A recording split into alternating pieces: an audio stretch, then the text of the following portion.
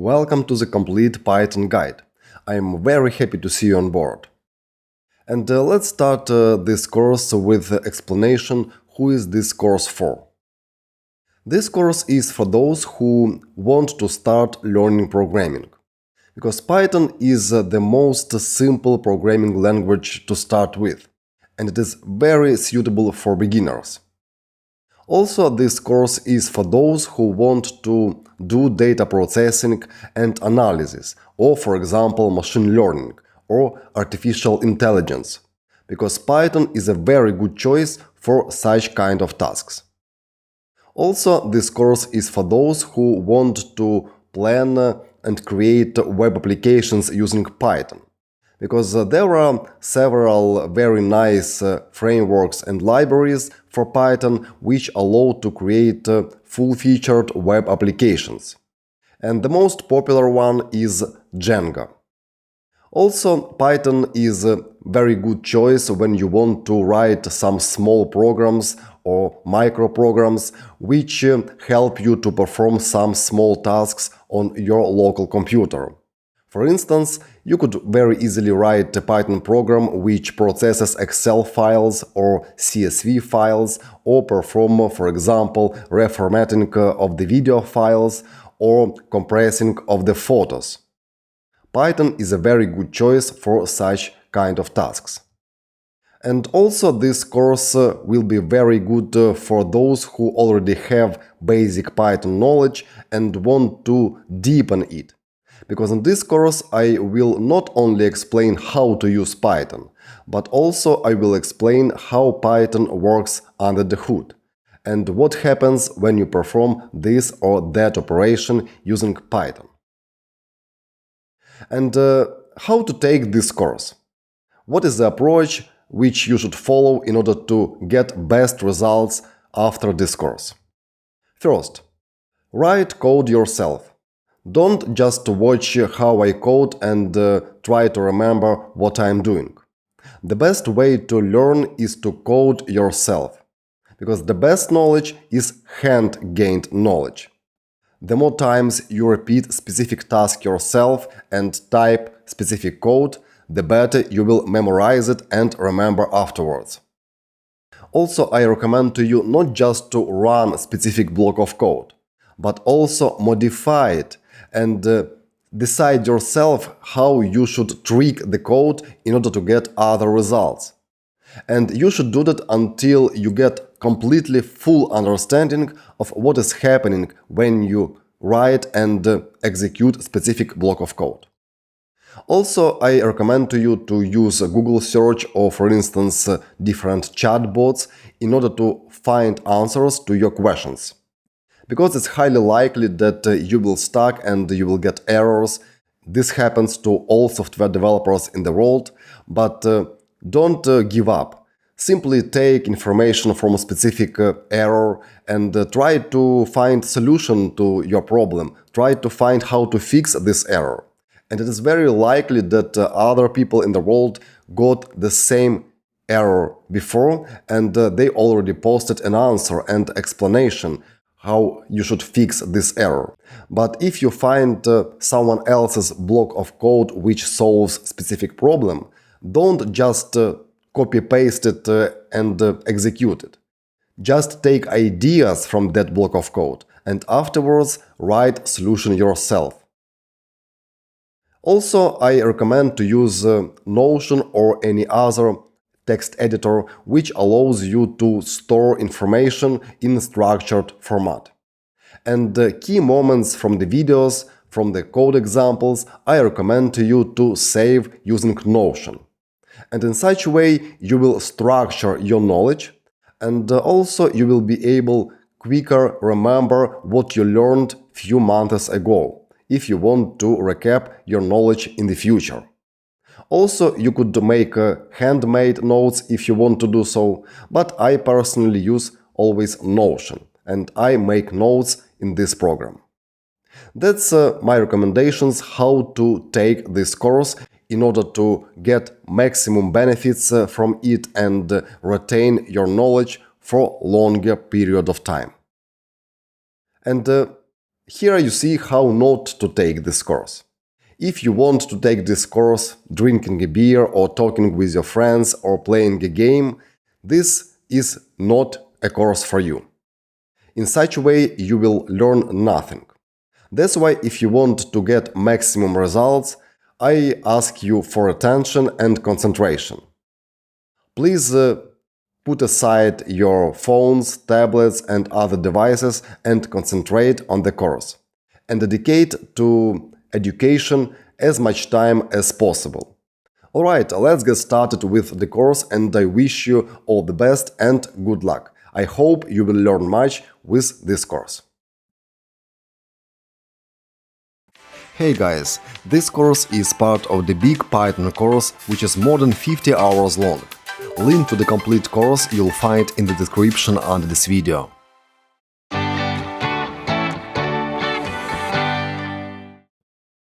Now let's discuss where we will execute Python code. Basically, there are many options where you could do that. There are many online editors where you could create and run Python applications, and also it is possible to do that locally on your computer. And I recommend to you to do everything locally on your computers. In such a way, you will have more control over entire process, and also you'll learn better. And first, in order to create and run any Python applications locally on your computer, you have to verify whether Python is installed on your computer or not. And you could verify that in any terminal application. On Windows it is PowerShell, it is default terminal application. On Mac you could use, for example, Terminal. Also you could use other terminal applications like sh or bash, for instance, if you are a Linux user. And please enter this command, and if a Python version is not displayed, you have to install Python. And you could download Python installer from official website, which is python.org/downloads.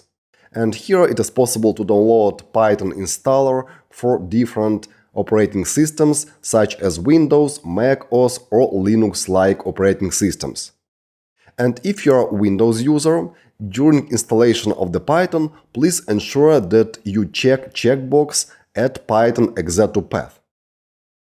And using this checkbox, you will ensure that Python executable will be available for use in the terminal, in the command line interface. That's why please ensure that you check this checkbox during installation if you are a Windows user. And now let's discuss what else you'll require in order to create and run Python applications locally on your computers. The most popular choice is Integrated Development Environment, shortly IDE, which is called PyCharm.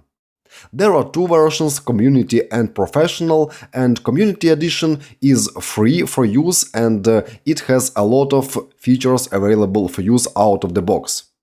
And this IDE is very easy to use and it is very suitable especially for beginners. But also there are other choices for creation of the Python applications, and for instance, you are able to use such code editor as Visual Studio Code. There are of course many other code editors available like Atom, Sublime Text and many others. And of course, there are many online editors, and you are able to create Python applications remotely on remote servers using your web browser. But such free code editor as Visual Studio Code, which has bunch of different extensions, allows you to create not just Python applications, but also applications in other programming languages like JavaScript, Java and many others. And if you use Visual Studio Code, it's good to add such extension as Code Runner, which allows you to run any applications really fast, using just single shortcut. And in this course we will use IDE PyCharm, but of course you are free to use any other IDE of your choice, or you are able to use code editor like Visual Studio Code or any other. That's up to you. Also, it's possible to use Jupyter Notebook, and it is a tool which allows you to run different blocks of Python code, And you could use Jupyter either online or you could install application locally on your computer.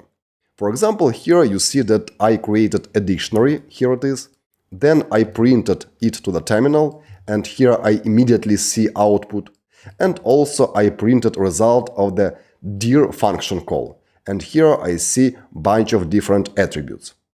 And that is possible inside of the Jupyter notebook.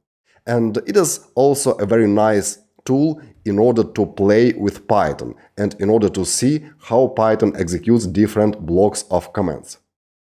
So, that's our primary tools which we will use in this course.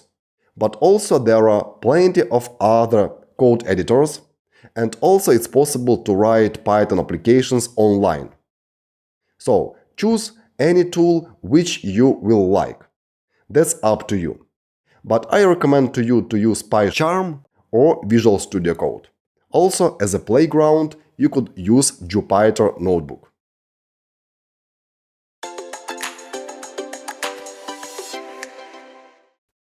Now I'll demonstrate to you how to install Python on your computer.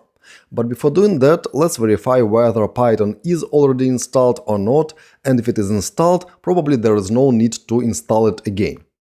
In order to verify whether Python is present on the computer, you could go to the terminal, I open up iterm2, and if you are a Windows user, please use PowerShell or any other terminal application. If you are a Windows user, please enter here Python ---- version. If you are a Mac user, please enter Python 3 ---- version. Because historically on Macs there are two different versions of Python installed, Python 2 and Python 3. Therefore, if you are a Mac user, please verify using this command. If you are a Windows user, use just Python. And here I see that Python is already available on this computer and its version is 3.11.0.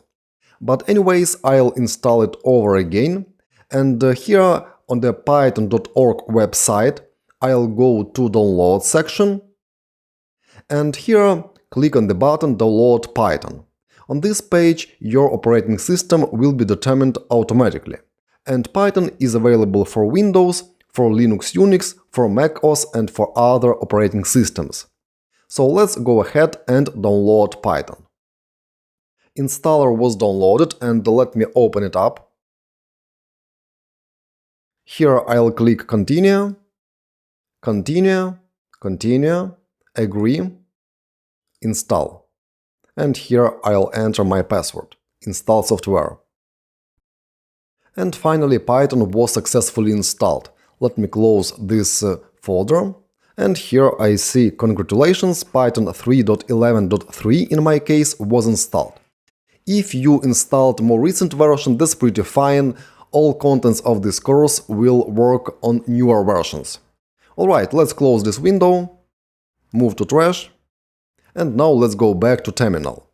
And here in the terminal I'll enter same command again, Python 3 ---- version, and I see updated version. It is the last one available at this moment of time, 3.11.3.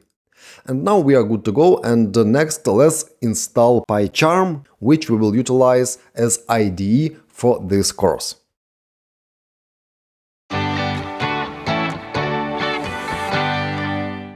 Before going on with installation of the PyCharm, I recommend to first try Python Interactive Interpreter, which is available directly in any terminal.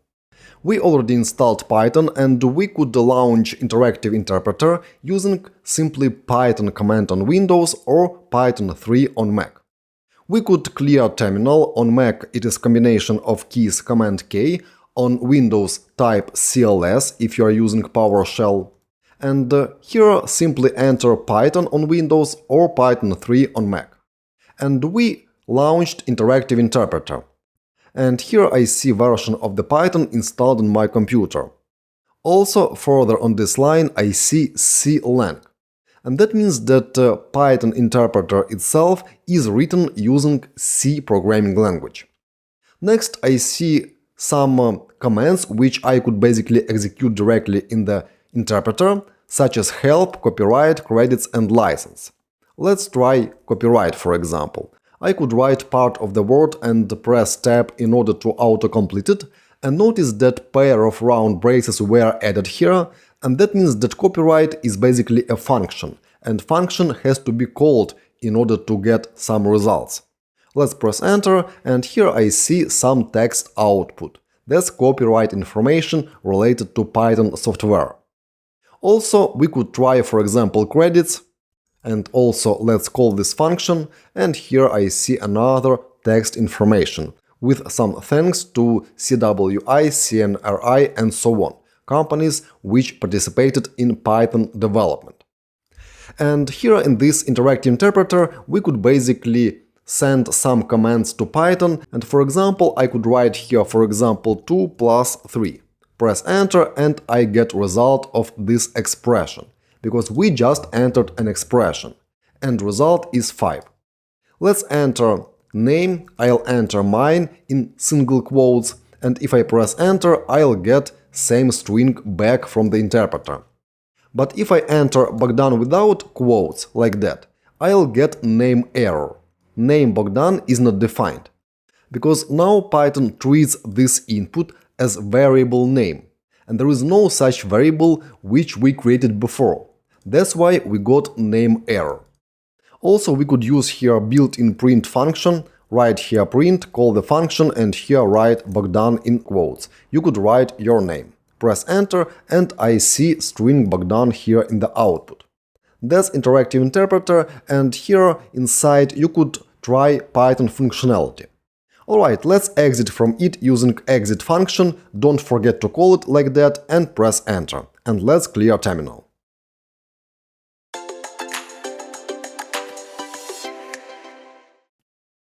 Now let's install Python interactive development environment, shortly IDE, which is called PyCharm. It is the most popular IDE for Python applications in the world. Please navigate to this URL jetbrains.com/pycharm/download and select a version of the PyCharm which is called Community. It is free and it is available for different operating systems, for Windows, macOS and Linux. I'll select the macOS version and click here Download. Installation file was downloaded, let's go ahead and install PyCharm. Here I'll simply drag PyCharm Community Edition to Applications folder, copying files, and now I'll open up PyCharm. And if you never used PyCharm on your computer before, you'll see Welcome to PyCharm window. And here let's create a new project by clicking on the plus icon. New project will be created in specific location, and here is path to location. And in my case, Python projects will be located in the PyCharm projects folder in my user directory. And the PyCharm suggests name for this new project as Python project. If you want, you could modify this name to, for example, Python. Next, you see information about Python interpreter, and the new environment will be created using virtual env. There are other options available, but let's keep for now just virtual env. We will talk about virtual environments later in this course. Also, please ensure that base interpreter is set to the Python version which you just installed. In my case, it is version 3.11. If version is chosen incorrectly, please choose the last one in the drop-down list. Alright, now we are good to go, and now let's create new project. Creating virtual environment, and project was successfully created. Let's have a look at the project files. Here on the left, please select project.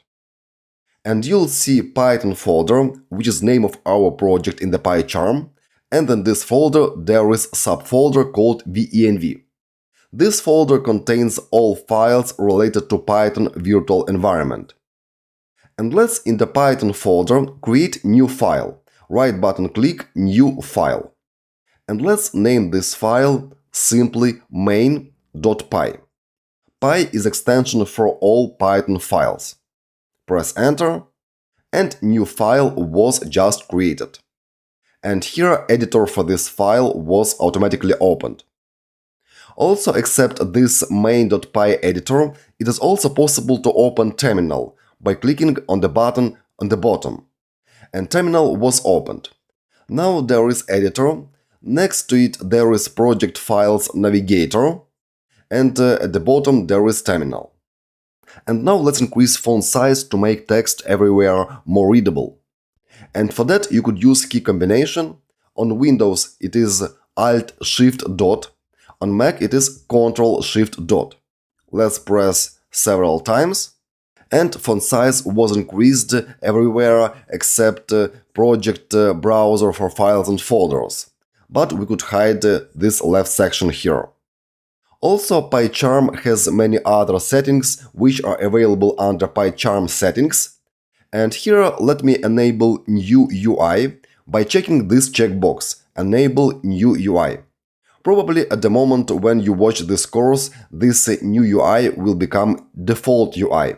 So I'll select new UI and press OK. And let's restart PyCharm. Restarting. Here is new UI and it has a big window dedicated just to file which you are editing. And also it is possible to open terminal by clicking on this icon in the left section. And now let's place cursor in the main.py file. And again, let's increase font size by pressing key combination Alt-Shift-Dot on Windows or Ctrl-Shift-Dot on Mac. And let's increase font size like this. And now let's print something to the terminal and write here print, and here in the parentheses will be Bogdan. Let's run this code by clicking on this icon run main.py, or you could use key combination which is shown here. On Mac it is Ctrl-R. Let's run the code, and here in the output below I see Bogdan. That's how you created the very first project in the PyCharm, and that's your very first Python application.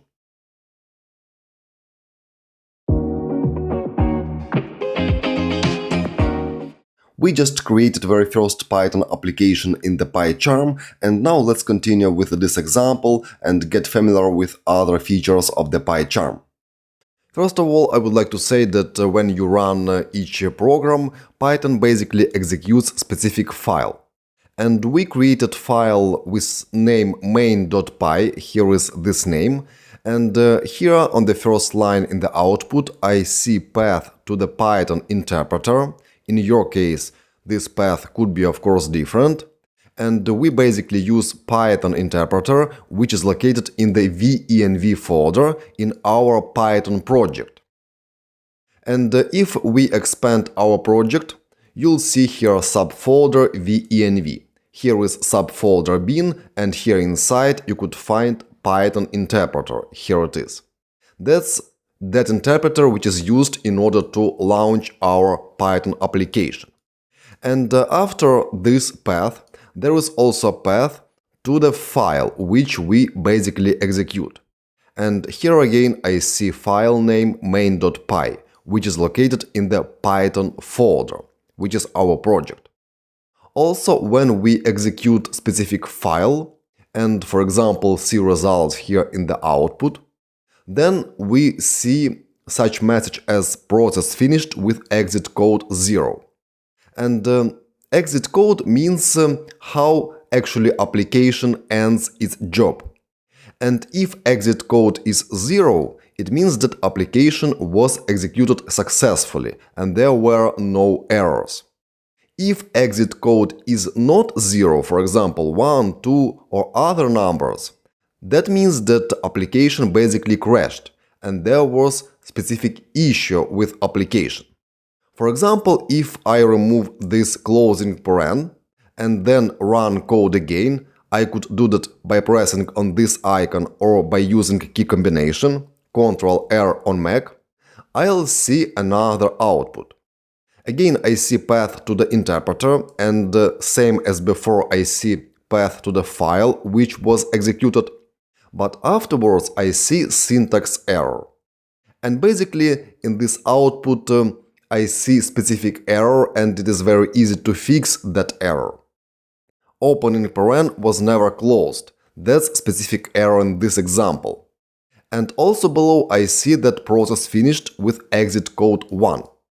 Non-zero code again means that there was an error. And if I fix the error and execute code again, I will see the result same as before, and exit code is 0. It is also possible to hide those lines, this one and this one, but they will still occupy some place in the output, and now let me demonstrate to you how to do that. Let me copy this path, for example, including Python interpreter. You could copy your path, then go to Settings, and here expand Editor, go to General, expand General, and go to Console. And here it is possible to add fold console lines that contain. Let's press plus here and paste here what we just copied. In your case, please paste your path to the Python interpreter, and let's press OK here. Let's hit OK here, and also let me copy this line, including exit code 0. Again, go to Settings, to the same place, Editor, General, Console, and here let's add one more line. Hit plus here and paste what we just copied. Process finished with exit code 0. OK. And press OK here. And if I execute code now, Ctrl-R, I see that those two lines were basically hidden. But as I mentioned, they still occupy a place here in the output. And it is possible to click on internal line and you'll basically see same line as before. Here the same. So if you want to hide those two lines and show basically only output of the program, you could keep settings like that. But I'll remove those settings in order to avoid any confusion for students which may join the course a bit later in later lectures. So I'll remove those settings and press OK here and execute code again. Also, I would like to mention that here in this output window you'll see specific string, for example, or number only in case you use, for example, built-in print function. If you simply write 10 here and execute the code, you will not see here 10 in the output. In order to see output, you have to add print, and then add here 10 as an argument. 10 is integer in this example. Let's execute code, and now I see 10 here in the output. Also, it's possible to output results of any other expressions, for example, 2 plus 3. Also, let's print, for example, true, which is a Boolean value. Let's run the code again, and I see here Bogdan, 10, 5, which is a result of this expression, and true. Also notice that if I hover mouse over the last closing paren, I see that there is no new line at end of the file. And this is basically PEP recommendation. We will talk about PEP a bit later in this course. But basically PEP is just a document which has some set of recommendations regarding styling of the Python files. And according to PEP 8, you have to add new line at the end of the file. And if I add a new line at the end of the file, this notification basically disappears. But result, when we execute this code, remains unmodified. I see same outputs as before here. That's it about this interactive development environment, and in the PyCharm you could work with different files in the project simultaneously. Also, you have access to the terminal, which you could find here. And if you want, you could also execute Python programs directly in the terminal by using Python command and then name of the file, main.py. And I'll get same results. That's outputs of calls to the built-in print function. So if you want, you could execute Python files directly like that in the terminal, or you could use run. And I'll use mostly run and specifically key combination Ctrl-R on Mac. That was an overview of the PyCharm interactive development environment, and this IDE is the most popular full-featured IDE for Python applications. If you want to learn how to create web applications using Django Web Development Python framework, I welcome you to the complete Python course, which is more than 50 hours long.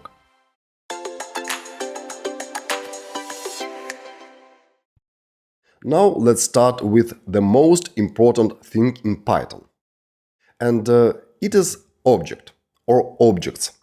Why? Because Python is object-oriented programming language. And that means that the main idea in Python is following. All entities in Python are objects. Even strings, integers, or booleans, everything is an object. Functions are also objects. And the object is always an instance of specific class. It means that there are a bunch of built-in classes in Python, such as str for strings, such as int for integers, and so on. What is class? Class is a template or prototype for creation of the objects. And from the single class, you could create as many objects as you like. One class, and you could create many objects based on that class. But of course, such objects will be different and independent from each other. And you could perform different operations with different objects. And each such object is called instance of specific class. Also, each object has attributes, and you could access attributes anytime you want.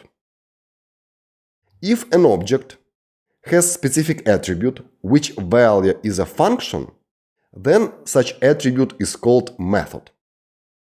You can call any function, and same you can do with methods. You could call any method.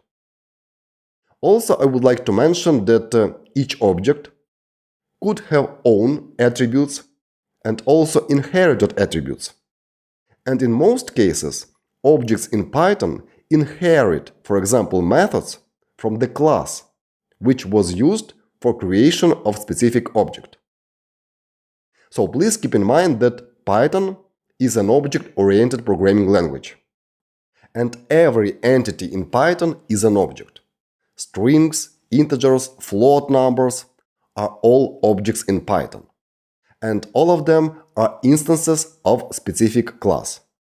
And there are many built-in classes in Python.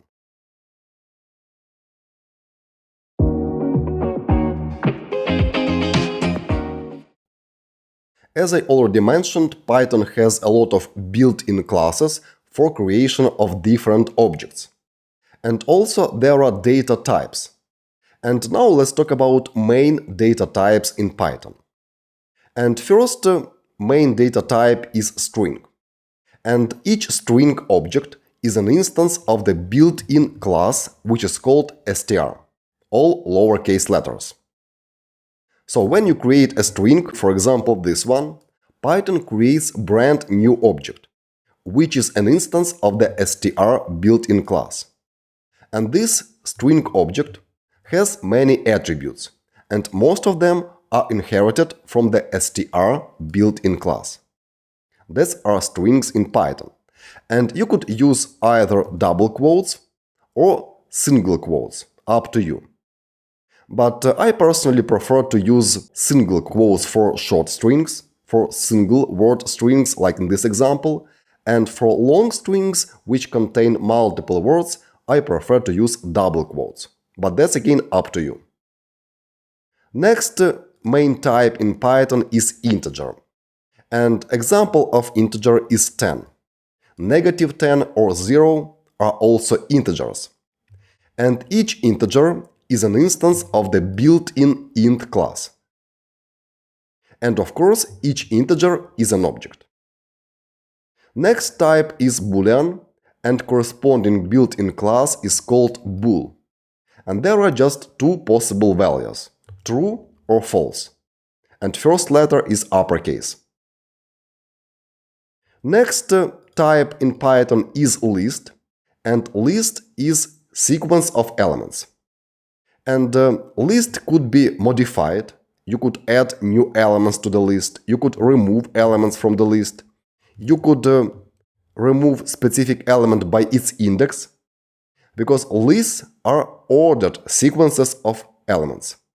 And order of the elements here in the list does matter. Each list in Python is an instance of the built-in list class. Also, there are dictionaries in Python, and here is an example of dictionary. Dictionary is basically a set of key-value pairs. Here is first key-value pair, and here is second key-value pair. And those curly braces here tell Python that here is a dictionary. Each dictionary is an instance of the built-in dict class. And you must use either single quotes or double quotes near the names of the keys in the dictionary. And it's a common practice to use single quotes for this purpose. And values for the keys in the dictionary could be of different value types: integers, strings, booleans, lists, other dictionaries, and so on. There are no limitations about that.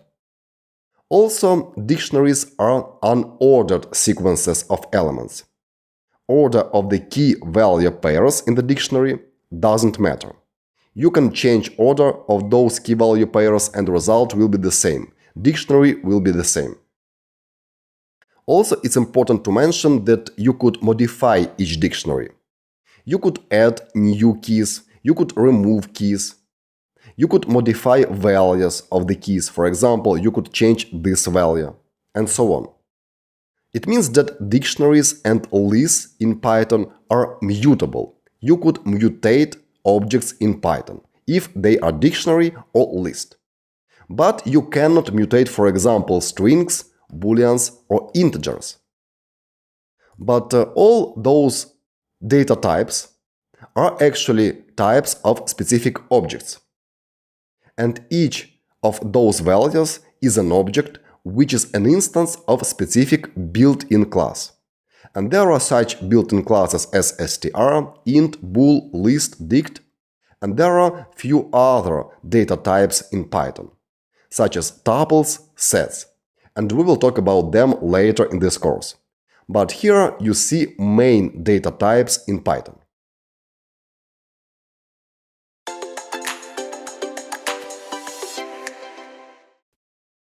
Now let's together on practice examine main types in the Python, which are strings, integers, logical values, lists, and dictionaries. Let me remove all those print function calls, and also let's hide this run output, and in order to hide it you could click on this button, or you could use key combination which is displayed here near this button. On the Mac it is Command 4. Like that. And let's start with strings, and let's call built-in print function. Those parentheses here mean that we actually call a function, and in such case function will be executed and produce some results. And here in the parentheses let's type a string, and you could use either single quotes or double quotes. Here in single quotes let's write hello Python. And also you could do the same using double quotes, hello Python. And if we execute such code, we'll see same outputs here. So, with strings you could use either single quotes or double quotes. I personally prefer to use double quotes for long strings, for example like this one, and single quotes for short single word strings. For example, if I use just my name Bogdan or any other single word string, I usually use single quotes. But please be consistent across all files in your Python application. Don't mix single quotes and double quotes. Next is integer, and here let's again call print function, and here type any integer, for example 100. Negative numbers like -20 are also integers. Let's execute this code. And here we see 100 and -20 in the output. Alright, that's where integers, and now let's have a look at Boolean values, and there are just two Boolean values, true and false. Let's execute code now, and here we see true and false. Please notice that true and false start with capital letters T and F. If instead of capital case T you'll write lowercase t and execute code, you'll basically get an error. Name error specifically. Name true is not defined. Did you mean true? Because Python interprets this name here as name of the variable. But before we have not created such a variable. That's why Python produces a name error. So Boolean values start with capital letters, true and false. Alright, that's our Boolean values, and now let's have a look at the list. Let's print empty list. In order to create empty list, you have to use simply pair of square brackets. And if we run such code, we'll see empty list in the output. It is possible to create non-empty list using several elements in the list, like that, 1, 2, 3, and such list will have 3 elements. If we run this code, we'll see non-empty list which has 3 different elements. Next, let's create a dictionary, and let's print first empty dictionary, and if you use simply a pair of curly braces, it means that you actually create an empty dictionary. And if we run our program, we'll see empty dictionary here in the output. Let's print non-empty dictionary, print, and here will be dictionary with one key, and keys have to be embedded into single quotes or double quotes. It's a convention to use single quotes for key names. For example, key name is name, and after colon comes value, and value will be, for example, Bogdan.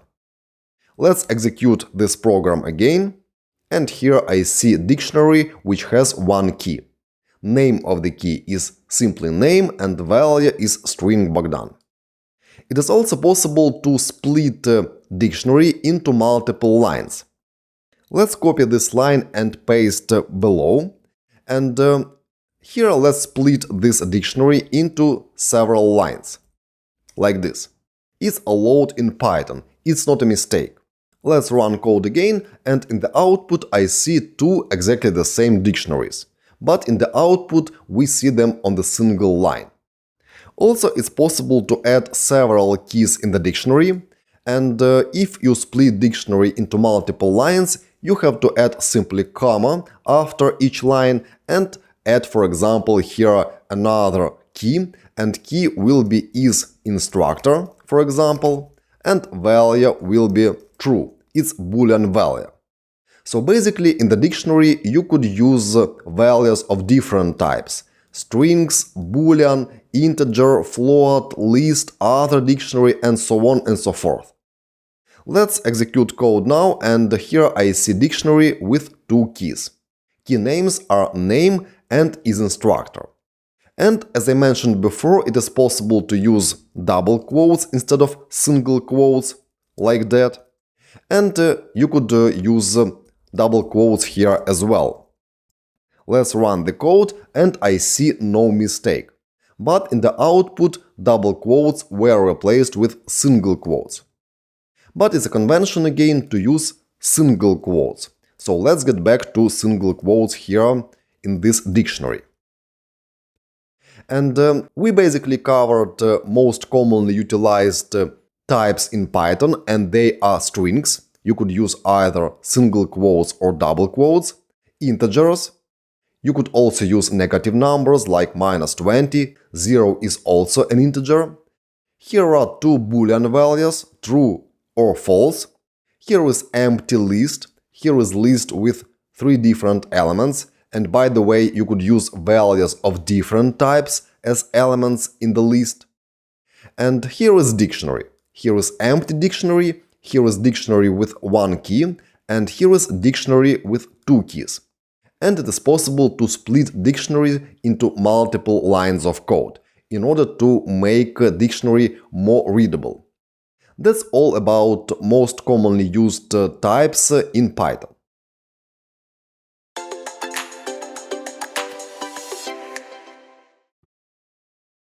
Now let's talk about built-in functions in Python. Python has many built-in functions available for you out of the box. And one of such built-in functions is print function. And in order to perform some operations by function, you have to call a function. And here we use round braces in order to call a function. And when you call a function, usually you have to pass an argument. And in this example, argument is a string. And because it is a long string, I used double quotes. So we call built-in print function and pass to it an argument, which is a string in this example. And what this built-in function does, it simply prints result of this expression, hello Python, to the terminal. And you'll see hello Python in the output of your program. You could also create your own functions in Python, and that's how you could do that. First comes reserved keyword def, definition. Then comes name of the function, in this example my_fn. It's a common convention to use snake case notation when you name variables in Python. All lowercase letters with underscores between different words. Then function has a body, and in this example there are 3 lines of code in the body of this function. And also there are parameters of the function.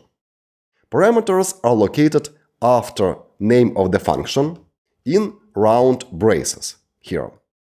And function might have parameters, but might not have parameters. In this example, there are 2 parameters in this function, a and b. Consider parameters as variables, which are available only inside of the function. Also, in this example, function returns result. Return C. Return is a statement, and it allows you to return specific result from the function. And this result could be used, for example, for other operations. You could assign result of the function call to the variable, or you could pass result of the function call in the call to another function. But of course, when you create a function in Python, it is not executed automatically. You have to call a function. And of course, you could call the same function multiple times. And if function has parameters, you could call function with different arguments. And in such case, function will be executed differently and return different results, depending on the input arguments. So, to summarize, function consists of name, optional parameters, function body, and function could also return a result if you use return statement. If you don't use return statement, function will anyway return result, which is none. None is a value of none type in Python. Let's have a look at other built-in functions in Python. And we already discussed print function. And also there are a bunch of other built-in functions. For example, using type, you could get name of the class which was used for creation of specific object. Using ID, you could get location of specific object in memory. It's a number. Using len, you could find quantity of the elements in particular sequence, for example, in the list. Or you could find length of specific string in Python. Sum allows you to find sum of all elements in particular sequence, for example, in the list. Using input, you could ask user to enter some text input in the terminal when you run your application. And then you could assign result of the input function call to the variable, and then perform some operations with text inputs which you got from the user. There are also some mathematical built-in functions such as round, min, max, And using round, you could round any number to nearest integer. And using min and max, you could find minimum and maximum value among different elements in the sequence, for example, in the list. And also, using such built-in functions as int, str, bool, list, dict, you could create instances of specific built-in classes. For example, calling str function, you could create new string object. Using int function, you could create new integer object, which will hold value of type integer. And also, such built-in functions are usually used in order to convert one value to another. And you could convert, for example, integer to string, or string to integer, or string to boolean, and so on. Let's now examine what we'll see if we print just print. Here we pass name of the built-in function in the print function call. And in this case, you'll see that print is just a built-in function. And you could perform similar operation with other built-in functions in Python. And in all cases, you'll see that those functions are built-in functions. And as we just discussed, Python offers you a lot of built-in functions to simplify your Python applications. Because main idea in Python is simplicity. And your Python applications should be Pythonic. Very easy, very clear, and powerful. That's the idea of the Python. And let's have a look at the next built-in function, which is input. And using input, you could prompt user to enter some text in the terminal. And here we ask user to enter his name. And that's the prompt which user will see in the terminal. Then we assign result of the function call to the variable, which is name, and print name here to the terminal. And when you run such application, it will stop and prompt you to enter your name. You enter name using keyboard, then press enter, and after that, input function assigns result which you entered to this variable. And afterwards, in this program, this value is printed to the terminal. That's built-in function input. But please note that anytime when you enter any text after prompt, this text is interpreted as string. It means that input function always returns a string. So please keep that in mind. Let's have a look at another built-in function which is called dir. And this function gives you a list of the names of all attributes which are available for particular object. This object in this example is string, and it is an instance of the built-in str class. And notice how many different attributes this object has. There are different attributes like join, lower, right index, split, and so on. And most of those attributes are inherited attributes, and they are inherited by this object from the string class. And most of them are methods. And for example, you could call a method which is called capitalize, which allows you to capitalize each string. It makes first letter of each word in the string capital case. Also, you could count, for example, quantity of specific character in the string. And for that, you could use count method. That's dir function, and it gives you list of names of all attributes available for particular object. And you could use dir function with any object you like, not just string. And also, you could access any attribute of particular object using dot notation. And you have to put dot after the name of particular object. And here we create a string, here it is, and assign it to the variable name. It is an object, which is instance of the built-in str class. And then we can call, for example, upper method, which is inherited from the str built-in class. Because it's a method, we have to add here a pair of round braces. We need to call this method. And in such case, this method will return brand new string. All characters from this string will be in uppercase. That's what this particular method does. And it is a method, because it performs some operations when we call it. In similar way, you could call other methods which are available for particular object. But please keep in mind that you have to use dot notation in order to access any specific attribute of the object. Let's now summarize. Python has a lot of built-in functions, such as print, input, and others. Also, when you create an object, this object will have multiple attributes. Most of them are inherited. And you could access any attribute of particular object using dot notation. Also, you could find list of the names of all available attributes for particular object. And for that, you could use built-in dir function. Also, there are many other built-in functions which simplify creation of the Python applications.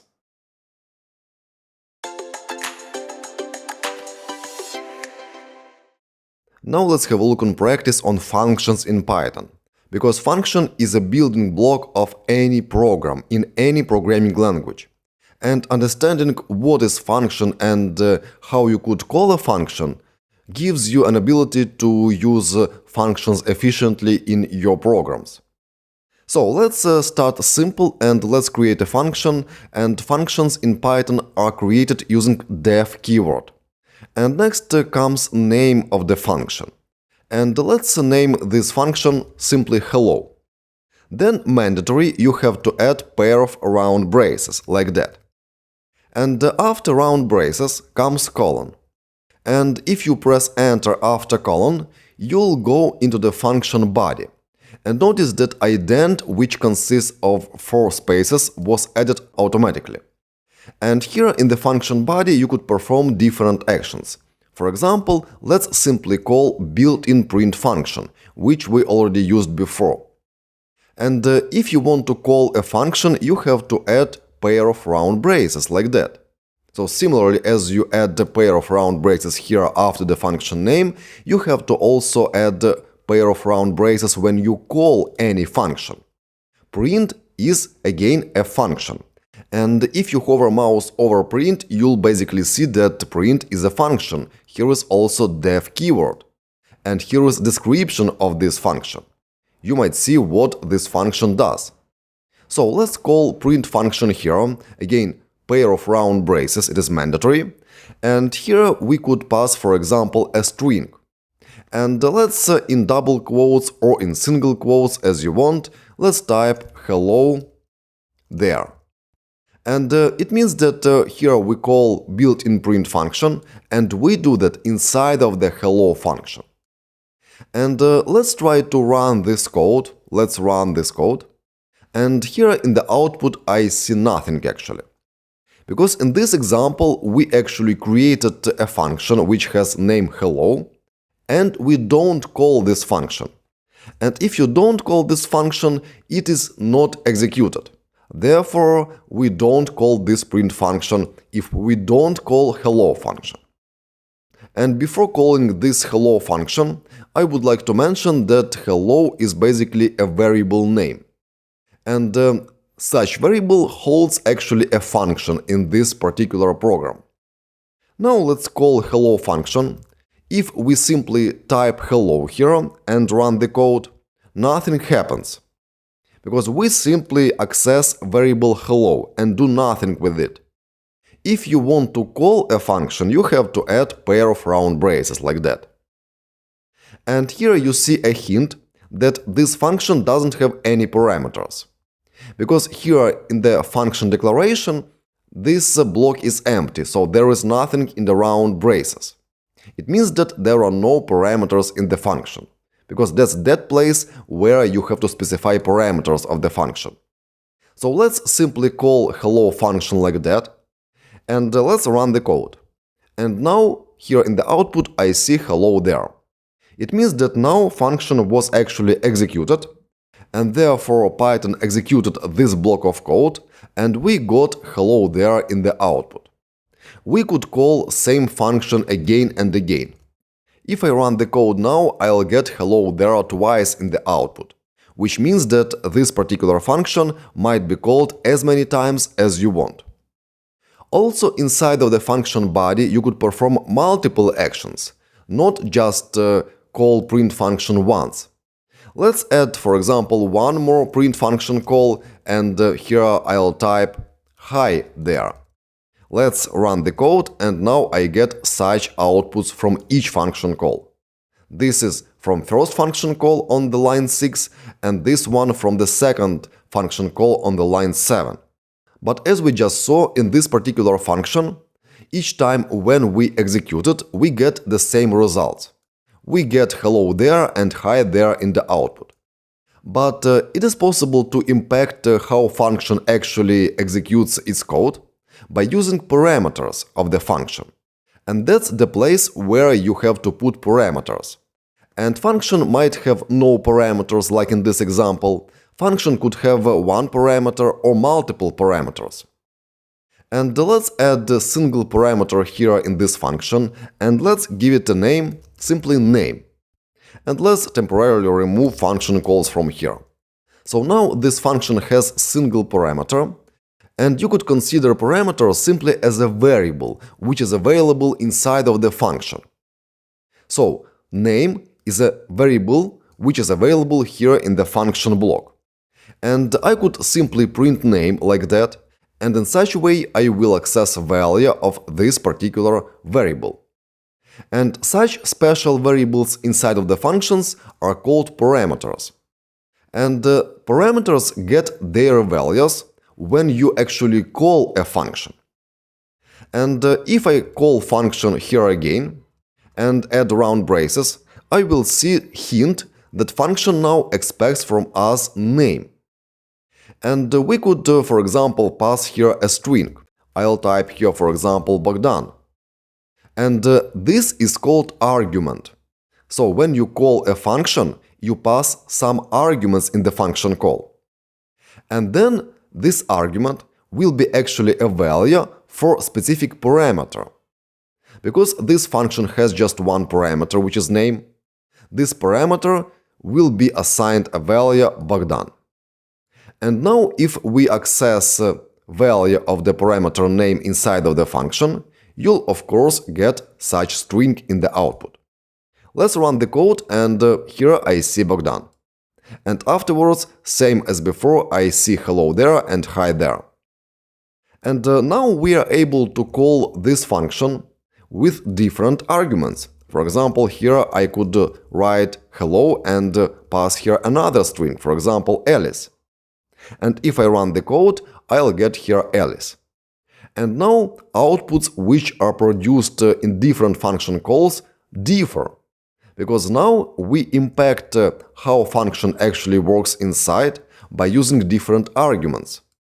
And please also notice that such variable as name is not accessible outside of the function scope. It is available only inside of the function. And if I try to, for example, access variable name outside of the function and run the code, I get name error.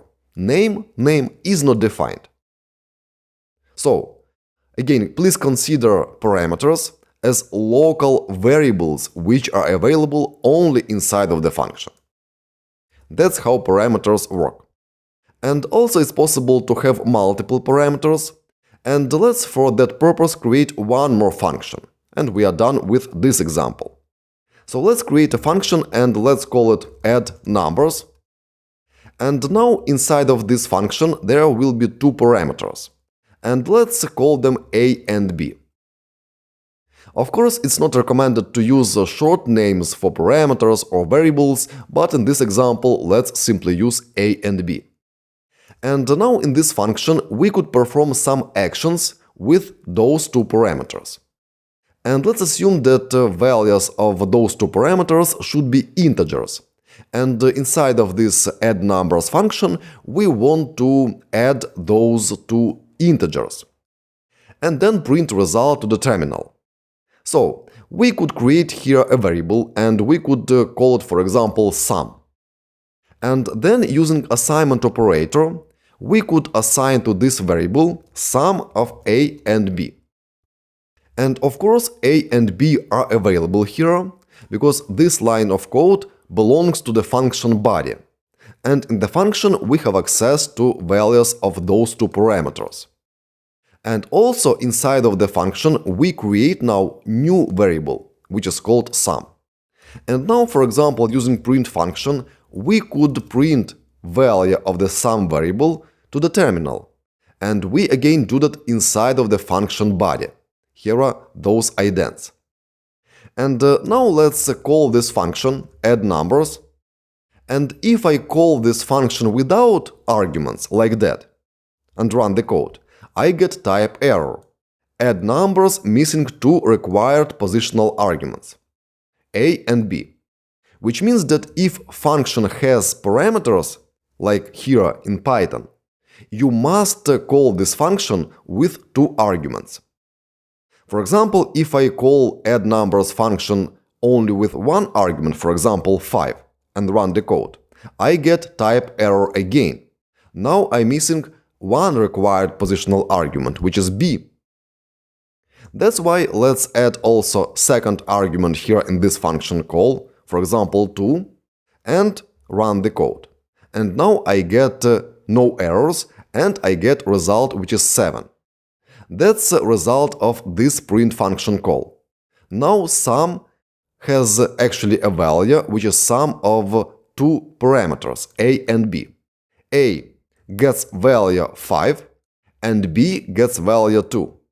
And a plus b gives us 7. And 7 is assigned to new variable sum, which is defined here on this line 2 inside of the function. That's how you could add parameters in the function. And in this particular example, there are two parameters, a and b.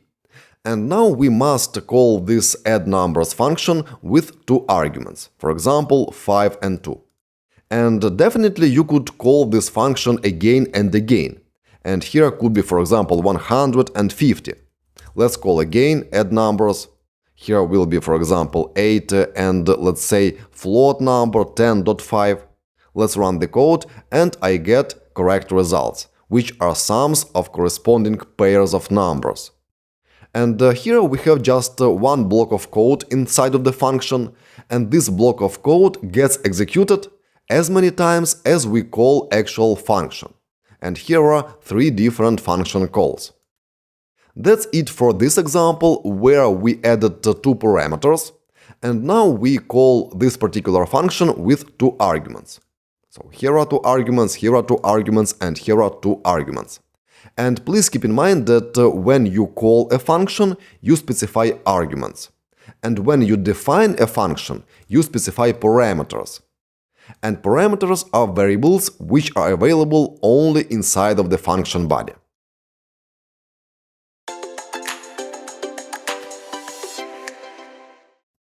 In the next example, let's explore how you could return specific value from the function using return statement. Let's create a function and let's call it multiply numbers. And this function will have two parameters, similar to previous function. And now inside of this function, we want to multiply those two parameters, a by b. And let's create a variable and let's call it result and assign to result a multiplied by b. Here we use multiplication operator, which is simply a star. And let's assume that we don't want, for example, to print result to the terminal here inside of the function, and we want to return such result from the function and use this result somewhere later in the code. For this purpose, there is return keyword, and it is a statement in Python. It performs an action. And you could return, for example, result here.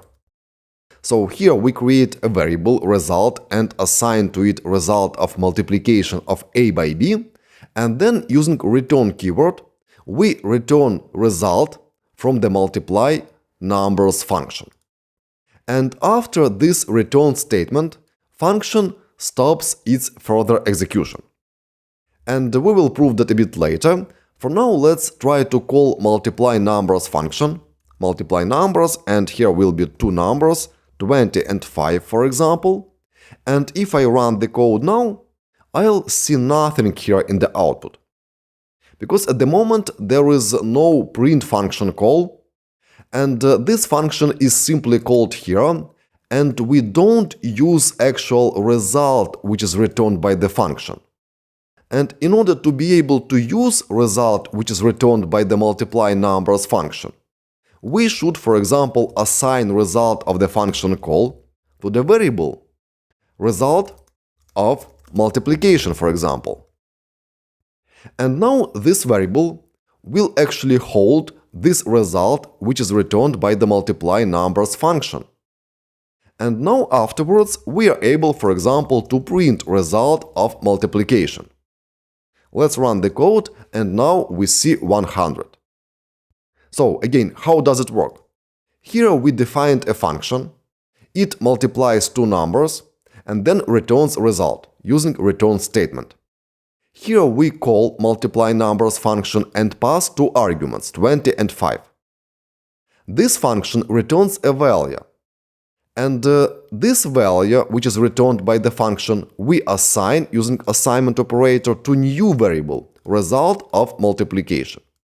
And now we are able to perform different actions with such variable, result of multiplication.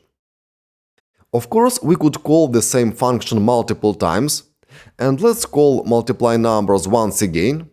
We could use tab in order to autocomplete name, and here let's type, for example, 15 and 2, and we want to multiply those two numbers. And let's assume that we don't want to assign result of this function call to any variable, but we want to print result of this function call to the terminal. If we want to do so, we could simply add here two round braces like that and call print function. In such case, Python first will call multiply numbers function with such two arguments, get result, and this result will be obviously 30, and this integer 30 will be passed as argument in another function call, in print function call specifically. And now if I run the code, I get here 30 in the output. Which means that you are able to use result of the function which is returned by the function. For example, by assigning it to the variable or by passing directly in another function call. Both ways work actually. And also I would like to show you what function returns in case there is no return statement. If we remove return result from here and run the code, we'll get none. Because that's that value which is returned by any function if function doesn't have return statement. So please keep that in mind. None is default value which is returned by any function. And in some cases, if you don't need to use result of the function, you could go ahead without assignment, for example, of the function call to the variable, because you know that result is none. That's why there is no need to use such result. But if function has return statement, then of course you could use result of the function call and assign into the variable or use in another function call like that. But by default, if there is no return statement, function returns none, which is just single value of the built-in none type in Python. And also I would like to show you that if function returns result, it stops its operation.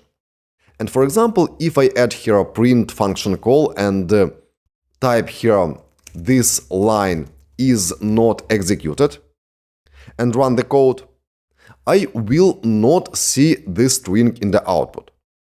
Because as soon as function returns result, it stops further execution. And Python does not look at this line of code.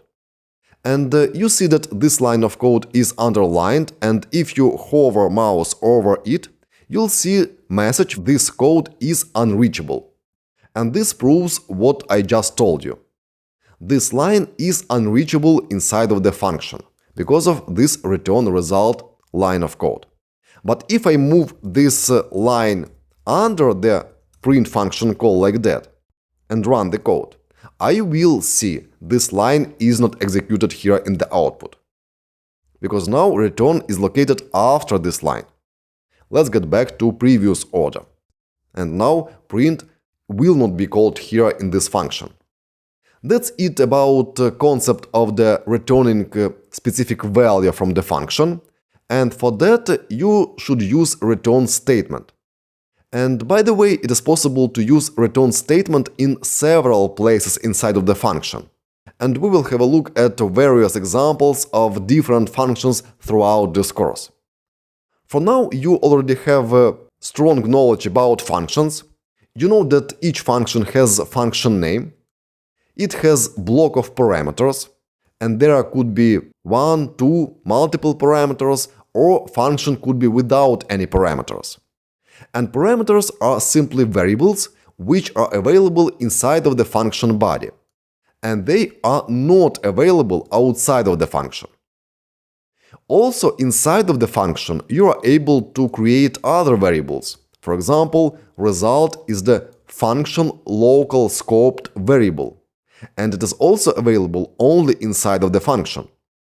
And when you call a function, and if function has parameters, like in this example, you have to pass arguments in the function call. And Python is very strict in terms of quantity of arguments. And if such a function has 2 parameters, then you must pass here exactly 2 arguments. Not less and not more, exactly 2 arguments. It is very important. And also function might return result.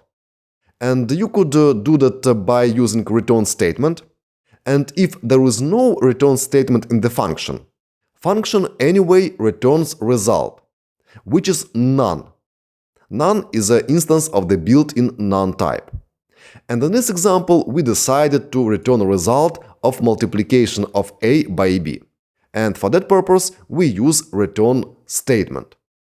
And after that, we could assign result of the function call, for example, to the variable, or use in another function call, as we do here.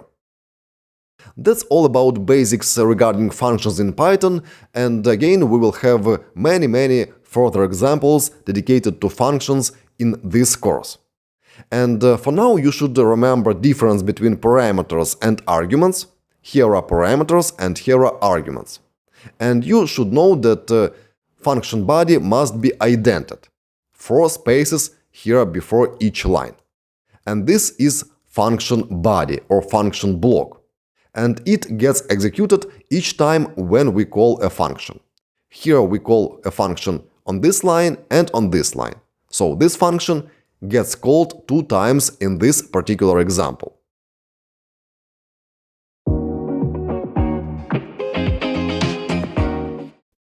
Now let's explore some of the built-in functions in Python on practice. And let's first simply type print. And if you then click here on 3 dots, you'll see possible options such as quick documentation or quick definition. Let's click first on quick definition. And here you'll basically see definition of the built-in print function. Here is def keyword, then comes name of the function, it is print, and then in parentheses comes list of the parameters of the built-in function. And here, after this arrow, you'll see type of the value, which is returned by this particular print function. And this function always returns none, no matter what you pass to this function in the function call. Now let's again click on 3 dots, and now let's check quick documentation. Also, it's possible to press F1 to see documentation about specific function. So let's click on this. And now we see complete description of this particular function. We see that it is a built-in function, and here is list of the parameters of this function. And here is description of the function. It prints the values to a stream or to sys std out by default. Std out is standard out, And basically in each terminal there is standard in, standard out, and standard error, shortly stdr. And basically if I go to the terminal, let me open up built-in terminal here and type here, for example, Python. You send input via standard input in the terminal, via stdin. And this text was printed via stdout, standard out in the terminal. Again, I type, for example, exit and call this function, and I just send again input via standard in, and here I see result via standard out. That's how it works in terminal. Alright, let's go back to the documentation. Again, click on three dots and go to quick documentation.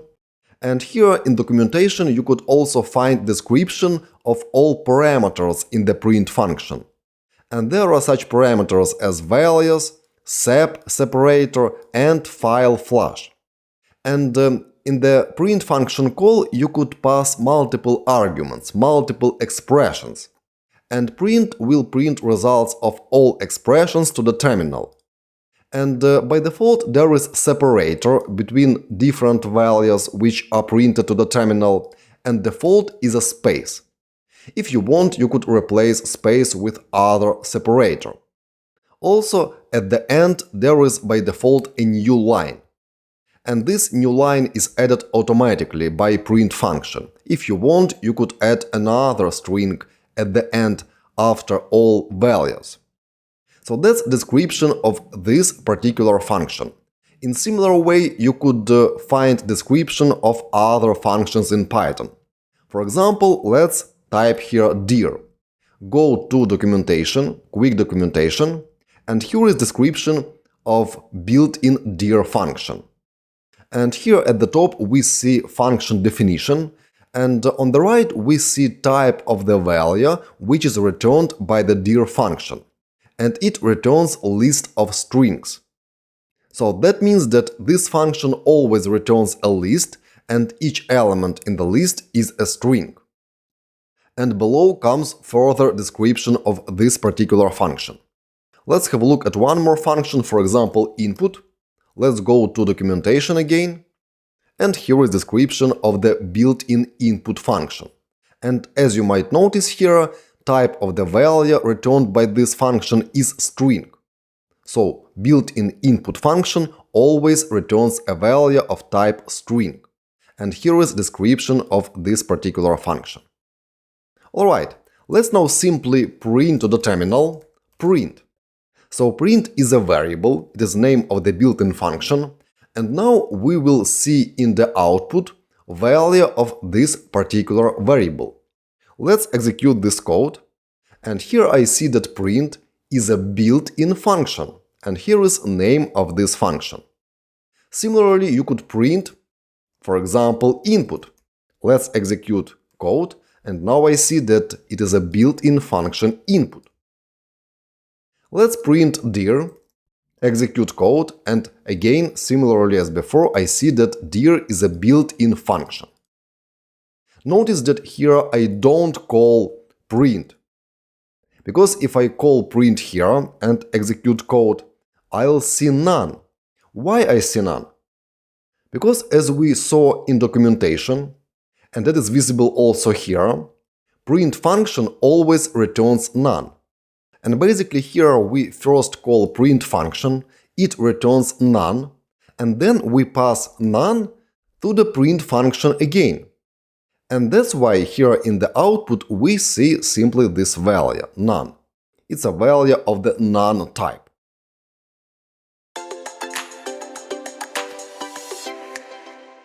But how we could see basically list of all built-in functions? Let's simply do following. Let's print dir, and here let's call this function like that, without any arguments. Let's also add here a new line as a pep document suggests, and now let's execute this code. And here in the output I see a list.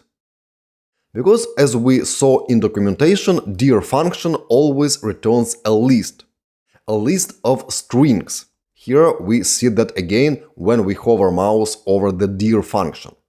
And that's the list which we actually see here. And this list contains different strings, such as 2 underscores annotations 2 underscores, 2 underscores built-ins 2 underscores, and so on. Several strings are available here in this list. And all of them have prefix 2 underscores and suffix 2 underscores. What is that? We will discuss a bit later. And if you want to avoid this horizontal scrolling and make all text visible on the screen, it's possible to click on this icon, which is called Soft Wrap.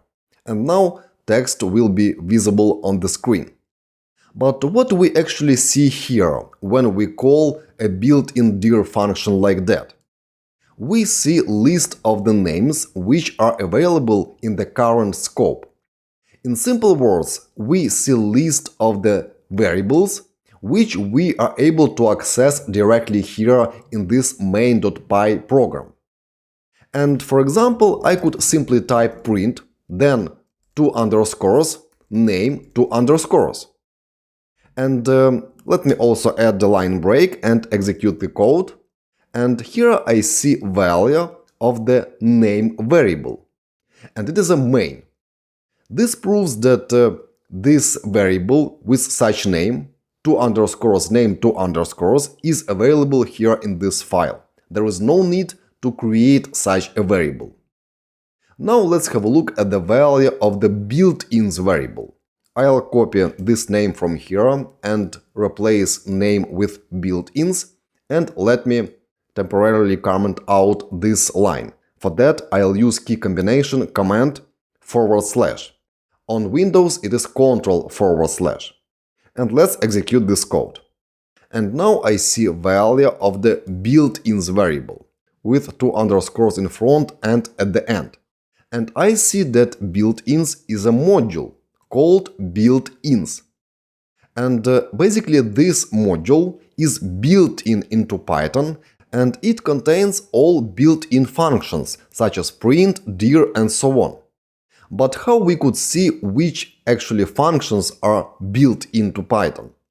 For that we could use following syntax. Let me remove all that, and here I'll type print dir, and now I'll call dir function with argument built-ins.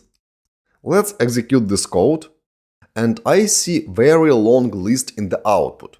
Here where this list ends, and here is start of the list. And similarly as before, this list contains only strings such as base exception group, buffer error, and others. And if I scroll down, here, starting from ASCII, I'll see basically names of the built-in functions in Python. And among others, you could find such function as dir. And this function we just used here. Also, if I scroll down, I'll see such a function name as print. And this is this function which we just used as well. Also, there are other built-in functions for creation of different objects. And they are dict for creation of the dictionaries, int for creation of the integer numbers. Then there is a list, and list is used for creation of the list, and so on. So this list contains all built-in functions. And also it contains list of built-in classes, such as, for example, name error. Alright, let's hide this output and let's summarize. We just explored with you several built-in functions, such as print, dir, and input. We will talk about input in the next lecture, and we will try that on practice. But here we saw that when we call built-in dir function, it basically gives us a list of names which are available in the current scope. In other words, they are variables which are ready to use. And you could access such variable as built-ins or, for example, name with 2 underscores in front and at the end. And built-ins is basically a module. And using such function call dir, and here we pass built-ins as argument, you could get a list of all names which are available in the built-ins module. And this module contains, for example, all built-in functions and all built-in classes. And we saw a very long list with the names. And here we actually call one function, we get result from that function, it returns list of strings, and then we pass that list of strings to the print function. And therefore, in the output here, we see result. And this basically is the same as we just copy this list and put it here and pass this list in the print function call like that. If I execute this code, I'll get the same result. And basically you have access to all variables with the names listed here, such as arithmetic error, assertion error, and others. I could copy this part without single quotes, and then I'll delete this line and type here print and pass arithmetic error as argument. And if I run this code, I'll see that arithmetic error is a class. It is one of the built-in classes. And if I hover mouse over arithmetic error, I'll see description of this variable. And here I see that it is a class. And by clicking here, I could go and read details about this particular built-in class. Here is this class description. Exception, arithmetic error. The base class for those built-in exceptions that arise for various arithmetic errors. And it means that you have access to many different variables out of the box, and they are classes or built-in functions. For example, print is a built-in function and arithmetic error is a built-in class. And please keep in mind that you could always get details about particular function or class by going to documentation, either built-in description of particular function or external documentation, as we just saw for this particular arithmetic error class.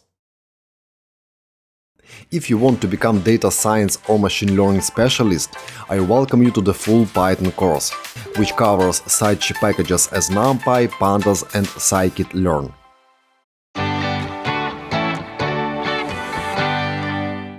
Now let's have a closer look at the built-in input function. And we already explored documentation about the built-in input function, and basically here you could see that this function expects from you a prompt.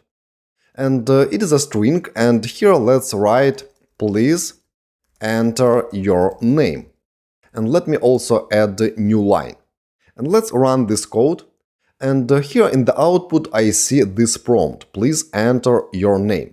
This is the string which we passed here as argument in this input function call. Also, I'll disable soft wrap here in order to avoid two lines instead of one here. And now let's simply enter here name. I'll enter mine. And notice that text which you enter here in the terminal is entered directly after this prompt, without even space. Let's press enter here. And now I see that program finished. Process finished with exit code 0. But until I pressed enter, program was running. It was waiting for the input from the user. That's what input function does. It prompts user to enter some input and waits for this input from the user in the terminal. In order to add here space, you could add here, for example, colon and space. And if I run this code again, I'll see here colon space, and now I could enter my name like that. And again, process finished with exit code 0. What just happened? We actually entered the value, this one, it is a string, and Python actually didn't use this value, because we didn't assign result of this function call to any variable. And if I hover mouse over input variable, you'll see again what we discussed already before. We see type of the value which is returned by this built-in function, and it is str, string. And we could assign it to the variable, for instance. And assignment to the variable happens like that. Name, its name of the variable. You could use, for example, other variable name. Let's use, for instance, my underscore name. And in such a way, we get value which is returned by this function, and using assignment operator, we assign it to this variable. And this variable will be, of course, created by Python. And after that, here, let's below print to the terminal value of the my name variable. You could always use tab in order to autocomplete name of particular variable. For example, you could type here my and then press tab, and name was autocompleted. Great, let's run this code again. Again, I see prompt, please enter your name. I'll enter mine. And after that, I see Bogdan in the output because of this function call. Value of the my name variable is printed here to the terminal. And afterwards, process is again finished with exit code 0. Program finished successfully. That's why code is 0 here. There were no errors. That's how this built-in function works. But please notice that it always returns string. Not integer, not boolean, always string. And now quick task for you. Please, in similar way, ask user to enter his favorite number and print that number to the terminal. Let's do that together, and here I'll add one more call to the built-in input function, and here will be prompt, please enter your favorite number, colon, and then space. And we have to save a result which is returned by the input function in the variable. And let's go to the beginning of the line by using key combination command left arrow. On Windows it is control left arrow. And here let's create new variable, my favorite num. And here will be assignment operator. And similarly as we did with my name, let's print to the terminal my favorite num. Let's run this code. Here I see prompt, please enter your name. Here is my name, enter. I see output in the terminal, that's my name. And now let's enter my favorite number, 777. And here I see output in the terminal. And afterwards, process finished. But please notice that here is a string, it's not an integer. And here is string as well. And we could verify that this is a string by doing the following. Print type of my favorite num. Let's run code again, quickly enter here name and favorite number. And I see that type of the my favorite num is str. It is an instance of the built-in string class. And certainly in Python it's possible to perform conversion of the type of the value. And you could convert, for example, such string to integer. But for now we will not do that. Alright, that's how we asked user to enter some values in the terminal, and for that we utilized built-in input function. And here we got value for my name variable, and here we got value for my favorite num variable. So here in this program we have two different variables, my name and my favorite num. Also, as we just discussed, my name and my favorite num are basically strings. And you could perform different actions with strings. And let's, for example, do following. Let's print my name, then I'll add dot, and after dot you'll see bunch of different names. And notice here M, near almost all names. M stands for method. And it means that each string has access to different methods, like for instance lower, or for example upper. Here is upper. And let's call for instance upper method. Because it is a method, it is actually a function, we have to call it using parentheses. And let's run this code now and see what happens. Again, I enter my name, then enter my favorite number, and afterwards, at the end, I see result of this print function call. I see Bogdan all uppercase letters. And that's what this particular method did. It converted string which I entered here to string with all uppercase letters. And result was returned by this method, upper. And the result was passed as argument in the call to built-in print function.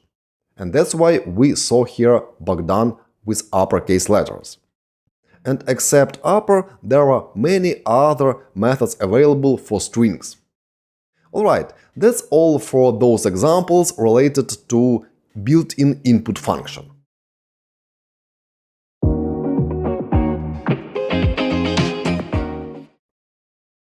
Now let's talk about indentation in Python.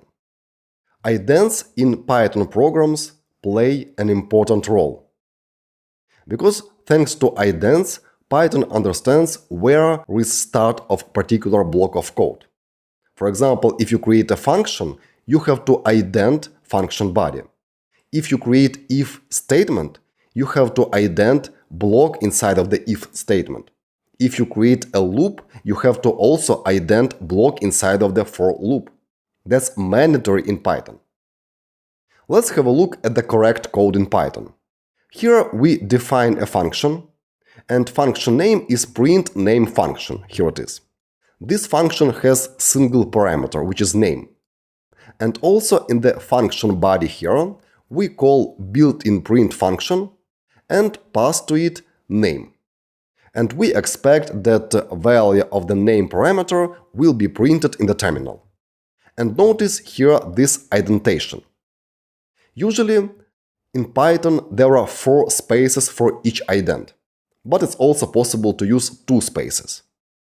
But if you don't ident function body here, it will be an error.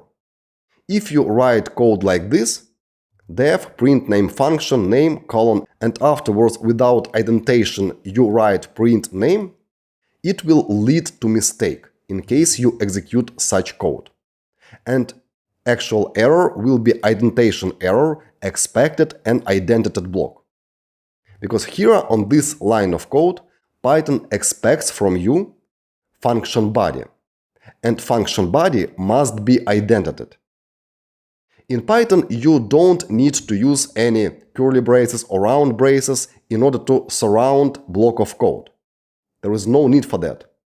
Indentations are single hints for Python in order to make Python understand where specific block of code starts or ends. So please be careful and use indentations properly. And usually each ident is 4 spaces.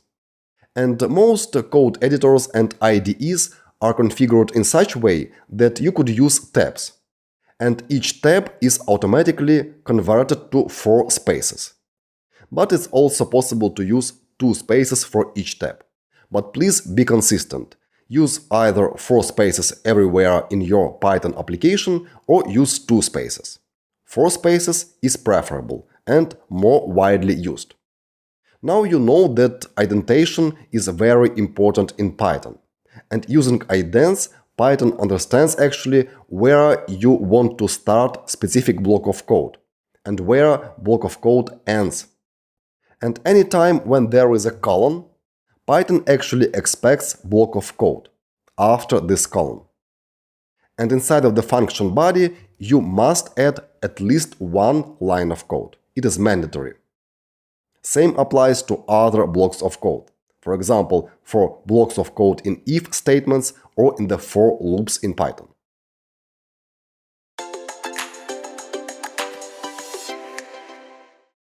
Now let's have a look at the indentations on practice. And let's define a function and let's call this function print num. And this function will have just 1 parameter, for example, let's call it num.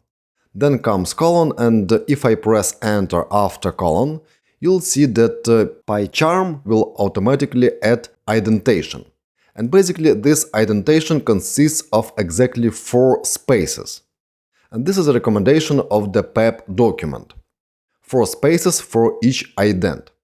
And here in this function, let's simply print to the terminal value of the num parameter. And below we could call this function, and notice that if I press enter again, I will remain in the function body, so cursor is blinking here. But if I want to move out from the function's body, I have to press delete on Mac keyboard or backspace on Windows, like that. And now I am underneath def keyword. And if I press enter again, I will remain here. And let's here call print num function. Let's add parentheses, which represent function call. And let's add here argument, for example, number 5. And let's execute this code.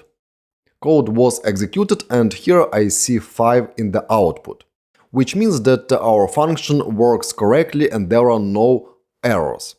But here I see that print num is underlined, and if I hover mouse over this line, I see that it is expected to add 2 blank lines after class or function definition, according to PEP 8. We will discuss PEP 8 very soon. But it's a convention to add 2 blank lines after function declaration and before function declaration. It means that I have to add 1 more blank line here. And now this warning disappeared. So that is a correct syntax. And Python understands that here is a function body, because of indentation here. But if I remove this indentation and make it like that, I immediately see that there is an error. But let's try to execute the code. And now I see here indentation error, expected an indented block after function definition on line 1. And here is exact line where this error actually occurred. And this proves that function body has to be indented. And function body must have at least 1 line of code. And that's because this function doesn't have a body right now. And this line of code is located on the same level as function definition. That's why I have to put cursor here and press tab. And if you press tab, PyCharm will automatically convert it to 4 spaces, 1, 2, 3, 4, making correct ident. Let's try to press tab once again, like that. 4 more spaces were added, and now I see that there is a warning. Over-idented. It means that I added too much idents, too much spaces. But if I execute this code right now, I will not see any errors. This means that you could potentially use more spaces than 4, but it is recommended to use just 4. And if I place cursor here and press delete, I'll see that 4 spaces were deleted. That's correct indentation for this function definition. Also notice that if I add here ident like that and execute code, I'll basically see nothing here in the output, and there is no error. Why is that? How do you think? Because now this function call is basically located in the function body, because of indentations. And those empty lines are basically allowed here. So this is technically the same as this. I create a function and call this function inside of it. But outside of this function I never call it. That's why in the output we see nothing. So output is empty. So please be careful with indentations. Also, let's add one more example here with idents. And let me type here if. For example, here will be if 10 greater than 5. It is conditional statement. And next will be colon, and after colon, same as here, Python expects from you indented line of code. And if I press enter here, I'll see that 4 spaces were added. And here I could simply, for example, call print function and type here true. So if 10 is greater than 5, then simply print to the terminal true. Let's run this code, and here I see true. Because this condition is truthy. 10 is greater than 5. So there is no error. But again, if I remove this indentation here, I'll see notification here, ident is expected. So Python expects from you here an indented block of code. And it means that each indented block must have at least one line of code. Function body must have at least one line of code. This block must have at least one line of code after this condition and colon. And general rule is that indented block should come always after colon. Here, for example, or here. That's all about indentation in Python, and such IDE as PyCharm or such code editor as Visual Studio Code automatically add those idents for you when you write code.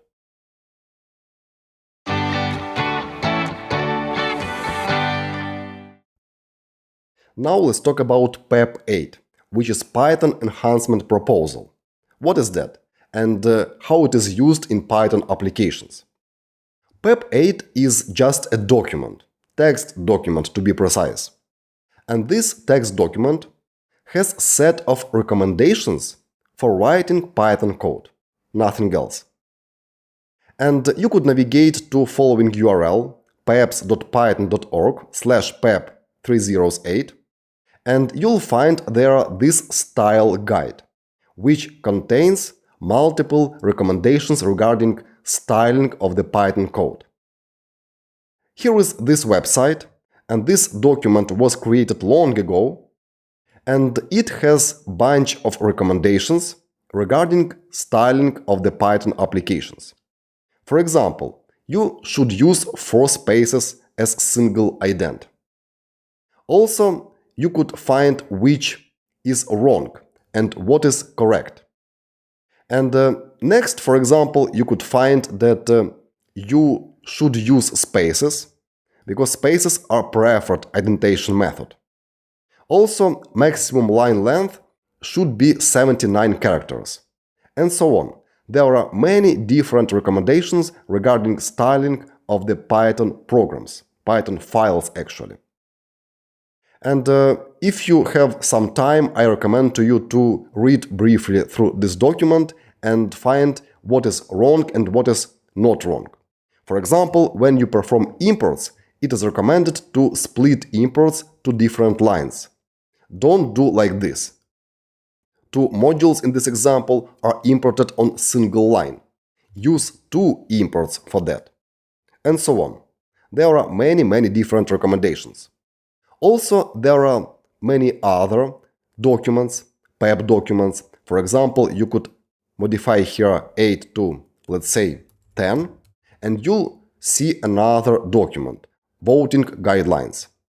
And each document has its own purpose, but normally each PEP document is a set of some recommendations.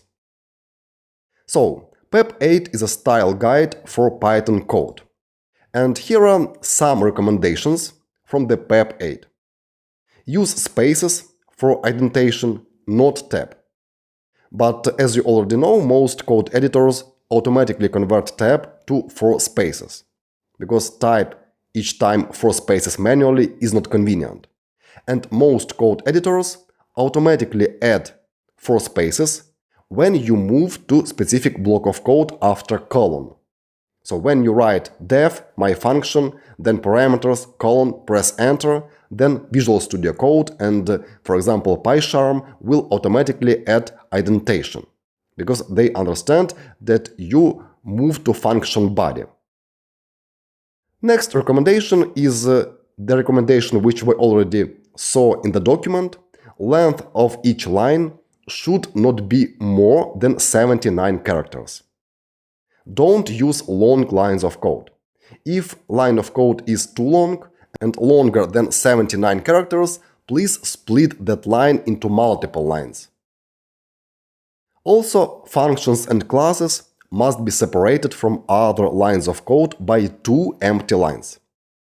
Before each function declaration, 2 empty lines, and after each function declaration also 2 empty lines. Same applies to classes. If you define a class, you have to add 2 empty lines before class definition and after class definition. Module imports, as we already saw in the document, should be on separate lines. Don't import multiple modules just on one line of code. Separated imports are more readable. Comments at the end of the code line should be separated by at least 2 spaces. This means that in case when you use inline comments, which are put on the line of code, and they are put at the end of the line, you have to separate actual line of code and comment using 2 spaces. And you see that most recommendations in PEP 8 are basically styling recommendations. But they make your code actually more readable, and they actually define standard for all Python applications. And it is possible to install special extensions which are able to automatically format your Python files according to the PEP 8 document. And one of such extensions is called AutoPEP8, and you could install it and configure for automatic formatting, and each time when you save the document, it will be automatically formatted according to PEP 8. There are also other formatters available. That's it about PEP 8, and now I recommend to you to go briefly through entire document and read about other recommendations for styling your Python applications.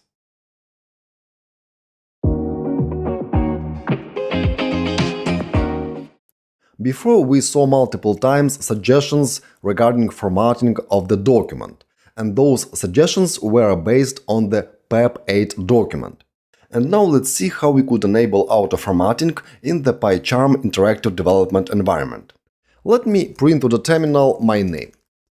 And I will add here a few spaces, and also I will add the line breaks here. And if I try to run this code, I will see actually no error, and code was executed successfully. And here I see Bogdan in the output. But formatting of this file is completely messed up, and it is not in accordance with PEP 8 document.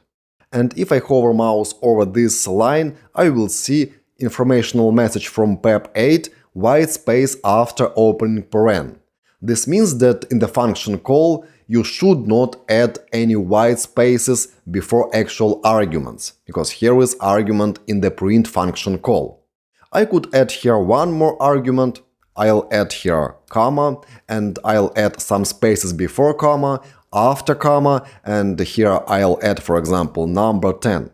And again, if I run this code, there will be no error, and I'll see Bogdan and 10 separated by space. Space, recap, is default separator for separation of different values which you pass as arguments in the print function call. So again, this code is completely valid in terms of Python, but its formatting is messed up. And now let's see how we could enable auto-formatting of the files in the PyCharm. In order to do that, we have to open up Settings, let's go to Settings, then expand Tools, and find here Actions on Save. And this option, Reformat Code, basically enables reformatting of the code automatically each time when you save the file. And here you could choose file types, and by default it will be enabled for all file types like HTML, JSON, Python and others. Now we are mostly interested in the Python files, so that is enabled. And now let's press OK and see what will happen if we save the file. You could save changes in the file by going to File, Save All, and here is also key combination. On Mac it is Command S. Let's use key combination because it is always faster to use key combinations. And now I see that code was automatically formatted. But this empty line is still present here. This means that PEP 8 allows actually to use empty lines when you call a function. And it is possible to split arguments even to different lines like that, if you want to do so. Let's save the file again, Ctrl S on Windows, Command S on Mac, and now I see that this function call remains on multiple lines and empty line is allowed here.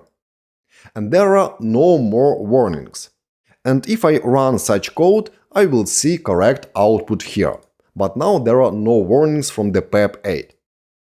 Let's remove this code and let's now define a function def myfn, and this function will not have any parameters. And now let's in this function simply print to the terminal true. And if I add function call here below myfn like this without any arguments and hit run the code, I'll see that code will be also automatically formatted. And according to PEP8, there have to be 2 empty lines after function definition and before it. And here you see that 2 empty lines were automatically added. And here is result of this function call. True is printed to the terminal. It means that each time when you run code here in the PyCharm using this button or corresponding key combination, on Mac it is Ctrl+R, on Windows Shift F10, PyCharm will actually automatically save the file and correspondingly apply auto-formatting, because we enabled it here in the settings. Recap, it is located in the Tools, Actions on Save, Reformat Code. And now each time when you will execute Python program, code inside of it will be automatically formatted. And you don't need to care about, for example, empty line at the end of the file. You could leave code like that, run it, and you'll see that empty line will be added here automatically. This is how auto-formatting works in the PyCharm. And these are a few examples how you should format code in the Python files according to the PEP8 document.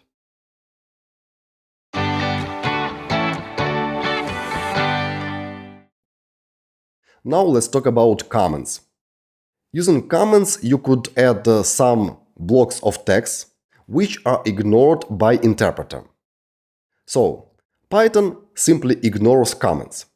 And you could add a comment anywhere in your code. And I recommend to you to add comments in order to describe purpose, for example, of specific function or of specific class. And avoid adding comments which describe actual code. Code must be self-explanatory, and you have to write your Python code in such a way that other people, other developers who potentially will look at your code in the future, will be able to understand what it actually technically does. But you should answer the questions, for example, why, in comments, and explain, for instance, how to use particular function or class. And in Python there are 3 different types of comments, and in all cases you have to use hash sign. There is single line comment like this. There is multi-line comment. Simply use hash sign at the beginning of each line. And also there are inline comments. Inline comment comes after specific line of code, and according to PEP8 document, here you have to add 2 spaces. Also here after hash sign you could add 1 space or more. There are no recommendations regarding that. So here is inline comment, here is multi-line comment, and here is single line comment. If you describe purpose of specific file in Python, and each file in Python is basically a module, you should put multi-line comment at the top of the module and explain what is this module for and how to use features in this module.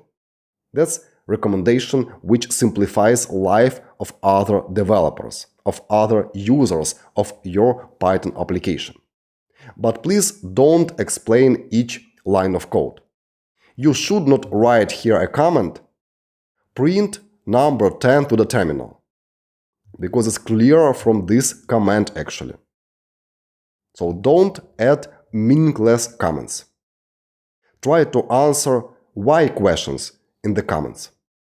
That's all about comments in Python.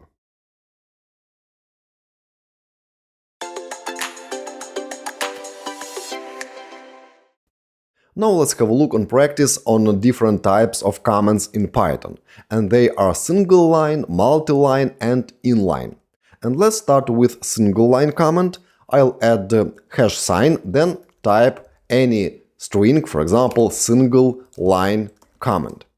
Next, let's add multi-line comment, and I could use hash sign on each line, multi-line comment. And if you want to uncomment specific section, for example, specific multi-line comment, you could press Shift button and using up and down arrows select a particular block of code and then use key combination. On Windows it is Ctrl/, on Mac it is Command/, and section will be uncommented. And of course now I see multiple warnings, because Python now treats this block of code as actual code, not as a comment. And I could do the same by commenting out this section by using same key combination. On Mac again Command/, on Windows Ctrl/. And now there is again a multi-line comment. Now let's add inline comments, and for example there is line of code print 777, and after this line of code inline you could add inline comment. And it has to come after 2 spaces. But let's add only 1 space for now. Then comes hash sign, and here we'll be printing 777 to the terminal. That's description of this line, for example. And if I add here line break and go to the next line, I'll see here warning from PEP, at least 2 spaces before inline comment. Because according to PEP 8, you have to use 2 spaces before actual comment, which is inline on particular line of code. But if I run this code now, I'll see that this line of code will be automatically formatted, because before we enabled auto-formatting on save. And each time when you run the code, PyCharm saves the file automatically. And here we see this value in the output. That's a result of this function call. That is first inline comment, and next let's add one more function call print, and here will be my name, and next to it let's add one more inline comment printing my name to the terminal. If I run the code, I will see that formatting will not be modified, and here I see results of 2 calls to print function. That's where 2 inline comments, and here is multi-line comment, and here is single line comment. But please notice that it's not recommended to describe actual lines of code like I did here. Code should be self-explanatory, and you should use comments in order to answer the questions why and how. And if you create, for example, a module in Python, it's a good idea to add a multi-line comment at the top and describe that module. And also, sometimes developers do like this. Select few lines of code and then comment them out, and leave such comments in actual files. And it's not a good practice. If you don't plan to use those lines in the future, please delete them. Don't comment them. So that's where inline comments, multi-line comments, and single line comments in Python.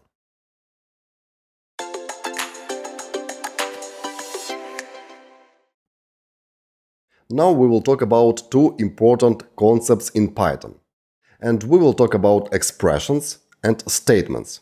And we will discuss differences between them. And let's start with expressions in Python.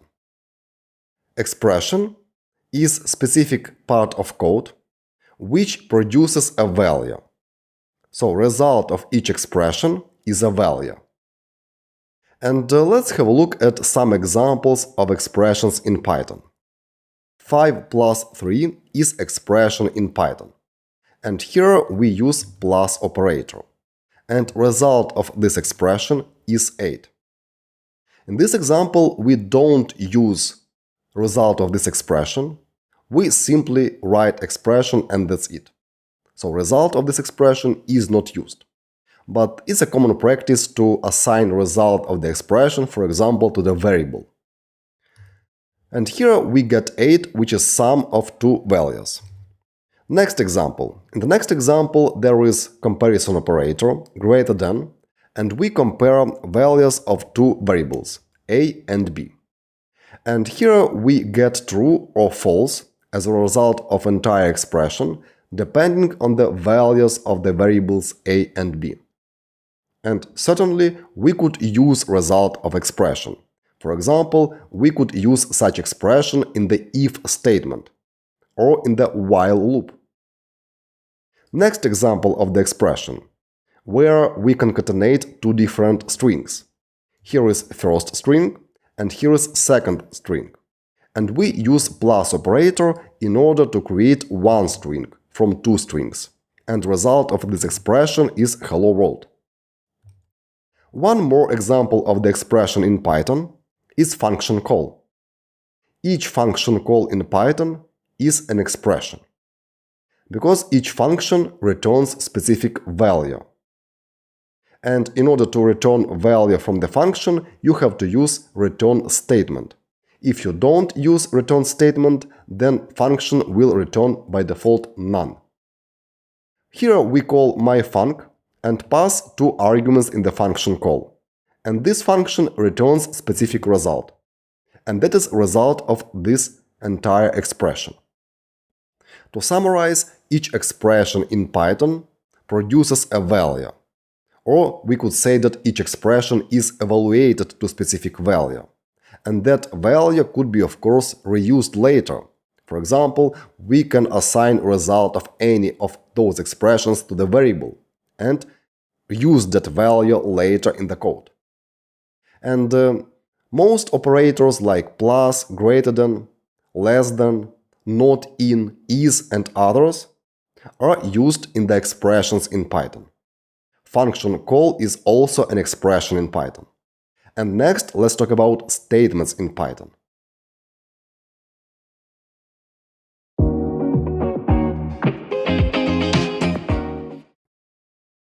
We just talked about expressions in Python, and you know that each expression gives us specific result. And now let's talk about statements in Python. Statement performs an action or different actions. Let's have a look at some statements in Python. Creation of the variable and assignment of the value to that variable. Here we do that on just one line of code.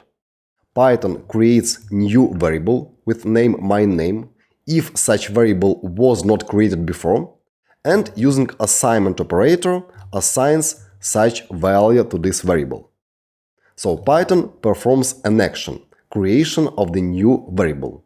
That's why this line of code is statement in Python. Next example. In this example, we use conditional statement. And this conditional statement consists of the reserved keyword if, then comes condition, in this example simply name of the variable, myName, and then after colon comes block of code, which is executed in case this condition is truthy. Otherwise, this block of code is not executed. And here, where Python expects from you condition, here on this place, you must use expression. You cannot use statement here on this place. You could write here if a greater than b. It is acceptable. But you cannot write here if, and so on. Or if and then assign value to the variable. It is not possible. Here you must use expression. Next example of the statement. Import. Imports allow you to import other modules or specific variables from other modules. And you already know that according to PEP 8, you have to place all imports at the top of the file. And import actually performs an action. It imports from other module. And it does not produce any value. It performs an action. And for example, import datetime basically creates new variable in this file where you use import. And this variable will be called datetime. So here you see examples of the statements. There are also other statements in Python. For example, return statement. Using return statement, you could return result from the function. While loop or for-in loop, they are also statements because they execute same block of code multiple times.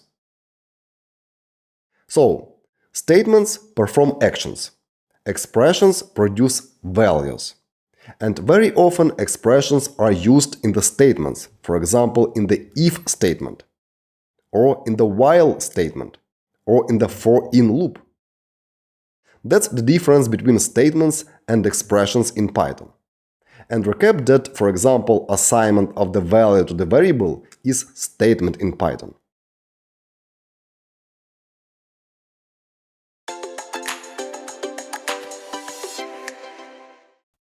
Let's now explore some expressions in Python on practice. And let's start with a simple expression where we divide 10 by 2, for instance. This is an expression and it produces a value, and this value is 5. And we could assign this value, for example, to the variable, for example, variable a. Here is assignment operator, and here is name of the variable. And now we could perform different actions with this variable, and we could, for example, print value of the variable to the terminal. This is also an expression. So what you see here in the parentheses is expression, and expression consists only of one single variable. Alright, let's run this code and see what we'll get in the output. And we get float number 5.0. Because anytime when you divide even integers, you'll get float value. And this is a result of this particular expression. Let's have a look at another expression, and let's simply call here print function without any arguments. And let's assign a result of print function call to the variable, for example, variable res. And now let's print to the terminal value of the variable res. Let's run the code, and we see none. That's what we actually discussed a bit before, and if you hover mouse over print function, you'll see that this function always returns none. And actually each function call, for example this one, is expression. And that means that result of any function call you could assign, for example, to the variable, like we do here. Or you could use that result in another function call. And we could omit this line of code, let's remove it, and replace res here with call to print function. That's the same as was before. We get result of this expression and pass this result in another function call here. And if I run the code, I'll get the same result, none. Let's now here use a built-in input function which returns a string, and here will be prompt enter any number. And we also could assign result of the input function call to the variable, for example, num. And then let's print num to the terminal and run this code. Enter any number, for example, I enter 100. And I get 100 in the output.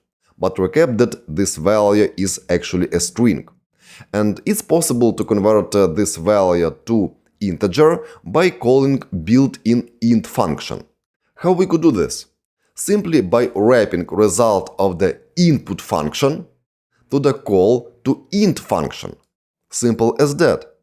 And now if we run the code and enter here, for example, again 100, I'll get here already an integer. How we could ensure that it is an integer? By printing type of the num. Run the code again, enter any number, again 100, and here I get class int. So this number is an object which is an instance of the built-in int class. And here again we use the fact that this is an expression. And after calculating result of this expression, we call this built-in function, which obviously expects from you an expression as argument here. But what about statements in Python? Let's, for example, define here a function myFn. This function is without any parameters, and here in this function let's simply print to the terminal test. It is a string. And we could ensure that function declaration is actually a statement by doing following. We could call any function, for example, print function, and paste here this block of code, like this. And I'll remove block of code from here.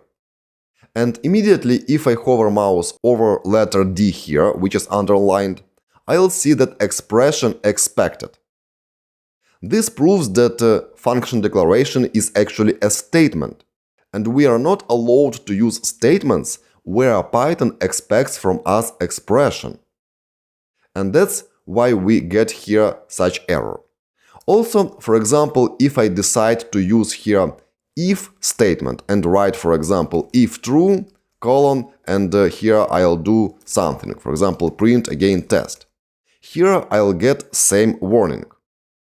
If I hover mouse here, I'll see that expression expected, because if statement is statement in Python, and we are not allowed to use statements here.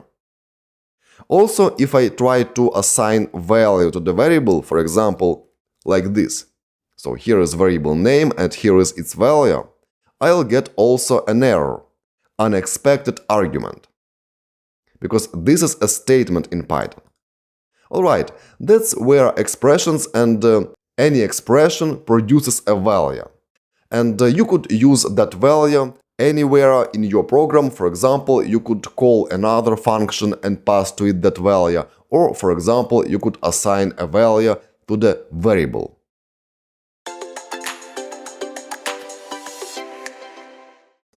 You already know the difference between expressions and statements. Expressions produce specific values, and statements perform specific actions.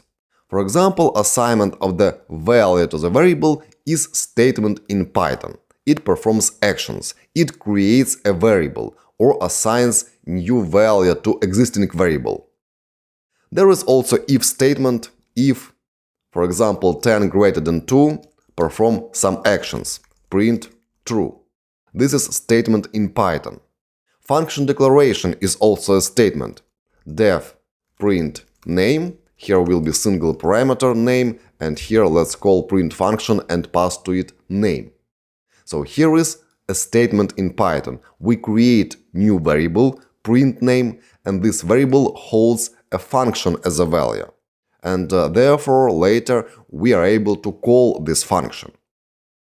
Also, when you import, for example, built-in module, let's import datetime, you also create a statement here.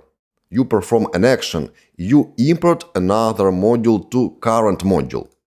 And afterwards, you get access to different attributes of the datetime object, because it's an object.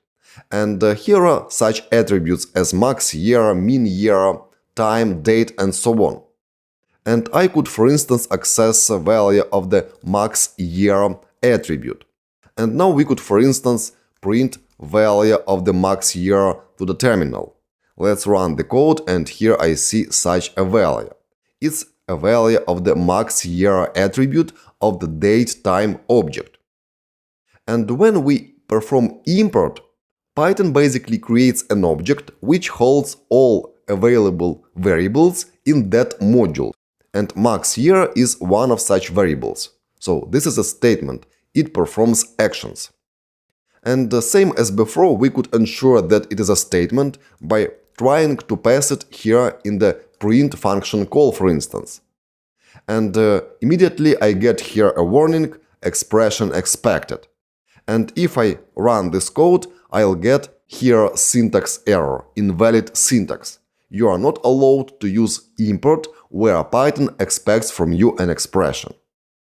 Alright, that's where expressions, and now small task for you. Please create a function and use in the function return statement. And before using it, please ensure that return is indeed a statement, not an expression.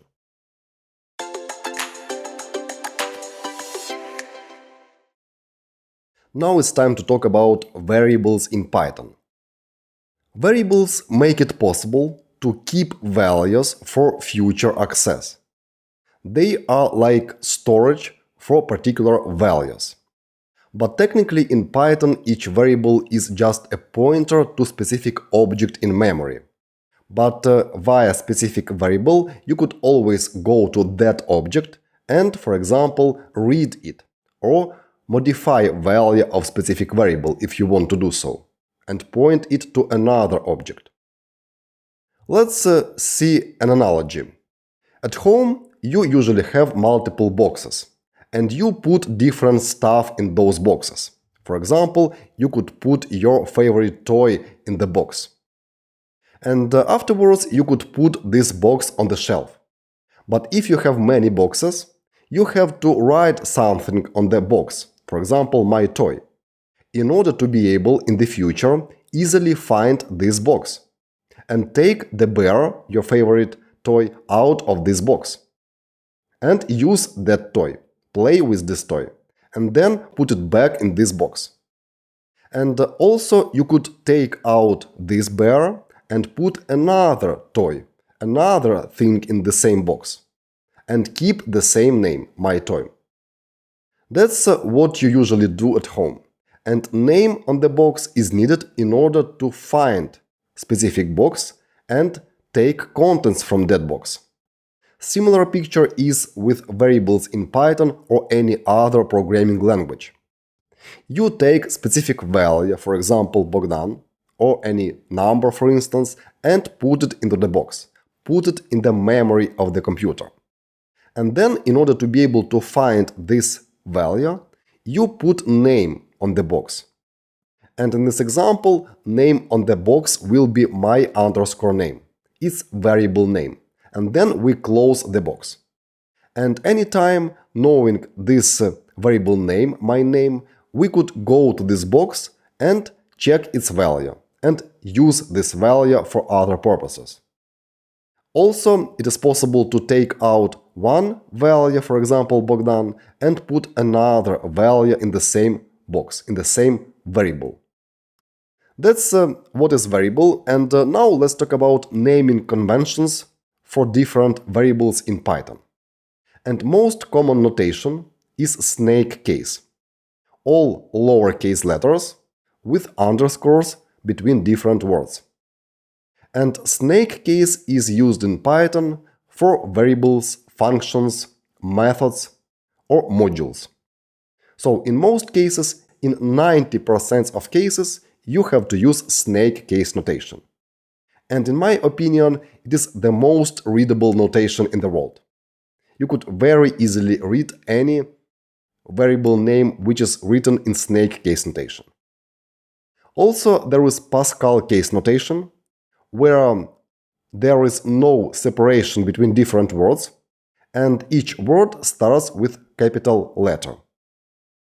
And such naming convention is primarily used in Python for classes, and primarily for user-defined classes, because there is a bunch of built-in classes in Python, such as int, str, dict, bool, and others, and they are written in lowercase notation, not in Pascal case notation. But you should use Pascal case notation for your user-defined classes in Python. Also, when you create a package in Python, package is a set of different modules. You could basically name it whatever you want, but it's common to use dash between different words when you create and choose name for specific package. Package is created when you need, for example, to publish it publicly on py.org website, where there are many different packages which could be used in your Python applications. And also you could create packages which you will use in your own Python programs. And one more naming convention which is used in Python programs and in other programs in other programming languages is uppercase snake case. And such naming convention tells that we have to use all uppercase letters and separate words using underscore. And such naming convention is used for constant variables. Constant variables are variables which hold, for example, usernames, passwords, and other data which is not modified during life cycle of the application. And that applies to any application in general, not just Python applications. And usually such constants get their values before programs start. And they usually contain sensitive data. And it's an indicator for other developers and for you that you should not modify value of such constant variables. If you see somewhere a variable which has uppercase notation, which is used for constant variables, never assign new value to that variable, because it might break your application. So here are 4 naming conventions, and the snake case is most oftenly used. And it is used for all variables, functions, methods, and modules. For classes, please use Pascal case notation. For constant variables, uppercase notation with underscores between different words. And please also wisely choose names for the packages. But usually in the package name, different words should be separated by a dash.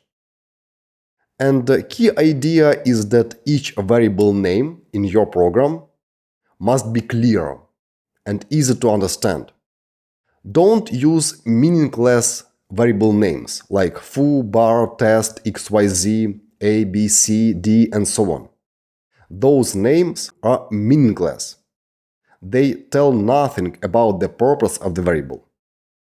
From the variable name, anyone should understand what is the purpose of that variable, what that variable holds, or what, for example, function does. And you should understand that from the variable name. Alright, let's now examine how we could create a variable and assign a value to it. In the Python, it is done on a single line of code.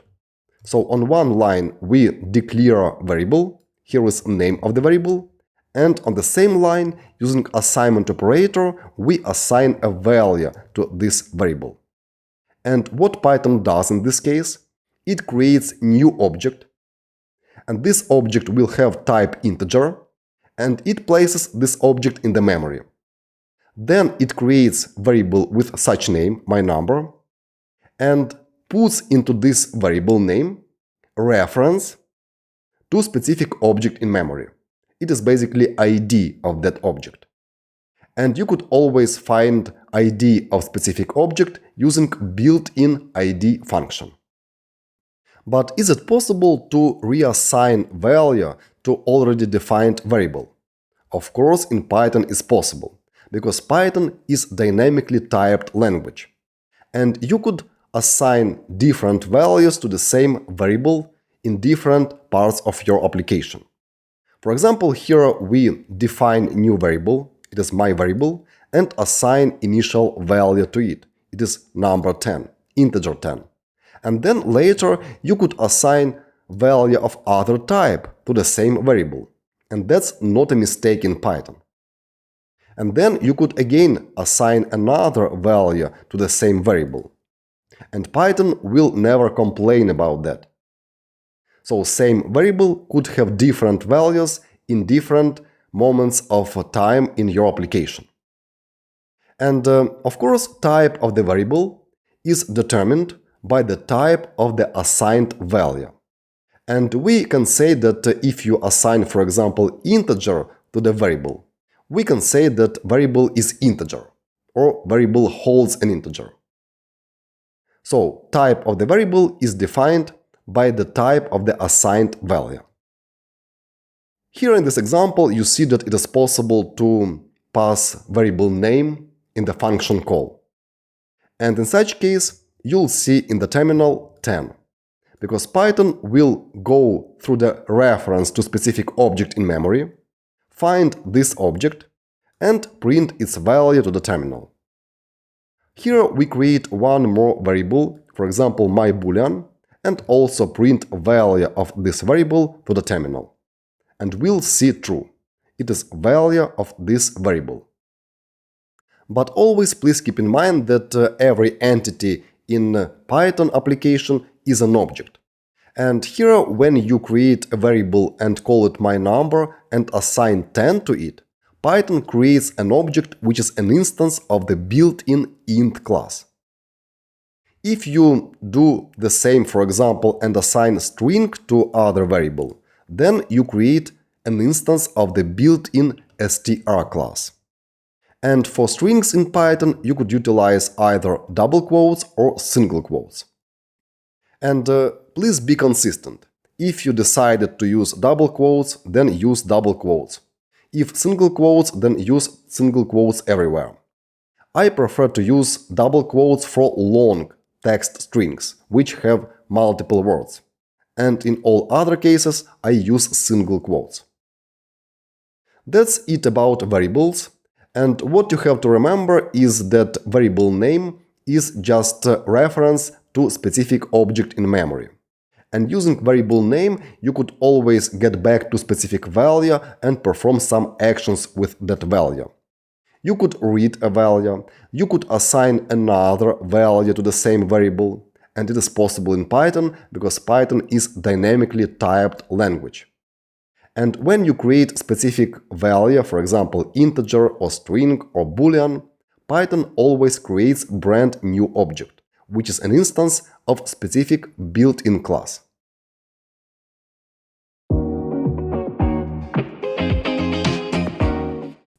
Let's now create few variables. And let's start with variable favorite city. And notice that here I use snake case notation. It's the most commonly used notation in Python. And value for it will be, for example, New York. And later it's possible to reassign value to any variable in Python, because Python is dynamically typed language. So here we are able to print favorite city to the terminal, and later we could assign new value to the same variable, for example, London. And then we could print value again, and after this operation we will get another value in the favorite city variable. Let's run the code, and here I get New York and here I get London. That's how we could reassign values to the variables, and notice that name of this variable answers the question what variable contains. It contains city. And now let's create a function, and let's call this function, for example, print city. This function will have single parameter city, and let's simply print city in the function. And now we could move function definition to the top of the file here, and instead of calling print function here, let's call print city function. Let's select it here in the dropdown and pass favorite city in this function call. And now let's copy this line of code and remove this line and paste print city function call again here. Let's run this code, and I'll get same results as before. So function print city was called 2 times. Here we get New York and here we get London. And notice how I named this function. I named it using snake case notation, and the first part of the function name basically answers the question what function does.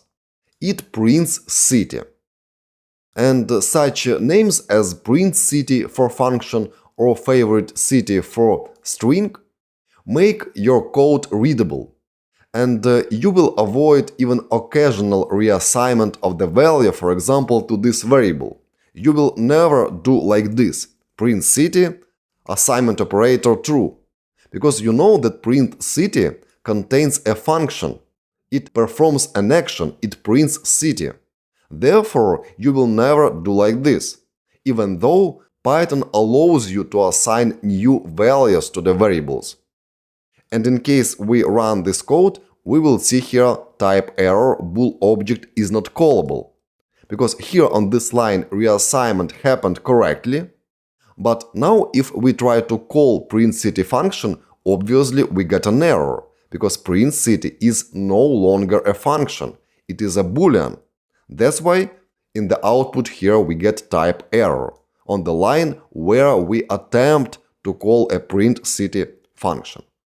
But again, if function has a name print city, you will never, even occasionally, reassign a value to the variable print city, like this.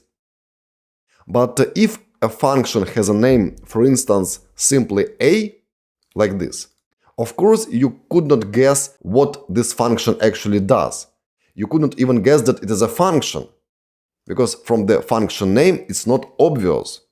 That's why I highly recommend to you to always use meaningful names.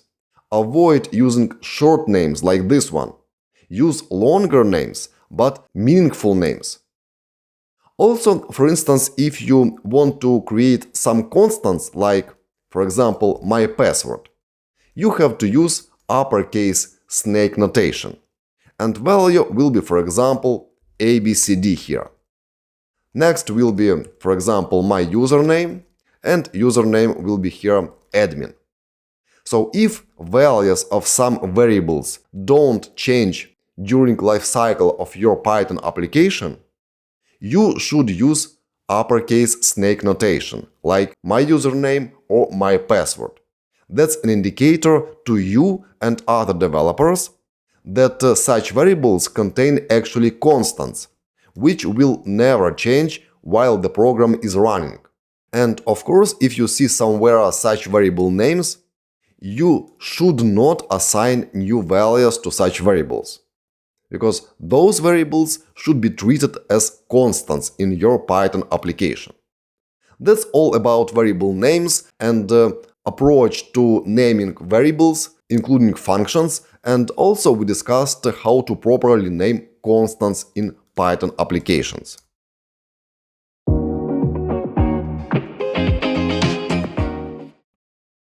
I already mentioned that Python is dynamically typed language. And now let's dive a bit deeper into that and talk about difference between dynamic typing and static typing. And let's have a look at this example.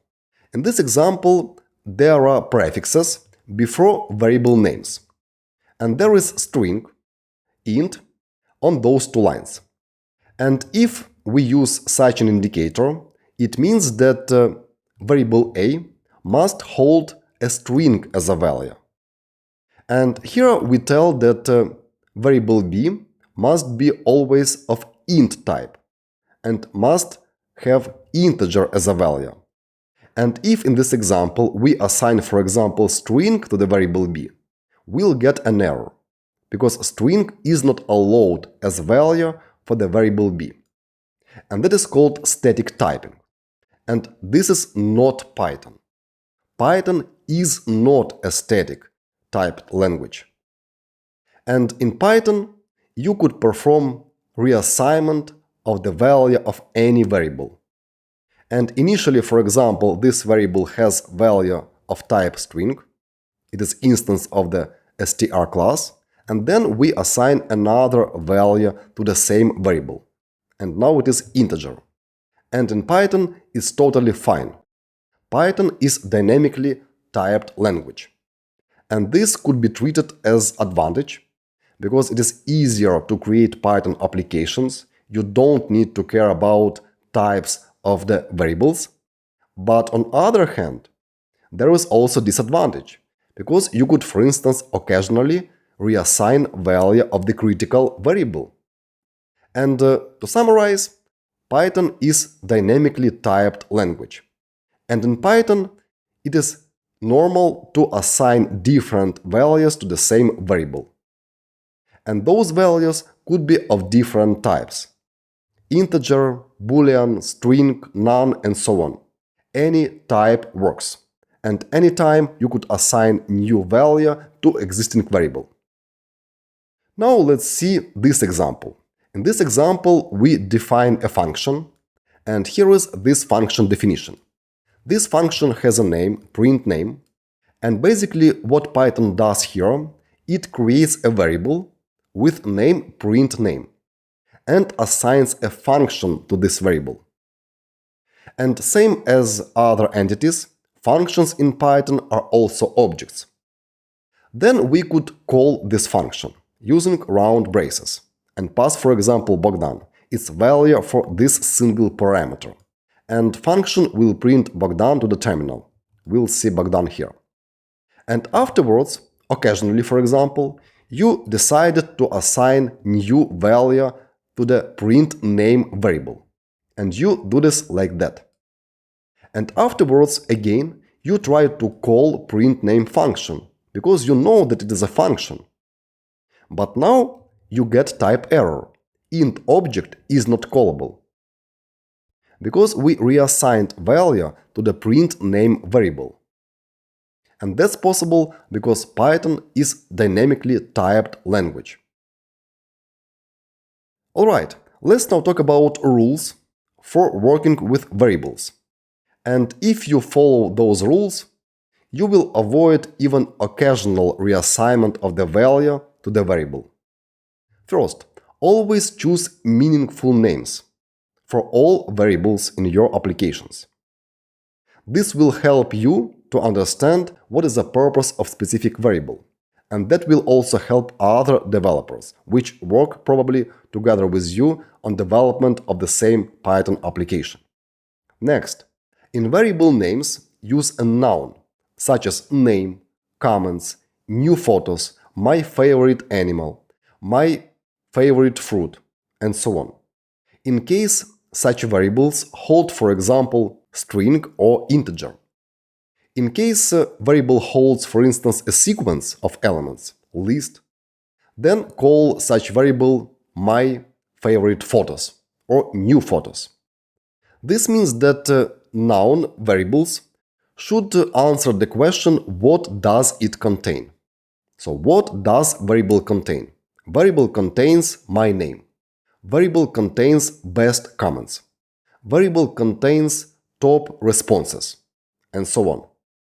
So, such variables should answer the question, what does it contain? Names of functions and methods should begin with a verb. For example, get data, create request, adjust size, resize, merge names, and so on.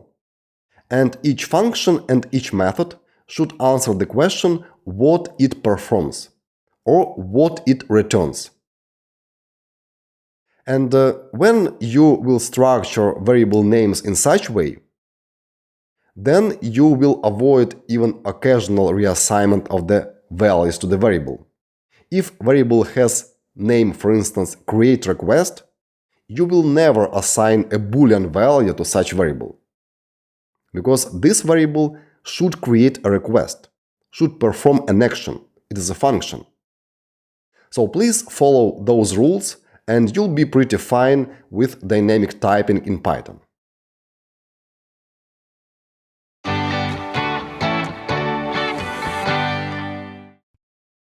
Now it's time to dive deeper into types and data structures in Python. Before, we briefly talked about most commonly utilized types in Python, such as strings, integers, booleans, lists, and dictionaries. And now let's dive a bit deeper. First, there are no primitive types in Python. You know that each value is actually an object.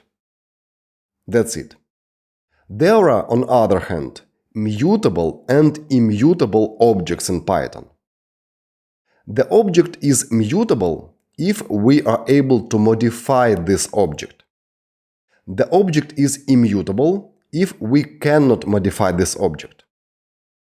For example, string in Python is immutable object. Or integer, it is also immutable object.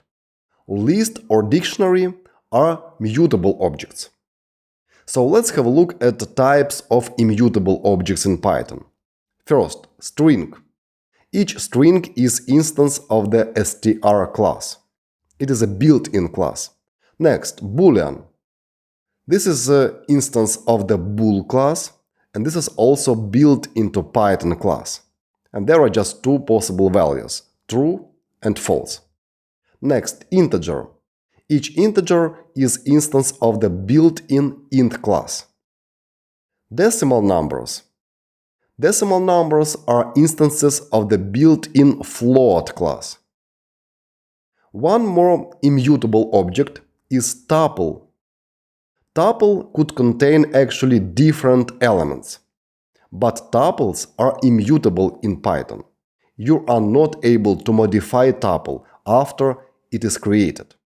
And each tuple is an instance of the tuple class. It is also a built-in class in Python. Also, none, there is one more type in Python, and corresponding class is called none type. It is built-in class in Python. All values of such types, strings, booleans, integers, decimal numbers, tuples, and none, are immutable. You are not able to modify any object of such types in Python. But you could create another object of the same type. Let's have a look at the mutable objects in Python. They are lists. Each list is an instance of the list class. Dictionary. Each value is an instance of the built-in dict class. Next, there is one more mutable object type in Python. It is set. And set could contain sequence of the elements. And in the set, each object is an instance of the built-in set class. And also user-defined classes, which you create in Python programs, are also mutable. You can modify any instance of the user-defined class. And in general, using built-in classes such as list, dict, and set, you could create sequences of elements. And you could modify such sequences. Add new elements, remove elements, modify elements, and so on. That's why objects which are of such types as list, dictionary, or set are mutable in Python. And also objects of user-defined classes are mutable in Python. And for instance, you could easily add a new attribute to any instance of the class which you created. Other objects, which are not shown here, are immutable in Python. You cannot mutate, for example, a string, or you cannot mutate Boolean object. That's it about mutable and immutable objects. And also you have to remember that in Python there are no primitive values. All values are objects, and each object is an instance of specific class.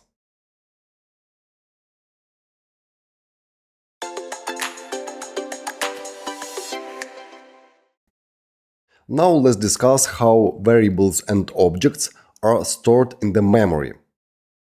So, there is memory on each computer, and when you create a variable, you assign specific value to that variable. And of course, you give a name to the variable.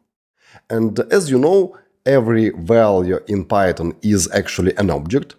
And such object is created in the memory of the computer.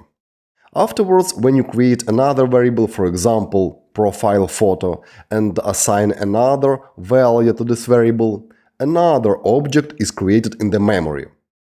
And variables, variable names, are actually just pointers to specific locations in the memory. They point to specific objects. One more variable, other name, it also points to another object. So in this example, there are three different objects in the memory, and there are three different variables which just point to specific locations in memory. And also each object in memory has its location, and it is called ID. It is place in memory where an object is stored.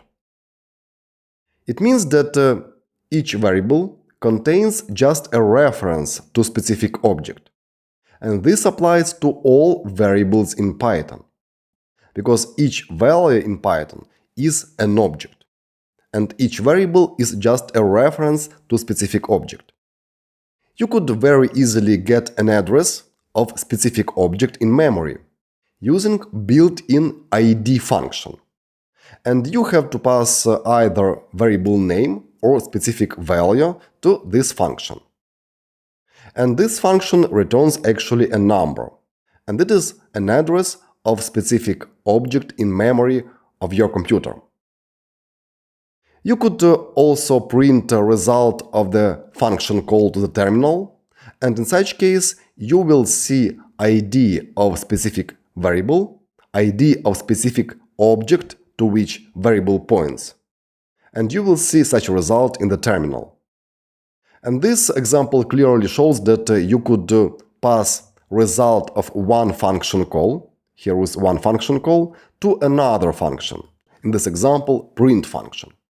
Because here in rectangle you see expression, and as you know, each expression actually results in specific value. And that's why we could pass such a value to another function. Of course, you could create a separate variable, for example, ID of the variable, and assign result of this function call to that variable, and afterwards call print function and pass to it another variable which you created. But you could go on without creation of a separate variable and do like this. So call one function and pass result of that function call to another function. Let's have a look at such two examples where we create two different variables, my number and my string. These variables contain different pointers to different objects, because these objects are different.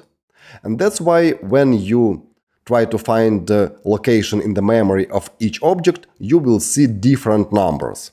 Here are numbers on my computer. On your computer, of course, you will see completely different numbers.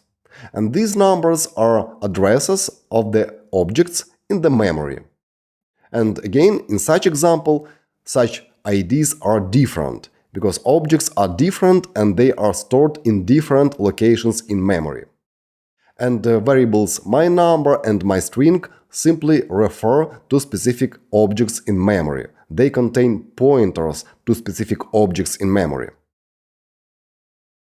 Let's have a look at this example, where in memory there is just single object, and different variables point to the same object in memory. It is possible in Python. It is possible that multiple variables refer to the same object in memory. They contain same pointers to the same object in memory.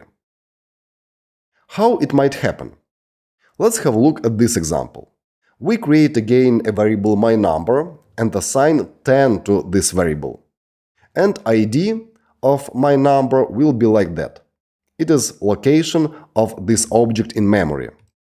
If you create one more variable and assign to it my number is this variable, you will get same location of the object in memory. Because here you simply copy a pointer to specific object in memory.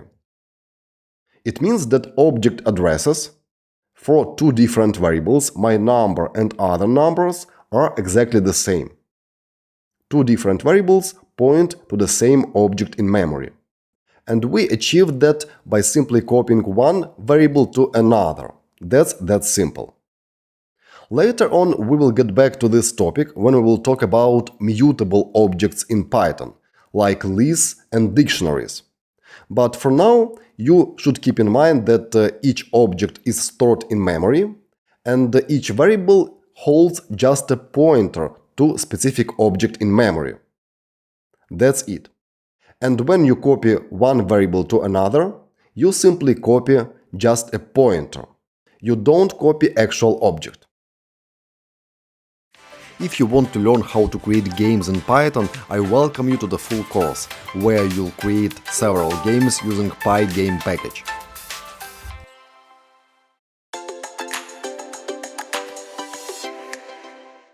We already discussed with you some built-in functions as print, input, and dir.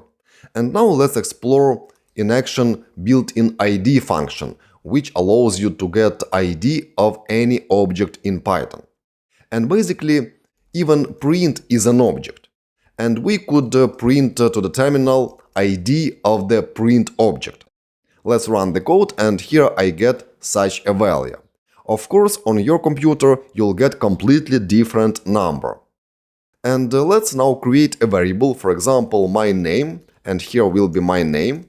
And next to it, I'll print to the terminal ID of the my name object, because everything in Python is an object, and this variable is not an exception. My name is an object. It is an instance of the built-in str class. It is a string. Let's run the code, and here I get such ID for this particular object, which holds this string. Next, let's create one more variable, for example, my num, my number, and here will be my favorite number. And let's print ID of the my num. Run the code, and here I get two completely different IDs. Those IDs represent locations of those two objects, my name and my num, in the memory of my computer. Next, let's try to do following.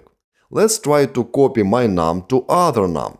We create one more variable, other num, and copy to it my num. And let's now print ID of the other num. And see what is the difference between ID of my num and ID of other num after such copy operation. Run the code, and here I get two identical IDs. It means that those variables, my num and other num, hold the same ID. They point to the same location in memory, where this number is basically located. It means that in the memory of my computer, there is only one number, 777, in one place of the memory. But there are two pointers to that number, my num and other num. And this proves that. So IDs of those two variables are the same. Also, it's possible to use comparison operator if you want to compare IDs of two different objects. Let's remove this line of code, and let's remove this line of code, and after assignment of the my num to other num, let's print result of the comparison of ID of my num and two equal signs ID of other num. And how do you think what we'll get here as a result of this expression? Because here is expression. We'll get true, because that is a result of comparison of ID of my num and ID of other num. Results of those two expressions, this one and this one, are the same. That's why when we compare two exactly the same numbers, we'll get true. And that's what we see here in the output. Alright, that was built-in ID function, and this function returns always an integer, and here we see that in function description. Return the identity of an object. And Python is responsible for guaranteeing that different objects have unique IDs. It does that internally. And we ensure that the ID of my name variable and ID of my num variable are different, because those variables contain different values. Here is string and here is integer. And if necessary, you could always compare IDs of two different objects in order to check whether they are equal or not. If they are equal, you'll get true as a result of such expression. Otherwise, you'll get false.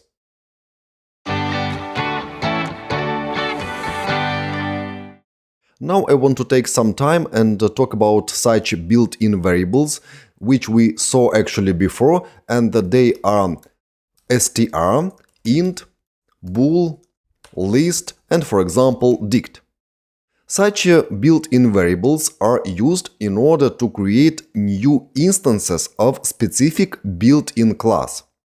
For example, here is built-in class which is called str, and it is used for creation of the strings.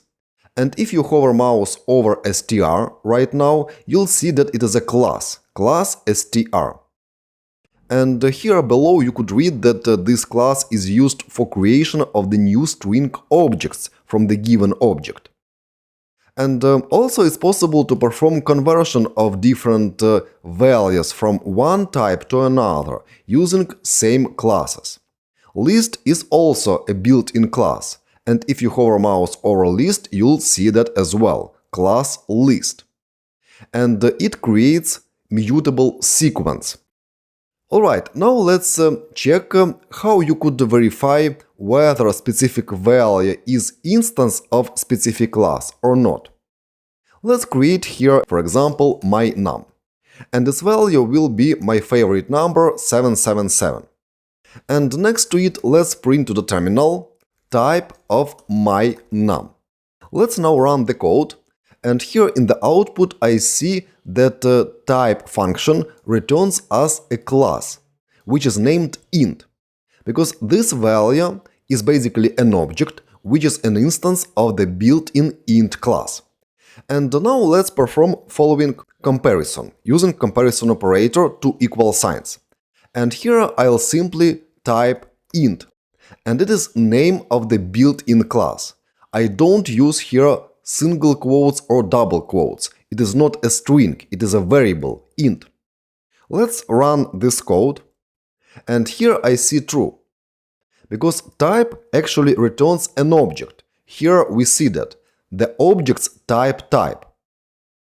And in our example, type of my num is int. And if I add here double quotes like that and run the code, of course I get false, because result of this function call is int. It is name of the variable. It is built-in class int.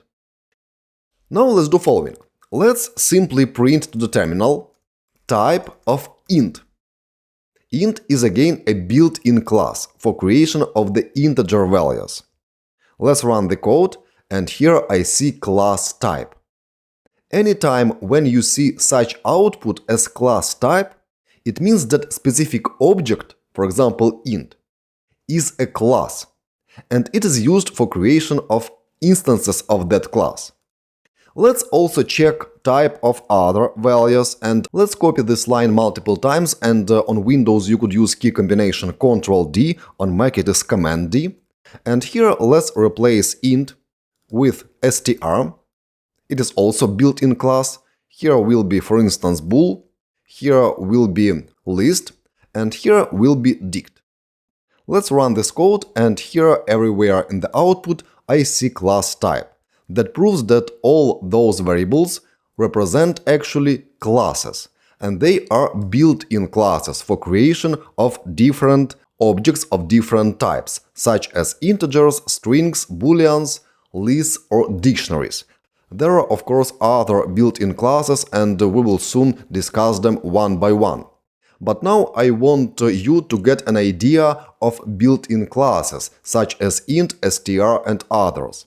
And notice that names here start with lowercase letters. But in fact, all those variables represent classes. And we just verify that with integer as an example. Of course, in Python you could create user-defined classes, and we will do that later in this course as well. And for user-defined classes, you should usually use camel case notation, so start with capital letter. To summarize, you could always use built-in type function in order to check type of a specific variable. And for example, if I put here string, Bogdan, and execute code, I'll get here class str. And I could always use comparison operator here in order to compare result of the type function call with name of specific class. And here I could put str. And if I run the code here, I'll get true, because type of this object is actually string. Built-in class for that is str. And next, let's talk about built-in isinstance function.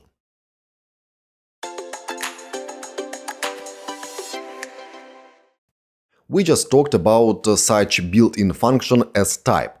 And type is useful when you want to check type of a specific object, and type function returns basically class of specific object, which is used for creation of that object. And there are plenty of built-in classes like str, bool, and others.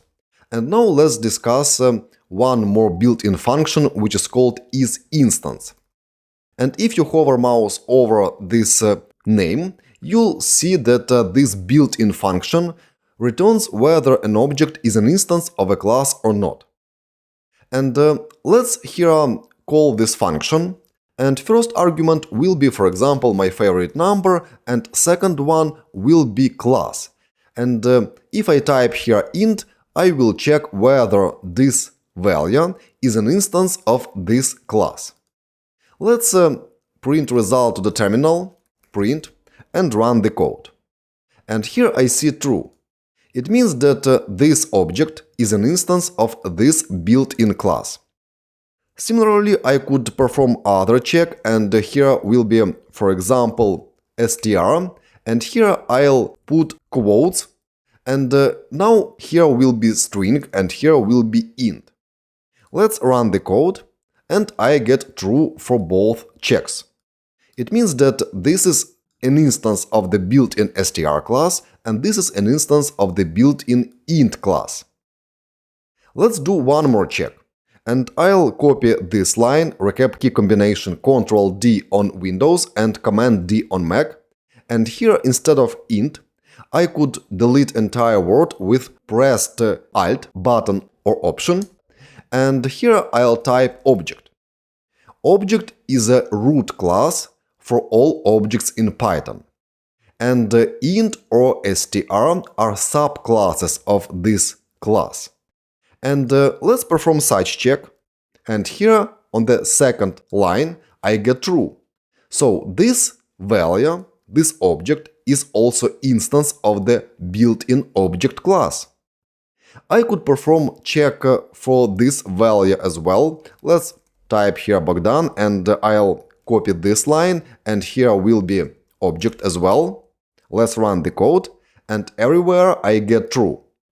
Because in Python, all objects are instances of the root class, which is called object, from lowercase o. And we could verify that the object is basically a class by printing type of the object. Let's run the code, and here I get class type, which, as you already know, is an indicator that this is a class, and this is a built-in class. Alright, so we checked that this value is actually an instance of int and object classes, and this value is an instance of the str and object classes. In similar way, you could check whether other objects are instances of specific class, either built-in class or user-defined class. And for that, you have to use built-in isinstance function.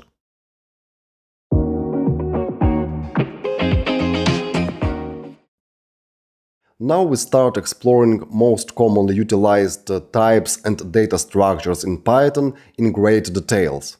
And we will start with strings. Remember that each string is actually an object, and it is an instance of the built-in str class. And string is just a sequence of characters.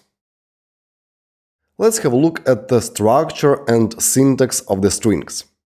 In this example, we create a string and assign it to the variable myName.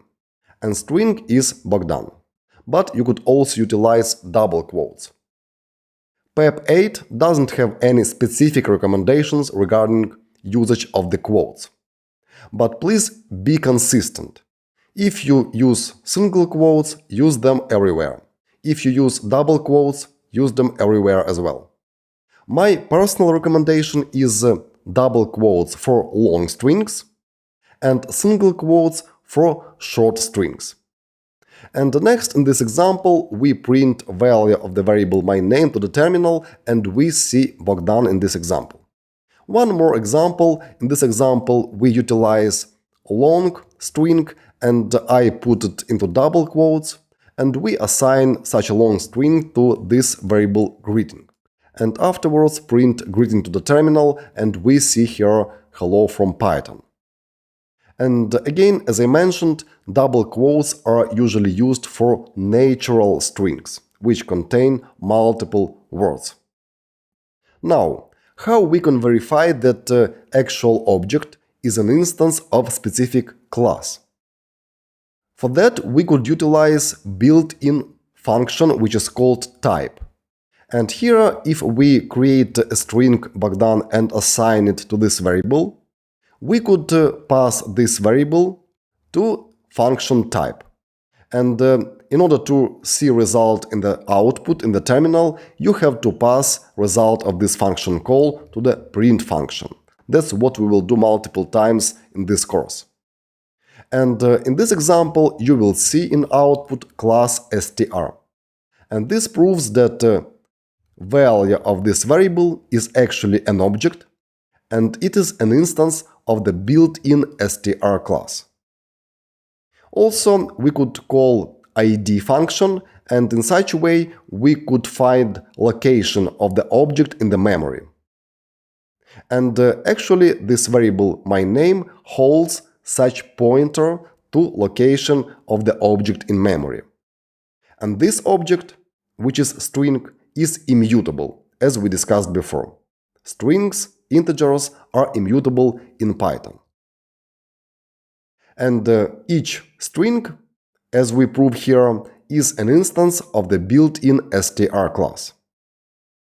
Also, it is possible to create multi-line string using 3 double quotes or single quotes. If you create a long string, usually it's a natural string, it's a block of text, and it's common to use 3 double quotes. And here we assign such a value to variable info message. And if you print info message to the terminal, you will see that it will be printed on multiple lines of the output, like this. And all line breaks will be also visible here. That's how you could create multi-line string, using 3 double quotes or 3 single quotes. Let's now have a look at the other built-in functions which you could utilize with strings. And also we will see how you could get specific part of the string. If you want to get quantity of the characters in the string, you could use built-in function which is called len. And in this example, I'll see 6, because there are 6 characters in this string. We can get just first character in the string using square brackets notation. And this means that every character in the string has actual index. Index of the first character is 0, index of second character is 1, and so on. In total, there are 6 different characters, and indexes range from 0 to 5. And if I specify here just one number, for example 0, I'll get first character from this string. It is also possible to specify a range of the indexes. And here I put 2 different numbers, 3:6.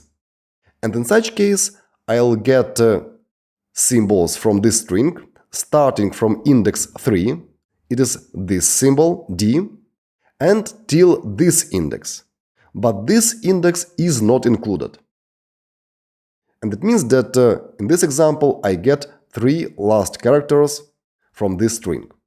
That's how we can get a substring or specific character in the string. Because string in Python is actually sequence of characters, and each character has its unique index. Let's have a look at the methods which are available for each string. Because each string is an instance of the str class, in this class there are multiple methods, which are obviously inherited by all instances of the class. And these methods are, for example, upper, replace, count, index, capitalize, lower, and so on. And you could use dot notation in order to access specific method. And for this variable you could write myName dot, then name of the method, for example upper, and then call that method. In such case, function, which is actually available in the class, will be executed for specific instance of the class, for such string in this example. And such method will create actually new instance of the string, new object, and now in that object will be uppercased string. And this happens because in Python, objects like strings are immutable. We cannot modify an object, but we can create new object. That's, for example, what this specific method for strings does. Other methods perform other actions. For example, capitalize makes first letter of each word in the string uppercased.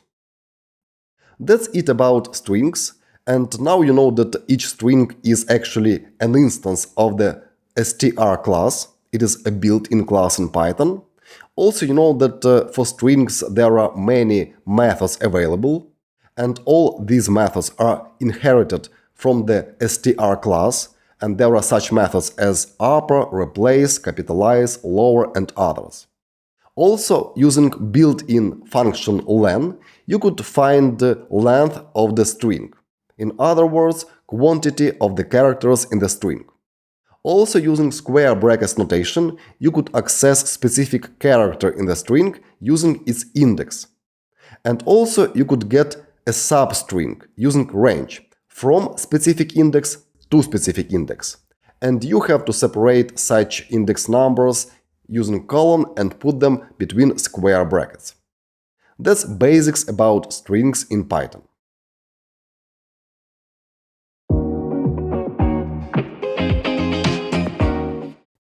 Now let's explore strings in Python on practice, even though we already used strings in Python multiple times before in this course. And let's define a variable called long_str, and the value for this variable will be in double quotes, and here I'll write this is a very long string. And below let's print to the terminal long_str. And also let's print type of the long_str, and let's also print ID of the long_str. Let's run the code, and here I get following results. I get string itself. I see that the type of long_str is class str, and also I get ID, which is location of this particular object, this particular string in the memory. Also here I could perform comparison of the type function call with specific class, and I could check whether type of long_str is equal to str.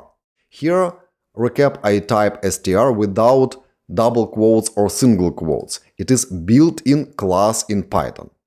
And if I run the code, definitely I'll get here true, because type of long string is string. Now let's try to modify this string, and let's, instead of double quotes, use single quotes here and there. As I mentioned before, for strings in Python, it doesn't matter which quotes you use. You could use either double quotes or single quotes. Let's run the code, and there are no errors, and I still get this is a very long string here in the output. But I prefer to use double quotes for long strings, but that's matter of choice. But what if a string here will be, for example, following? It's a great day today. And here will be closing single quote. So here is opening quote and here is closing quote. And there is also quote inside of the string. In such case, I'll get an error here. Unresolved reference great in this example. But this means that actually formatting of this string is wrong. And if there is a quote in string itself, you have to use either double quotes here. Here will be closing double quote and here will be opening double quote. In such case, there will be no error. So you are allowed to use single quotes in case your string is embedded into double quotes. There is no error in this case. But what if you want to stick to single quotes here and leave single quote here? In such case, you have to use escape character, which is \, in Python. In such case, this string will be completely valid. And if I run the code, I'll see such a string here in the output, and no errors. It's a great day today. That's how you could escape different characters in strings in Python. But what if string which you create is really long and you want to split it to multiple lines for better readability in the code itself? For example, let's get back to the string. This is a very long string. And let's try to split it to multiple lines, for example here. And if I do that in PyCharm, it will automatically add backslash, and here technically will be two different strings, this one and this one. And if I run the code, I'll get following output. This is a very long string, everything on one line. I could split the line here again here backslash was added. Let's run the code again, and I get exactly the same result. This is a very long string, without any line breaks. It means that using backslash here, you could split a string into multiple lines, and idents here are not taken into account. And that's nice because now parts of the string are located underneath each other. So it's good to read such a string. And you could use backslashes in order to split specific string to multiple lines. And that works basically with double quotes and single quotes. So here I could put single quote, and this double quote was replaced with single quote automatically. And result will be exactly the same. This is a very long string. So that's first option, to split long string into multiple lines of code for better readability. Because according to PEP8 document, which we discussed already before, there is a recommendation not to exceed 70 line characters as a length of each line of code. And if I write here a very long string, let's do that. This is a very, let me copy this and paste here multiple times, very multiple times, and here will be long string. And notice here this vertical line, and this string is already underlined. And basically here I get following error, line too long. And here the limit is set as 120 characters. But if you check PEP8 document, you'll basically find there are 79 characters as a recommendation regarding line length. We could quickly check that together, and here let's find PEP8 document, line length. And here I see 79 characters. And if I go directly to PEP8 document, I'll basically will be able to find same information, 79 characters. Limit all lines to a maximum of 79 characters. So that's the recommendation. Let's try to find here 120, and there is no mention about 120 characters as a line length. So you have to stick to 79 characters. And in PyCharm this limit is a bit bigger. So if I try to run this code, let's do that.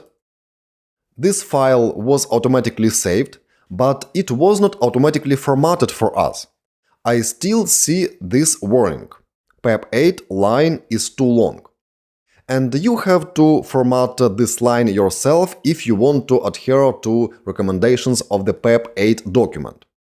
And you could either do like we did before, like that, and there is no more warning, or you could use 3 double quotes or 3 single quotes. Let's do that together, and here I'll replace single double quote with 3 double quotes. Let's count them, 3 opening and 3 closing. And now we could split this string to different lines. And notice that backslash is not added here. So let's split that like this.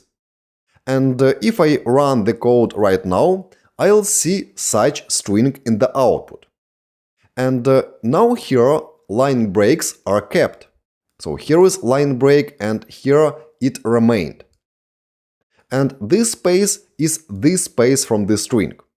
And if I attempt to add here tabs in order to format string nicely, like that, for example.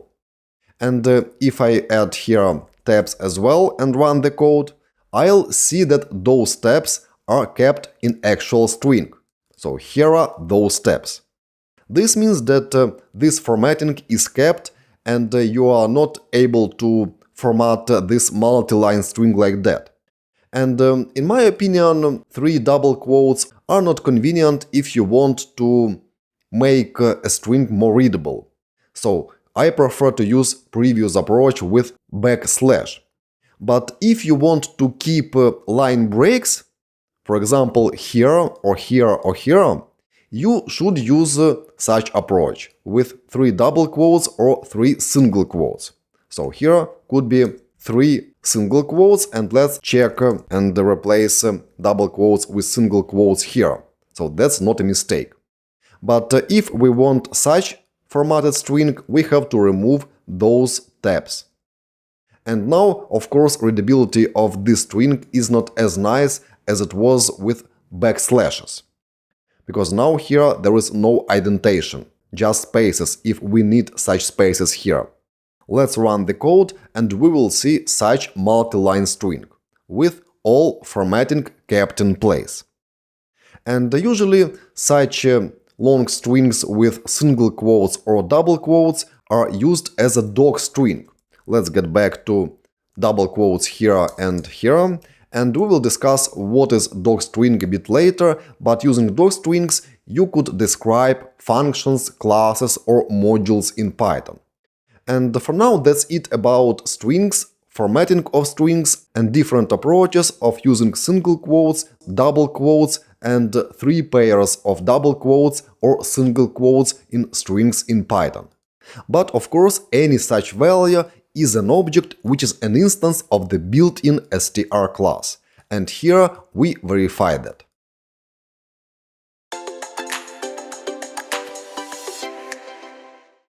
As you already know, each entity in Python is basically an object. And each object is instance of specific class. And the strings are not exceptions. Each string is an instance of the built-in str class. And therefore each string has access to different methods which are defined on the class level. And those methods are inherited by each instance of the built-in str class. And let's now explore that on practice. Let's create a variable and let's name it my comment, and its value will be following. This is my short comment. And below let's first use built-in len function. Let's print result of the len function call, and if you have a look at the description of the built-in len function, you'll see that this function returns number of items in a container. And basically len is used to check length of any sequence in Python.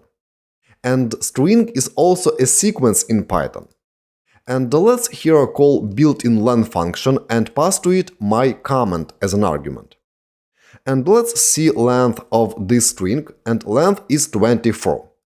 So this string consists of 24 different characters, including spaces. And now let's try to access methods of the myComment object, which is an instance of the str class. For that you have to simply type myComment and then add dot. And if I add dot, I could access any attribute of this particular object. And if attribute contains a function, such attribute is called a method. And here you'll see m letter near the name of specific attribute, which is an indicator that this is a method. Find, join, count, index are methods which are available for all strings. And if I scroll down the list, you'll see many other methods available. And let's, for example, use such method as replace. Let's select it here in this drop-down list. And here we see which arguments are expected from us. Old string and new string.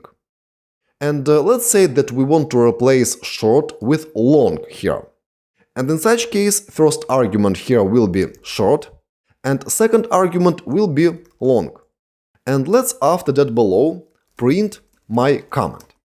And also let's print my comment here after first line.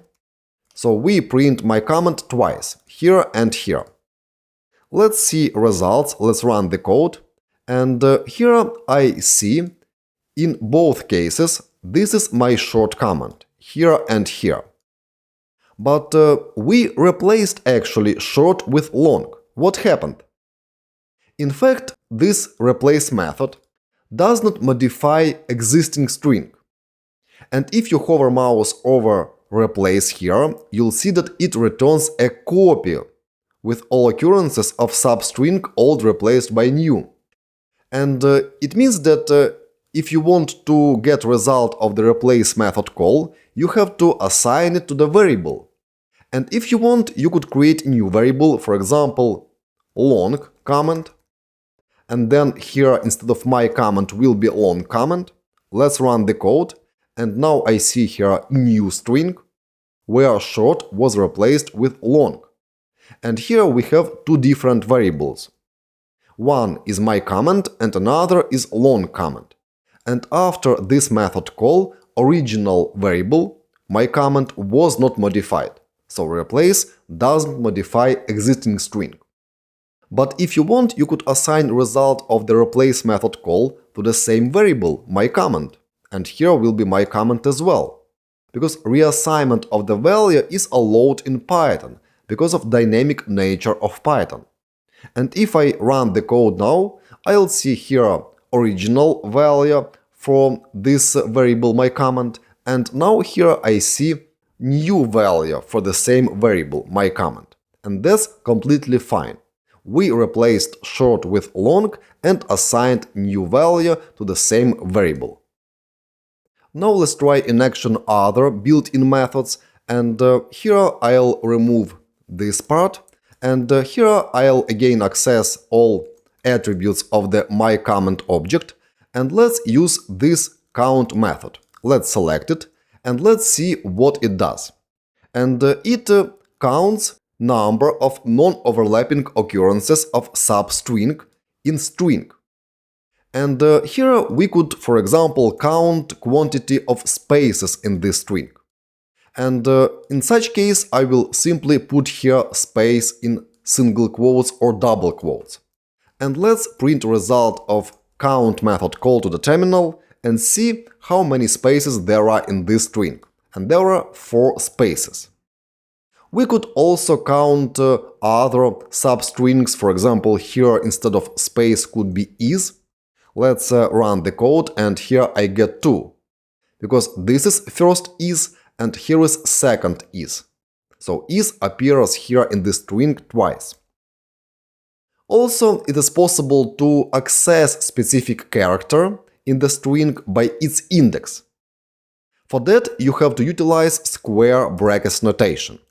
Write my comment, then put pair of square brackets, and here could be index of any character. For example, let's put here index 4. If I run the code, I get here space, because here is this exact character. Let's replace 4 with 5, and let's run the code, and now I get I, which is this I. Also, using square brackets notation is possible to get substring of this string, and for that you have to utilize colon, and put here, for example, 2, 7. Let's run the code, and I get such substring of this string. And we get characters from index 2, which is inclusive, because index of the first character is 0, index of second character is 1, index of I here is 2. Then 3, 4, 5, 6, 7. But here I got is without this space. Let's basically replace 7 with 9 in order to see the difference. And here I get is m. So it means that this last number is not inclusive. So we get substring from index 2 inclusive to 9 non-inclusive. And also it's possible to omit one of those numbers. And if I remove 9 like that, I'll get substring starting from the index 2. So this section of the string. Similarly, you could write here colon, and here will be, for example, 10.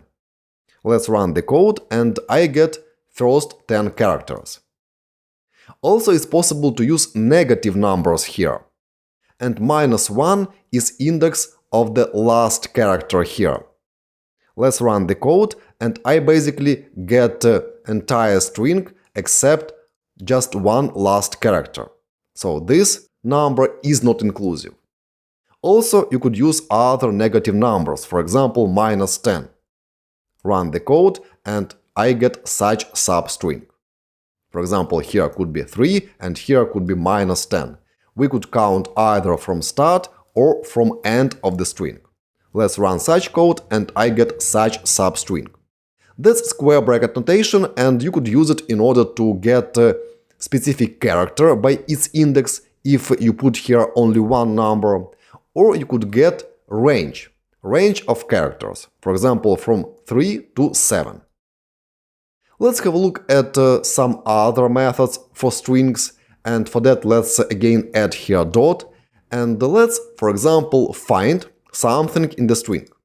Let's select find, and here let's write, for example, short as a string. Let's run the code, and we get 11, which, as you might guess, is index of this substring in this string. So it's index of this character. It shows us where such substring starts in this string. But what if substring is absent in this string? And instead of short, let's put here, for example, long. Let's run the code, and in such case result will be -1. So if specific substring is absent in the string, you'll get always -1. And in your programs you could use find method for strings and compare result with -1. If it is equal to -1, it means that specific substring is absent in the string. So if I add here comparison operator and put here -1, I'll get true. It means that such substring is absent in this string. That was find method, and also there are many other methods available. Let's put here dot, and let's scroll down the list, and let's, for example, have a look at split method. Let's select it, and if we look at the documentation for this method, it will show us that it returns a list of the substrings in the string. And let's assume that we want to split this string by spaces, and we want to get all separate words from this string. And in such case, we have to call split method and pass to it string with just single space. Let's see what we get. And we get a list. So those square brackets indicate that it is a list. And this list contains all separate words from this string. And afterwards, if you want, you could perform different actions with such words. For example, you could iterate over such list, because each sequence supports iteration. Alright, let's now check how we could make this string in uppercase, and for that there is a method which is called upper, and we could call it without arguments, and if we run such code, we'll see this is my short command, all uppercase. Also there is lower method. Let's run the code, and I now get this string with all lowercase letters. This is my short command. These are few of the methods available for strings, but as you saw, there are many other methods available. Here is a long list. And all those methods are inherited from the built-in str class.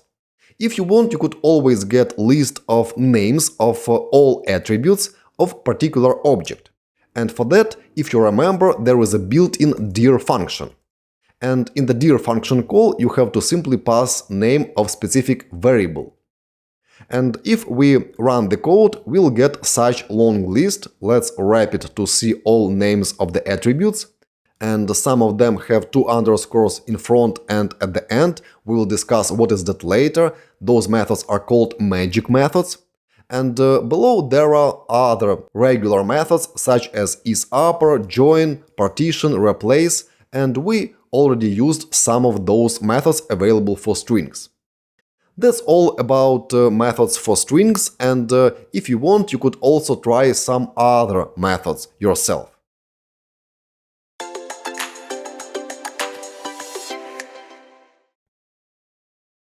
Let's move on, and now let's talk about strings concatenation, how it is performed in Python. In order to concatenate two different strings, you could use plus operator in Python. And if you do that for such strings as hello space and Python, you will get a string hello Python. Very easy. You could, of course, utilize variables in the strings concatenation process, and if you have two variables hello and world, and before you have assigned such strings to those variables, like hello and world, you could utilize variable names here and utilize also plus operator. And of course here we add a space between two different words, and afterwards when you print value of the greeting variable, you'll get hello space world. That's how you could concatenate strings in Python. And here we just added space between two different words. You could say that such process is not really convenient, because we have to use plus operator twice, and if you want to create a longer string based on, let's say, 4 or 5 different variables, it is not a good approach to utilize plus operator, because it's very easy to make a mistake. That's why there is a feature in Python which is called string formatting, and instead of plus operator, you could use f strings. And the f string starts with letter f, then double quotes or single quotes, and here you could write different Python expressions in curly braces. And this feature is called f strings in Python. There are, of course, other methods for formatting strings, but this way is the easiest in my opinion, and it is most commonly utilized. So here, where you want to put an expression, you need to add curly braces, and here are two different expressions. We simply utilize values of the variables hello and world, and here is space. And the result will be the same, so we will see in the output hello world. That's how you could use string formatting, and I recommend this feature instead of plus operator. Of course, if you have to combine just two strings, it's normal to go just with plus operator. But for longer strings, use f strings in Python. And certainly you could utilize any expression you like. For instance, you could call even a function, or you could use expressions with operators such as greater than, less than, equal, and so on. Any expression could be used between curly braces in f string. And you could use as many expressions as you like. That's all about strings formatting, and you could format strings using f strings, or you could use plus operator. Plus operator creates a new string based on other strings. That's it about strings formatting in Python.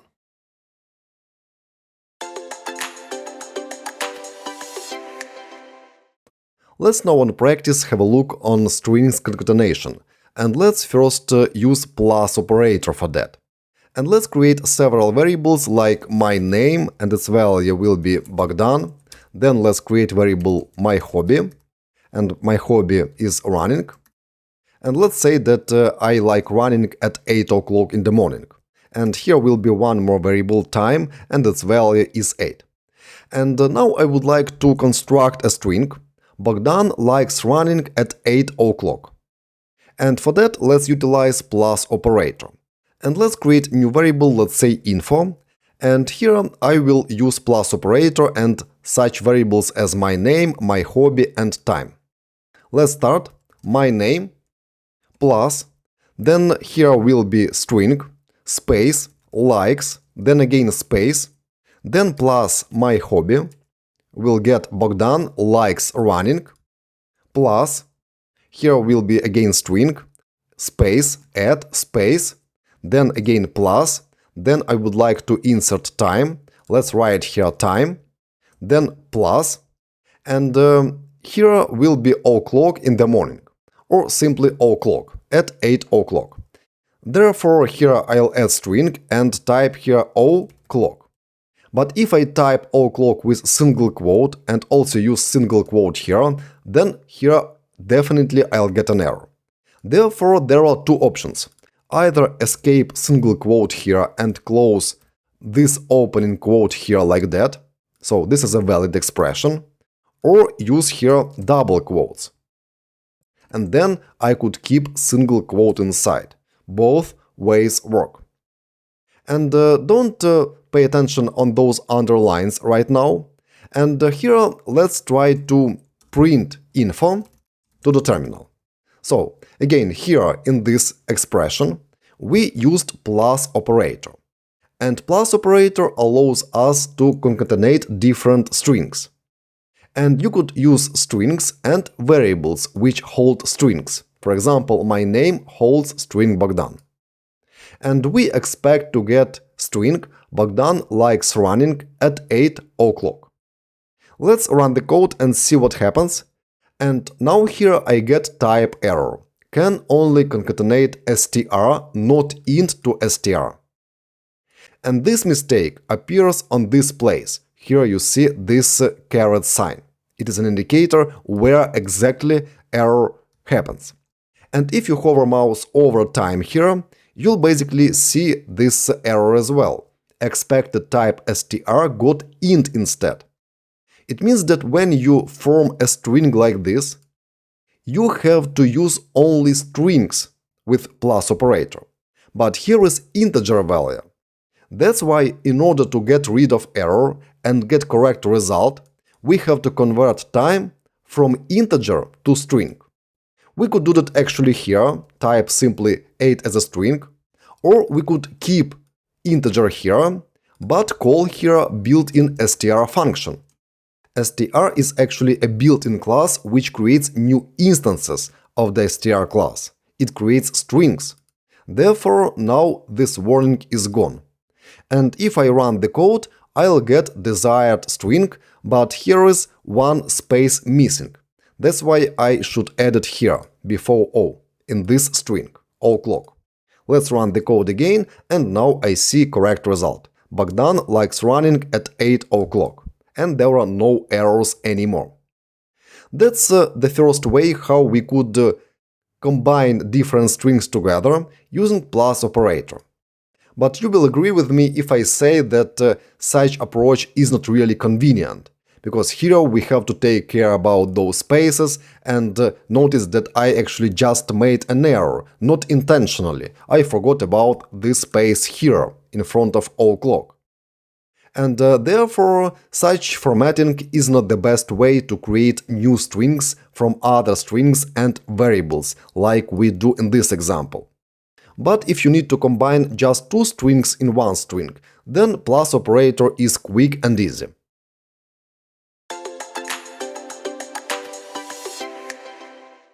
And now let's do the same, let's create new string, but using f-strings syntax in Python.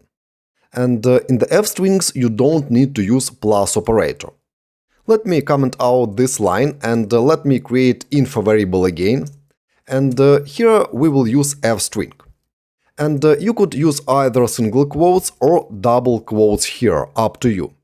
I'll use double quotes because inside of the string itself there will be single quote here. And in the f-string you could use different expressions. And if you want to insert a specific expression, you have to use pair of curly braces. And here will be my name, it's name of the variable, then space, likes, space, then pair of curly braces, my hobby, then again space, add, space, then we have to put time, and let's add here also str of time, like we did here. Then let's add space and type here o'clock. Let's run the code, and result is the same as before. Bogdan likes running at 8 o'clock. But now we achieved such result using f-string in Python. And here are three expressions. First one, second one, and third one. And you will agree with me if I say that such syntax is much cleaner and much easier than such syntax with plus operator. And this expression is much longer than this expression. And of course, I recommend to you to use f-strings instead of plus operator if you need to combine multiple expressions just in one string.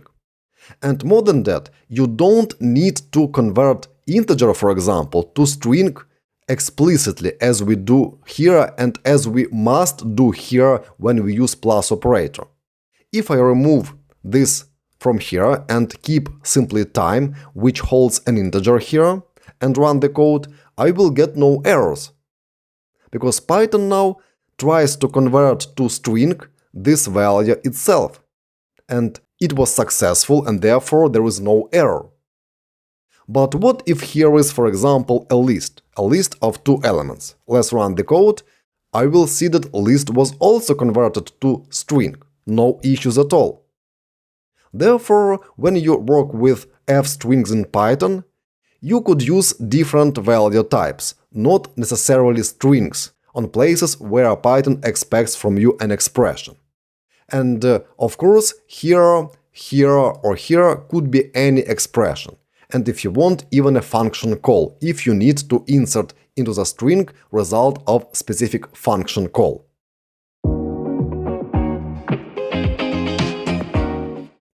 That is f-string. And actually in Python there are also other possible ways to format a string, but this one is obviously most popular. But let me demonstrate you also other ways to create a string. And I'll add here also other options.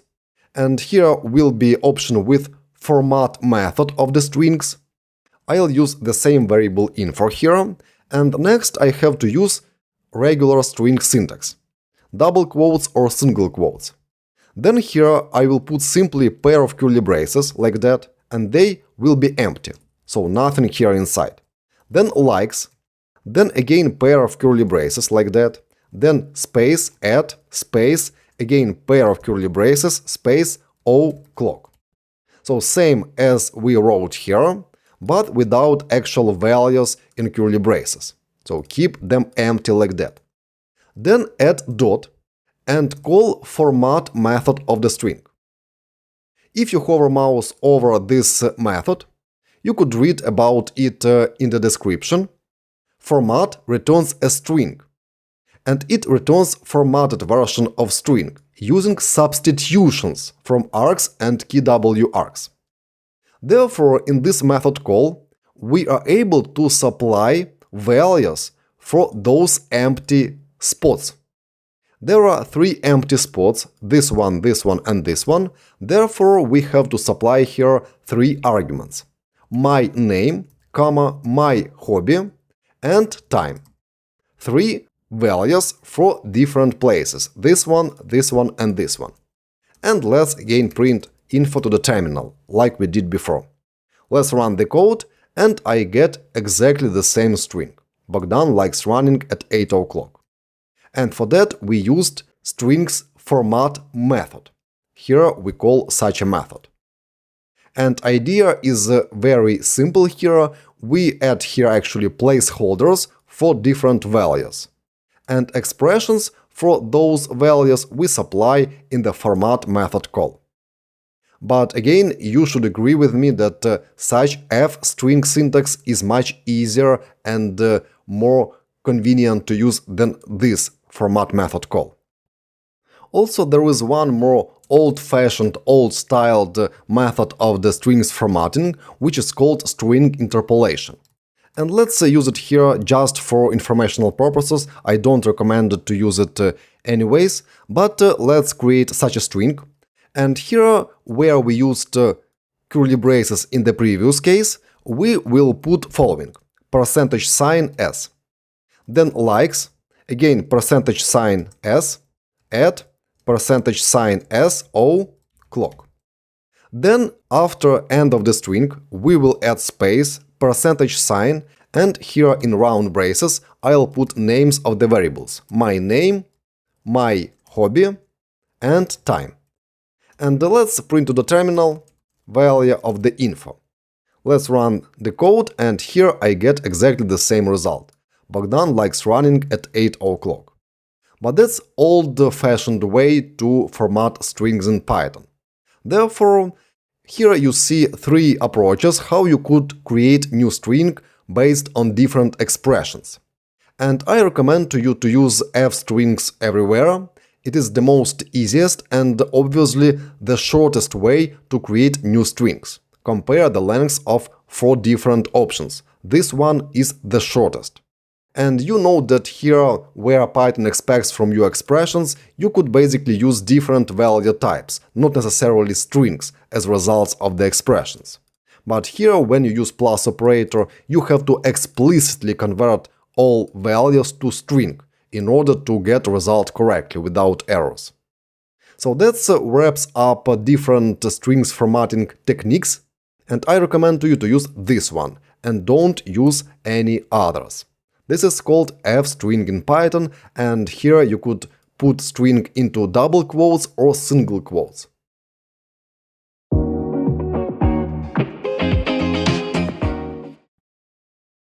We just talked about strings, and now let's move on to the next type in Python, which is called integer.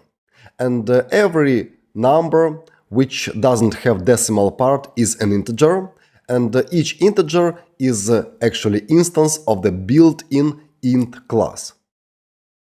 Let's have a look at the structure and syntax of the integers. Here you see integer number 50, which is assigned to the variable friends quantity. And if you print to the terminal type of the variable friends quantity, you will see class int, which proves that this value, this object, is an instance of the built-in int class. Also, you could prompt user to enter a number, but as we discussed before, any input which is entered by the user from the keyboard is treated as a string. And that's why if you print type of any num which you entered after this prompt, you will see actually string str. And if you want to use value of the any num as integer, you have to perform conversion from string to integer. How this could be accomplished? Using built-in function which is called int. We prompt user to enter a number, then user enters, for example, 10, 50. After that, we try to convert this value to integer. If conversion was successful, we assign integer to this variable, any num. And afterwards, if we print any num to the terminal, you will see specific number. And now type of the any num will be obviously int, not str. And in such way, we converted string to integer. Also, it's possible to get rid of additional variable and perform the same task just on the same line. We get input from the user, and then result is passed to the int function. And we assign result of the conversion of the string to int to variable any num. And these outputs will be the same as before. So we convert result which is returned by the input function. Now let's have a look at this example where we utilize built-in pow function. Pow function allows you to bring specific integer number to specific power. And if base here is 5 and power is 3, we get 125. So 5 to power of 3 is 125. Also, it's possible to use 2 stars operator for the same purpose, base 2 stars power, and you will get the same result, 125. So, to these expressions, call to function pow or usage of the 2 stars operator are exactly the same. They produce the same result.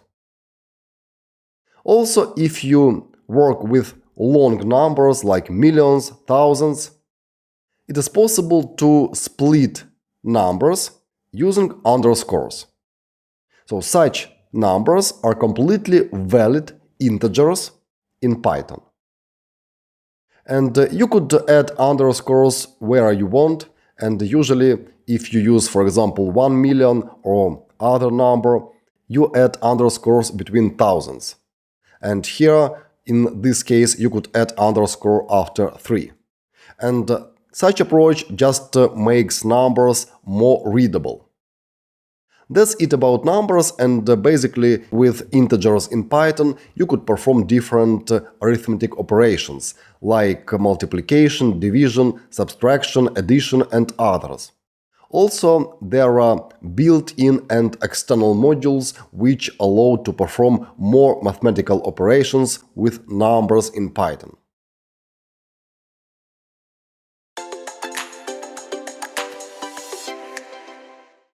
Let's now see what we can do with integers in Python. And let's create a variable mynum, and its value will be, let's say, 1000. And here let's type mynum and add dot. And here, as usually, you'll see names of attributes which are available for this particular object.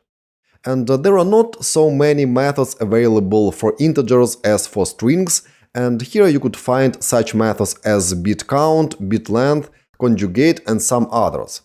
But we will not use any methods right now for integers, because usually different mathematical operations are performed with integers. And for example, if here is other num and its value is, for instance, 100, you could, for example, sum mynum using plus operator, so mynum plus other num, and assign result to the variable res. And let's print res to the terminal. And here in the output we'll see 1100. And also it's possible to divide numbers. For instance, you could add here divide operator, or you could add here multiplication operator, or you could deduct other num from mynum.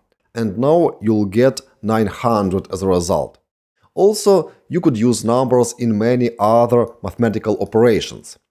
Also, it's possible to use negative numbers like minus 100, and if here will be plus operator, we'll get again 900 here as a result of such operation. And also it's possible to use underscores if you want to highlight parts of the number. For example, you have such a long integer. And you could add underscores here between thousands, and that's completely valid syntax in Python. And here will be, for example, 1000. Let's perform some operation again, and we'll get such a number without any underscores.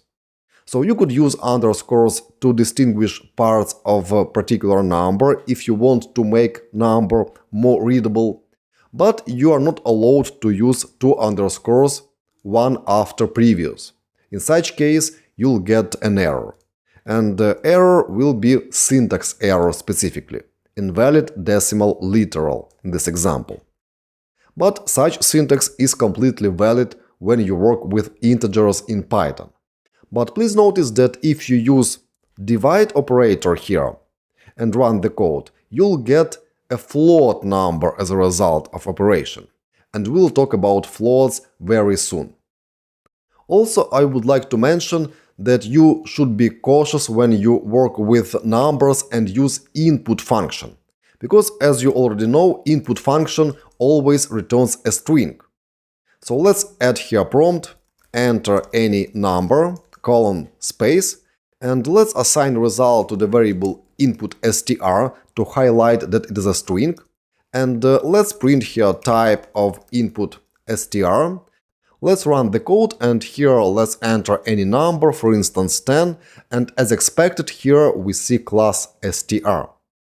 And if you want to convert string to integer, you have to use built-in int class, and if you call int like that, you basically create a new instance of the built-in int class, and Under the hood, Python actually calls init magic method, which is a method of the int class. We will get back to that later.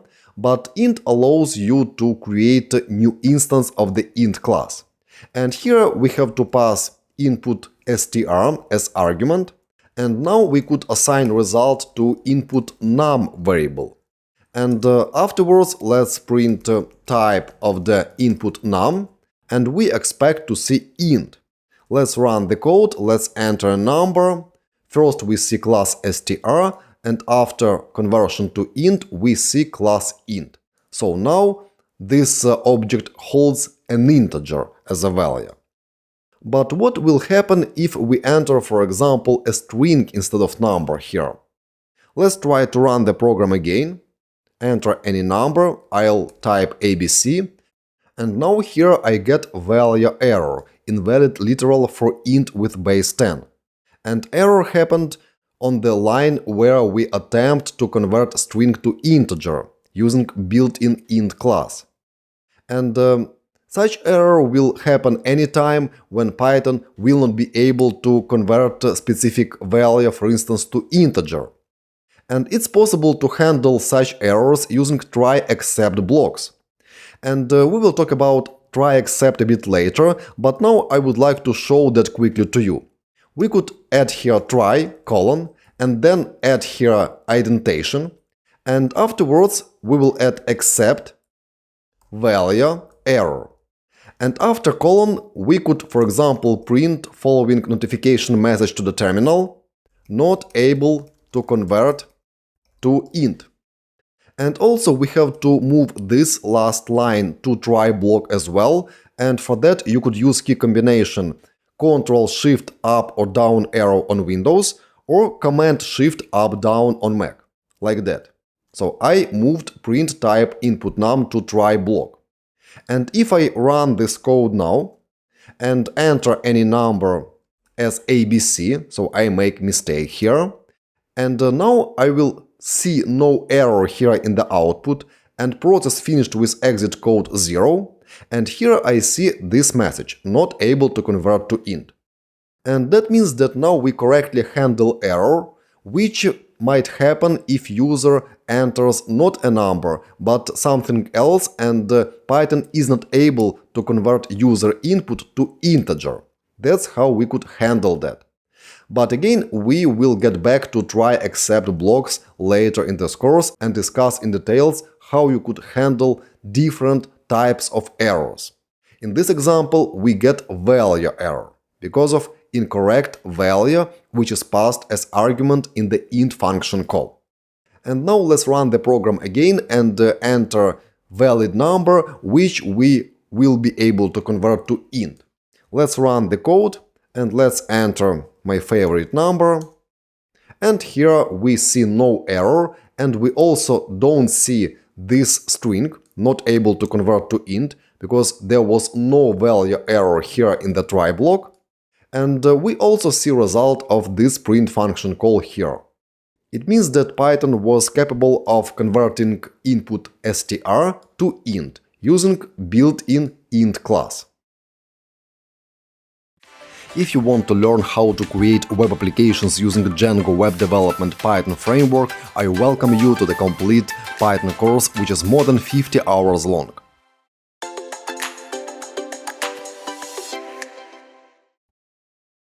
Now let's talk about other built-in class in Python, which is called float. And based on this class, you could create numbers with decimal points in Python. Let's have a look at the structure and syntax of the decimal numbers. In this example, we create a number 17.25 and assign this number to the variable average price. If you print value of this variable to the terminal, you will see 17.25. And the type of this variable is float. This means that average price is an instance of the built-in class which is called float. But what if you have float number and you want to create an integer number from it? It is possible to do using built-in int function. And here we have a float number, and in order to convert it to integer number, we could simply call built-in int function like that. And here on this line, you'll get 28 as a value for price variable. And type of the price will be integer. Also here you see that there is a string 14.5. For instance, we got such a value from database or from user input, and now you need to convert such string to float.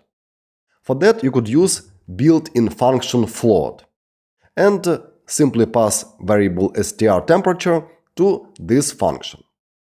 Basically, float, int, and other built-in functions related to different objects create specific instance of the class.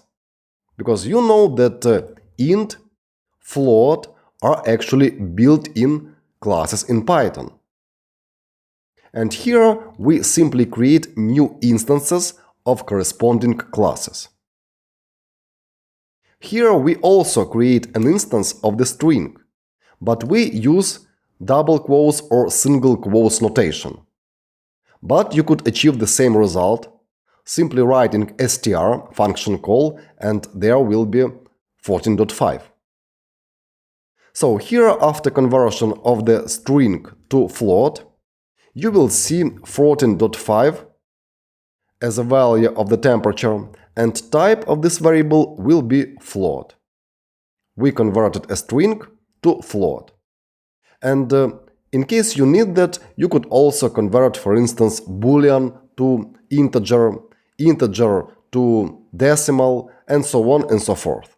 So it is possible to perform different types conversions in Python. And for that you have to utilize corresponding built-in classes like int, float, bool, and others. And such conversion is called explicit conversion. You perform conversion explicitly specifying specific class. And Python actually doesn't perform implicit type conversion. It cannot convert, for example, string to integer or string to decimal without actual call to corresponding built-in function. Let's have a look at the rounding of numbers. If you have a decimal number like that, 17.25, you could call built-in round function in order to round this number to 17 in this example. Round rounds a number to nearest integer. And if you have, for example, such number 0.78, then round will return 1. It is nearest integer number. And the type of the value which is returned by the built-in round function is integer. Here we see that. So we round decimal number, float number to nearest integer. And that's it about decimal numbers. And they could be easily converted to integers, or you could, for example, make a decimal number from string. To summarize, there is a built-in float class, and using this class you could create numbers with a decimal point. And you could, of course, perform different mathematical operations with such numbers, and if needed, you could convert float number to integer, or for instance, make float number from the string. That's all about decimal numbers in Python.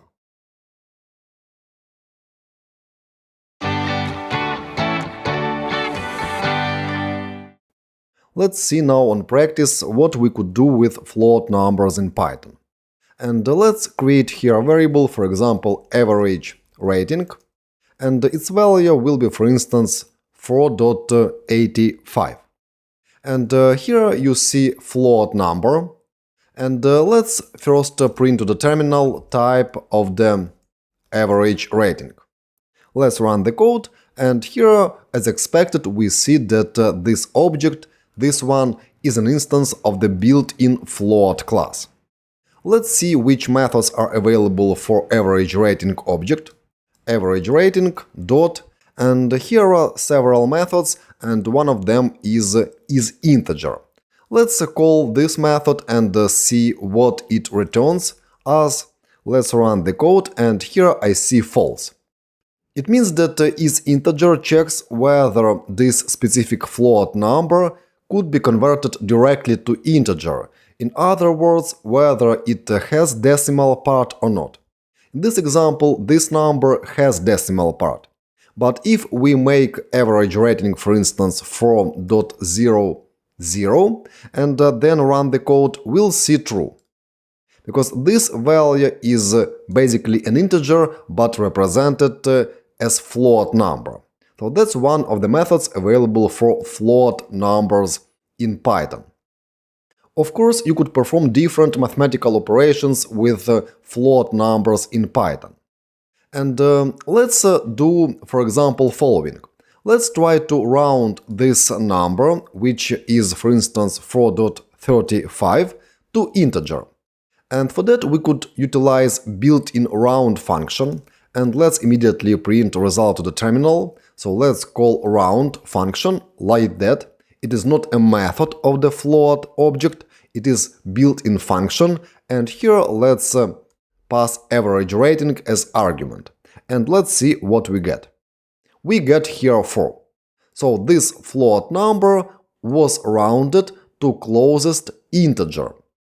If float number is, for instance, 4.65, let's run the code, we'll see 5. That's how round works. It rounds to nearest integer value. Also, it's possible to convert any float number to integer using built-in int function. And here let me add a comment. So in case we use round function, we get 5 because we round to nearest integer. But if we use built-in int class and create new object like this, so here will be average rating and print result, we'll get 4. Because now we don't round a number and we simply remove decimal part, like that.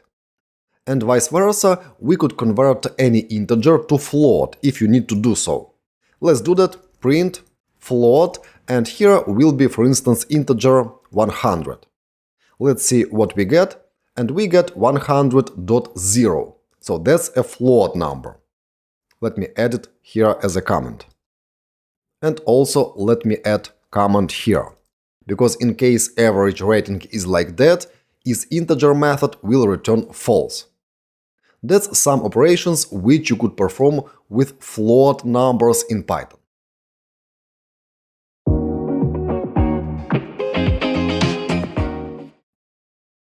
In Python, you could also work with complex numbers.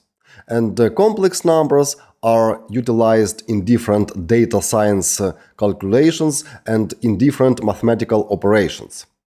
So, complex number consists of 2 parts, and the first part is called real part, and the second part is called imaginary part. Let's have a look at the example. Here we have 2 different complex numbers, complex A and complex B, and in this number, real part is here and imaginary part is here. You could add here spaces, or you could write a complex number without spaces. Simply 3 plus 5j. Same applies to another complex number. Real part is 4 and imaginary part is 7. And it is possible to perform different mathematical operations with complex numbers, and here is the most easy task.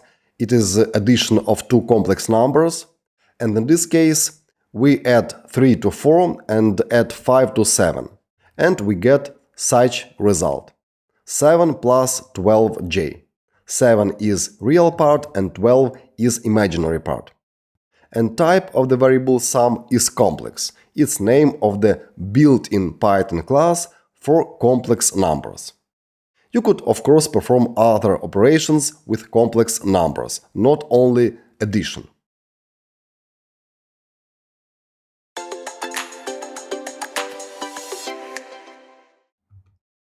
Now let's discuss Boolean type, and corresponding class is called bool. And there are just 2 possible values, true and false. And in Python, true and false are written starting from the uppercase letter. And here we create a variable which is called isAuthorized, and we assign value true to this variable. And when we print such variable, we will see true in the output. And type of this variable is bool, boolean. And my recommendation to you, when you create variables which hold boolean values, you should name them accordingly. For instance, variable name isAuthorized says that it is expected to have a boolean value as a value of this variable. So, each logical value is an instance of the boolean class, and there are just two possible values, true and false. Also, bool is often used to check whether specific expression is truthy or falsy. How is it performed? For instance, if we have an expression 100 greater than 24. This number is greater than this one, that's why this expression is evaluated to the boolean value true. If we look at this expression -5 greater than 0, then we get false, because this expression is falsy. -5 is less than 0. That's why here we get false. And with numbers, it's relatively easy to understand and predict result. But what if we, for instance, compare two different strings, such string and such string? And we use for that greater than operator. And in this example, result of this expression will be true. Why is that? Because this string starts with long, and here we also have long. And this string has other characters. And this means that basically this string is substring of this longer string. And in this case, Python will return true as a result of such expression. If here will be short string and here long, then result will be false. Next example shows how to compare two lists. We have not yet talked about lists in details, but here we see two exactly the same lists. They have same quantity of elements, 3, and all elements are the same, 1, 2, 3, and order of the elements is the same. That's why if you use comparison operator, two equal signs, Python will return true as a result of this expression, because those two lists are the same in terms of Python, even though those lists are two different objects. We will get back to that a bit later. So here you see that results of different expressions with comparison operators, like greater than, equal, or less than, is a Boolean value, either true or false. Also, you could perform conversion of any value to Boolean value using built-in function bool. And that is the name of the built-in bool class. And you could pass here actually any variable with any value. And using such approach, you could evaluate whether specific value is truthy or falsy. And similar operation is done by Python internally when you utilize, for instance, if statement. It takes expression and under the hood converts it to Boolean. And if result is true, then block inside of the if statement is executed. Otherwise, we go to next lines of code. That's all about Boolean values, and each Boolean value is an object which is instance of the built-in bool class.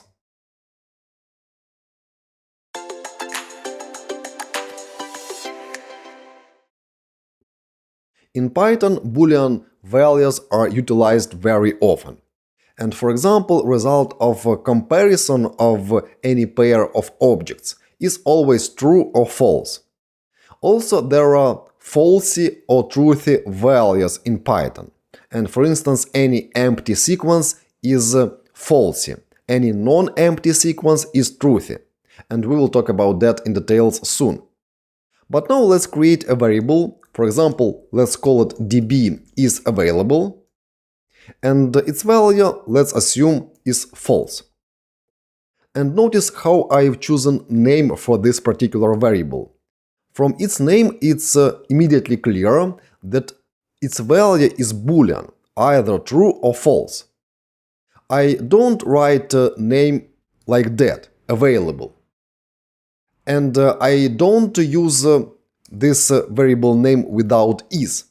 So, db is available, true or false, or is authenticated, are connected, and so on. Those names are good names for variables which contain Boolean value. Let's now print db is available to the terminal, and also let's print type of the db is available. Let's run the code, and we see here false, its value of this variable, and also type of the db is available variable is obviously bool. It's an instance of the built-in bool class. And we could verify that by using isinstance function, and here will be db is available, and next argument will be obviously bool, without single quotes or double quotes. We put name of the built-in class, bool.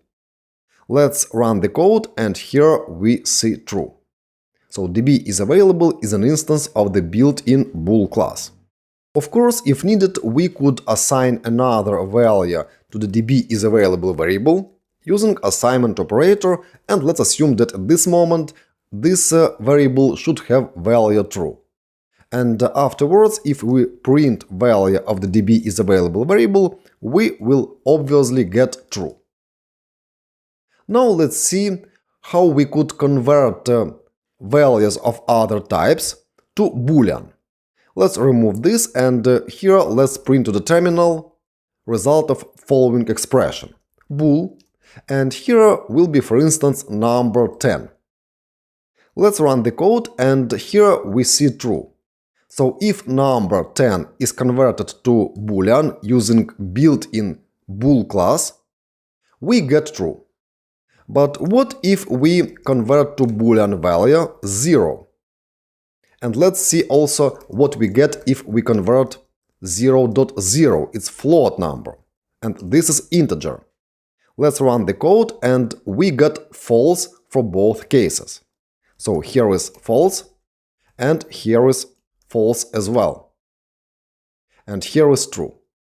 It means that such numbers as 0 and 0.0 are treated as falsy values, because they are converted to false if you explicitly use bool function. And now let's, for example, convert to Boolean non-empty string, for example, ABC. I assume you guessed the result, it is obviously true. And if we convert to Boolean empty string, let's do that, we expect to get false. And yes, here is false. Let's add here comment false. So if you convert any non-Boolean value to Boolean, you will get either true or false. And if result is true, then specific value is called truthy value. Otherwise, like in this case or this case or this case, value is considered as falsy. Now let's see results of the expressions where we use comparison operators. And let's print, for example, result of the expression 100 greater than 50. Let's run the code, and we obviously get here true, because 100 indeed is greater than 50. But if we compare 100 and 50 using comparison operator like that, we'll get false, because 100 is not equal to 50. Let's now compare, for example, two lists. List with elements 1, 2, 3, and list with elements 1, 2, 3, 4. Let's run the code, and here we get false, because this list is different from this list. Let's now copy this line, and I'll remove last element from this list. Let's execute code now, and here we get true, because this list is equal to this list. Length is the same, and the elements are the same in both lists. But by the way, those lists are actually two different objects. But Python is capable of comparison of different lists, as we see here. We will discuss soon how exactly Python performs such a comparison. But key idea here is that anytime when you use comparison operators like greater than, equal or less than, you'll get Boolean value, true or false. Also, there is one more operator which always returns either true or false, and this operator is not. Let's create a variable, for example, is available, and its value will be, for instance, true. And here let's print to the terminal not is available. So not is prefix text operator. If we run the code, here we get false. It's opposite to this value. Also on this place could be object of any other type, like string, for instance, or integer or any other value. Also, Python evaluates whether a specific expression is truthy or falsy in the if statements. And here we could create if statement, and condition will be is available. And if is available, we could print to the terminal text is available. Let's run the code, and here we will see is available at the end, because this condition is truthy, and basically value of this variable is directly true. But here could be also other value type. For instance, here will be, let's say, my name, and here will be my name, and I could add here AND operator and add here my name. So here is expression in the if statement, if is available and my name. And if I execute code now, I get is available, because result of this condition is basically truthy.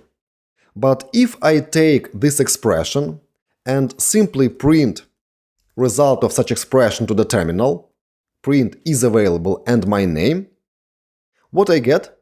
I get my name. It is a result of the second operand here in this expression. And we will discuss in details such operators as AND or NOT a bit later in separate section, but here you see that result of such expression is not true or false. It is string. In this example, Bogdan. But Python under the hood converts a result of this expression to Boolean. It does following: bool and passes to it result of this expression. You could do that explicitly, but there is no need to do that. Python does that automatically.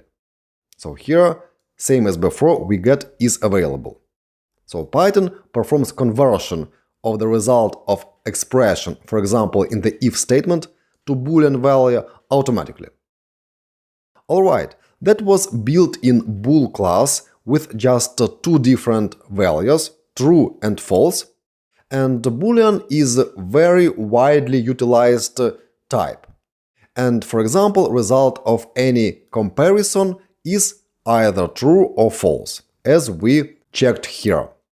Also, under the hood, Python implicitly converts results of some expressions to Boolean. For example, it happens in the if statements.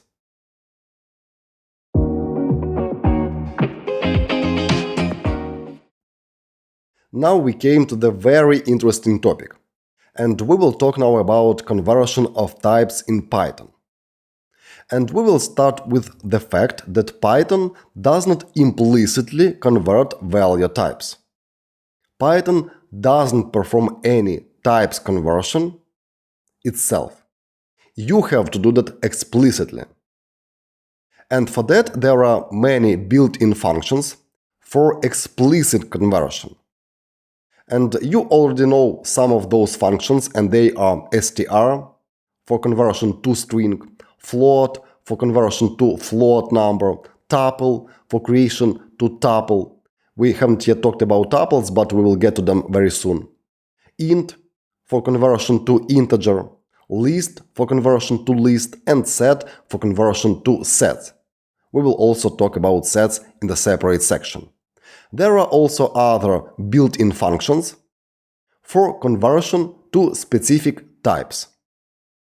And what each function actually does, it creates new instance of specific class. Because all these functions are actually built-in classes, str, float, tuple, and others. And each function is used to create new instance of the class. And if you have specific variable and you pass that variable to any of those functions, you don't modify variable itself, because you get completely new object, which is returned by one of these functions. Okay, let's now have a look at such expression. We add string 10 and number 5. 5 here is integer. What will be result of such operation? How do you think? We will get error, type error, and error tells that we can only concatenate string to string. We cannot concatenate string to integer. This code would work, for instance, in JavaScript, but in Python you will get such type error. And if you modify order of the operands here in this expression and write first integer 5 and then string 10, what do you get? How do you think? Again type error. But other type error, unsupported operand type for plus, int and str. So depending on the order of the operands in this expression, you get different type errors. And in both cases, Python was not able to perform implicit type conversion on your behalf. That's the behavior of the Python. And let's now dive deeper and try to understand what actually happens under the hood and why Python produces two different type errors. But first, let's see how we could actually get correct result of the conversion of one value to another. We have to explicitly call one of the built-in functions. And if you want to add number 10 to number 5, you have to convert string 10 to number 10. That's what we do here. And then we add two numbers, two integers, 5 and 10. And result will be 15. And now there is no type error. But in some cases, there are no errors. Let's have a look at this example. In this example, there is integer 5, which is assigned to this variable int num, and there is also a float number 4.5, which is assigned to variable float num. And then we use plus operator for those two variables, int num and float num. And in such example, we get such result, 9.5. And Python was capable of adding two numbers of different types, integer and float.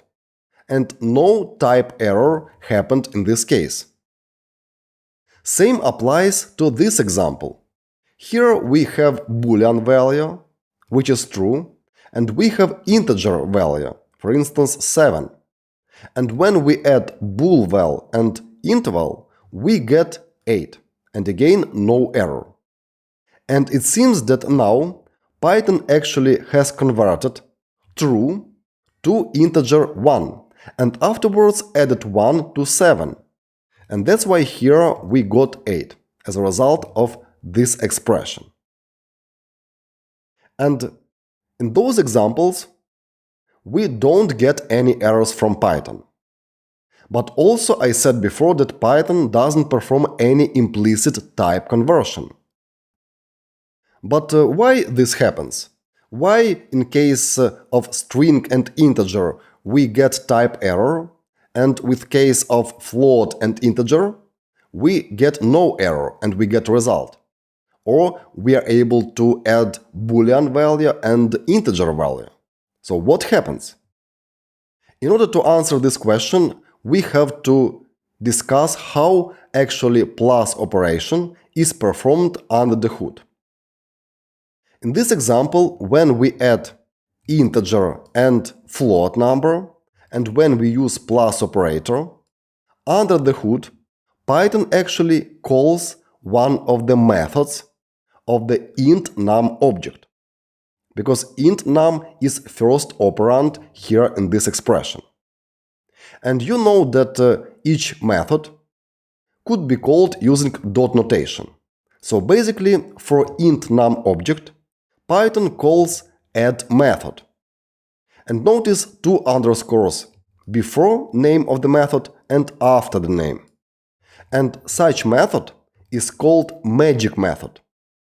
And it is expected that you, as a user of Python programming language, will not call magic method directly, because Python calls it under the hood. So in this example, Python calls magic method add and passes to it second operand of this expression, and it is float num variable. So what it basically does, it tells, please try to add 4.5 to the integer number. And this method is located in the int class, because int num is instance of the int class. And in such case, when you try to add decimal number to integer, this method add returns string not implemented.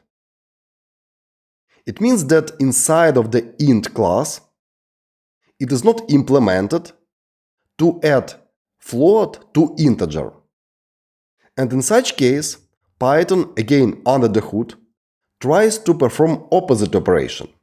It takes second operand, this one, it is instance of the float class, and tries to call another magic method, which is called radd, right add, which technically says that for this number, try to add from the right another number. And we pass in this method call int num. And basically we say, please try to add integer number to float number. And this magic method, right add, is located in the float class. And in the float class, inside of this magic method, there is a support of addition of integer to float number. And now this method actually returns the result 9.5, not implemented, like this method. And this says that basically functionality of addition of integer and float is implemented inside of the float class. And Python doesn't perform any implicit type conversion. It simply uses magic methods of corresponding classes and asks them to perform specific operation, in this example, addition of two values. That's why in this case we got result and no type error. So let's summarize. 2 underscores add and 2 underscores is a magic method. And this method is located in the int class. And number 5 is actually instance of the int class. And of course, every instance of specific class inherits all methods. And that's why method 2 underscores add 2 underscores is available for object int num. And also right add is a method, also magic method, but now it is a method of the float class.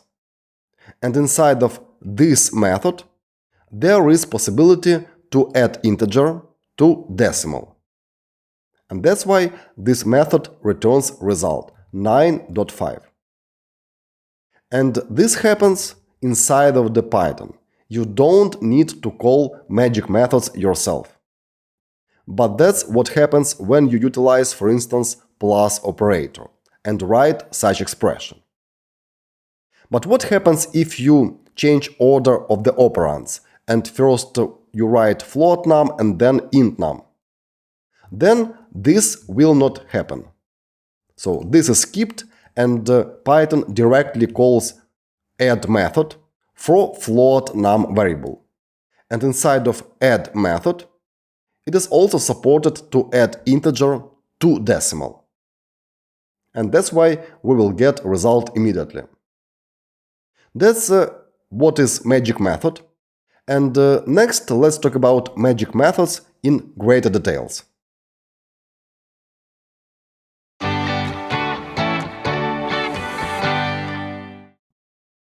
Now you know that Python doesn't perform any implicit type conversion.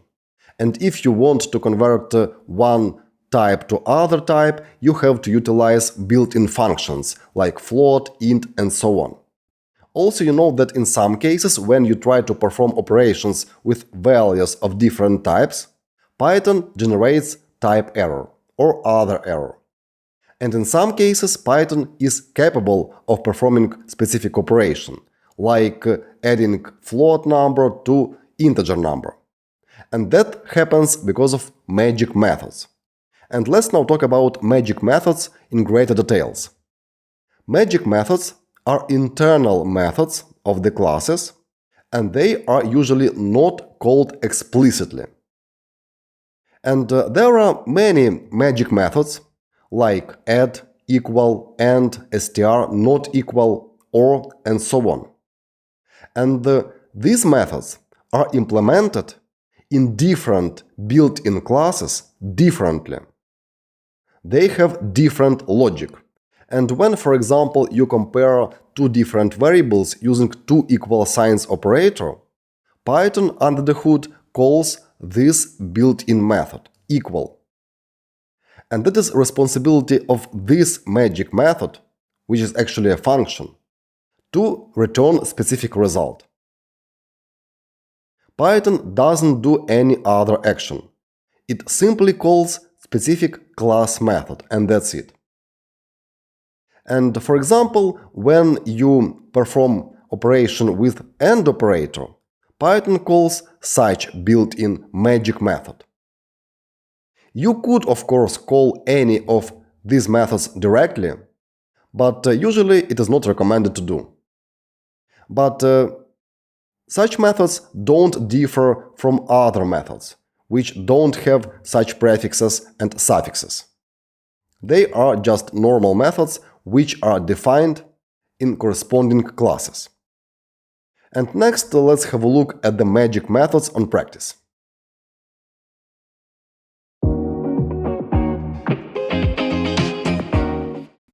We already discussed the difference between regular methods and magic methods. And normally magic methods are not called directly. They are called implicitly by Python under the hood. And let's first explore how you could get list of the names of all attributes and methods of specific object. And let's create a variable myStr, which is string, and its value will be, for example, string ABC. And you could always get access to all available methods and attributes using dot notation. And here you'll see different names, such as split, capitalize, center, and so on. Also, you could use dir function, and you could, in the dir function, call pass name of any object, for example, myStr, and let's print result to the terminal. And here, in such case, you'll get list of strings. And here you'll see all available methods and attributes, including magic methods, such as add, doc, equal, jt, and so on. And also after that you'll see regular methods, which are usually called explicitly by the user. And for strings there are such available methods as isNumeric, join, lower, and so on. And before, in the practice section dedicated to strings, we used with you several of those methods, including replace. That's how you could get a list of all available attributes, including methods, for particular object. In the same way, you could actually get access to all available methods of specific class using actual class name, for example, str. So here is built-in str class. Let's comment out this line and execute code, and here I get very similar list with same magic methods like jt, le and others, and other regular methods including replace, upper and so on. This means that all those methods including magic methods are actually defined at the class level, and they are inherited by all instances of the string, including my str object. Let's now hover mouse over str, and as usually you'll get information about this particular object. It is in this example class. And here is documentation which describes this class, create a new string and so on. But where is this information? Where is it stored by Python? It is stored using doc attribute, this one. How could we check that? Let's type here my str or simply str dot and then add two underscores doc. And as you might notice here, there is small letter f.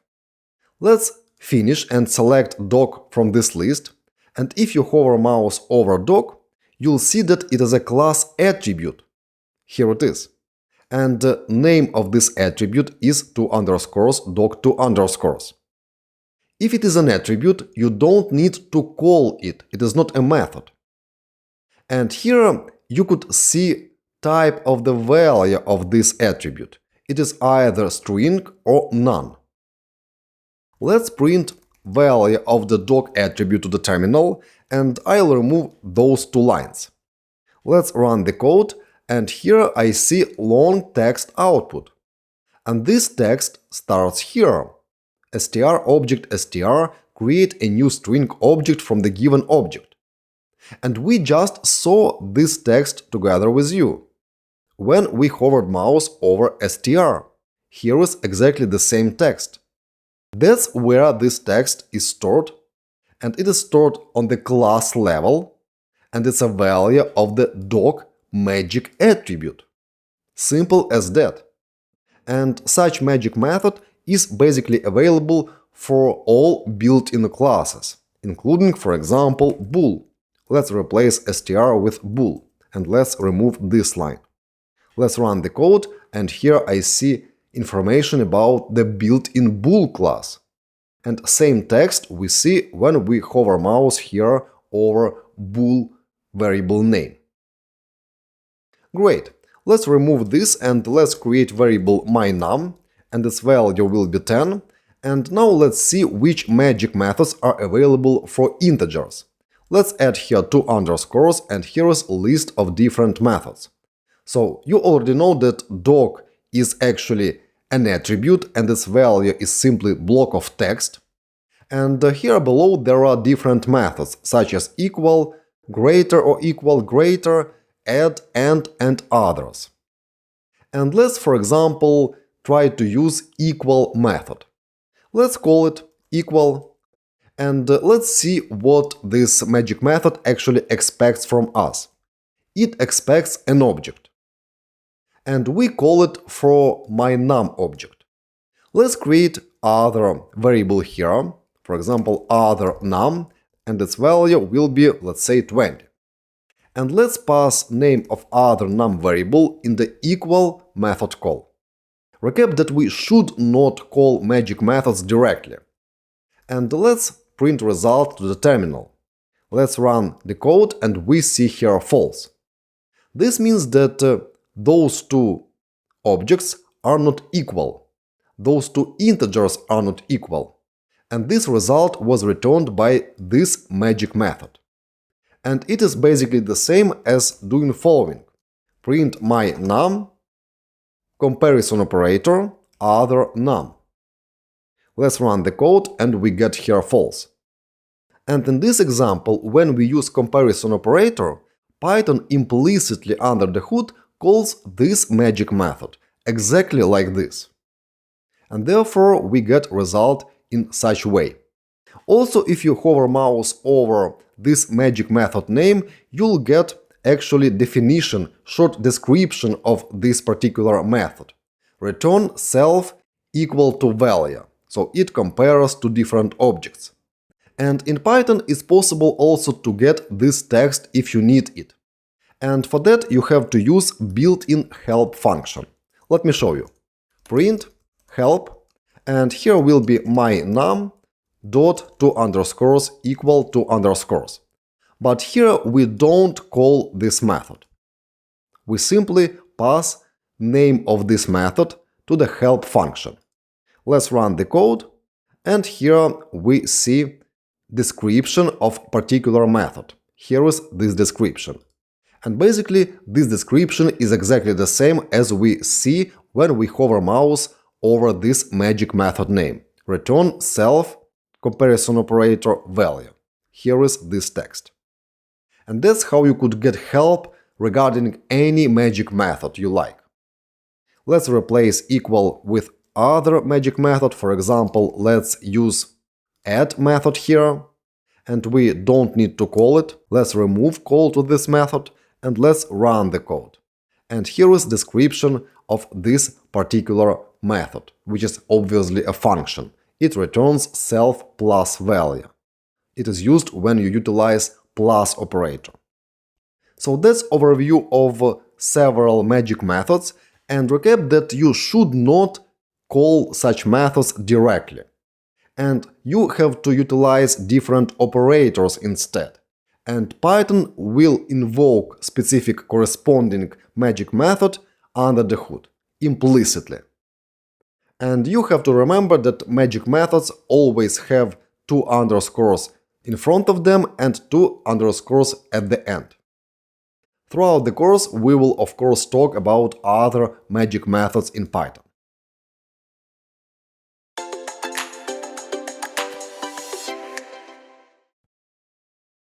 Let's now talk about lists. Lists are very popular in Python, and very often list is chosen as a data structure for storing different elements. And the list is an ordered sequence of elements. This means that each element in the list has its unique index, and index starts with 0. Let's have a look at some examples of the list. Here you see a list which contains 3 elements: apple, banana and lime, and in this sample list all elements have the same type. They are strings. Index of this element is 0. In next example there are 4 elements and they are integers, and this list is assigned the variable post IDs. Notice that from the variable names it is clear what actually variable contains. For example, this contains IDs of the posts, this contains my fruits, and this contains user inputs. And in this sample list there are values of different types like Boolean, string and float. This means that you could mix different value types in the list. So, usually list contains values of the same type, for example list of dictionaries or list of strings, but if needed you could store values of different types in the list. And please notice that in the list order of the items matters. And if we look for example on such two lists, my fruits and other fruits, you could notice that order of the elements is different. Banana, for example, is here, and apple is here. And those two lists are completely two different lists. And if you try to compare those two lists using comparison operator, you'll get false. You already know that when you use any operator in Python, corresponding magic method of the class is called. And in such case, we call equal magic method of the list for this object. My fruits dot equal, and then to the magic method equal we pass other fruits. And inside of that magic method, in the list class, there is a logic which compares two different lists. And it compares length of the list and compares elements. This to this, this to this, and this to this. And of course, in this example, those two lists are two different lists, because order is different.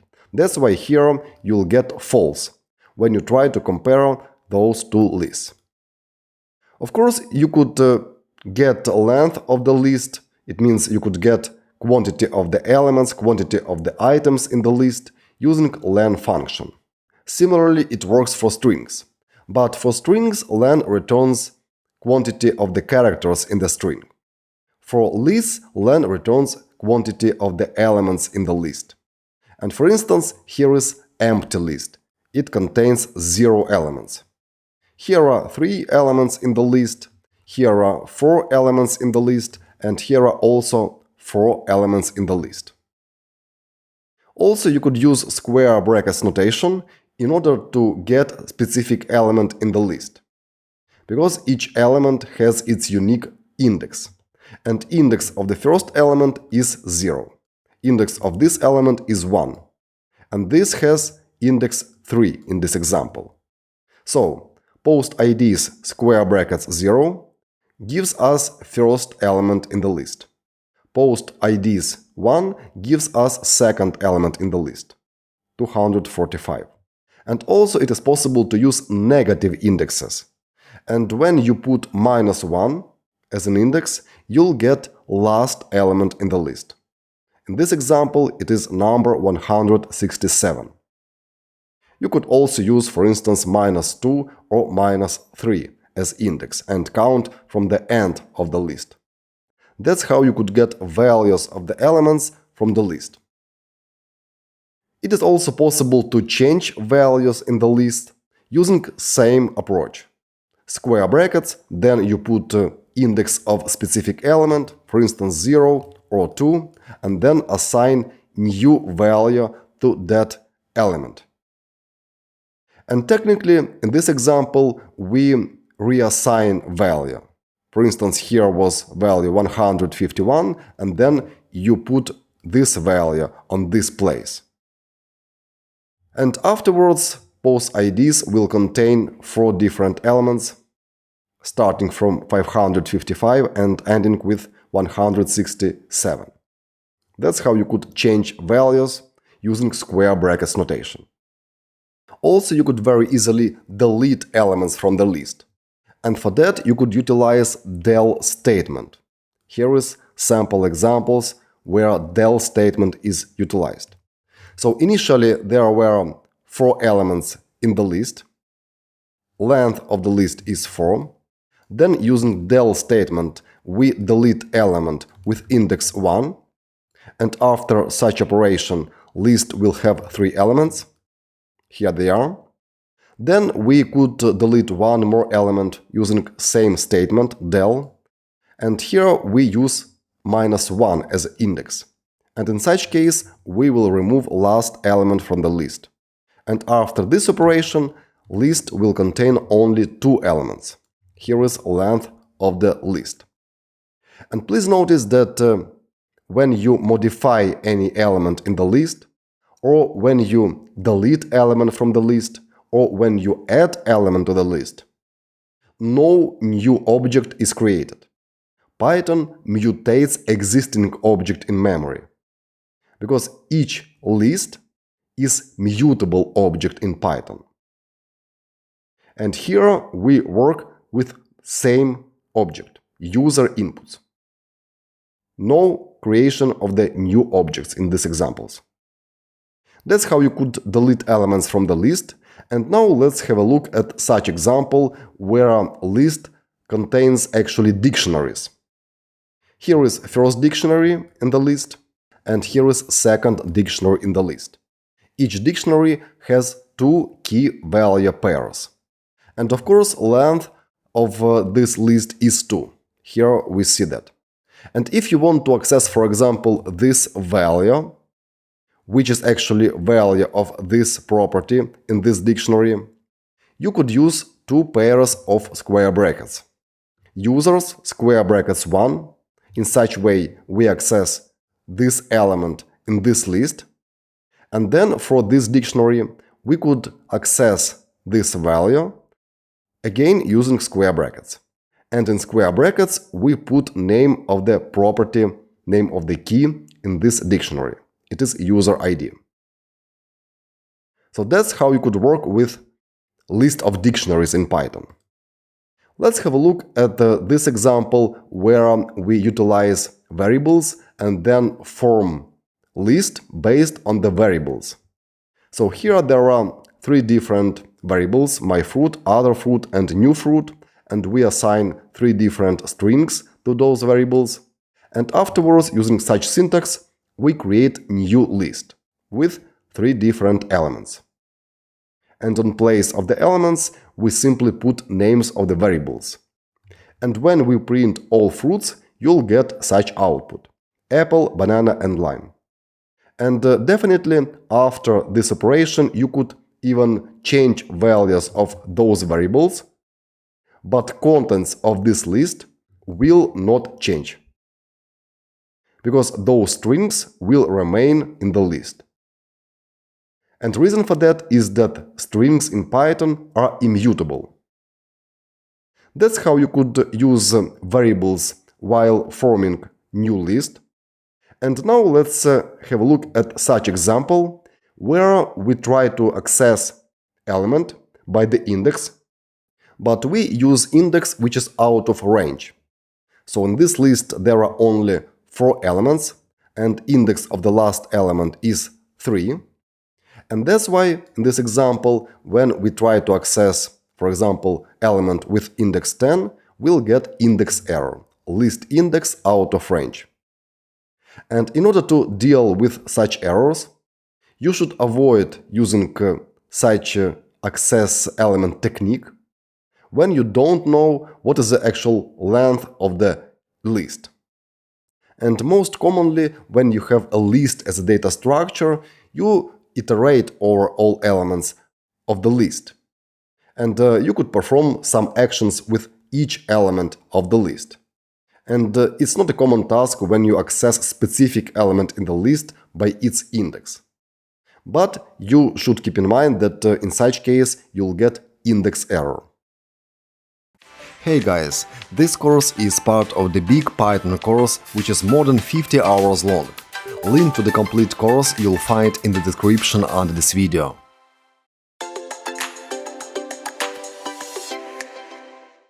Lists inherit a lot of different methods from the list class. And all those methods are available for each instance of the list.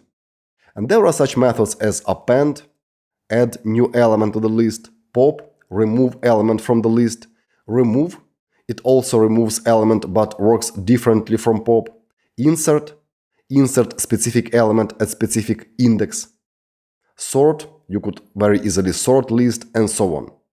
Many different methods are available for each list, because list is mutable and you could mutate list as you want. Change the order of the elements, remove elements, add elements, and so on. That's what you could do with each list. And that happens because objects inherit list methods from the list class. Let's have a look at some of the methods which are available for lists. And let's start with append. We could create an empty list here and then call append multiple times. And I pass different strings in append function calls. And finally I'll get 4 elements in the list, here they are, and length of the list will be 4.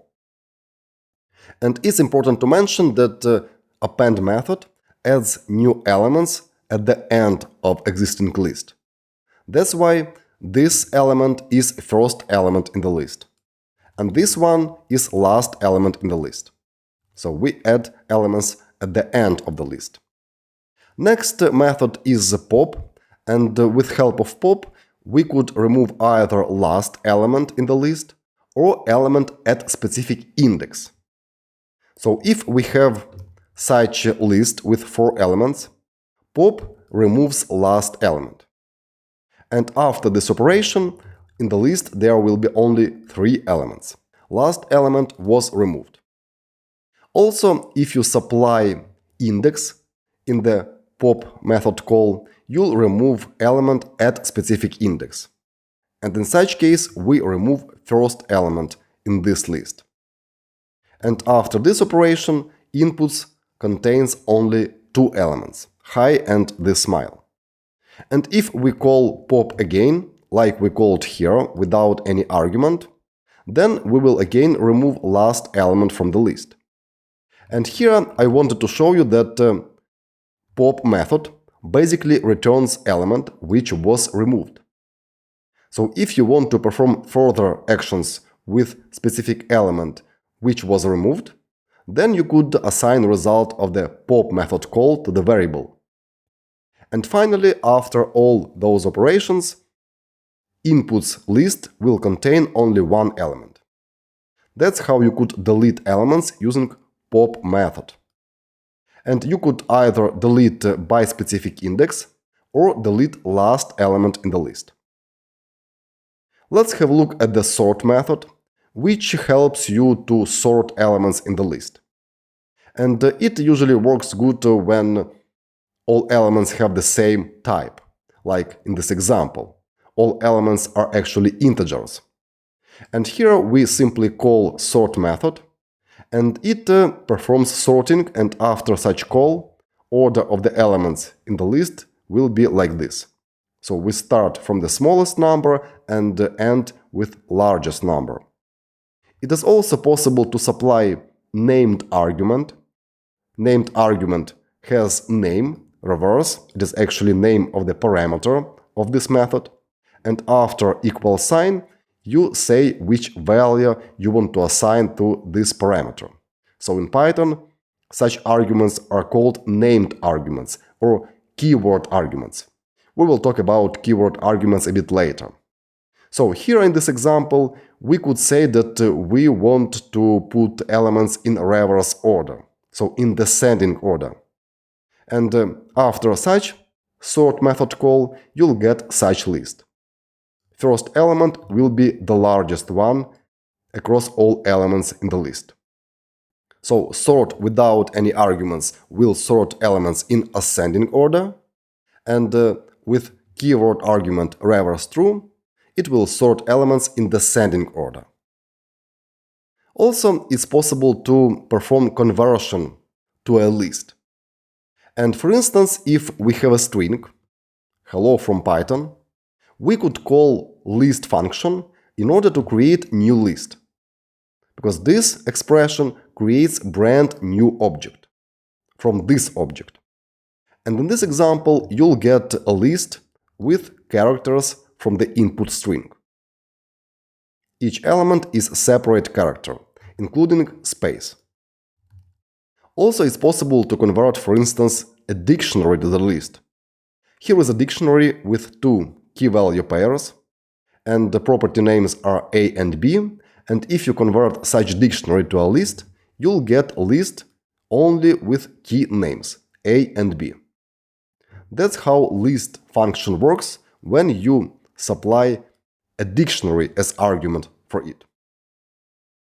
You could of course convert other value types to list if you want to do so.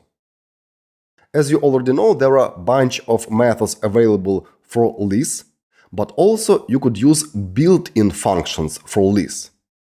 And there are such built-in functions as min, max, and sum. And you could simply pass a list to those functions and get results. Here is minimum value across all elements in the list, here is maximum value across all elements in the list, and here is sum of all elements in the list. You could also very easily find what is the average value of all elements in the list. And you need to sum all elements and then divide result by the length of the list. And in this example, average value is here. You see how easy you could perform different operations with, for example, lists in Python.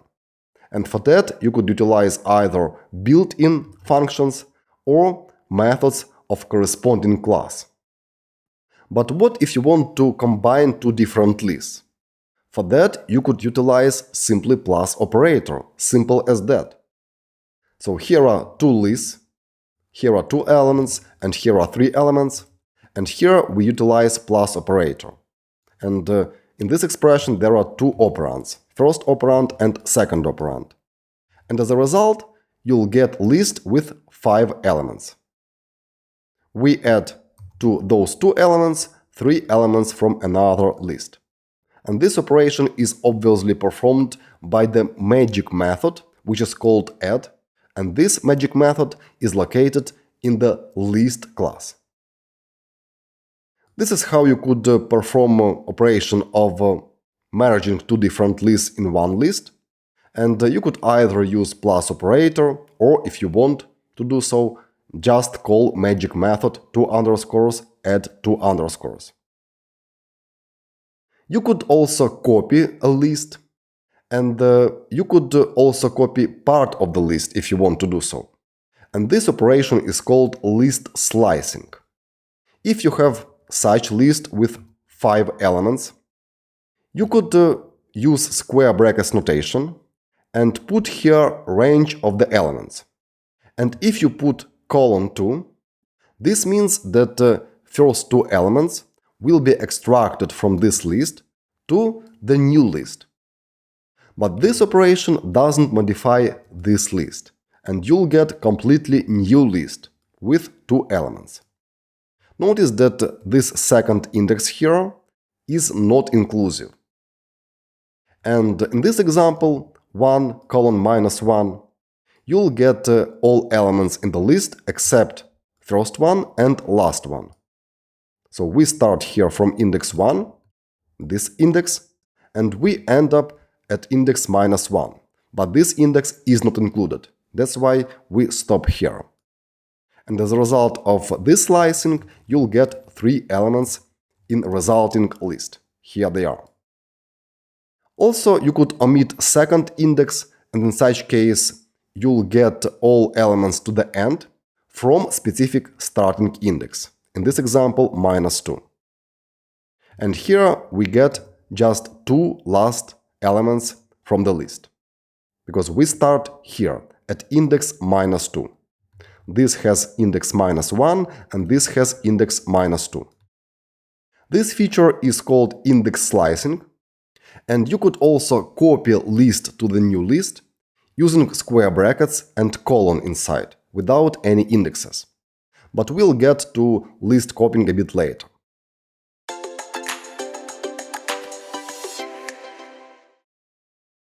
Let's now have a look at the lists on practice, and what you have to remember is that lists are ordered sequences of elements. It means that such list is different from such list, because order of the elements in those lists doesn't match. And now let's create a variable and let's call it, for instance, mynums, and let's assign such a list to this variable. There will be few elements which will be numbers. And now let's print mynums to the terminal. Let's also print type of the mynums, and also let's print result of the isinstance function call. Here will be mynums and here will be list. And also let's print ID of the mynums object. Let's run the code, and here I see the list, and notice that order here in the output is exactly the same as order here.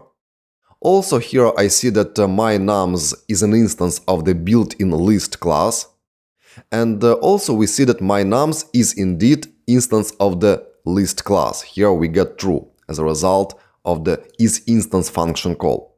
And here is ID of the mynums object in my case. It's the location of the object in the memory of the computer. In lists it is possible to access specific element by its index. And let's print mynums square brackets 0, mynums square brackets minus 1, and for example mynums square brackets 2. 0 is index of this element. Minus 1 is index of the last element. You could use also minus 2, minus 3, and so on. In such case, we will count from the end of the list. And 2 is index of this element. Let's run the code and we see 10, this element, 35, this element which is last one in the list, and 100, its element with index 2. Another thing which you have to remember about lists is that lists are mutable in Python, and you could very easily mutate existing list, add new elements, replace elements, delete elements, and so on. Let's first add a new element to existing list. mynums.append, that's that method which you have to use in order to add new element to the list, and let's add element 50. And before doing that, let's print again ID of the mynums, and let's do the same afterwards, print ID mynums.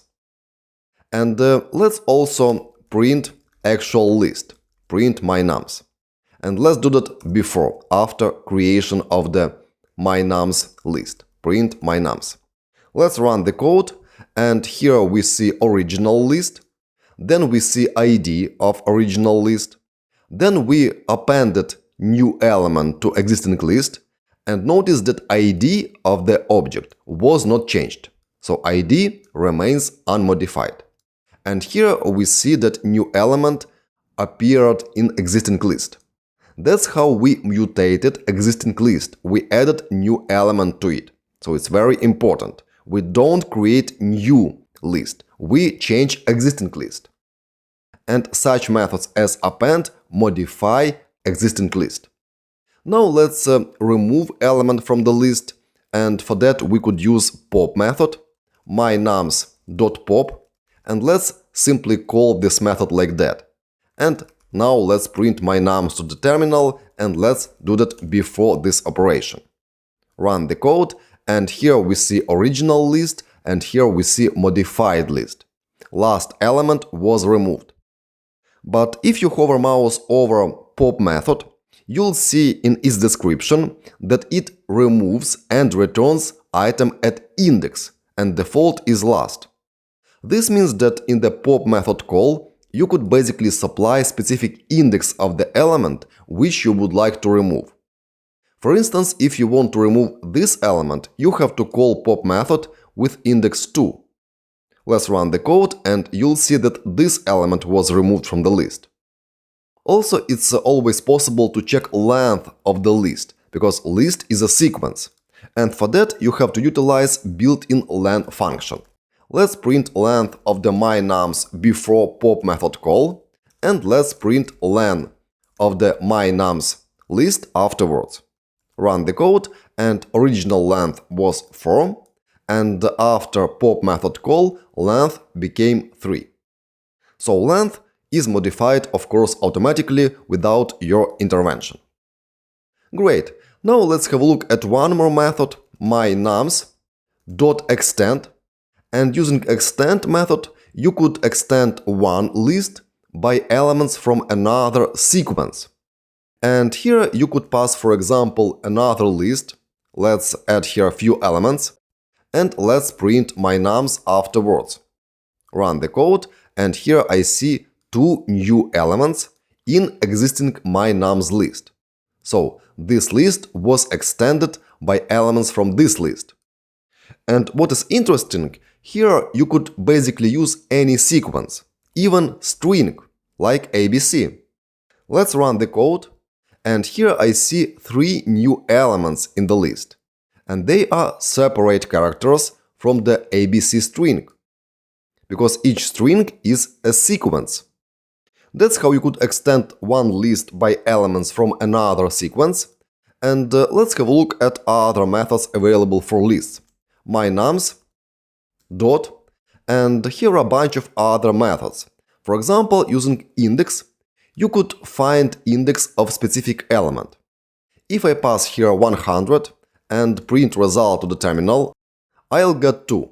It's index of this element in the list. But if list has few the same elements like that, you'll get again same index, which is 2. It's index of the first element, which appears in this list. Also, it's possible clear existing list and remove all elements from it using clear method. Let's call it, And afterwards, if you print my nums, you'll see empty list. Here it is. Usage of this method is useful when, for example, in the list you store some tasks. And let's say that you process those tasks one by one. And at some moment of time, processing failed and you have to, let's say, clean the queue and afterwards start processing of the tasks again. In such case, you could use clear method and afterwards you could add again elements to the list using append method, and let's add here element 50 and let's print my nums to the terminal. And now list will have just one element. Also, it's possible to merge two lists using plus operator. Let's add here new variable other nums, and here will be several elements in this list. And let's now create merged nums list, and here will be simply expression my nums plus other nums. And also let's print to the terminal merged nums. Run the code, and here I see a list which contains elements from both sequences, from this list and from this list. And definitely order of the operands here in this expression matters. First we see elements from the my nums list, here they are, and next we see elements from the other nums list. But those lists were not mutated. And if you print here my nums and print other nums, you'll see original list. Here they are. And here is merged list. And as you already know, if you use such operator as plus, under the hood Python basically calls one of the magic methods. And in case with plus operator, Python calls magic method which is called add, this one. And previous expression is equivalent to this expression, my nums add other nums. If I run the code, I get exactly the same result. So that's how Python performs addition of two lists. Let's get back to plus operator here, and that's how you could merge two lists together using plus operator. And also it's possible to replace specific element using square brackets notation. Here you specify index of the element which you would like to replace, for example index 2, and here I use assignment operator. And on this place, let's say I want to add element 0, so replace 100 with 0. Let's print my nums afterwards, run the code, and here I see that element 100 was replaced with element 0. Also notice that in the list you could have elements of different types.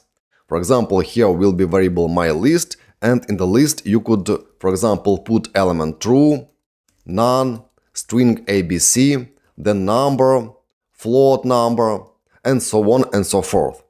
So, lists are not strict in terms of the types of the elements, and you could use any types, even embedded dictionary, for example, like that. And also, if you want, you could add a dictionary, for example, dictionary like that. Let's print to the terminal such a list, print my list, run the code, and here I see this list which contains different elements of different types, including list and even dictionary. Alright, that's it about lists, and lists are very powerful data structures in Python, and you could perform many different operations with lists. And what you have to remember is that first, lists are ordered. Each element has its unique index, and index starts at 0. And also lists are mutable. And you could mutate or change existing list, add elements, remove elements, modify elements, and so on.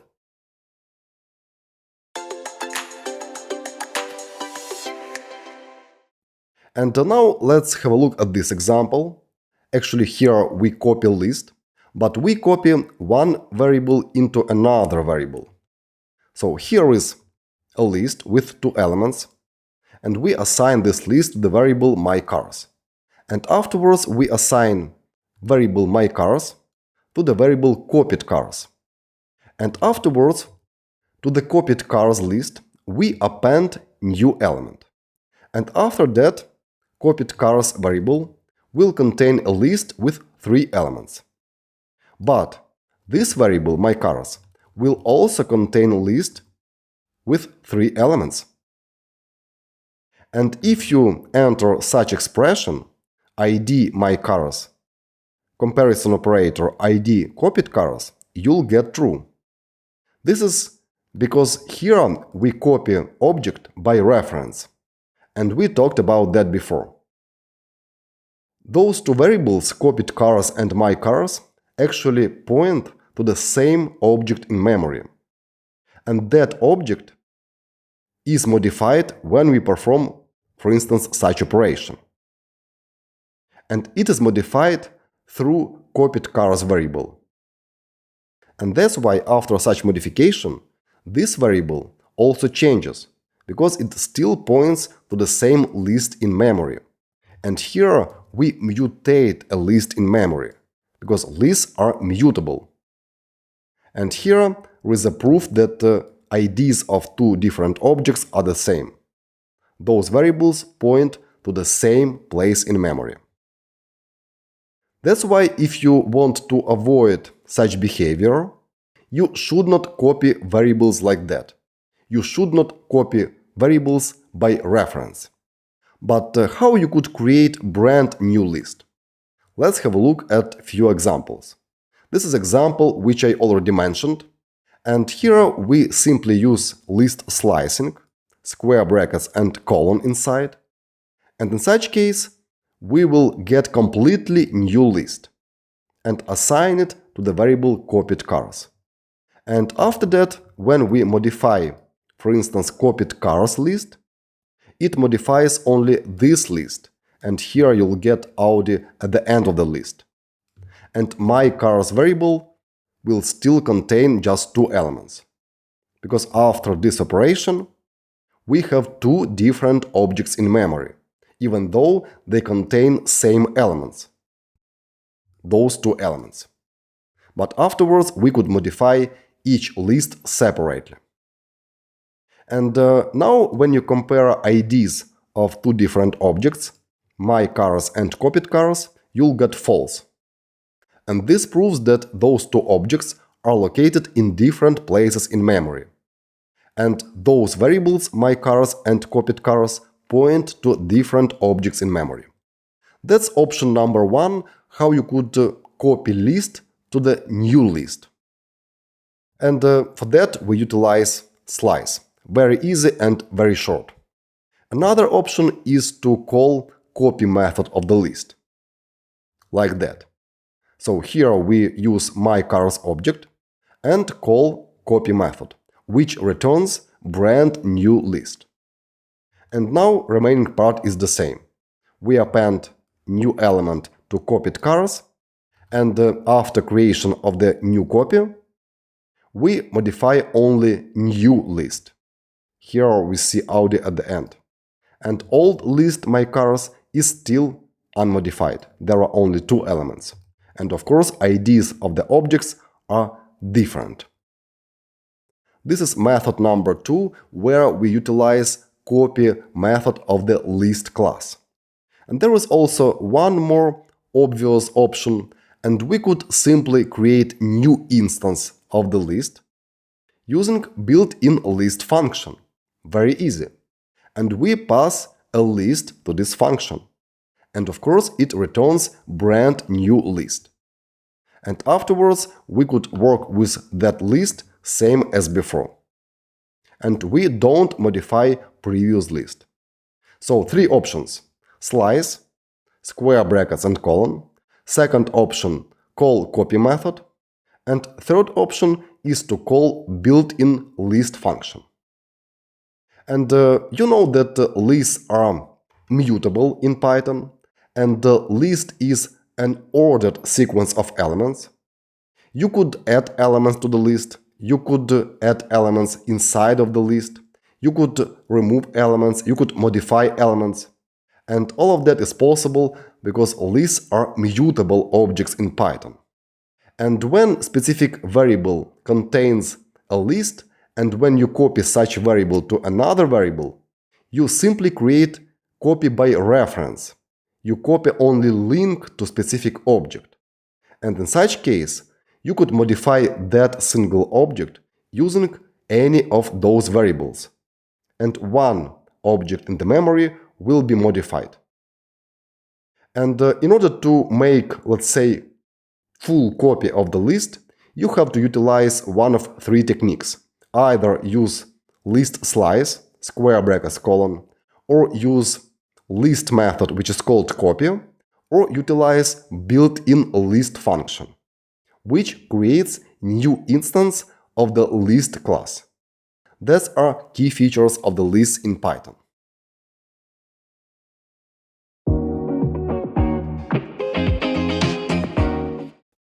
Let's now explore how we could copy lists on practice. And let's create a list, and let's name it my list, and here will be few elements. And I'll use elements of different types, like that. And now let's create a copy of my list. And let's simply type here my list. So we assign my list to copy of my list. And let's afterwards add new element to copy of my list using append. And here will be, for example, none. It's new element for the list.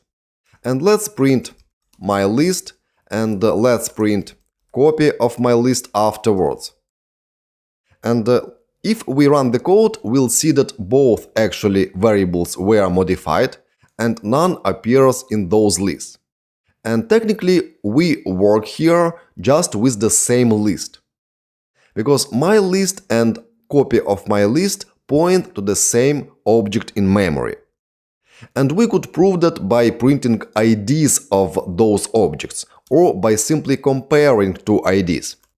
Let's print result of the expression ID my list, comparison operator ID of copy of my list. And if I run the code, I'll see true. This means that IDs of those two objects are the same. They point to the same location in memory. If you want, you could add also here print ID of my list and print ID of copy of my list. Run the code, and here I see exactly two same numbers. And if you want to avoid such behavior of the list, when you are able to modify list via any of the variables, either this variable or this variable, you have to copy a list. By the way, I see here that none is underlined, expected type int, str or bool. And basically here I see this warning, because here I used only integer, string and boolean as types of the values for this list. And here PyCharm tells me that probably I made a mistake and I should add, for example, an integer to the list or string. And if I add here an integer, then this warning will disappear. But again, that was just a warning. You could add elements of different types to existing lists. So here in this example, we are able to modify this list via any of those two variables. If you want to avoid such behavior, you could copy the list and create new object. And for that you could use, for example, copy method of the list and call it like that. And if I run the code now, I'll see two different IDs for variables. And now if I modify one list, another stayed unchanged. And here is the result of comparison of two IDs. They are obviously different. That's first way how to create a copy of the list, and then you could work with two different lists independently. Second way to create a copy is to use list class and call here initialization function for list class like that. And result will be same as we just saw. Two independent objects, and we could work with them independently.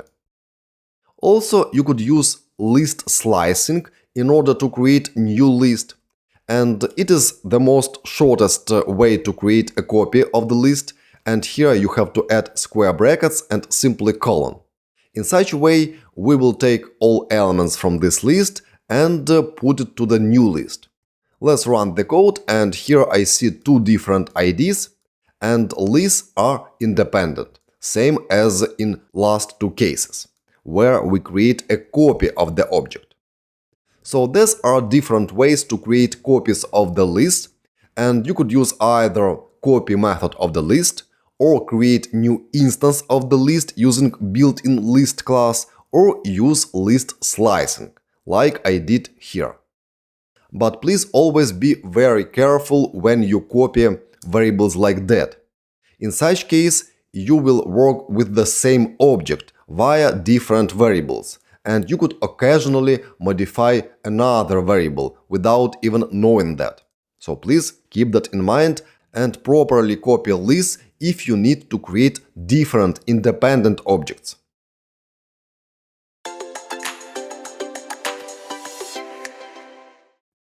Now it's time for tasks for you guys, and tasks will be dedicated to lists. And first task is following. Please create a list with 5 elements. And those elements must be of different types. Next, delete third element in this list. Print the length of the list to the terminal. Next, change order of the items in the list. So, reverse order. Afterwards, please create one more list with 2 elements. After that, expand the first list with elements of the second list. So you have to modify first list and add to it 2 more elements from the second list. And finally, display extended list, which contains 6 elements, in the terminal. This is task number 1, and second task is following. Please create 2 lists. Combine 2 lists using plus operator. Then determine which magic method of list is called when you use plus operator. Merge lists using this magic method instead of plus operator. And finally, print result to the terminal. I wish you good luck.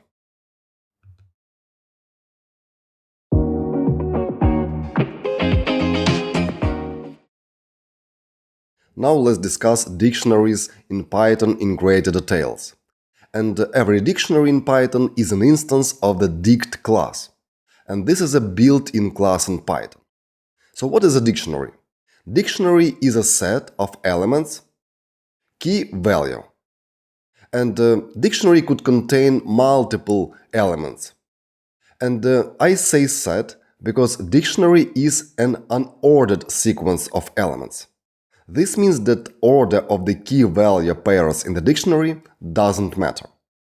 Let's have a look at the structure and the syntax of dictionaries. In this example, we create a variable called myMotorbike and assign dictionary to it. You could write dictionary just on one line of code if dictionary contains just 2 or 3 keys. But if a dictionary is larger, I suggest to you to split it to multiple lines. It is completely acceptable in Python. And here in this dictionary you see 3 different keys: brand, price, and engine volume. And you see that the keys are in single quotes, but it is also possible to use double quotes. But single quotes are preferred. And after colon comes value for a specific key. For example, here you see a string. Here you see integer number, and here is float. And the key value pairs are separated using commas. So, on the left side you see keys, on the right side you see values. And the order, how you add key value pairs to the dictionary, doesn't matter. What does matter is actually key, because using key you could access specific value in the dictionary. So, thing to remember, order of the elements in the dictionary does not matter. And if we look at 2 different dictionaries, myMotorbike and otherMotorbike, you could notice that those dictionaries contain same key value pairs, but order of those key value pairs is different. But technically, those 2 dictionaries are completely identical. But how we could verify that those 2 dictionaries are actually identical? For that, we could utilize comparison operator. And if you compare my motorbike to other motorbike, you'll get true, because those dictionaries contain same quantity of key value pairs, 3, and keys are the same and corresponding values are the same. And of course, such operation, comparison operation, is performed using magical method equal, which is located inside of the dict class. And inside of that method, it is described how to compare different dictionaries. And here you'll get true. But for instance, if you add one more element to this dictionary, one more key value pair, and compare dictionaries again, you'll get false. So order of the key value pairs in dictionaries doesn't matter, and here we see completely two identical dictionaries. But if we compare IDs of the objects, my motorbike object and other motorbike object, we'll get false. And the reason for that is that here we see two different objects, and they are stored in two different places in memory. And therefore, my motorbike and other motorbike point to different locations in memory. IDs of those objects are different. But as we just discussed, if we use comparison operator, we get true, because comparison of those two dictionaries is performed using equal magic method from the dict built-in class. Now let's explore how we could add new key value pairs, how we could change value of specific key, and how we could remove specific key from the dictionary. In order to get value of specific key, you have to use square brackets. Like this. Square brackets and name of the key inside of the square brackets. Very important notice. You cannot utilize dot in order to access specific value of the key. You cannot write my motorbike dot brand. Because dot in Python is used in order to access attributes of the object. And keys in the dictionary are not attributes of the object. Therefore, if you try to access any value of the key, for example brand, using dot notation, you'll get an error. There is no such attribute in the object. There are key value pairs in the dictionary, but there are no such attributes in this object. Please keep that in mind. That's why, in order to perform different actions with keys in the dictionary, you have to utilize square brackets. So here we print value of the brand key and we get Ducati, and here we print value of the price key, and for that we use square brackets. In similar way, you could change values of specific keys using same approach, square brackets, then name of the key, and afterwards you could assign new value to specific key. Here initial value was 25,000, and here we change value to 20,000. And afterwards, if we print value of the price key in my motorbike dictionary, we'll get 20,000. This is how you could change values, and here we mutate existing object. Because dictionaries in Python are mutable objects, same as lists. Therefore, after this operation, Python does not create a new object. It mutates existing object. It means that ID of this object remains unchanged, and you could easily verify that. So, how you could add new elements to the dictionary, new key value pairs, using same approach, square brackets. So let's assume that initially we have a dictionary with 3 keys, brand, price, and engine volume. And afterwards, using square brackets notation and putting here name of the new key, we could create new key and assign value to it. And after this operation, in the My Motorbike dictionary, you will see 4 different keys: brand, price, engine volume, and is new. And again, same as in previous case, we mutated existing object. We added new key to existing dictionary.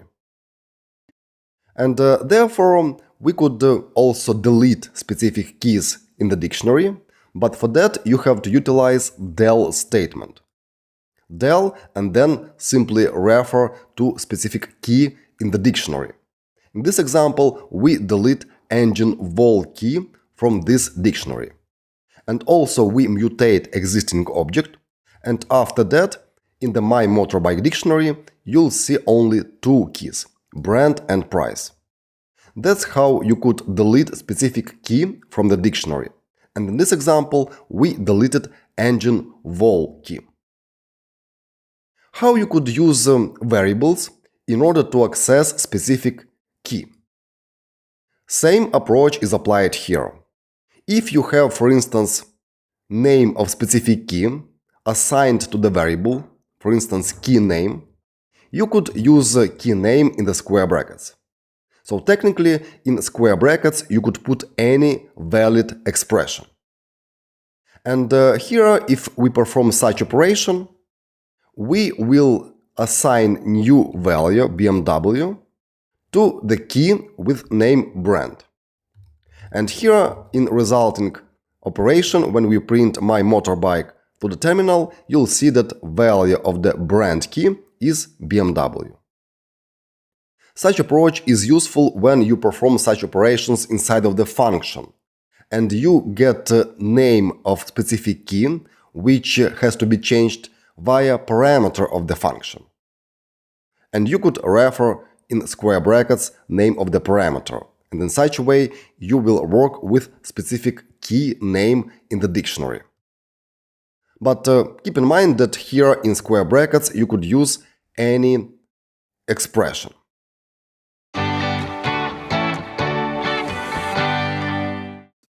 Let's now together create a dictionary, and we will create dictionary with few keys and values, then we will access values, then we will add new keys and delete keys.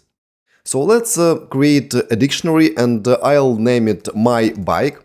So recently I bought a custom electric bike, and here let's assume that I want to put all properties of this bike. Here will be dictionary, pair of curly braces, and I could put all keys either on the same line or on different lines. Let me put them on the same line, and here will be first brand key. I'll use single quotes for all keys. It is also possible to use double quotes. Then comes colon, and after colon comes value for the key. And let's assume that brand here will be custom. And the next key will be price, and let's say price is 2000, like that. And now let's print my bike to the terminal, and also let's print type of my bike, and let's run the code. And here I see such a dictionary in the output, and this dictionary has two keys. It's also possible to check length of the dictionary using built-in len function. Print len my bike. Run the code, and length is currently 2. There are just two keys in this dictionary, brand and price. Now let's access one of the keys in this dictionary. For that, we could utilize square brackets. Let's print my bike square brackets, and here will be as a string name of the key, for example brand. In similar way, we could access another value of another key. Let's copy this line, and here instead of brand will be price. Run the code, and here I see custom is value for the brand key and 2000 as value for the price key. And please notice that here you are not allowed to use dot notation. So if I write my bike dot and try to type here brand, I will definitely get an error. And if I hover mouse over this line, I'll see that there is unresolved attribute reference brand for class typed dict. Because as we discussed before, you could use dot in order to access attributes and methods of the object. My bike is an object here, but it doesn't have such attribute as brand. Brand and price are keys of the dictionary. They are not attributes of the myBike object. So that is very important. You have to always utilize square brackets notation when you want to access a value of specific key in the dictionary. Now let's add one more key to the dictionary, myBike, and here we will use same square brackets notation. And let's say that I want to add a key max speed. And this value will be, let's say, 50 kilometers per hour. And let's print myBike afterwards. And I should see dictionary with three keys: brand, price, and max speed. And basically same as with lists, we just mutated existing object. Python didn't create a new dictionary. We modified existing one. And we could prove that by checking ID of the myBike variable. And here let's print ID of the myBike. And let's print the same afterwards, after adding new key. Print ID of the myBike. Run the code. Here is one ID and here is another ID. They are the same. It proves that we just modified existing object. Also, it's possible to replace value for specific key by other value using same square brackets notation. myBike square brackets, here will be price, and let's say that I want to modify price to 3000. Let's print myBike afterwards, run the code, and here I see that value for this key was modified. Here I see a warning, and the warning is following: this dictionary creation could be rewritten as a dictionary literal. And if I click here replace dictionary creation, you'll see that this new line where I replaced the price value was removed, and here is this value as initial value for the price key. So PyCharm is clever enough and gives us an option to optimize code where possible. But I would like to get to this syntax in order to demonstrate you again how to modify value for existing key. Also, if you want, you could split dictionary creation to different lines of code like that. Let's run the code, and Python is pretty happy with such syntax. Now let's ensure that the order of the keys in the dictionary doesn't matter. And we could change order here, but dictionary remains the same. Let me replace this with other bike, and here will be same keys with same values, but first I'll put this one and next I'll put brand custom. And now let's compare those two dictionaries. And it is possible to compare dictionaries same as other objects in Python using comparison operator. And here will be expression myBike comparison operator other bike. And let's see results, and here I see true. Because in terms of Python, those two dictionaries are the same. They have same keys with same values. But if I modify here 2000s to, let's say, 3000s and run the code, I'll get false, because now those two dictionaries are different. But in such case, they are the same. Here, again, I get true. This proves that order of the key value pairs in the dictionary doesn't matter. Dictionaries are unordered in Python.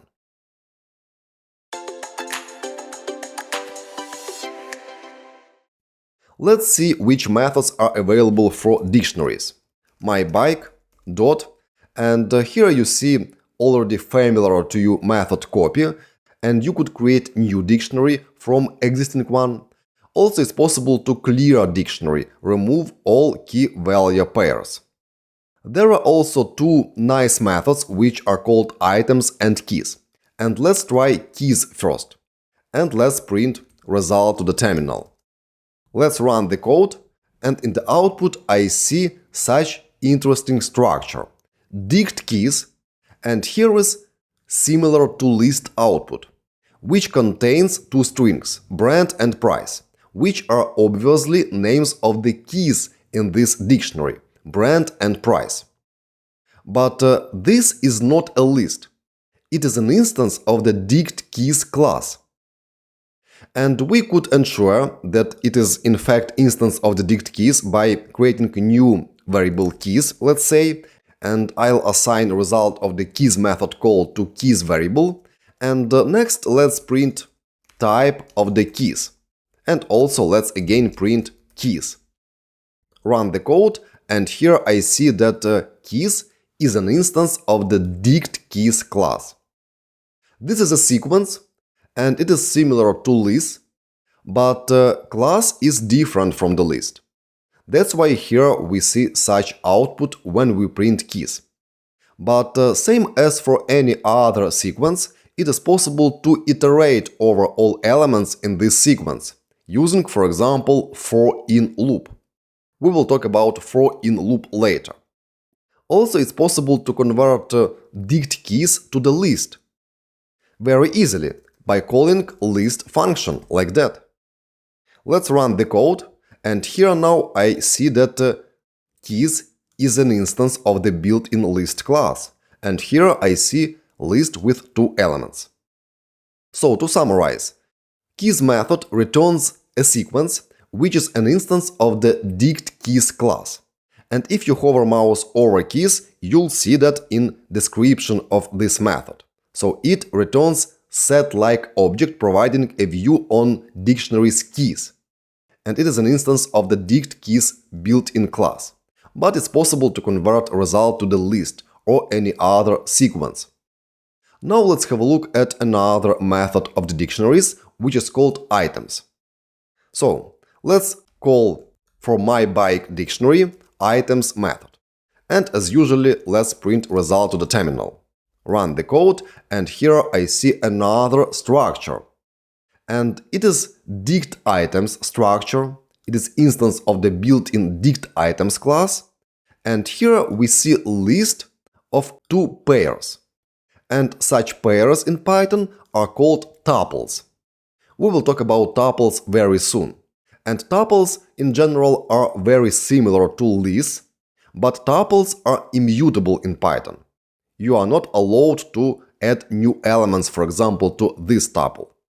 But key idea here is that we get list of pairs, and each pair represents key and value. Key and value. And it's also possible to iterate over such sequence. In such a way, we will be able to iterate over all key-value pairs in the dictionary. And we will, of course, do that later in the course when we will talk about for-in loop. Now let's see how we can create a copy of the dictionary. Here I'll create new variable other bike and copy to it my bike. And now afterwards let's add new key to the dictionary other bike square brackets notation.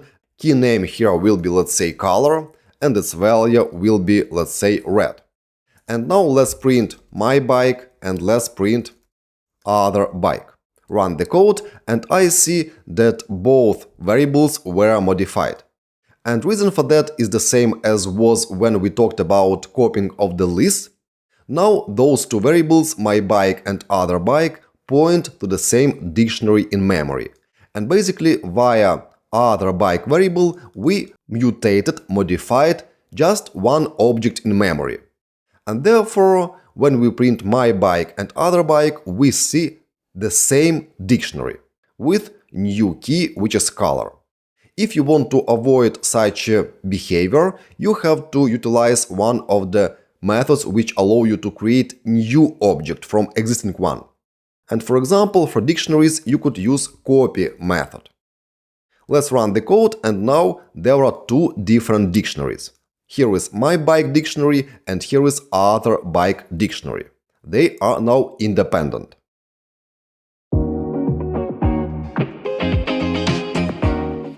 Also, it is possible to have nested dictionaries in the dictionary. This means that a value of specific key could be dictionary as well. So here for price info key, there is a dictionary as a value. And inside of this nested dictionary, there are two keys, price and is available. And you could easily access any key in such nested dictionary using two pairs of square brackets. So, in such a way, we access a value of the price info key. This means we access this value. This value is also dictionary, and for that dictionary, we access price key. And in such way, we get such value, 25,000. Also, here on the next line, we get value of the isAvailable key inside of the nested dictionary. And of course, if needed, you could nest dictionaries more deeper, again, if needed. And here we could say that there is one level nesting in this dictionary. But it's important to mention that in this example, there are two different objects in memory. One object is this one, this main dictionary, and another object is this dictionary. And this key contains only pointer to that dictionary.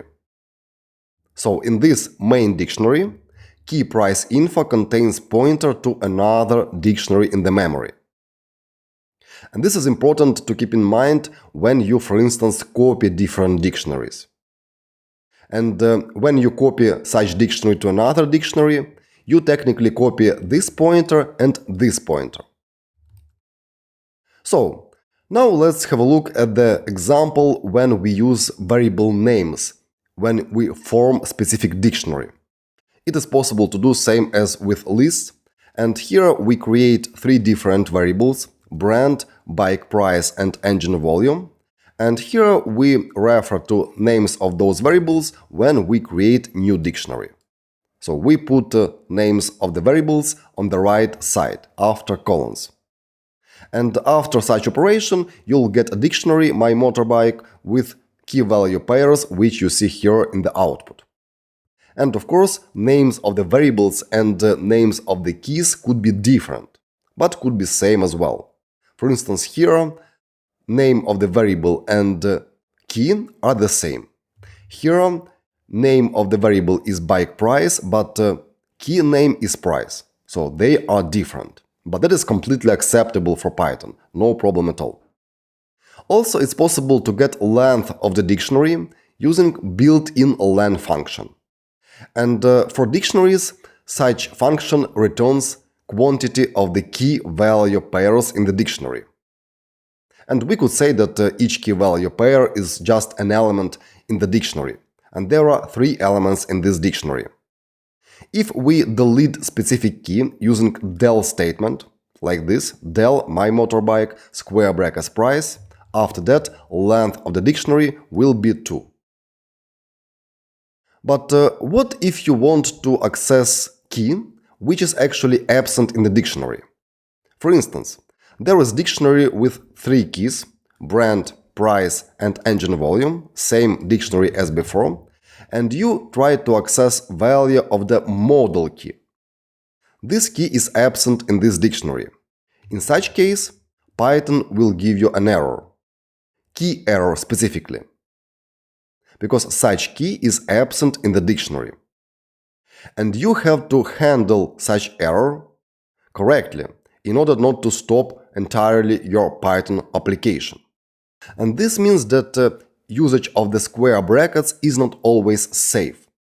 And before using square brackets, you have to be sure that a specific key is present in the dictionary.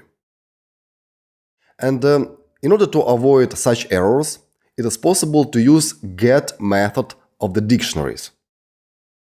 And when you use get method, in such example, you will not get a key error, and you will get none instead. So, if specific key is absent in the dictionary, and you try to read value of such key, get method will simply return none. Also, it's possible to specify another value which is returned in case specific key is absent in the dictionary. And in this example, such key as quantity is absent in this dictionary. And in the get method call, you could specify a second argument, which is 0 in this example, and get method will return this value in case quantity key is absent in the dictionary. If it is present, of course, get will return value of that key. Otherwise, it will return, so to say, default value for this key. And you could even utilize only get method in order to get values for specific keys. For instance, in this example, we could use get in order to get value of the brand key. Such key is present here, therefore we get Ducati. Same for price. Price is present and therefore we get 25,000. Quantity is absent, but we supply default value for this key and therefore we get 0. If you don't supply 0 here, you'll get none as a result of the get method call. And I recommend to you always use get if you are not sure whether a specific key is present in the dictionary. If you are sure, of course, you could go ahead with square brackets notation, no problem at all. Now let's have a look at the magic attribute, which is available for most objects. And this attribute is called $_doc2_. I say that it is an attribute because it is not a method. We don't need to call this attribute. We simply access it using dot notation. Again, recap that dot notation is used when you work with attributes of the object. And here in this example, we create a dictionary, it is empty, and we assign this empty dictionary to variable myDict. And as a result of accessing such attribute as doc, it is magic attribute, it is hidden, $_ tell us about that, you'll get following text output. And basically you get help about dictionaries. And you could read how to use dict function. It is a built-in dict class in Python. If you want to create new empty dictionary, you could simply call a dict function. This is basically the same as when you use simply a pair of curly braces. And also it's possible to create dictionary from other mappings. For instance, you could create list of lists, and in each list which is element of the main list, there will be 2 elements. And in such case, Python will be able to convert such mapping to dictionary and create key-value pairs. In such way, using magic attribute doc, you could read about a specific built-in class, for instance, which is dict in this example. Similarly, you could access doc, for example, for string objects or for integers. And also I would like to mention that when you create your own classes in Python, you could also add such magic attribute at the class level and return text, which will help other users of your class. And in this text you could describe what your class essentially does and how to use it. That is magic attribute doc, and that's it about dictionaries in Python. To summarize, dictionary is an ordered sequence of key-value pairs in Python. And each dictionary is mutable. This means you could mutate each dictionary. And this doesn't lead to creation of the new object in memory. Object remains the same, and you simply change it. And using square brackets notation, you could access value of specific key, you could add new key, you could delete specific key using del statement. And you should keep in mind that if you try to read specific value of the key, which is absent in the dictionary, you'll get key error. And in order to avoid such key errors, you should utilize get method of the dictionaries. Get method will return none in case specific key is absent in the dictionary. And you could specify other value, which is default value, which is returned in case specific key is absent in the dictionary.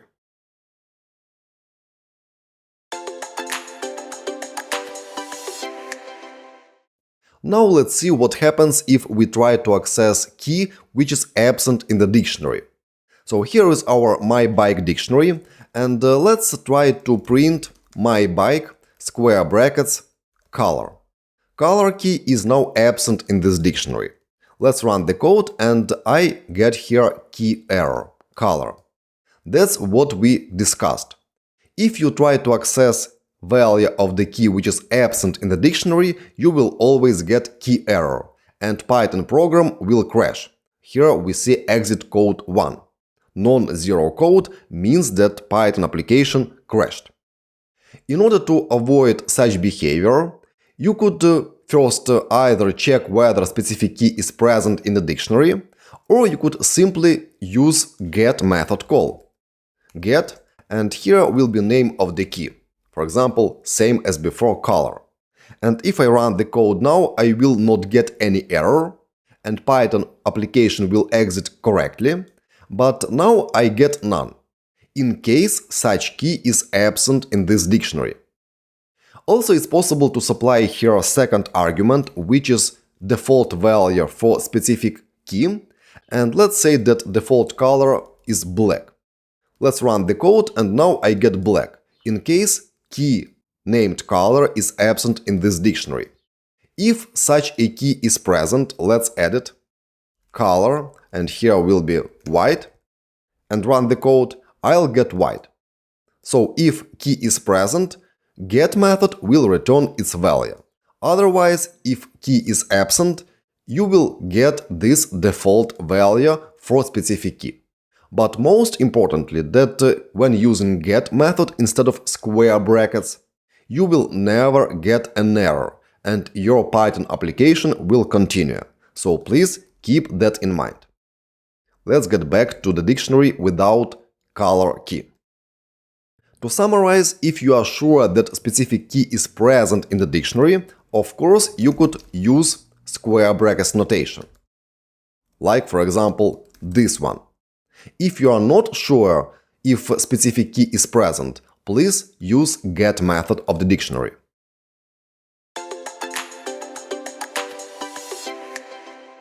Let's now on practice explore conversion of other types to dictionary. And let's, for example, create my string variable, and here will be string ABCD. And let's try to convert this string to the dictionary. My dict, and here will be dict. We create new instance of the built-in dict class in such way and pass here my string. Let's run the code, and here I get value error. Dictionary update sequence element 0 has length 1. 2 is required. It means that Python was not able to convert such a string to the dictionary.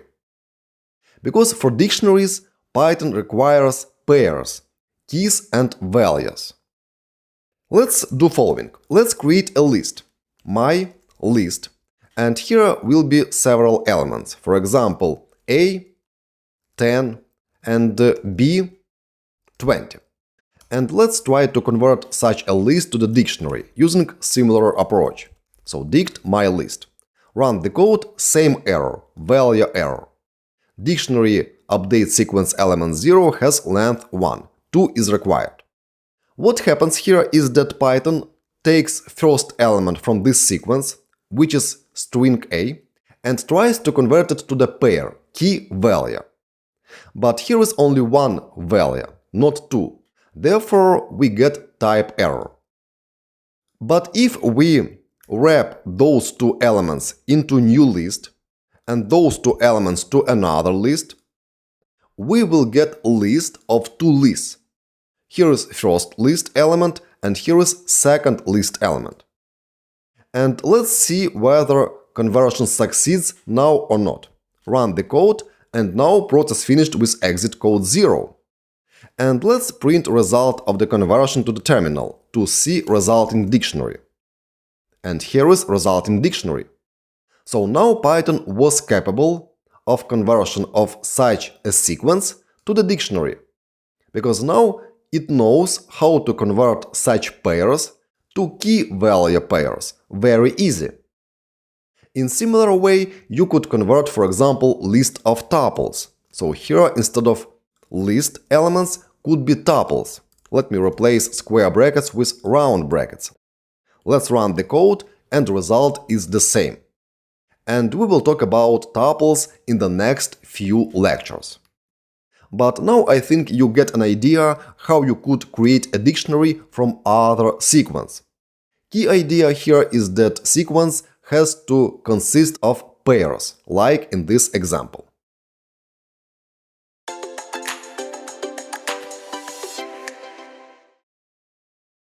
Now it's time for the task for you, and task will be dedicated to dictionaries in Python.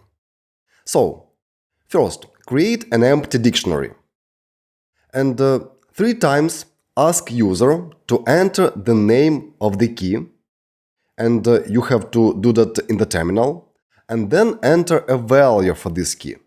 So first prompt, please enter first key. Second prompt, please enter value for that key. Then create a corresponding key value pair in the dictionary. And you have to prompt user to enter 3 keys with 3 values. So in total, 6 text input requests. When receiving data from the user, add keys with values to the dictionary according to what user entered. And notice that user enters actual key names, and afterwards user enters values for those keys.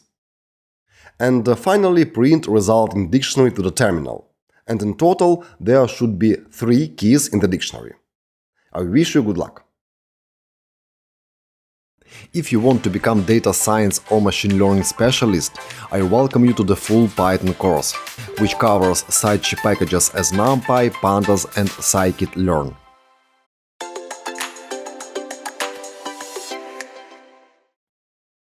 We already discussed in details such data structures as lists and dictionaries in Python. And the list is an ordered sequence of elements, and lists are mutable. Dictionary is an ordered sequence of key value pairs, and dictionaries are also mutable. And now we will talk about tuples in Python. And each tuple is an instance of the built-in tuple class. And tuple is an ordered sequence of elements, same as list. But difference from the list is that tuple can't be changed. So each tuple object is immutable. You cannot mutate tuple object in Python. Let's have a look at the syntax and the structure of the tuples. In order to create a tuple, you have to use round braces. And that is a single difference from creation of the list. And inside of the tuple, you put elements separated by commas. And here you see 3 different elements in this tuple. And order of those elements does matter. Here in the next tuple there are 4 elements, and in the last tuple there are also 4 elements.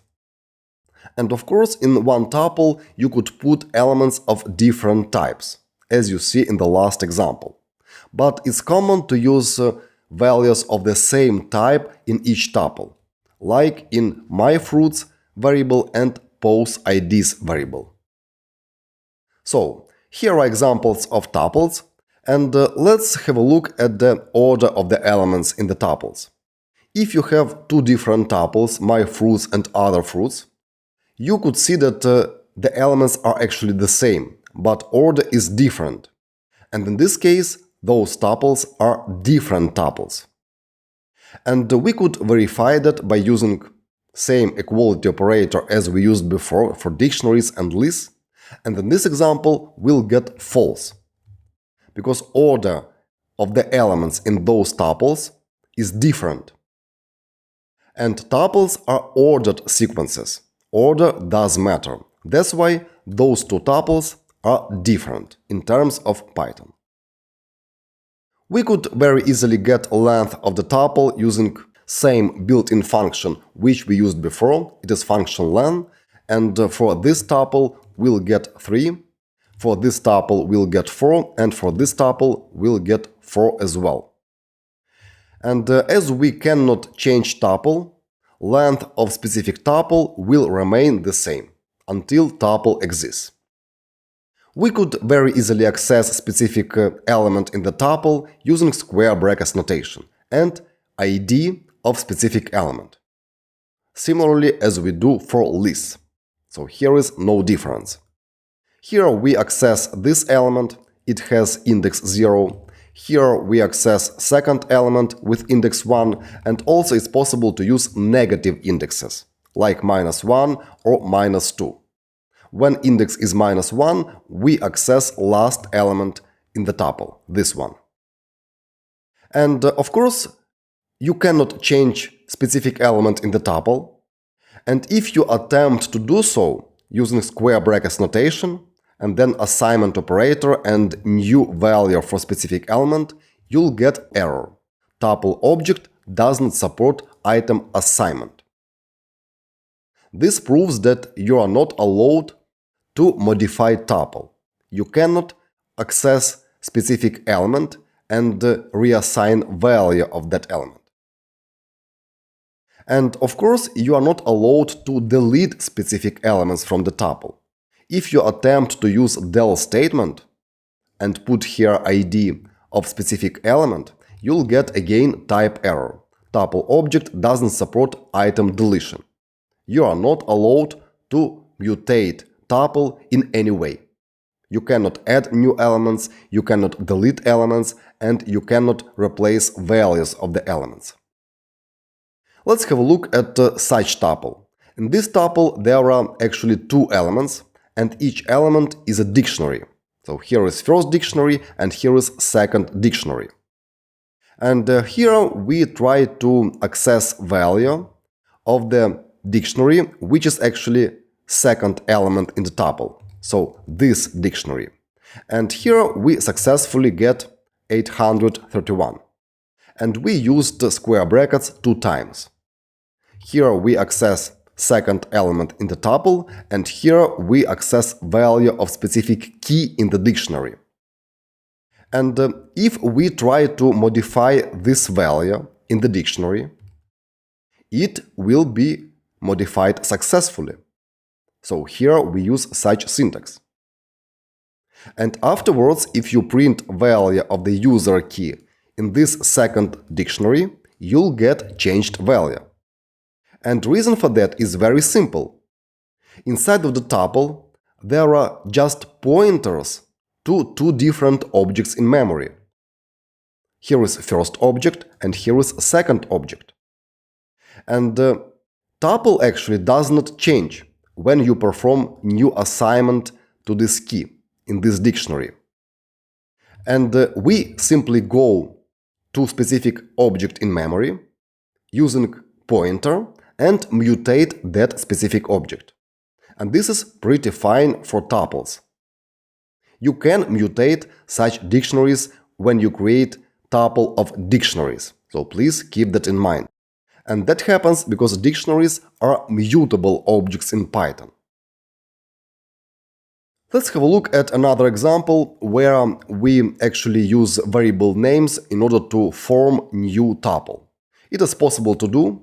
Here we create 3 different variables, like myFruit, otherFruit, and newFruit, and then create new tuple based on those variables.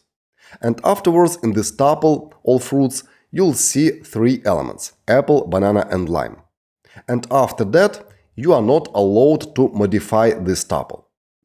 Now let's see what happens when you try to access specific element by the index, which is out of range. In this tuple there are only 4 elements, and the last index is 3. This is index of this element, and we try to access element with index 10. In this case, you'll get index error, tuple index out of range. So be careful when you work with indexes and when you use square brackets notation and when you are not sure whether specific index is present in the tuple or not. Same error you'll get when you try to perform same operation with lists. You could also combine different tuples together, but this operation does not change original tuples. So if you have such tuple and such tuple, you could very easily utilize plus operator, which under the hood will call built-in magic method add, and this is method of tuple class. And in this example, you'll get completely new tuple, which is returned as a result of this expression. And in this new tuple, which is all IDs in this example, you'll see 5 elements. we added 3 elements from the second tuple to 2 elements of the first tuple. And again, original tuples were not modified. This is very important. And you could very easily prove that using this example. So simply print internal IDs and external IDs after this operation, and you'll see that those tuples remained unchanged. Now let's examine which methods are available for tuples. And luckily there are just 2 methods, not much to remember, and those methods are count and index. There is no method to add new elements, to delete elements, for instance pop method, it is absent here, because we are not allowed to mutate tuples. We cannot change any tuple. That's why there are just 2 methods. First one counts quantity of specific element in the tuple. You could find how many times specific element appears in the tuple. And the second method, which is index, allows you to find index of specific element in the tuple. And it returns index of the first element, which you'll find first in the tuple. And same as for other objects and classes, all tuple methods are inherited from the built-in tuple class. So let's have a look at the example of the count and index methods. And here we have a tuple with 4 elements. And when you call count and pass such a number to this method, you'll get 2, because such number appears in this tuple twice.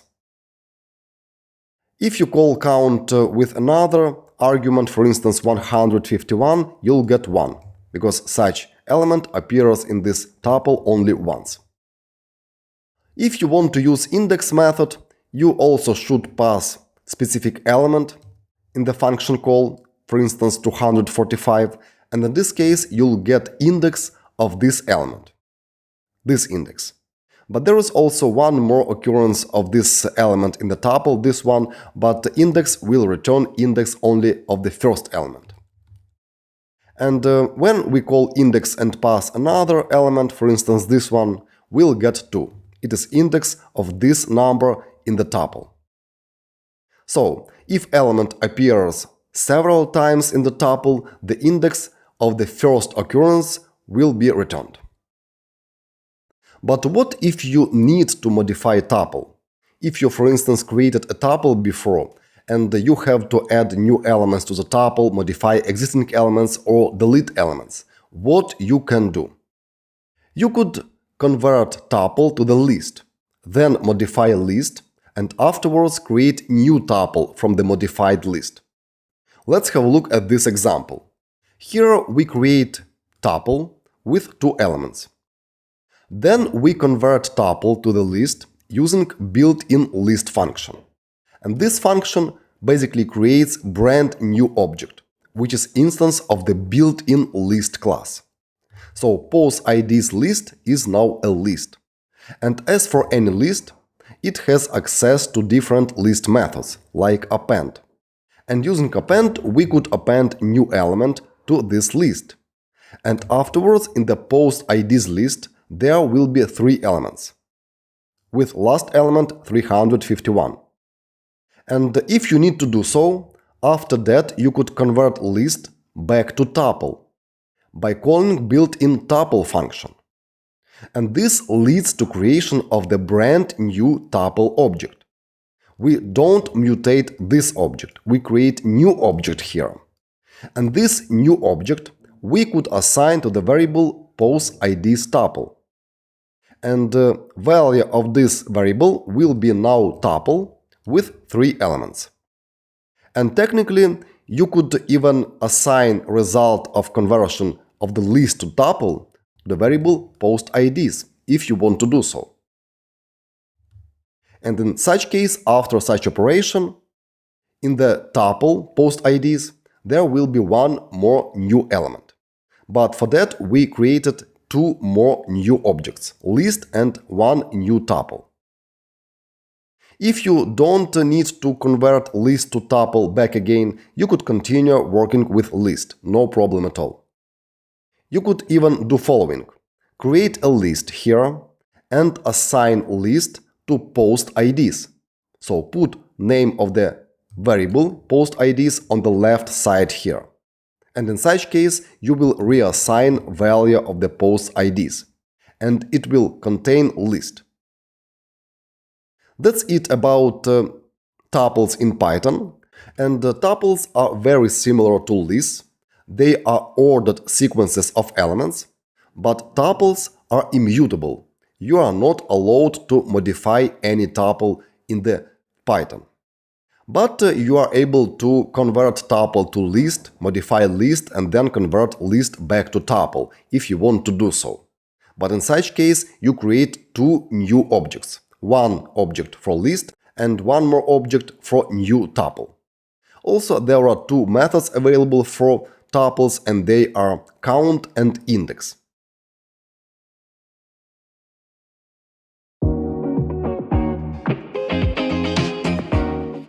Now let's explore tuples on practice, and please keep in mind that tuples and lists are very similar. They are ordered, but tuples are immutable. You are not able to modify tuple after its creation. So let's create, for instance, variable which will be called screen resolution. And its value will be a tuple with two elements, 1920, and here will be 1080. And now let's print screen res, and also let's print type of screen res, and also let's check whether screen res is instance of the built-in tuple class, like that.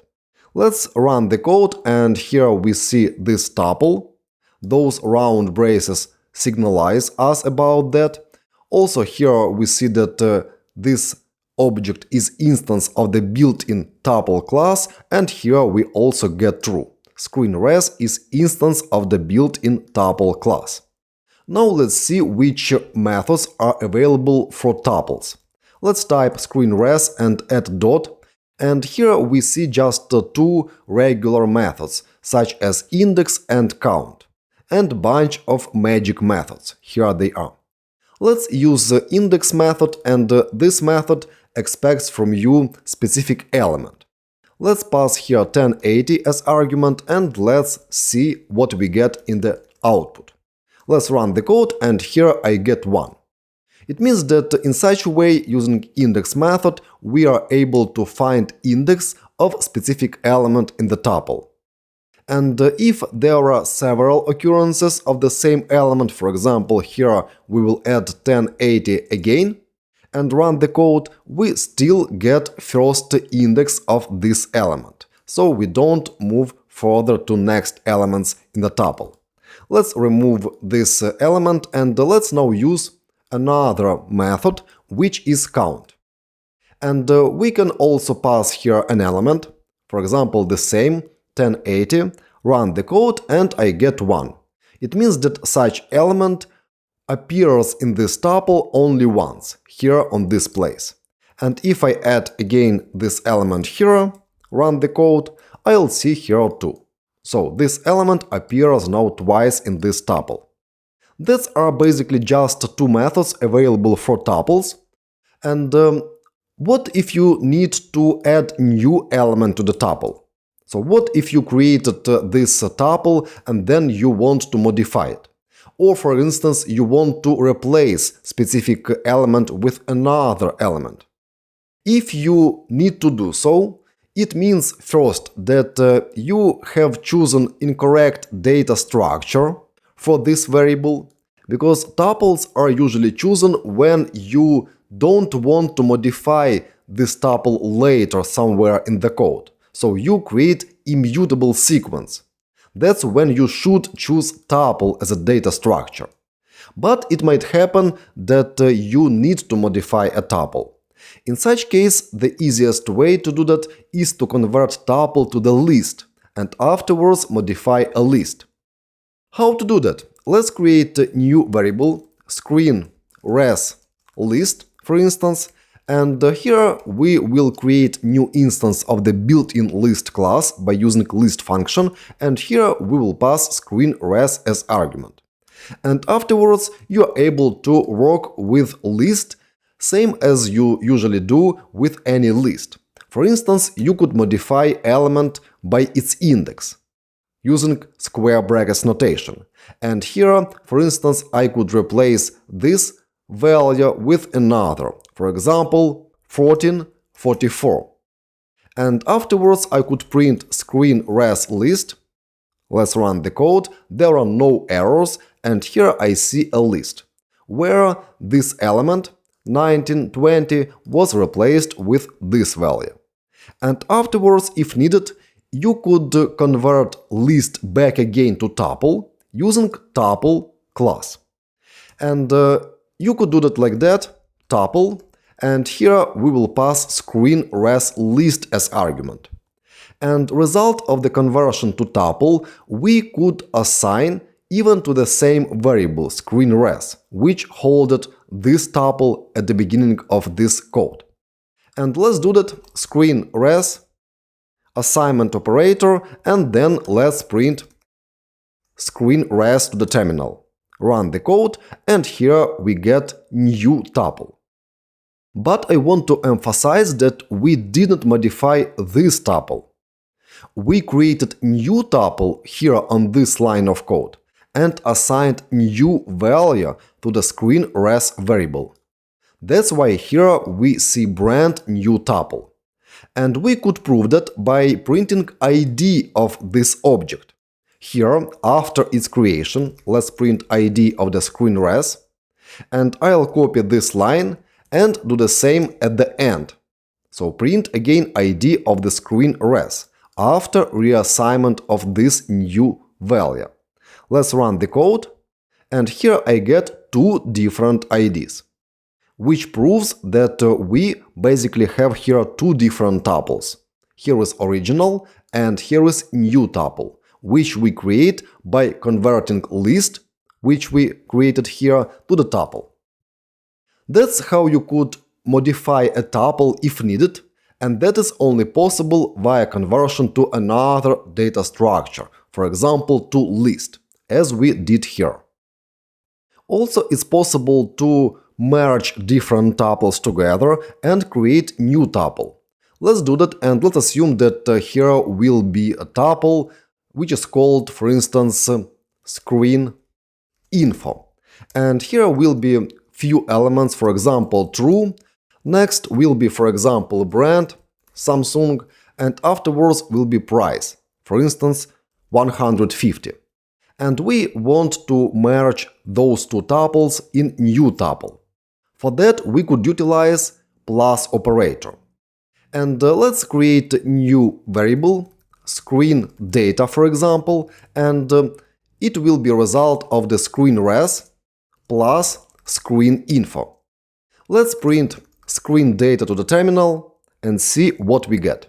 And we get such a tuple with 5 elements.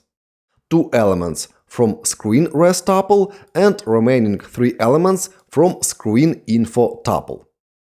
Here I see that screen info is underlined. Let's see what we see here. And here we see actually informational warning about unexpected types. Because here we created a tuple which has only integers, and here we have a tuple with other types. And in such cases, PyCharm will produce such a warning. But you could safely ignore it if you want indeed to combine such two tuples into one tuple, as we did here. But key idea here is that we didn't modify existing tuples. We don't modify this tuple and this tuple when we combine two tuples together. And we could ensure that the tuples were not modified by printing them to the terminal. Let's print screen res and let's print screen info, like that. Run the code and we see unmodified original tuples. And of course, after merging of two tuples into one tuple, you will not be able to modify this tuple, screen data. But of course, you could read information from that tuple. For instance, using square brackets notation. Let's print, for instance, screen data, square brackets, 0. That's first element in the tuple. Let's run the code, and here I get this value. This is the first element in this tuple. Also, it's possible to use negative indexes. Let's copy this line, and here I'll put -1. Run the code, and now I get last element from this tuple. So you could very easily access any element in the tuple by its index. And definitely it's possible to iterate over all elements in the tuple, using, for example, for in loop. And also it's possible to check length of the tuple. Let's print length of screen data. Here we are. And we get 5. Because this tuple has 5 elements. These are operations which you could perform with tuples.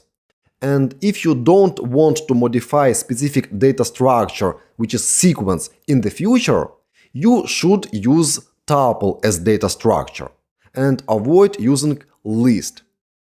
So that's where key features of the tuples in Python.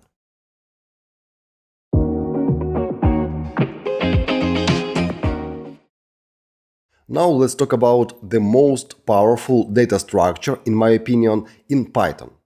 And this data structure is called set. Set is an ordered sequence of elements. So order of the elements in the set does not matter. Same as for dictionaries. But sets are completely different from dictionaries. And difference is following. The set contains only unique elements. Set cannot contain two same elements. All elements are always unique. And sets are mutable in Python. This means you can change sets. You could add new elements, you could remove elements, you could merge different sets.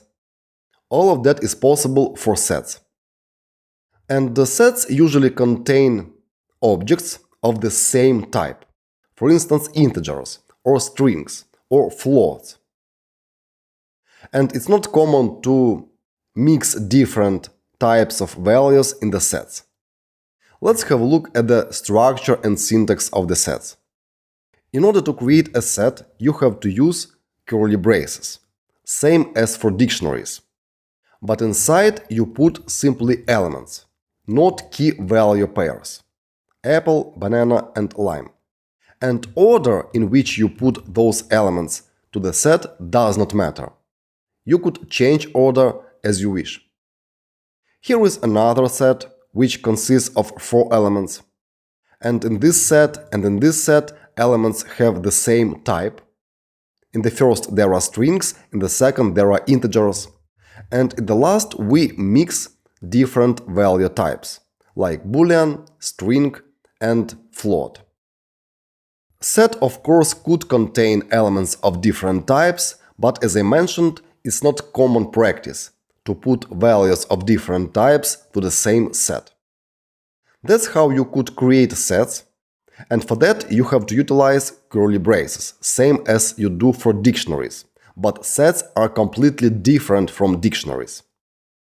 And you could verify that such data structure is actually set using type function.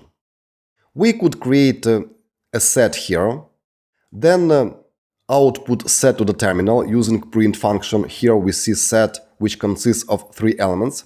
And afterwards, when you print type of the myFruits object, you'll get class set, which proves that this object is an instance of the built-in set class. Now let's have a look at the following example. In this example, we create a set, but in this set there are same elements here and here, and also here and here. So there are duplicate elements. And interesting that after such operation, when you print both IDs, you'll get set only of 3 elements. And that's because set contains only unique elements. And here you will not get any error. Python will create a set, and it will not tell you that there are duplicates. But it will remove all duplicates, and that happens automatically. So all duplicates are removed when you create a set. And still, data structure here is a set, as we see as a result of the type function call. Next, as we discussed, order in the sets is not important. This means that those two sets, my fruits and other fruits, are completely the same. And we could prove that by using equality operator, my fruits equal operator, other fruits, we get true. Those sets first contain same quantity of the elements, 3, and elements are the same: apple, banana and lime. That's why sets are the same. Also, it's possible to use built-in len function for sets in order to find quantity of the elements in the set. Here, for this set, you'll get 3 as a length of set, and here you'll get 4 as a length of this set. And also please notice that elements have no indexes. You cannot use square brackets notation and put index of specific element in the set, because sets are unordered sequences. And in this case, you'll get simply type error. Set object is not subscriptable. What is subscriptable, we will see on practice. And in general, you are not able to get specific element from the set using square brackets notation, because elements don't have indexes. But what about such set? Is it possible to create a set of lists, for example, or set of dictionaries? No, it's not possible. Because in this example, if you attempt to create such set, you'll get type error, unhashable type list. And this means that you are not allowed to add mutable objects, such as list, dict or other set, to the set. Why is that? Because, as we discussed, each set contains only unique elements. And in some way, Python should have a specific mechanism which allows to check uniqueness of specific element in the set. This is needed when you attempt to add new element to the set, because sets are mutable, you are allowed to add new elements to the set. But how Python will verify that new element is present in the set, or maybe it is absent in the set? For this purpose, Python actually creates special hash for each element in the set, and it compares different hashes. But Python is not able to create a hash for the list or for dictionary, because lists and dictionaries are mutable. You could add, for example, list to the set and afterwards later modify list, and this will lead to modification of the element in the set. And probably there is another list, same list in the set. And in order to avoid such hectic problems, in Python you are not allowed to add mutable objects to the set.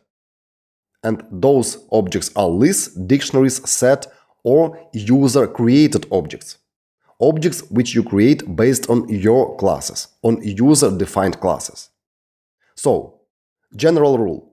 Sets could contain only immutable objects, such as strings, integers, floats, booleans, or, for instance, tuples, because tuple is immutable object in Python. Also, it's not possible to use del statement in order to remove a specific element from the set.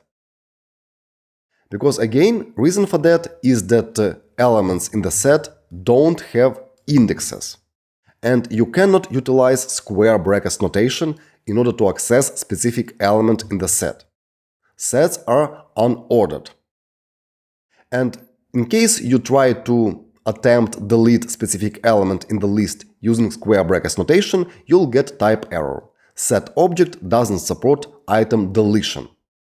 But because sets are mutable in Python, you can add new elements to the set, and you could remove elements from the set, but not with del statement.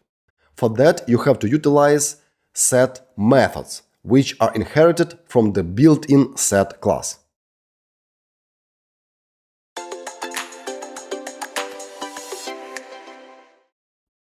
Let's now have a look at the sets on practice, and let's start by creating my set. And here on the right side of the assignment operator will be set, curly braces, and here let's put few numbers, 10, 5, again 5, 100, again 10, and let's add also 20. And next let's print my set, and as usually let's print type of my set, and also let's print isinstance. Here will be my set, and after comma will be set, which is name of the built-in class. Let's run the code, and we see here a set, and notice that any duplicates from this line were removed, and we didn't get any error. So it's acceptable to add duplicates in original line where you create actually a set, but Python will filter out any duplicates, and result we see here. This means that length of the set will be, in our case, 4. Let's print length of the set as well. So here is 4. Also, we see that this object mySet is instance of the set class, and here we see that mySet is instance again of the set class. Alright, that's how we created a set. And now let's try to access specific element of the set by its index. mySet, square brackets, 0. Let's run the code, and here I immediately get type error on this line. Set object is not subscriptable. And process finished with exit code 1, of course. And what does it mean? It means that we are not able to access elements in the set by the index, because sets in Python are unordered. Each element doesn't have its unique index. And if you get such an error, it basically means that specific object, in this example mySet, doesn't have certain magic method, which is called getItem. Let's check that my_set dot 2 underscores, and let's try to find here getItem method. It is absent here. And that's the reason why we actually got an error, and why we are not able to access specific element by the index. But if we modify mySet to myList, here will be myList and here will be myList as well, and let's replace curly braces with square brackets like that. In such case, if I add dot and add 2 underscores, I'll see such method as getItem. Here it is. And I could call this method directly, and here let's put 3 as argument, and let's print result to the terminal, like that. Run the code, and I get 100. This is this element in this list. And of course, in this list we have all 6 elements, because lists allow us to use duplicate elements inside of them. But key idea which I wanted to demonstrate to you is that if a specific object has access to the getItem magic method, it means that specific sequence is basically ordered, and we are able to use specific index to get element by this index. Same applies to strings. For example, if I create here my str, and here will be, for example, such a string, next to it I could again try to access getItem method, which is obviously available for strings, and I could pass here, for example, 6 as index of the element which I want to get from the string. Because each string is a sequence of characters, and each character has its unique index. Index starts as usually at 0. And therefore, in such case, we get specific character. This one in this example when we call getItem method. But other objects, like sets, as we already verified, don't have access to such magic method. In other words, such magic method is not defined for specific class. And now quick task for you. Please ensure also that such magic method as getItem is absent for integers. We continue, and let's get back to my set here, my set, and let's again add several elements like 10, then true, then ABC. It's basically possible to mix different value types in the set, but it's most common to use values of the same type. For example, only integers or only strings. But such set is also acceptable. And if I print to the terminal my set, I'll get, of course, resulting set here in the output, set with 3 elements. And notice that here in the output, order of the elements differs from the order of the elements here. That proves that order of the elements in the set doesn't matter. And therefore, you are not allowed to get specific element by its index. Alright, now let's try to add to this set, initially add, element which will be, for instance, a list. List with 2 elements. Let's run the code, and I get here type error. Unhashable type list. And as we already discussed, you are not allowed to add to the set mutable objects, like lists or dictionaries. Because Python is not able to create a hash for any mutable object, in order to be able to keep it unique in the future. Let's try to replace this list with dictionary, pair of curly braces, and here will be, for example, key A, and value will be, for instance, true. Run the code, and again same type error, unhashable type dict. Also, if you attempt to add another set as element of the set, like that, you will get same error. Here it is, unhashable type set. Sets, lists, and dictionaries are mutable objects in Python. Therefore, you are not allowed to add them as elements in the set. And we just verified it. Now let's assume that you want to create an empty set and add elements to that set in the future. Let's try that, my underscore set, and here if I simply use pair of curly braces and print my set, and print also type of my set, like that, I'll see that it is an instance of the dict class, not set. Therefore, you are not allowed to create empty set like that, because in such way you create empty dictionary. If you want to create empty set, you have to use set variable. So, create instance of the set class like this. And in such way, you'll create empty set. And now my set is an instance of the built-in set class. And afterwards, you could add new elements to this set. And for that, you have to utilize one of the set methods. And set methods we will try soon. That's it about sets, and sets are first unordered, and sets are mutable. You are able to modify any set in Python.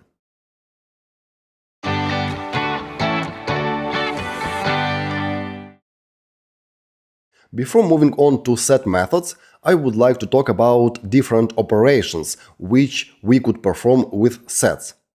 And sometimes there is a discipline called Set Theory or Theory of Sets, which is studied by students at the universities.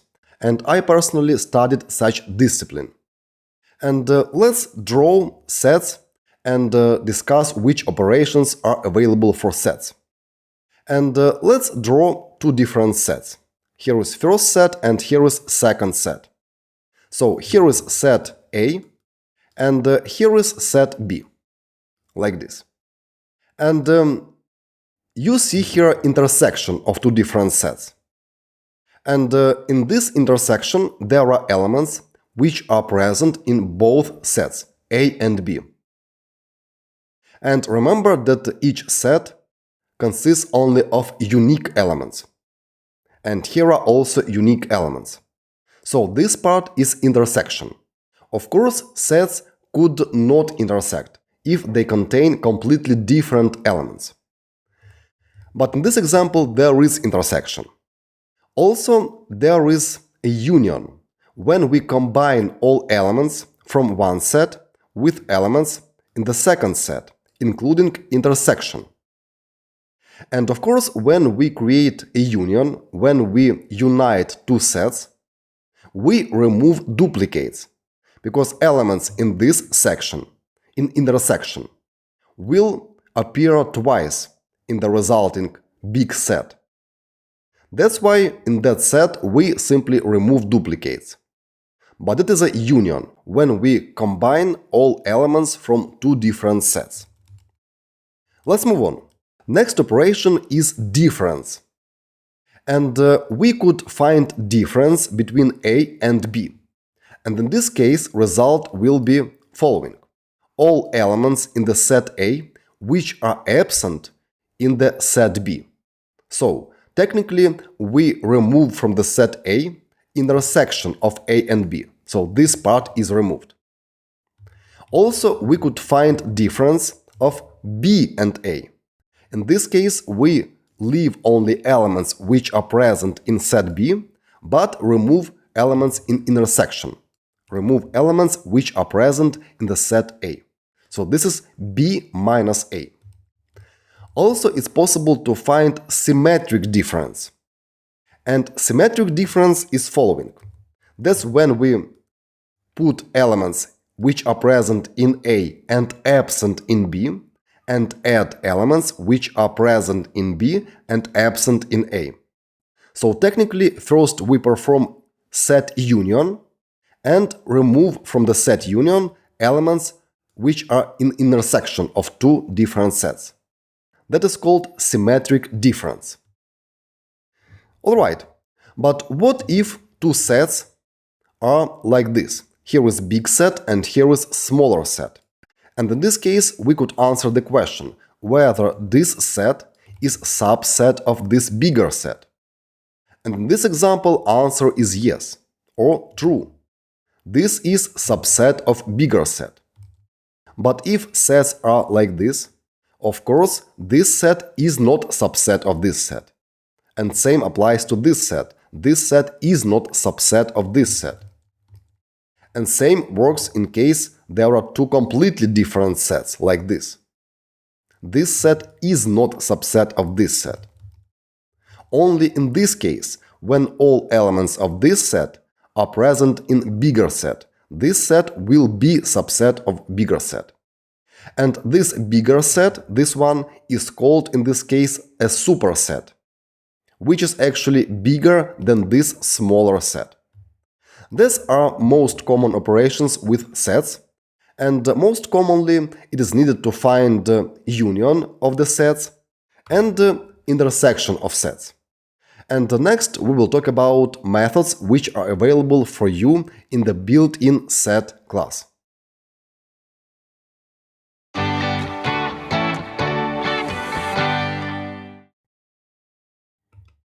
Keeping in mind that sets are unordered and sets contain only unique elements, let's talk about set methods. And there are a lot of different set methods which are available for you when you want to perform different operations with sets. And those methods, for example, allow you to add a new element to the set. This is add method.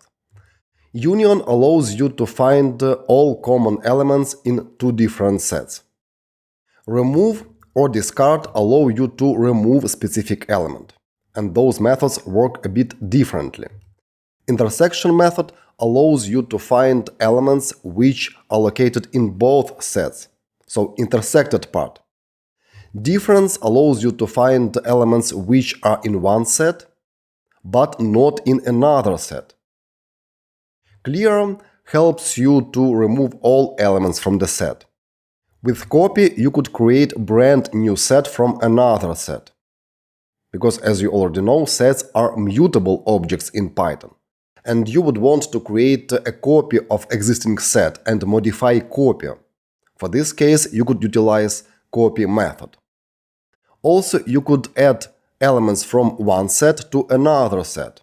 And for that, you could utilize update method. Is subset and is superset allow simply true or false, depending whether specific set is subset of bigger set, or superset of smaller set. So those two methods return true or false. And also there is one more interesting method which is called pop. And pop removes a random element from the set and returns this element. So let's talk about methods in greater details. And before we start, always keep in mind that methods of specific object are inherited from corresponding class. And in case with sets, all set methods are inherited from the built-in set class. Let's start with add method, and using add method you could add new element to existing set. So here we create a set which contains two strings, two elements, and here we call add method and add new more element to existing set.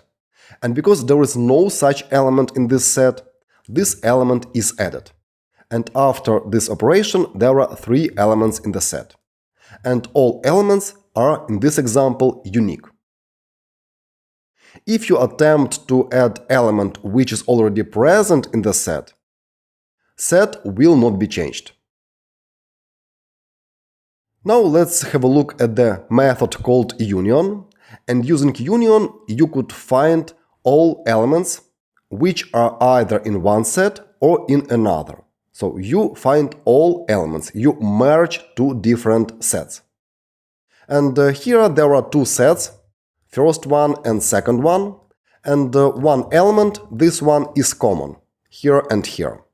And this means that when you call union method, you'll get completely new set, those two sets are not modified, and this new set, which is called all sizes in this example, contains all elements from two sets, and of course doesn't contain any duplicates. By the way, it is also possible to unite two different sets, to merge two different sets using OR operator. It is single vertical line. And result will be the same. Either call union method or use OR operator. And next comes intersection method, and using intersection you could find only elements which are in both sets. And here again we work with same sets, and they have only one element in common, this element. And this means that intersection method will return set with one element. And the same as union, intersection doesn't modify existing sets. So here we could find only common elements from two sets. If there are no common elements in two sets, then intersection will return empty set, of course. And instead of intersection method, you could also utilize AND operator. You could write photo S and other S, and you'll get same result. So AND gives intersection of two different sets. Now let's have a look at the isSubset method and isSuperset method. And let's start with isSubset. In this example, all elements from this set belong also to this set. And this set is bigger or equal to this set. And in this case, isSubset method will return true. And we call this method for first set. And we ask Python whether this set is subset of other nums set, whether all elements of this set belong to this set or not. And answer here is true. But if, for instance, here in this set would be 6 instead of 5, then this set will no longer be a subset of other nums set. All elements of one set must be also in another set. Only in such case you'll get true as answer to this question, whether one set is subset of another set. And what is the result of union of such two sets? How do you think? Of course, this set.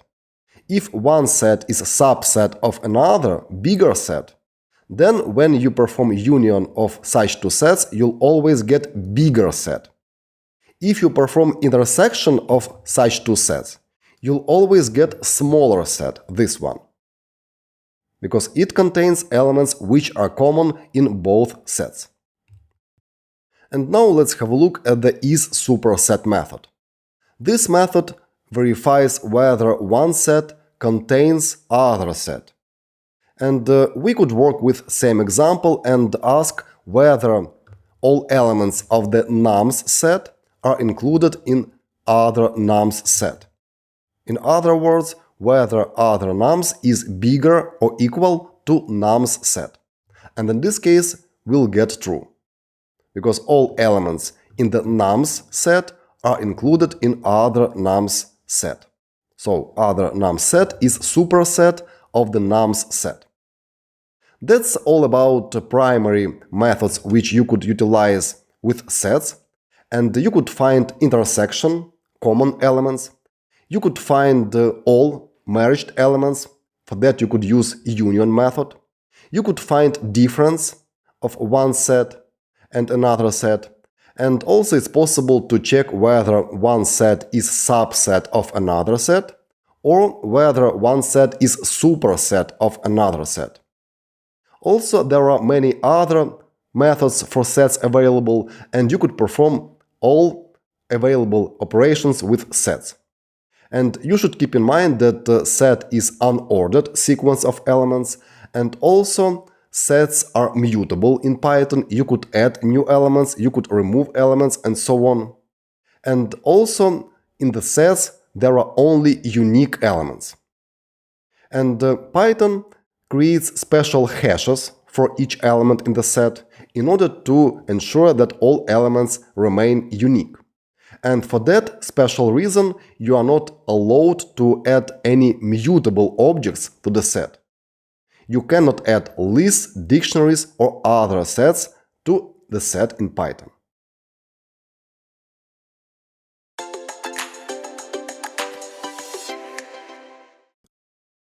Let's now explore different set methods on practice, and we will see how to add new elements to the set, how to remove or discard elements in the set, how to find union, or in other words, how to combine all elements from the two sets together. And next we will also talk about finding intersection and symmetric difference. Let's start by creating my set, and it will be set with different numbers, for example 10, 2, 10 again, 5, and here will be 7. Let's print my set here, and afterwards let's using add method, let's add one more element to the set. Let's call this method, and it expects from you an element which you want to add to existing set. So here is element. And let's say that we want to add element 8.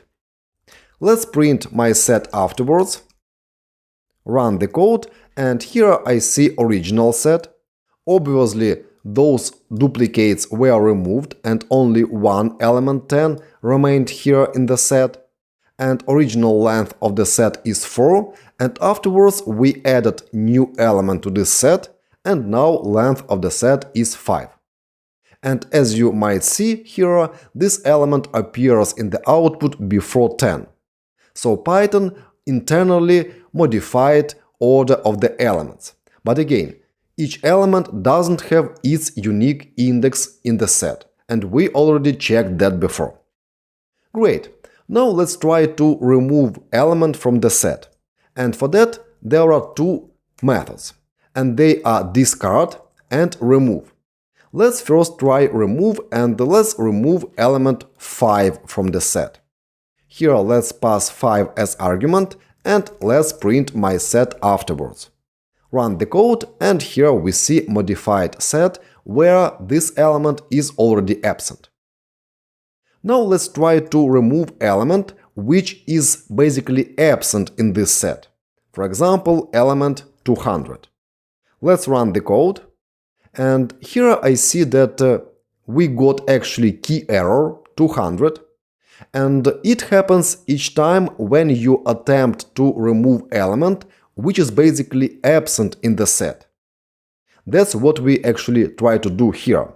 And if you are not sure whether a specific element is present in the set or not, you should use discard instead of remove. So let's replace remove with discard, run the code, and now I get no error.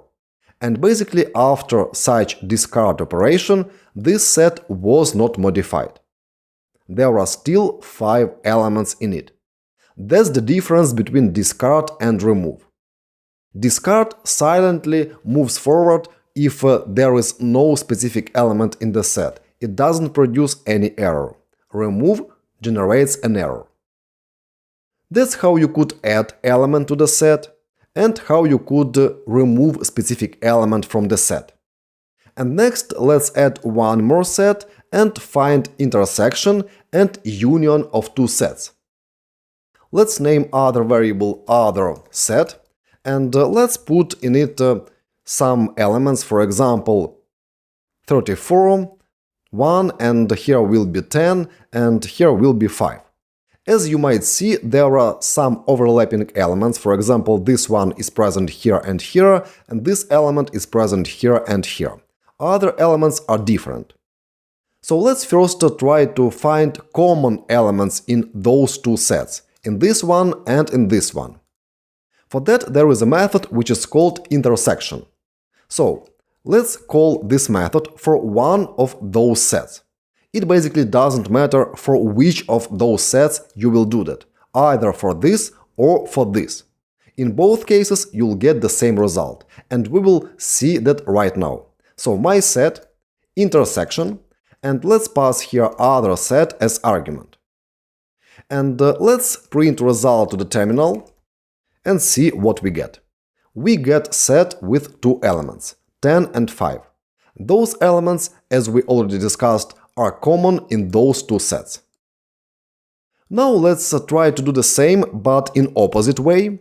So let's print other set dot intersection, and here will be my set. Run the code, and result is exactly the same. So this operation is actually symmetric. There is no difference how you call intersection, for which of the sets, this one or this one. And what is interesting, here in the intersection method call, you could pass other sequence, for example, list or tuple. Let's print, for example, my set dot intersection, and in the call to this function, as you might see here in the description, you could pass any iterable, any sequence. And let's put here a list with several elements like 2, 100, 200, and let's see what we get. We get set with just one element, because this sequence has only one element in common with this set. And this proves that you could call intersection method and pass to it any other sequence. Tuple also works. Let's use here tuple. Run the code, and result is the same, set with just one element. Also, it's possible to do the same using just one operator. And we could find intersection of my set and other set by using ampersand between them. It is AND operator. So my set and other set. Let's see results. And here I get same set as here and here. This is more shorter and cleaner way to find all common elements in two sets. So just AND operator. Alright, that's how to find common elements. And now let's try to find all elements from two sets. Let's merge two sets. And for that you have to utilize union method. Let's print my set dot union, and here let's pass other set as argument. Run the code, and here we get such set. And of course all elements here in this set are unique. Duplicates were removed. We know that this element is present here, and this element is present here and here. And Python takes care about uniqueness of all elements in the set. Also, you could do the same for other set. Print other set dot union, and here will be my set. Result will be exactly the same. But order of the elements here in the output is different, but that does not matter. So sets are the same. And if you want, you could even compare two different sets using comparison operator.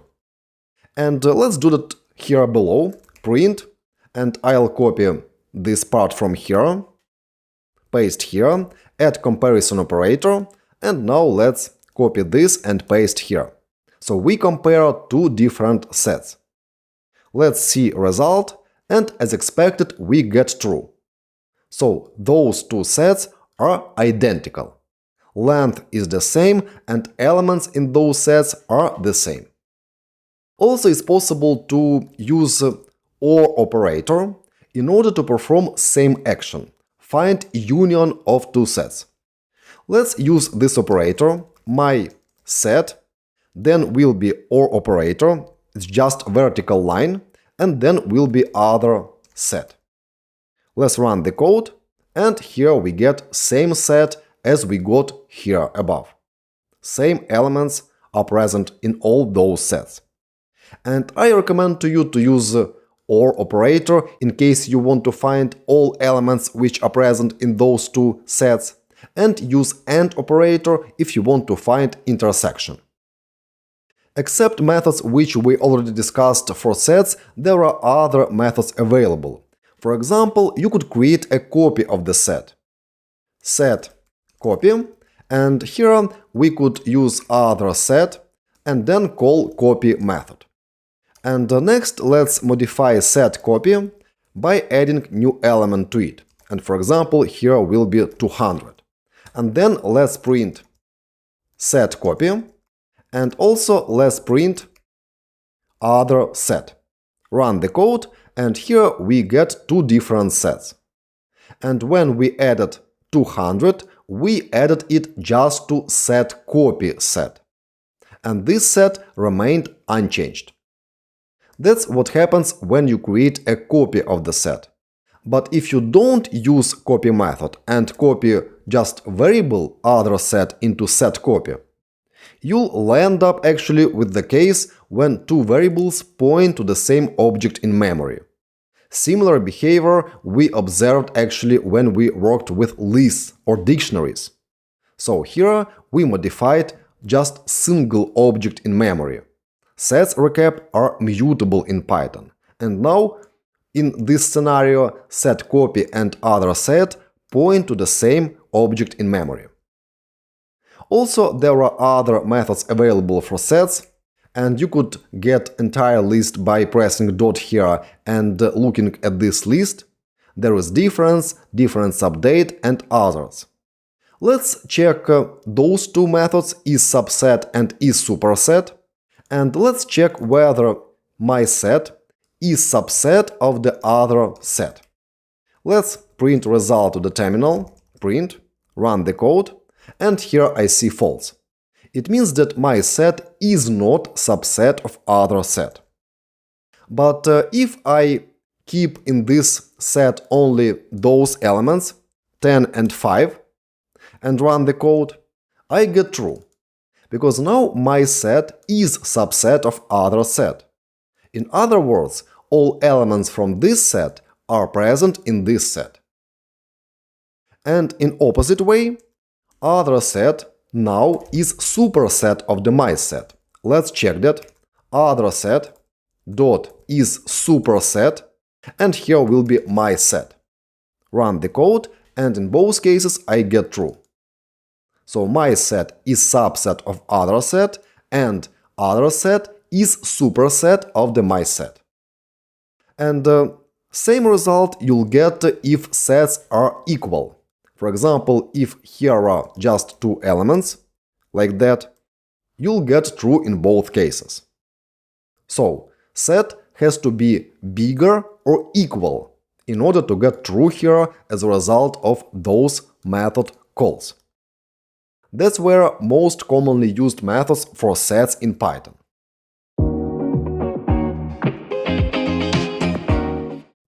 Now let's explore on practice method which is called symmetric difference. And using such method, it is possible to find elements which are present in different sets but are absent in their intersection.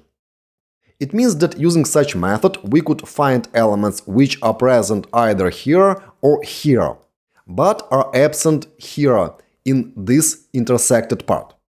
Let's do that, and let's create two variables, my set, and here will be, for instance, some letters, some characters, A, then here will be, for instance, C, then here will be D.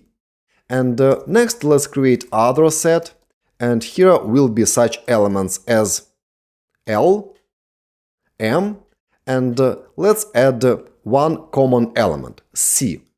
And C is present here and here. And let's find symmetric difference. My set dot symmetric difference, and let's pass other set as argument in the symmetric difference method call.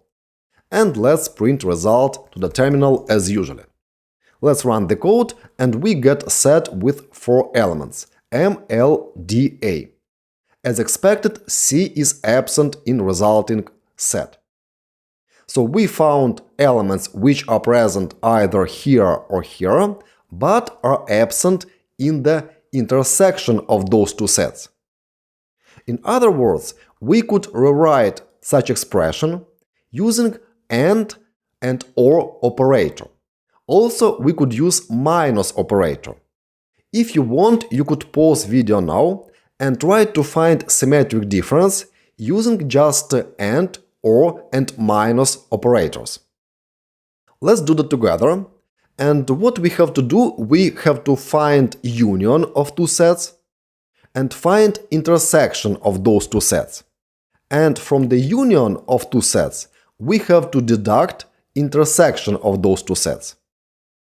If you want to find union of two sets, you could either use union method or use or operator. And for simplicity, let me rename those two sets to A and B. And here will be also A instead of my set, and other set I'll rename to B, like this. So, we could find all elements in those two sets by using OR operator, A or B. Let's put this expression into round braces in order to ensure correct order of operations. And next, from this union of two sets, let's deduct intersection of two sets. And intersection could be found using AND operator, so A and B. Let's print result to the terminal and see what we get. Run the code, and we get the same result as we got here when we called symmetric difference method. So such expression is equivalent to symmetric difference method call. We find first all elements which are present either in the set A or set B, and then deduct from result all elements which are present in the intersection. That was symmetric difference method, and it is useful when you need to find elements which are present either in one set or in another, but are absent in the intersection.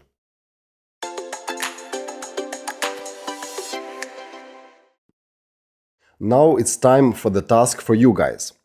And this task will be dedicated to sets, of course. So, please create a set which will contain several elements of the type int. Next, add another element to this set. Create another set with several elements, and some of those elements in the second set should be the same as in the first set. Find common elements in two sets and place them in the new set. And convert resulting set to the list and print the list to the terminal. And also optionally, you could find all elements in two sets, and you could find difference between first set and second set, and difference between second set and first set. Those are optional parts of this task. I wish you good luck. If you want to learn how to create games in Python, I welcome you to the full course, where you'll create several games using Pygame package.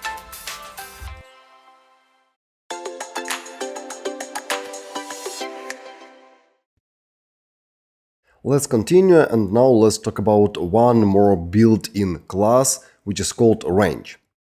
And range is an ordered, immutable sequence of elements in Python.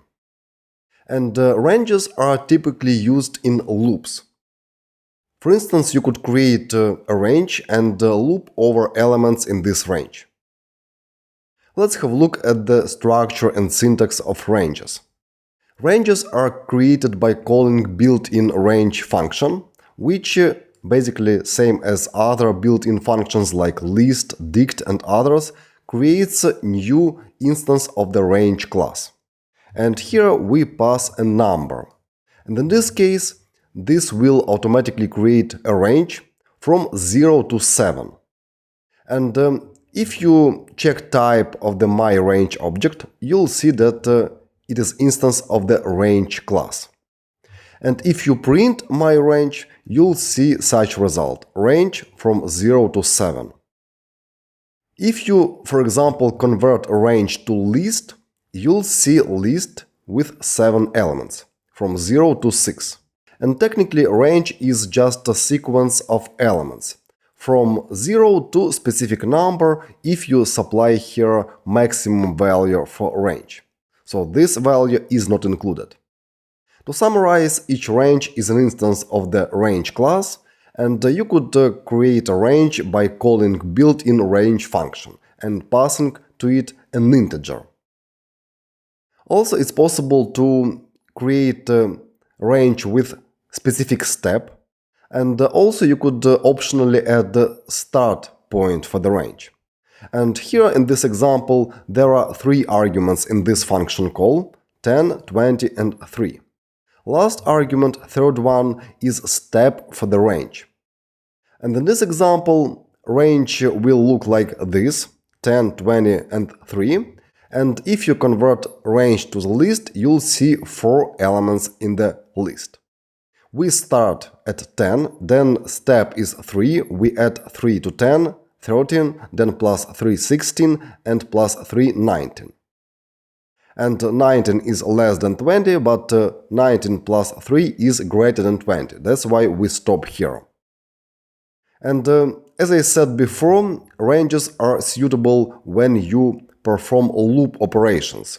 For example, if you want to perform a specific action 7 times, you could very easily create a range, and no need to create other variable, list or, for instance, tuple. Create range and loop over range elements and perform specific tasks, for example, 7 times. That's what ranges are used for. Also, each element in the range has index, and indexes as for lists and tuples start with 0. So first element has index 0, next element has index 1, and so on. In this example, this range has only 4 elements, that's why here we get results. But if you try access element which is absent in the range, you'll get index error, range object index out of range. So be careful with that and don't attempt to access elements in the range which are out of range. So, using ranges in the loop. Here you see example where we create a range before actual loop, and then using for in syntax. By the way, we will talk about for loops a bit later in the course. But using for in syntax, you could iterate over all elements in the sequence. So in for in loop, you could utilize any sequence in Python. For example, list, tuple, or range. So here we iterate over elements of the range, and we perform action print n. N is variable which is created in this for in loop, and this loop will be executed actually 4 times, because this range has 4 elements, and you'll get the value of the variable n on each iteration. And you'll see numbers from 10 to 19. These numbers are elements from the range. Of course, you could go ahead without creation of separate variable, like in this example, and you could create a range directly here in the for in loop, for n in range. And this is how ranges are utilized most often. That's all about ranges, and the range is an ordered sequence of elements, and in the range, each next element is greater than previous element. And you could create ranges with default step, which is 1, for example, from 0 to 8, from 0 to 100, or you could specify start, end, and optionally step for the range, and create a range, for example, from 100 to 200 with step 10, and then perform some actions. And in most cases, ranges are utilized in the for in loops, in order to repeat specific action or actions multiple times. That's it about ranges in Python.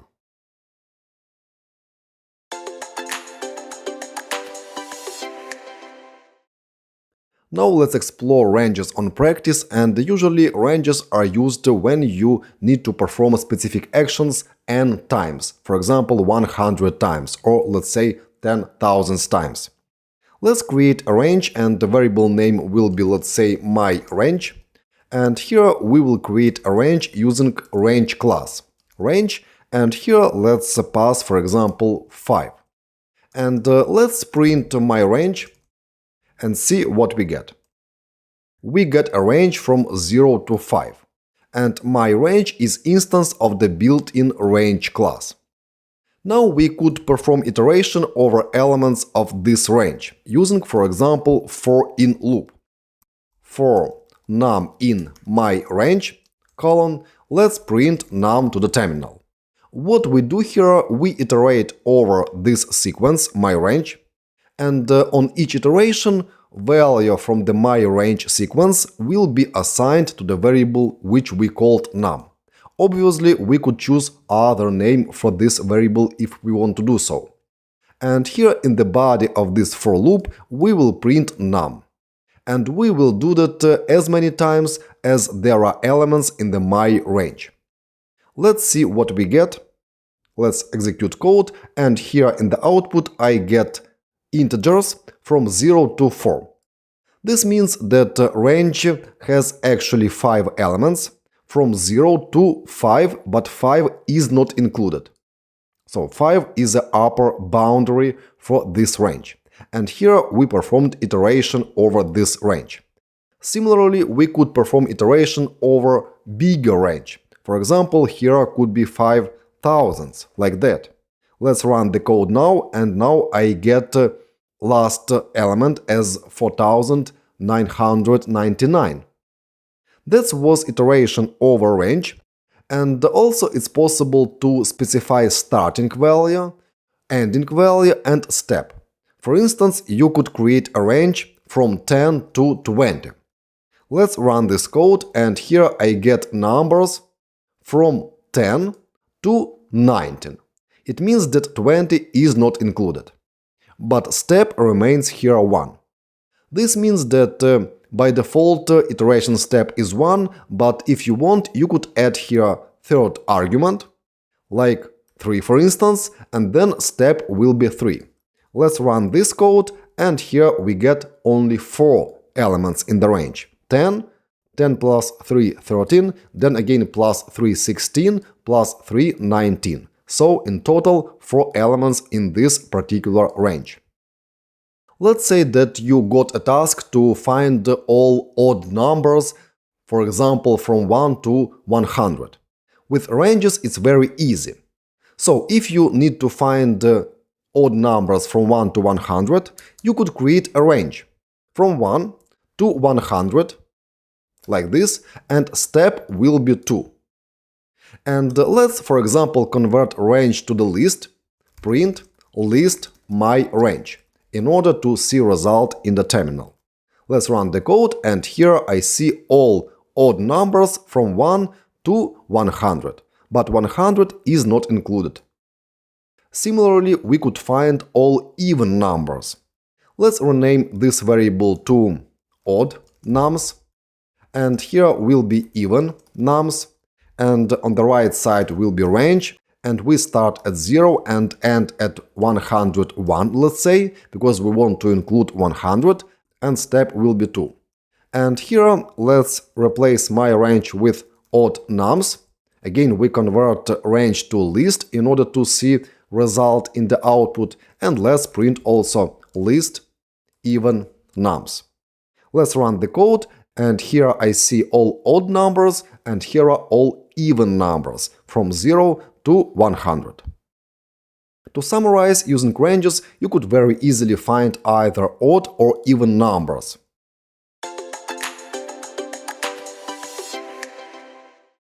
Now let's have a look at the methods which are available for each range.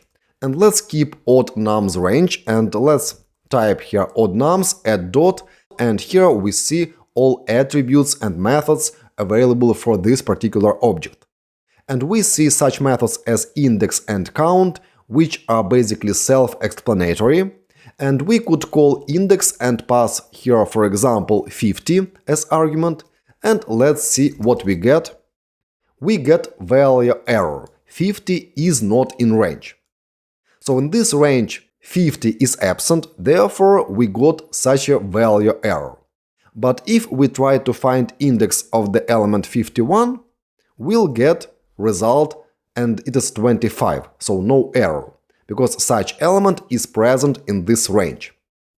Also, it's possible to call other method, which is count. Let's call it count.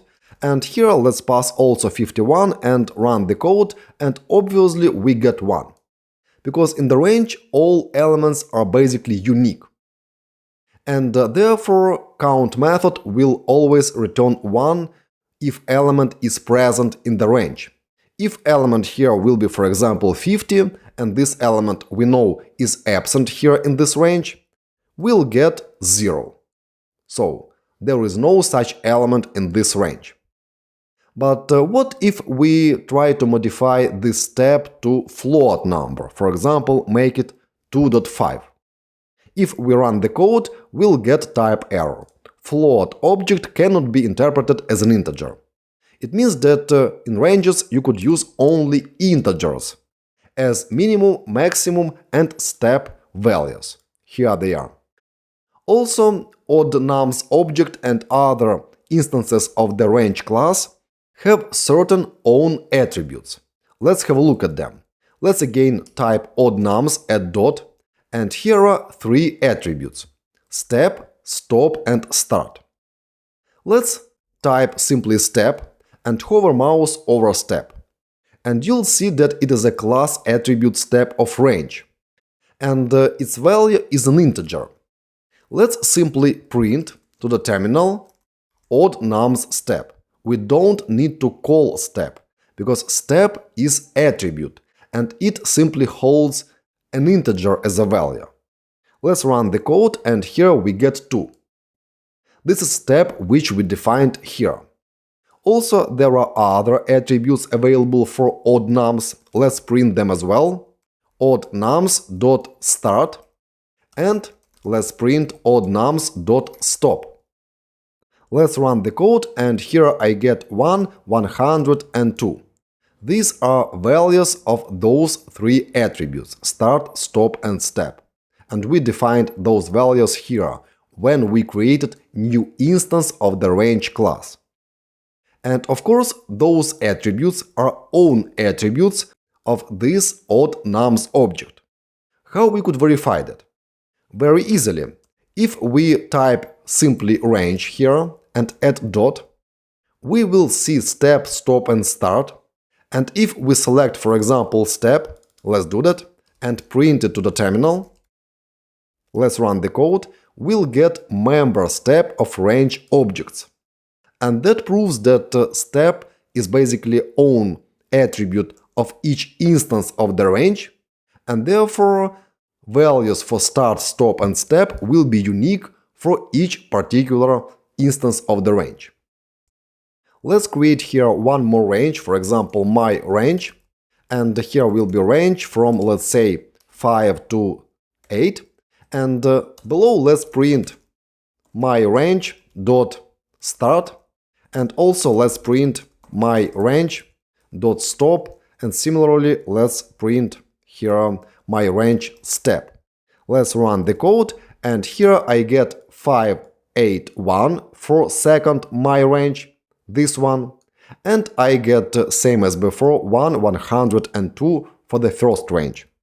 This proves that those ranges are of course different, and they have own attributes like start, stop and step.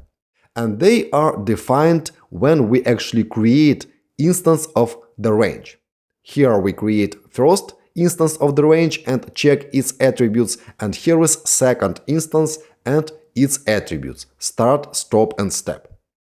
That's where ranges are mostly used in the for in loop, when you have to perform a specific task or set of tasks specific number of times. And also using ranges you could very easily build specific sequence. For example, 0, 10, 20, 30 and so on. Or 100, 200, 300 and so on. And do whatever you want with such sequence. Also, it's possible to convert range to sequence, for example, list or tuple. Let's do that quickly. Print list odd nums. Let's also print tuple odd nums. Let's also print set odd nums. And let's try to convert to dict this range. Dict odd nums. Let's run the code, and here I get three sequences. Here is list, here is tuple, and here is set. Obviously in the set there are all unique elements, because in the range itself there are all unique elements. Therefore length of all those sequences is the same. Here we see that. And if we try to convert range to dictionary, obviously we get type error. Cannot convert dictionary, update sequence element 0 to a sequence. And we discussed already reasons for that before. If you need to convert specific sequence to dictionary, it has to contain pairs of elements for key and value correspondingly. Therefore, here we get type error. That's it about ranges in Python.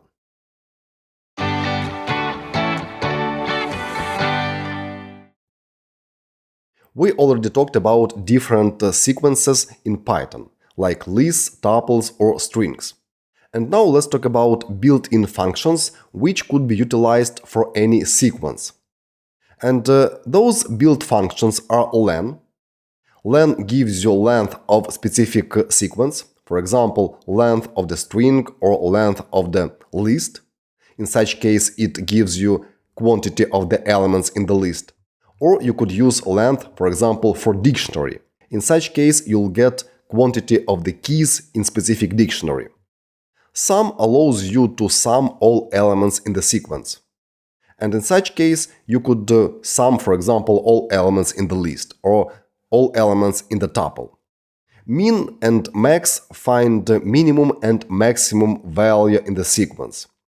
Filter allows you to filter specific sequence and find only elements which satisfy specific condition. Map allows you to perform some actions with each element in the sequence, and map returns new sequence.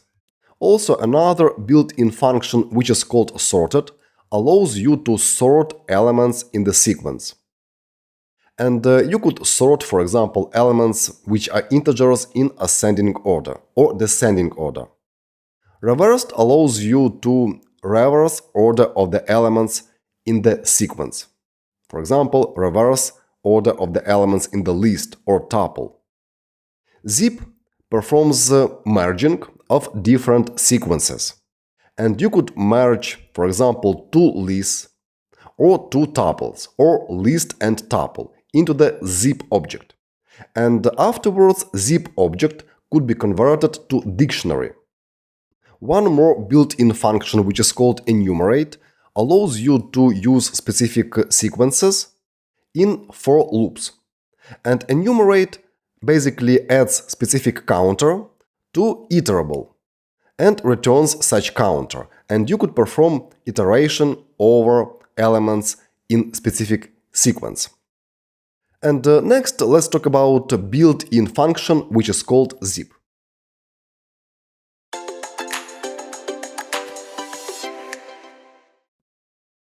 Zip is one of the built-in functions in Python. And let's have a look at a few examples related to built-in zip function.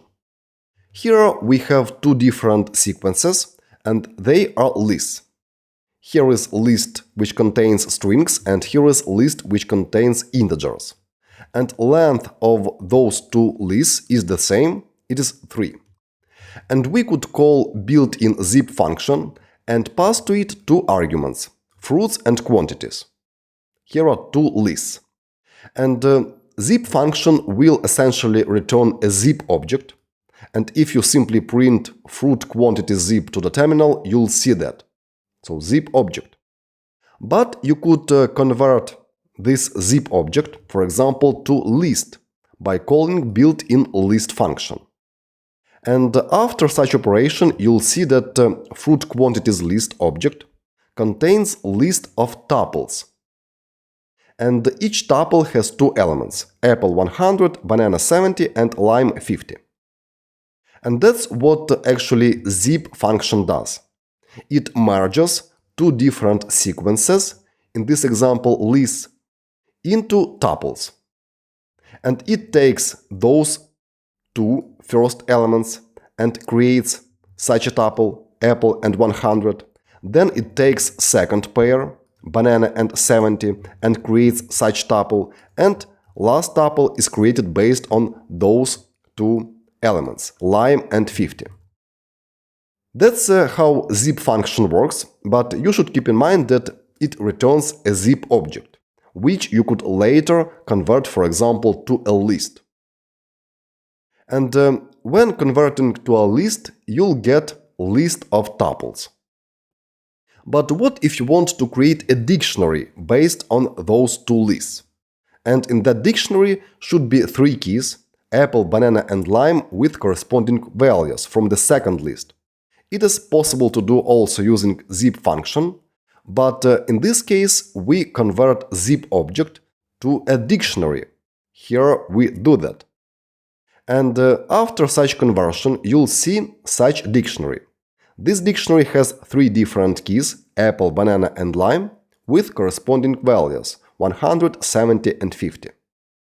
And notice that when you convert zip object to dictionary, only two arguments are allowed in the zip function call here.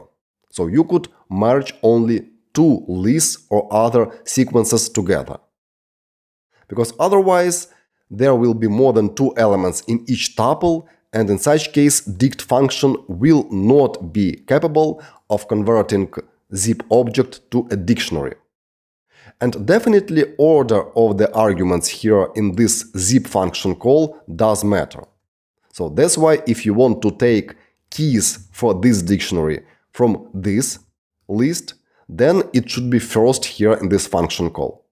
And list with values for corresponding keys must be second here in this function call. So that's how you could merge different sequences together using zip function.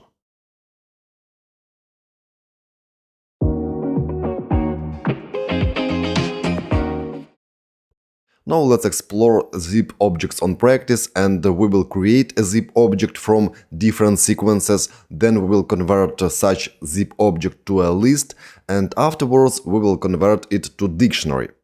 Let's start by creating a list, and let's call it, for example, products. And this list will contain several strings, for example, phone, then let's say tablet, and here will be one more element, laptop. And also let's create one more list and let's call it quantities.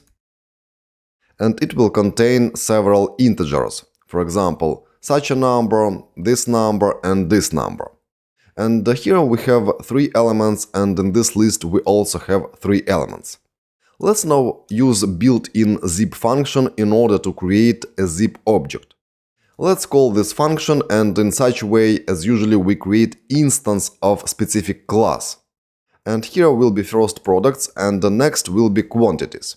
And let's assign this to the variable, let's call it products quantities, like that. And next let's print to the terminal products quantities, and also let's print type of the products quantities. Let's run the code, and here I see that products quantities is zip object, and here is location of this object in memory in hexadecimal format, and also I see that products quantities is an instance of the built-in zip class. And as you might see here, we basically don't see actual contents of the zip object. And in order to see what zip object contains, we could actually perform iteration over zip object, or we could perform conversion of the zip object to another sequence. And let's convert this zip object to a list. And we could do that very easily. Let's create one more variable, products quantities list. And here we will use built-in list class, and here let's pass products quantities as argument in this function call. And next let's print products quantities list to the terminal, like that. Let's run the code, and here I see a list with 3 elements, and each element is a tuple.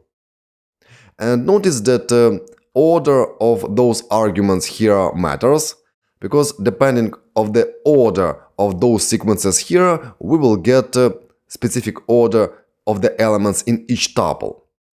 So now here we get first element from this sequence, and this one is first element in this sequence, and so on. Each tuple contains pairs of elements.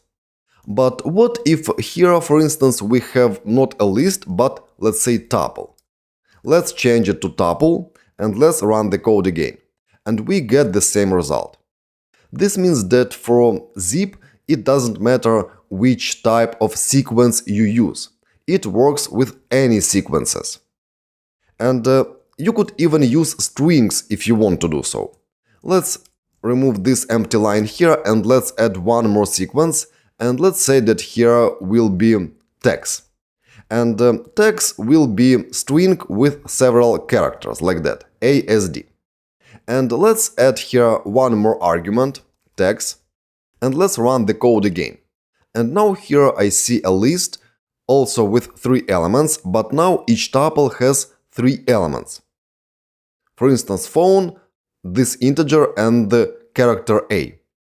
So, zip function actually performed iteration over elements of this sequence and took out each separate character, A, S, D, and put it into each tuple in resulting zip object. So you could perform iteration over list or tuple or, for example, string, and create corresponding zip object. Also, it's possible to perform iteration over zip object, because it is a sequence of tuples. And let's now quickly perform such an iteration, and for that I'll use for in loop. We will discuss for in loops later in details, but now let's use it in order to perform iteration over zip object. For product, it is the name of the new variable, in products quantities. Here will be colon, and let's here simply print product. Let's run the code, and here in the output I see 3 different tuples. That's the result of the iteration over products quantities zip object. Iteration happened actually 3 times, and on each iteration we got separate tuple. So value of the product variable is different on each iteration, and here are 3 different values. And if you want, you could get any element from the tuple, because tuples are ordered sequences, and you could print, for example, here product square brackets 0. And in such case, you'll get access to such elements in each tuple. Let's run the code now, and here I get corresponding strings like phone, tablet, and laptop.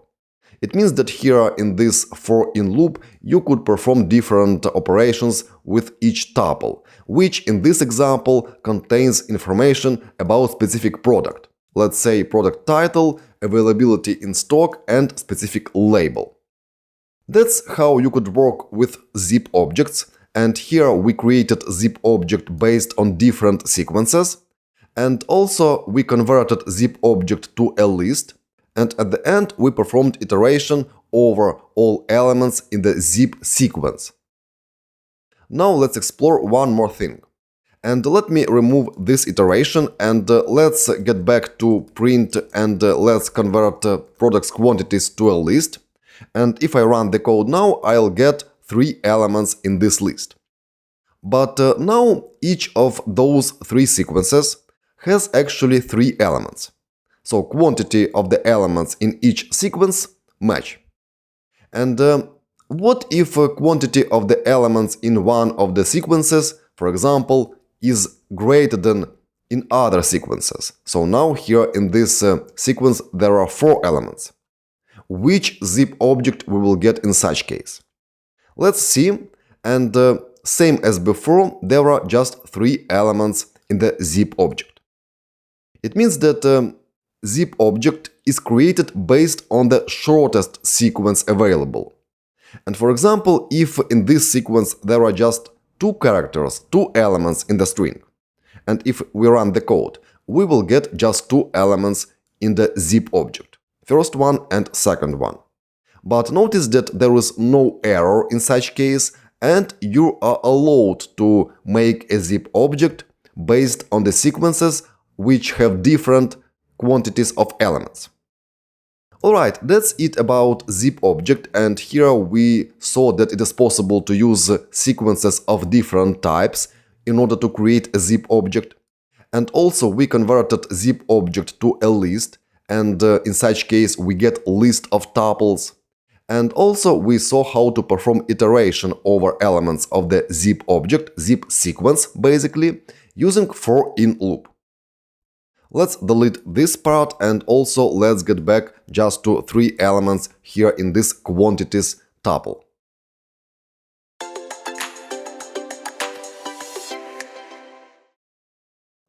Now let's see how we can create a zip object and afterwards convert it to a dictionary.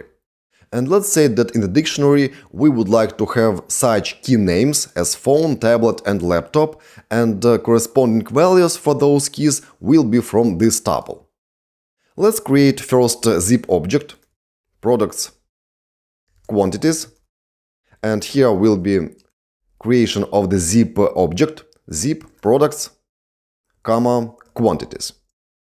And next let's convert it to a dictionary, products, quantities, dict.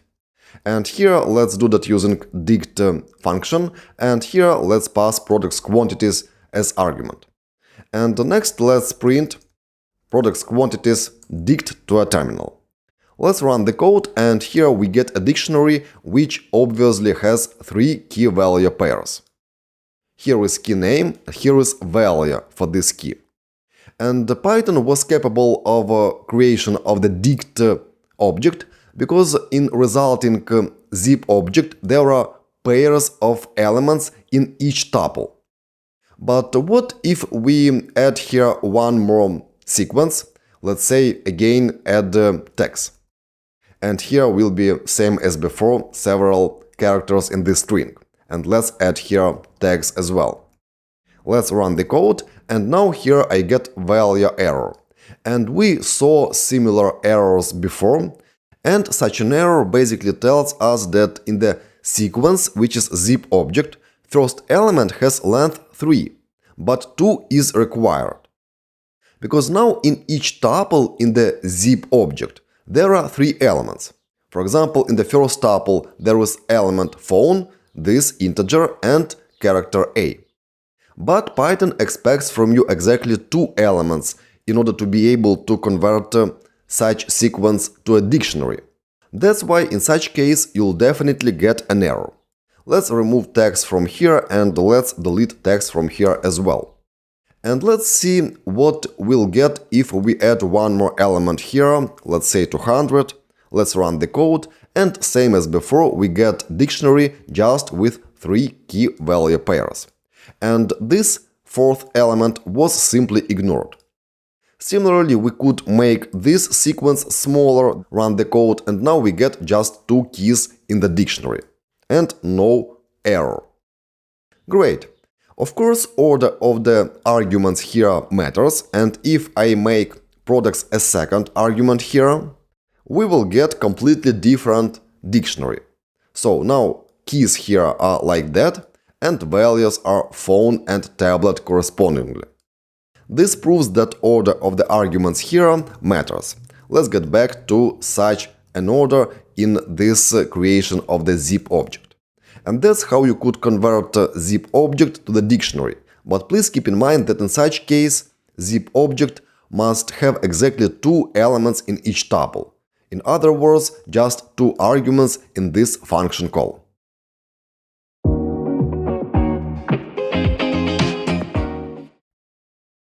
Before we covered with you most commonly utilized data structures and built-in classes in Python, and now let's summarize what we discussed so far. And now I would like to talk about sequences, such as lists, dictionaries, sets, tuples, and compare those built-in Python types. Because some of them are mutable, some immutable, some are ordered, some unordered, so let's summarize this information in this lecture. So, I prepared such table with 3 columns: mutable, ordered, and identical elements. Mutable answers the question whether a specific object is mutable or not. Ordered answers the question whether object is ordered or not. If object is ordered, it means that each element has its index, and indexes start at 0. And identical elements answers the question whether specific object can have identical elements inside of it or not. So let's start with list. Lists are mutable, ordered, and in the list you could have identical elements.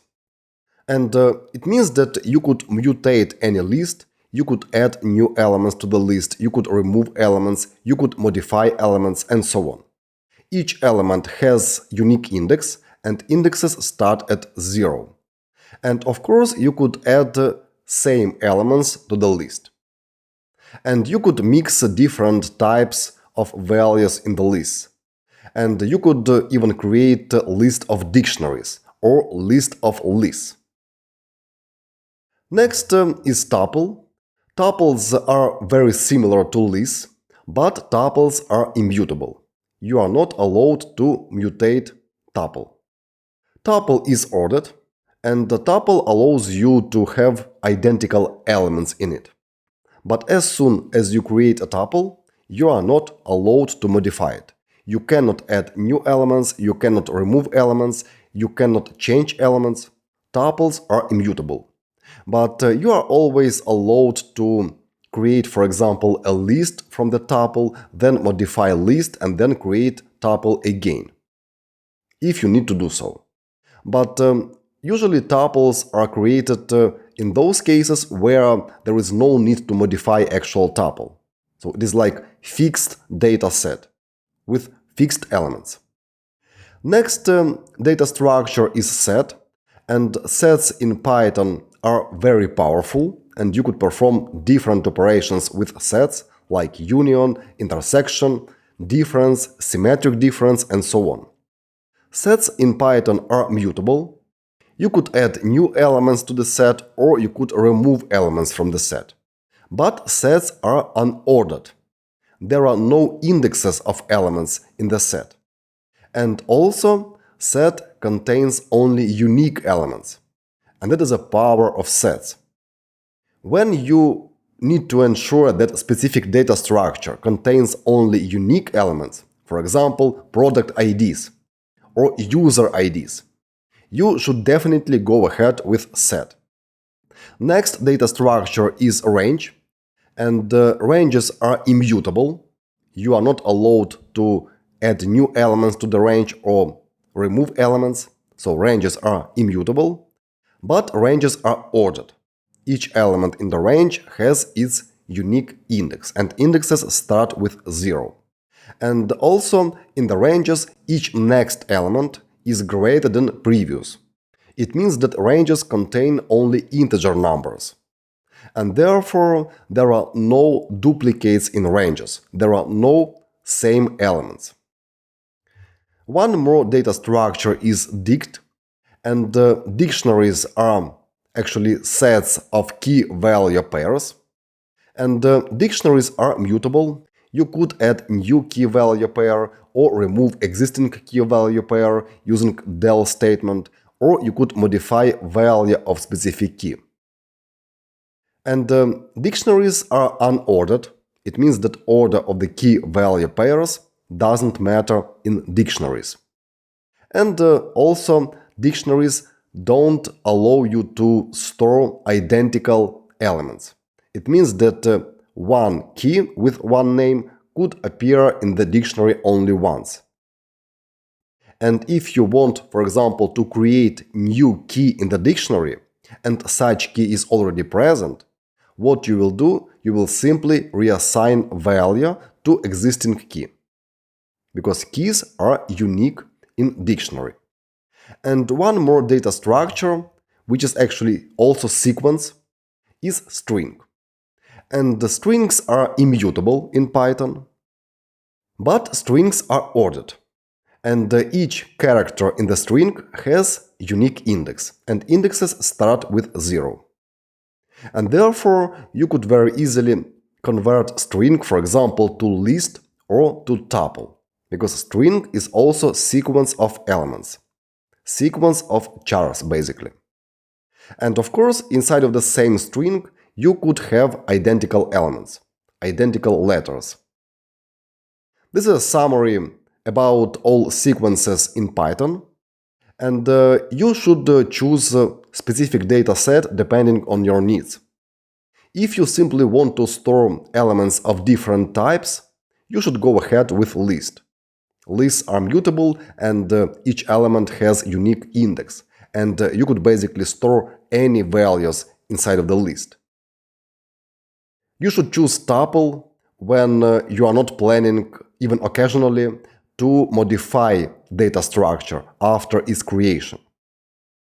Sets are very useful when you want to work with unique elements. But keep in mind that you are not allowed to store mutable objects in sets, like dictionaries, lists, or other sets.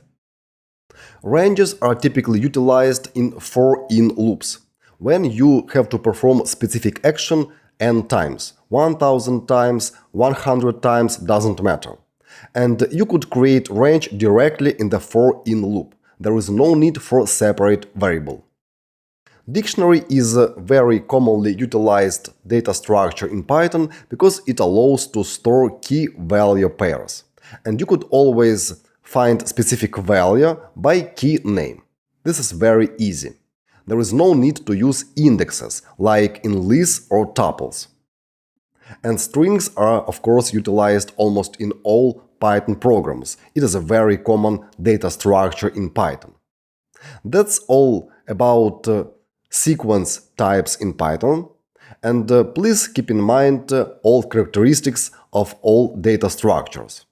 And you could always get back to this table in order to refresh your knowledge if you want to find suitable data structure for a specific task.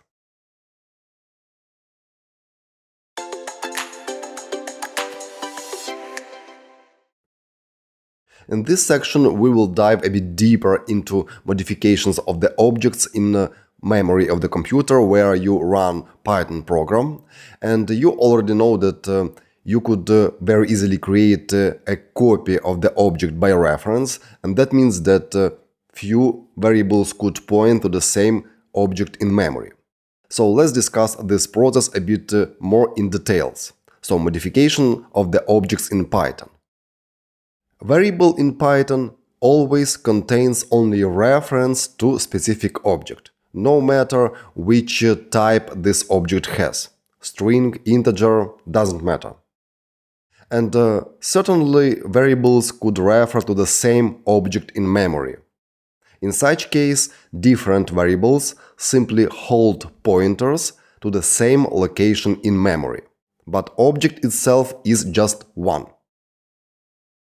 Let's now talk about IDs of immutable objects.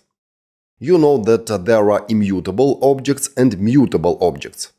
And such objects as strings, integers, floats, none, and tuples are immutable objects in Python. And let's examine what happens when you utilize specific value of immutable type. And here you see that we create the integer, it is 10, and assign it to the variable myNumber. And here I print ID of the myNumber. Then I create same value 10 and assign it to another variable, other number. And in this case, as you might notice, ID of other number is the same as ID of myNumber. And if I simply print ID of number 10 like this, of object 10, I get the same result. This means that when you use immutable objects in Python, Python creates such an object only once in memory. So here on this line we created object which holds integer 10, and Python allocated memory for this object. And here is ID of this object. And when you try to create again same object, Python checks whether such object is present in memory or not. Here Python has found such object as integer 10 and simply reused this object. And other number simply holds pointer to the same object in memory, same as myNumber. That's how Python behaves when you work with immutable objects. Similarly, here you get simply ID of a specific object which is already present in memory. So there is no need to create separate objects if there is already one immutable object in memory. That's our IDs of immutable objects. And let's now have a look at this example. In this example, we again create integer 10 and assign it to the variable firstNum. And afterwards we copy firstNum to secondNum. And in this case, IDs of those two variables will be, of course, the same. Because here we copy simply reference to specific object in memory. And now, let's suppose that afterwards you want to increase value of the secondNum. And we do that using plus equal operator. Add 5 and assign new value to secondNum variable. What happens in this case? We get value 15. And in this case, Python creates a brand new object in memory and assigns a reference to this new object in memory to secondNum variable. And after that, secondNum and firstNum will hold different pointers to different locations in memory. And notice that the value of the firstNum variable was not modified. So value of the firstNum was not changed. It still points to the previous object 10 in memory. So when you perform specific operations with immutable objects, Python does not mutate existing objects. It creates brand new objects. And that's what we prove here. In this example, finally we get two different objects, integer 10 and integer 15, and they are located in different places in memory. IDs of those two variables are different. Let's now examine same process using diagrams. So initially we create integer 10 and assign it to variable firstNum, and afterwards copy firstNum to secondNum. And after such two assignments, we have only one object in memory. This object has integer type, and two different variables point to the same location in memory. Afterwards, when we perform such operation, secondNum plus equal 5, brand new object is created, and now there are two different objects in memory. Object which holds integer 10 and object which holds integer 15. And now two variables first num and second num point to different objects in memory. And again, this happens because integers are immutable in Python. We cannot mutate existing object. And that's why after such operation, first num and second num will hold different numbers, will point to different integer objects. Hey guys, this course is part of the big Python course, which is more than 50 hours long. Link to the complete course you'll find in the description under this video.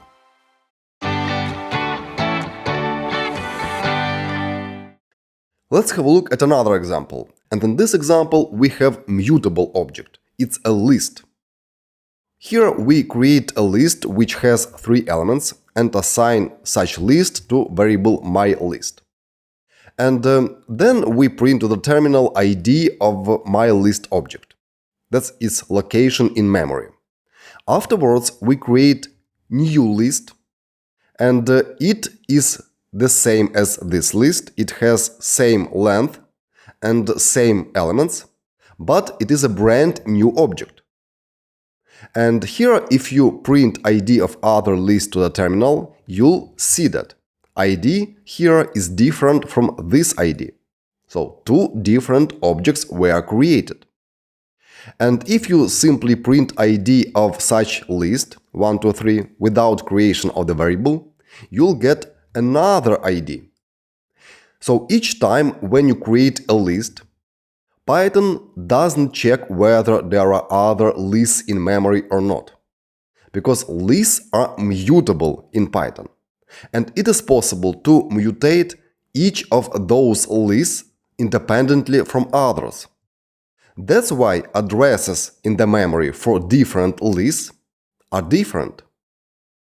But if you compare such lists using, for example, comparison operator, you'll get true, because lists have the same length and have same elements with the same order.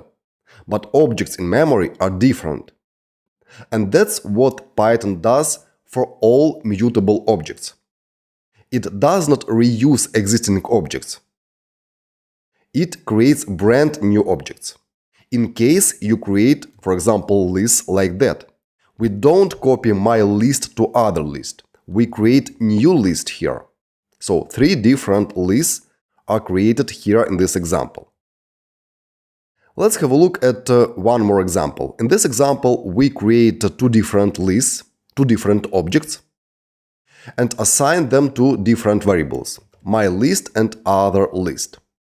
And afterwards, we use append method for second list, other list, and append new element to this list. And in this case, previous list, my list, was not changed. But other list was changed.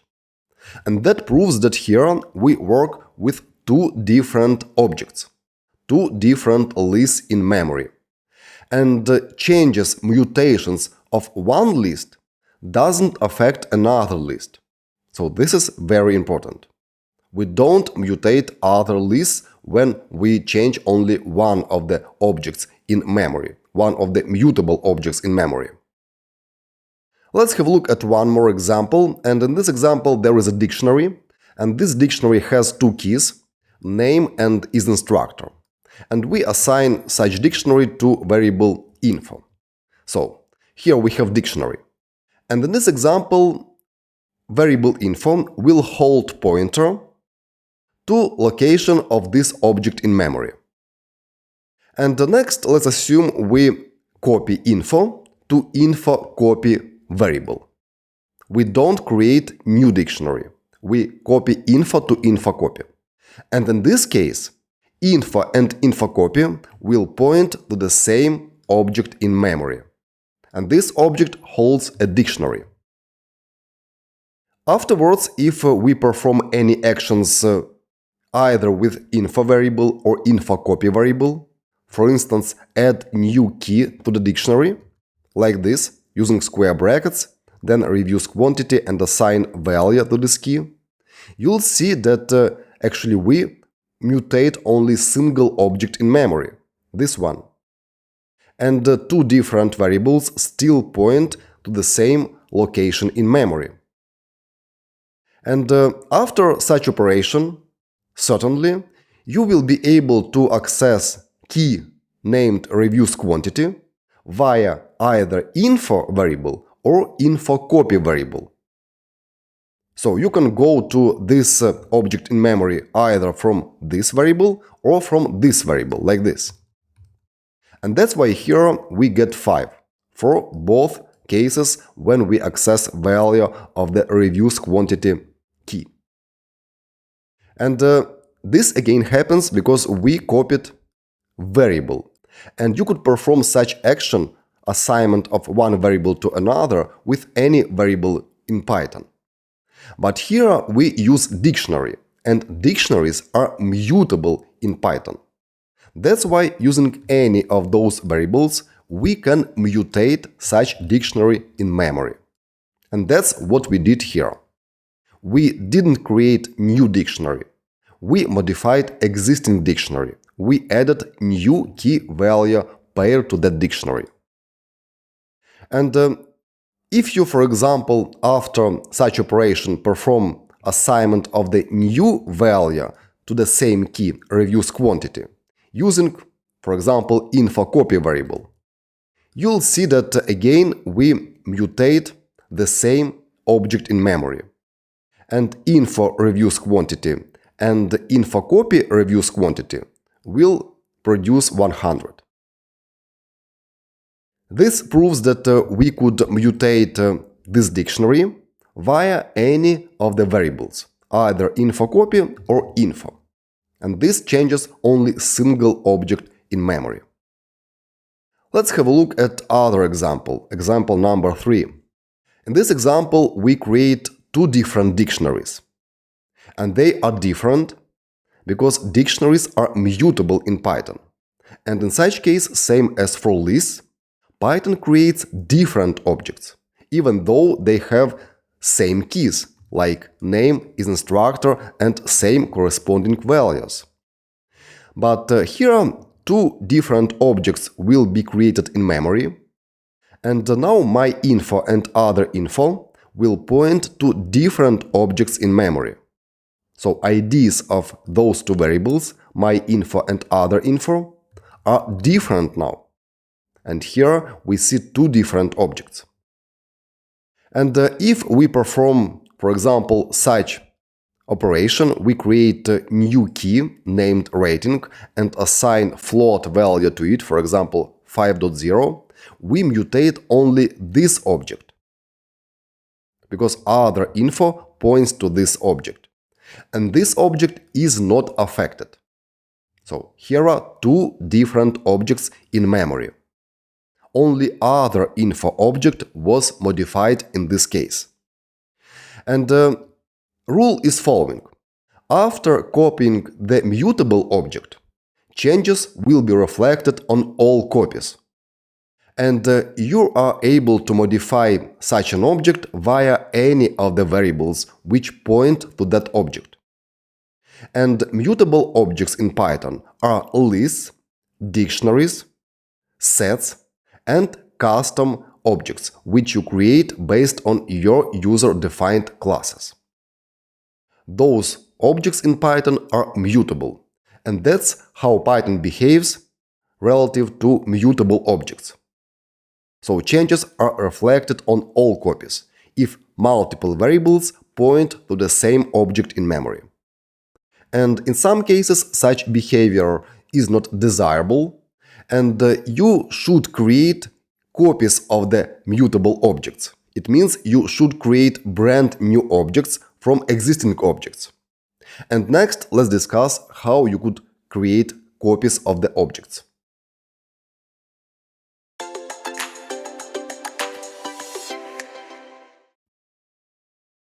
We just discussed with you few examples related to mutations of the mutable objects in Python. And when you copy one variable to another, you technically copy only reference to specific object in memory. And if that object is mutable, for example, list or dictionary, or object created based on your user-defined class, you will be able to modify that single object via any of the variables. And this change will be reflected on all variables which point to the same object in memory. And now let's discuss few approaches which allow you to create brand new copy of specific mutable object. In this example, there is a dictionary with same keys as before, name and isinstructor, and let's assume that we want to create brand new copy of this object. And for this purpose, you could use copy method, which is method of each dictionary, because such method is inherited by each instance of the dictionary. It is located in the dict built-in class in Python. And therefore, you could call such method for any dictionary object. In this example, info.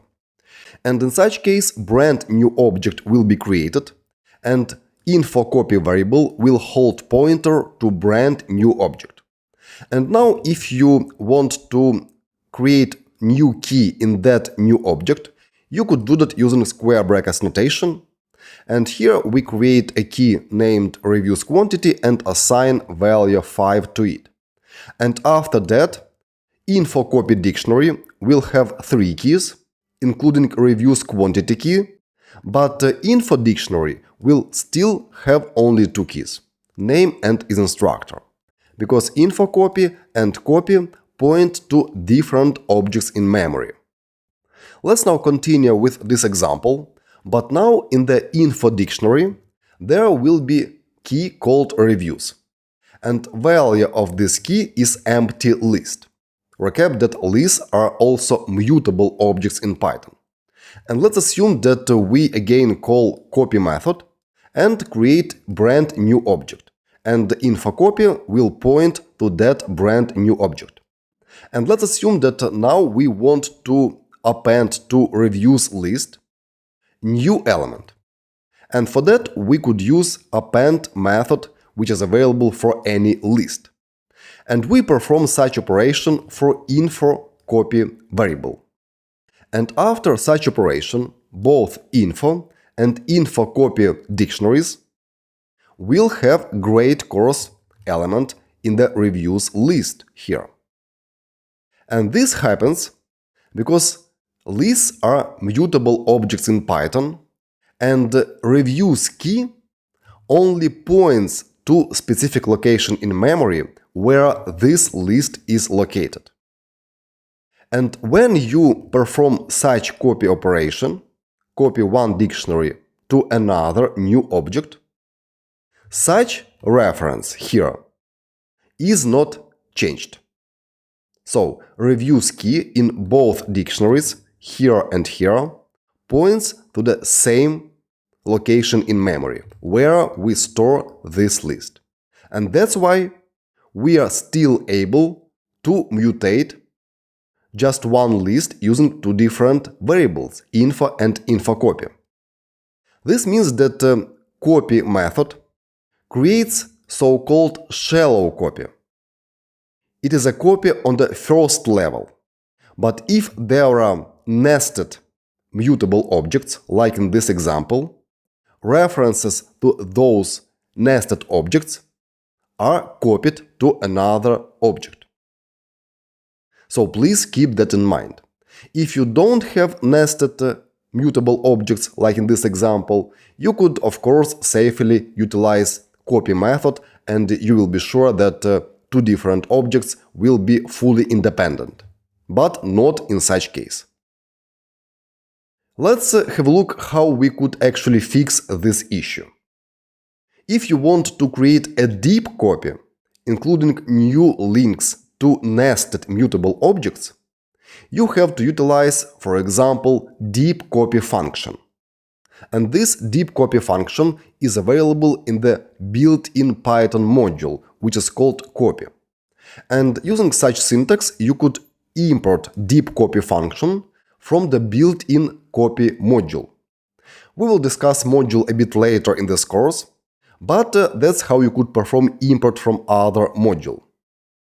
And here, when we call deep copy function and pass to it existing variable, for example info, full deep copy will be created, including nested references to mutable objects. And after such deep copy operation, if we perform same action as before, for example add element to the reviews list, and we do that for info deep copy object, you'll see that info dictionary was not modified. Here this list still contains 0 elements. But here there is one element. Great course. And I suggest to you to use deep copy function when you want to create full deep copy of specific object, in case source object is like this. It has nested references to mutable objects.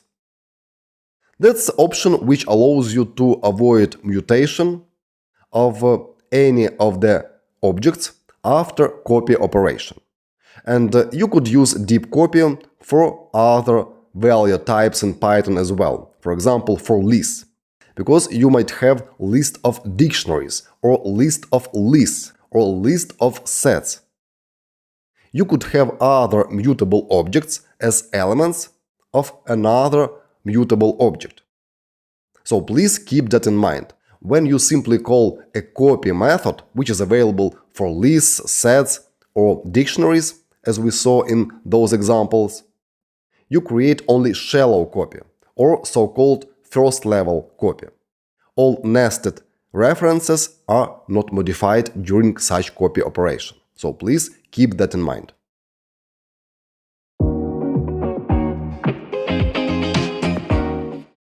Now let's discuss how to create a deep copy of specific object in Python on practice.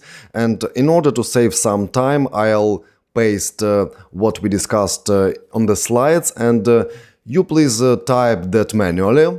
And here is actually a dictionary which is called info, and such a dictionary has 3 key value pairs. Key names are name, isinstructor, and reviews. And value of the reviews key is a list. And this list initially is empty.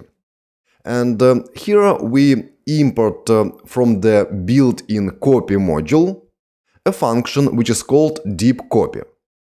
And we will discuss built-in and external modules later in this course, but for now I tell you that using such line of code we are able to import a specific variable from the built-in module, and the variable which we import has a name deep copy. And using such function we are able to create deep copy of specific object in Python. And again here we have dictionary. And in order to create a deep copy, we simply call deep copy function, and if you hover mouse over deep copy variable, you could see what it does. It creates a deep copy, and such operation is performed on arbitrary Python objects. It means that such a function works with different objects in Python, like dictionaries, lists, and so on. And after this operation, let's try to print to the terminal info deep copy, like that, and let me temporarily comment out those lines. Let's run the code, and here we see such dictionary, and it is already a copy of this object info. We could ensure that those objects are different by comparing their IDs. Let's print ID of the info deep copy, and let's also print ID of the info.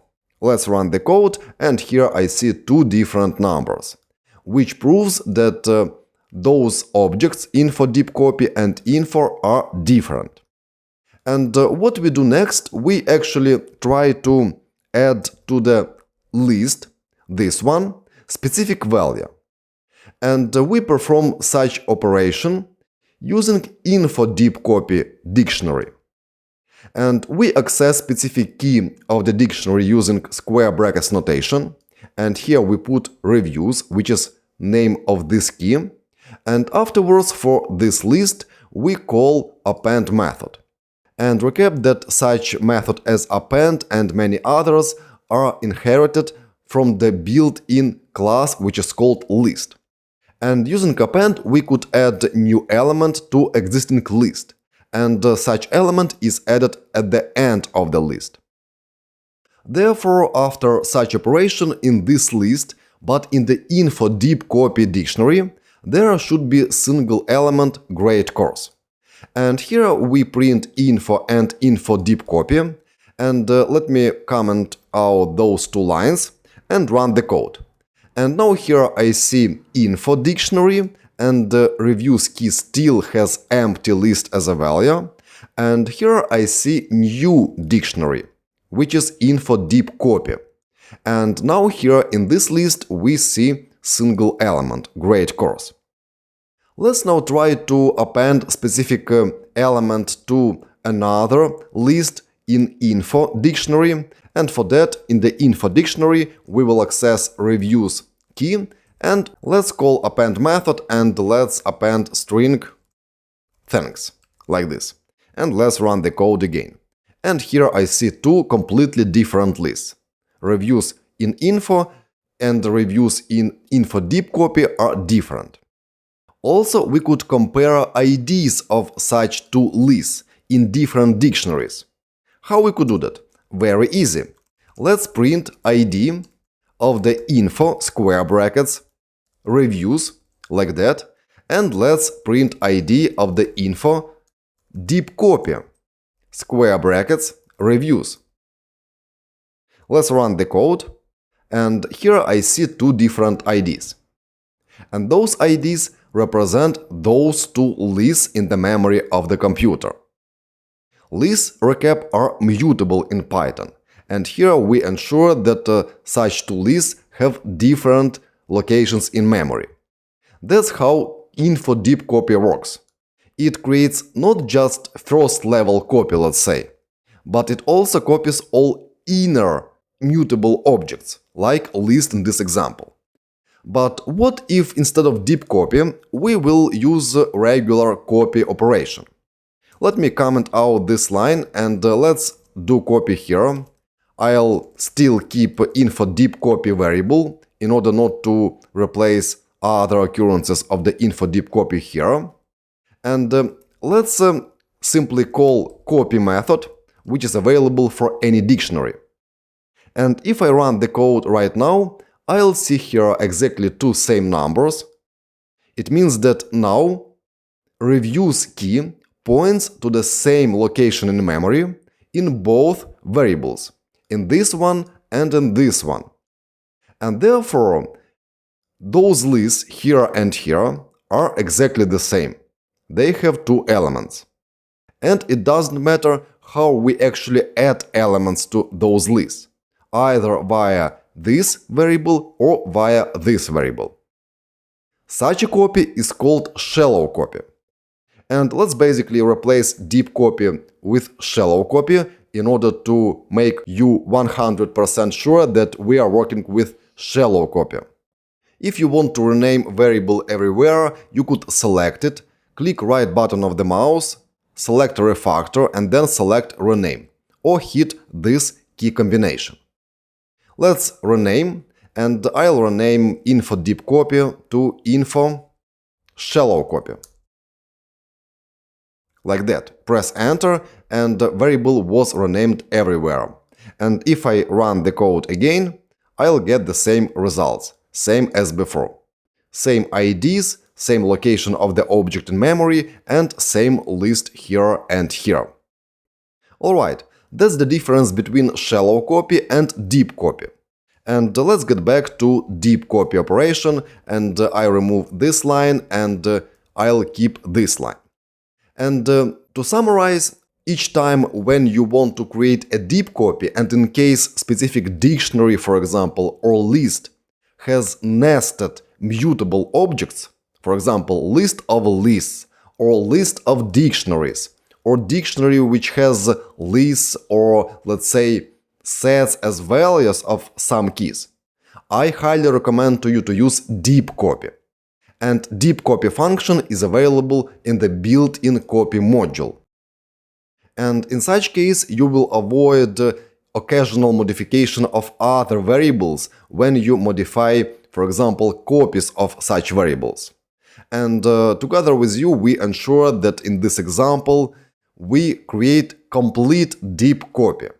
And links to such lists are different in different dictionaries. That's all about deep copies and shallow copies in Python.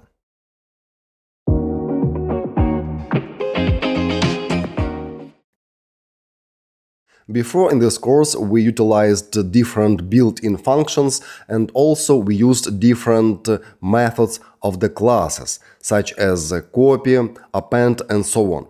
And now let's talk about functions in Python in greater details.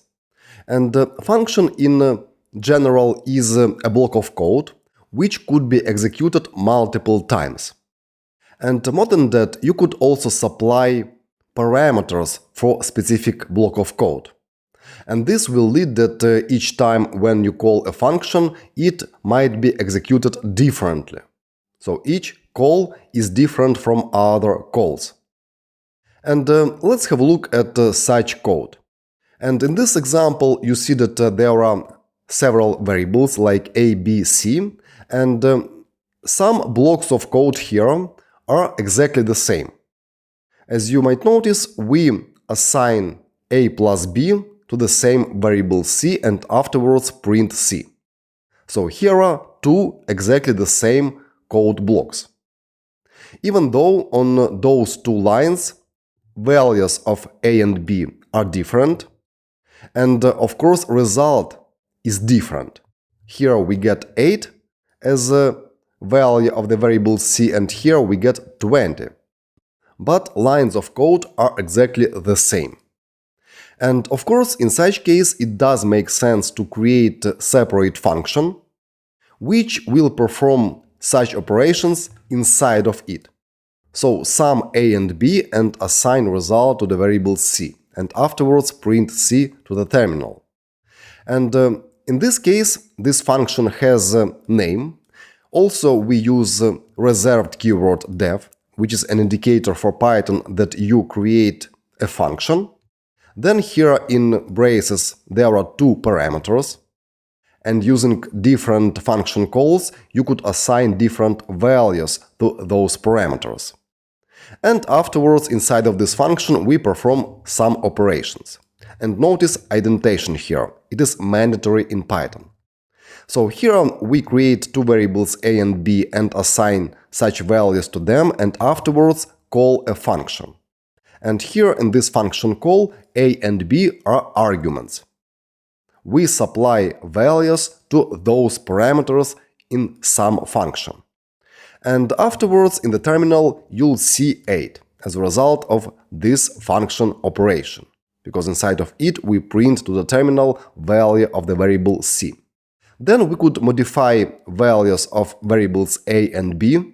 It is possible in Python because Python is dynamically typed language and you could assign any new value to any existing variable. And afterwards we call some function again, and here we specify same variable names as in this call, a and b, but now values of those two variables are different from the values in the first call, and therefore in the terminal you'll see 20. That's again the result of this print function call. That's how we refactored left block of code to the block of code where we use function. And afterwards you could call function as many times as you want. So we moved repetitive blocks of code to the function body. And if you want, you could even move function to separate module in your Python application in order to make it available to other modules and in order to make it separate from other blocks of code. So, next, function of course is an object in Python, because every entity in Python is an object. That's why when you, for example, create a function called sum, so same function as before, and print type of the sum in the terminal, you'll see class function. Because each function in Python is an instance of the built-in function class. And this is just syntax that allows you to create new instance of the function in Python. So let's have a look again at the structure of each function. Def keyword, then function name, myFn in this example, then parameters. Of course, function might not have any parameters, and in such case you simply add here braces. But you must add them. Then comes colon, and on the next line after indentation, there is a function body. And in the function body, of course, you could access values of the parameters a and b. Think about those parameters as variables which are available only inside of the function. And values for those variables are set when we call a function. And in each function call, values for parameters might be, of course, different. And also it is possible inside of the function to create new variables, like we do here. We create new variable c and assign to it result of the a plus b. And such variable c will be available only inside of the myFn function. It will not be available outside. And for each myFn function call, we will create brand new variable c. And optionally in function you could return result. In this example we return c. This means that this function returns value of the variable c as a result of the function operation. And when you call any function, and function returns, for example, such result, you could reuse such result, for example, in another function call, or assign it to the variable. Do whatever you want. But if you don't explicitly return result of the function call, like we do here, function will return none, because each function must return something. And by default, function returns none. And please keep that in mind. If there is no return statement, function returns none, which is an instance of the built-in none-type class. And in such class, there is only single possible value. It is none.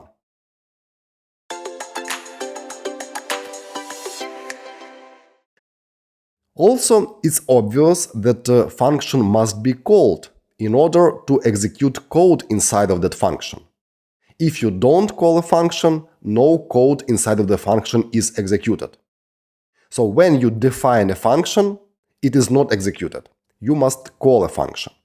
So therefore, back to our example, if there is a function declaration, where we create a function and assign it to the variable myFn, you can call a function later, like here. We call myFn function and here we supply two different arguments. So in function declaration, there are parameters or variables which are available only inside of the function. And when you call a function, you supply arguments. In this example, there are two parameters in the function declaration, and therefore you have to pass two different arguments in the function call. And this function returns a result. Here it is.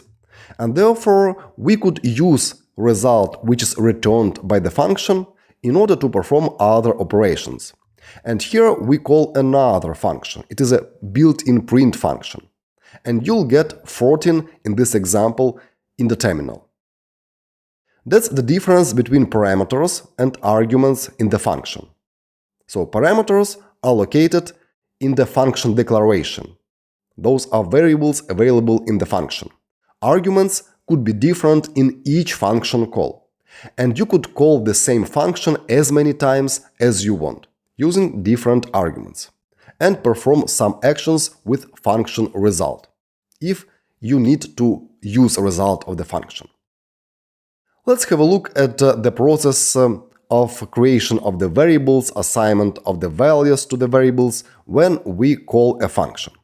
So, when we call a function here, we supply two arguments, 10 and 3.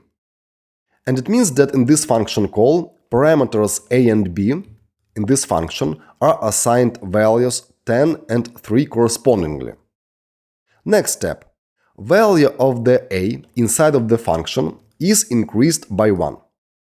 So here is this line of code. Next operation, sum of a and b is assigned to the variable c, and this variable is defined inside of the function, and it is available only inside of the function. Next step, value of c is returned from the function, and function ends its operation. And please notice that as soon as function returns result, it does not continue to next lines. For example, if there would be some other lines here under return, they will not be executed after return. So return stops execution of the function, no matter what comes after return inside of the function body.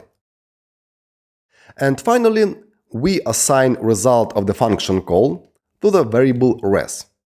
So function returned result here, and we could use this result. And afterwards print result to the terminal. And on the last step, we print value of the res variable to the terminal. And that completes this code. So first we declare a function using def keyword, and afterwards we call this function. And this describes step by step what happens when you call a function in Python.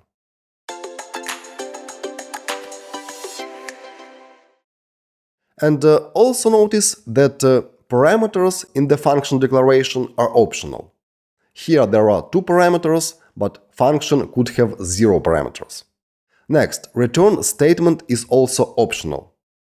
If you don't add return statement in the function body, then function will by default return none. Next, assignment of the function call to the variable is also optional. You could perform some operations inside of the function and that's it. And don't return anything from the function and don't use result of the function call. And also, arguments in the function call are also optional. If there are no parameters in the function, therefore there is no need to supply arguments. Moreover, if there are no parameters in function declaration and you supply arguments in the function call, Python will produce an error. It will tell you that function does not expect any arguments from you. Therefore, you could create the shortest function in Python, which will consist only of function name and function body, which has pass statement. And in this case, in this function declaration, there are no code lines, and if function body is actually empty, you have to add pass statement. And Python interpreter simply ignores such a statement. But because function must have a body with at least one statement, you could use pass statement for that. And it's useful when you create a mock of your application and when you create functions in different modules, when you name functions, but you have not yet added any function bodies. You could simply add pass statement into each function body in order to make such code valid code in terms of Python. And in this example, there is no return statement, and this means that such function myFn returns none. This is default value, which is returned by any function if there is no return statement. Also, it's possible to write function just in one line. If there is one line in the function body, you could write like that. So after colon on the next line after indentation comes, for example, return a plus b, or any other expression or statement. And if there is just single line in the function body, you could shorten such function to just one line of code and write return a plus b directly after colon on the same line where you declare a function. But please notice that such syntax is allowed only when there is one line in the function body. If there are 2 or more lines, you are not allowed to put them on one line of code. In such case, you have to use function body like you see here.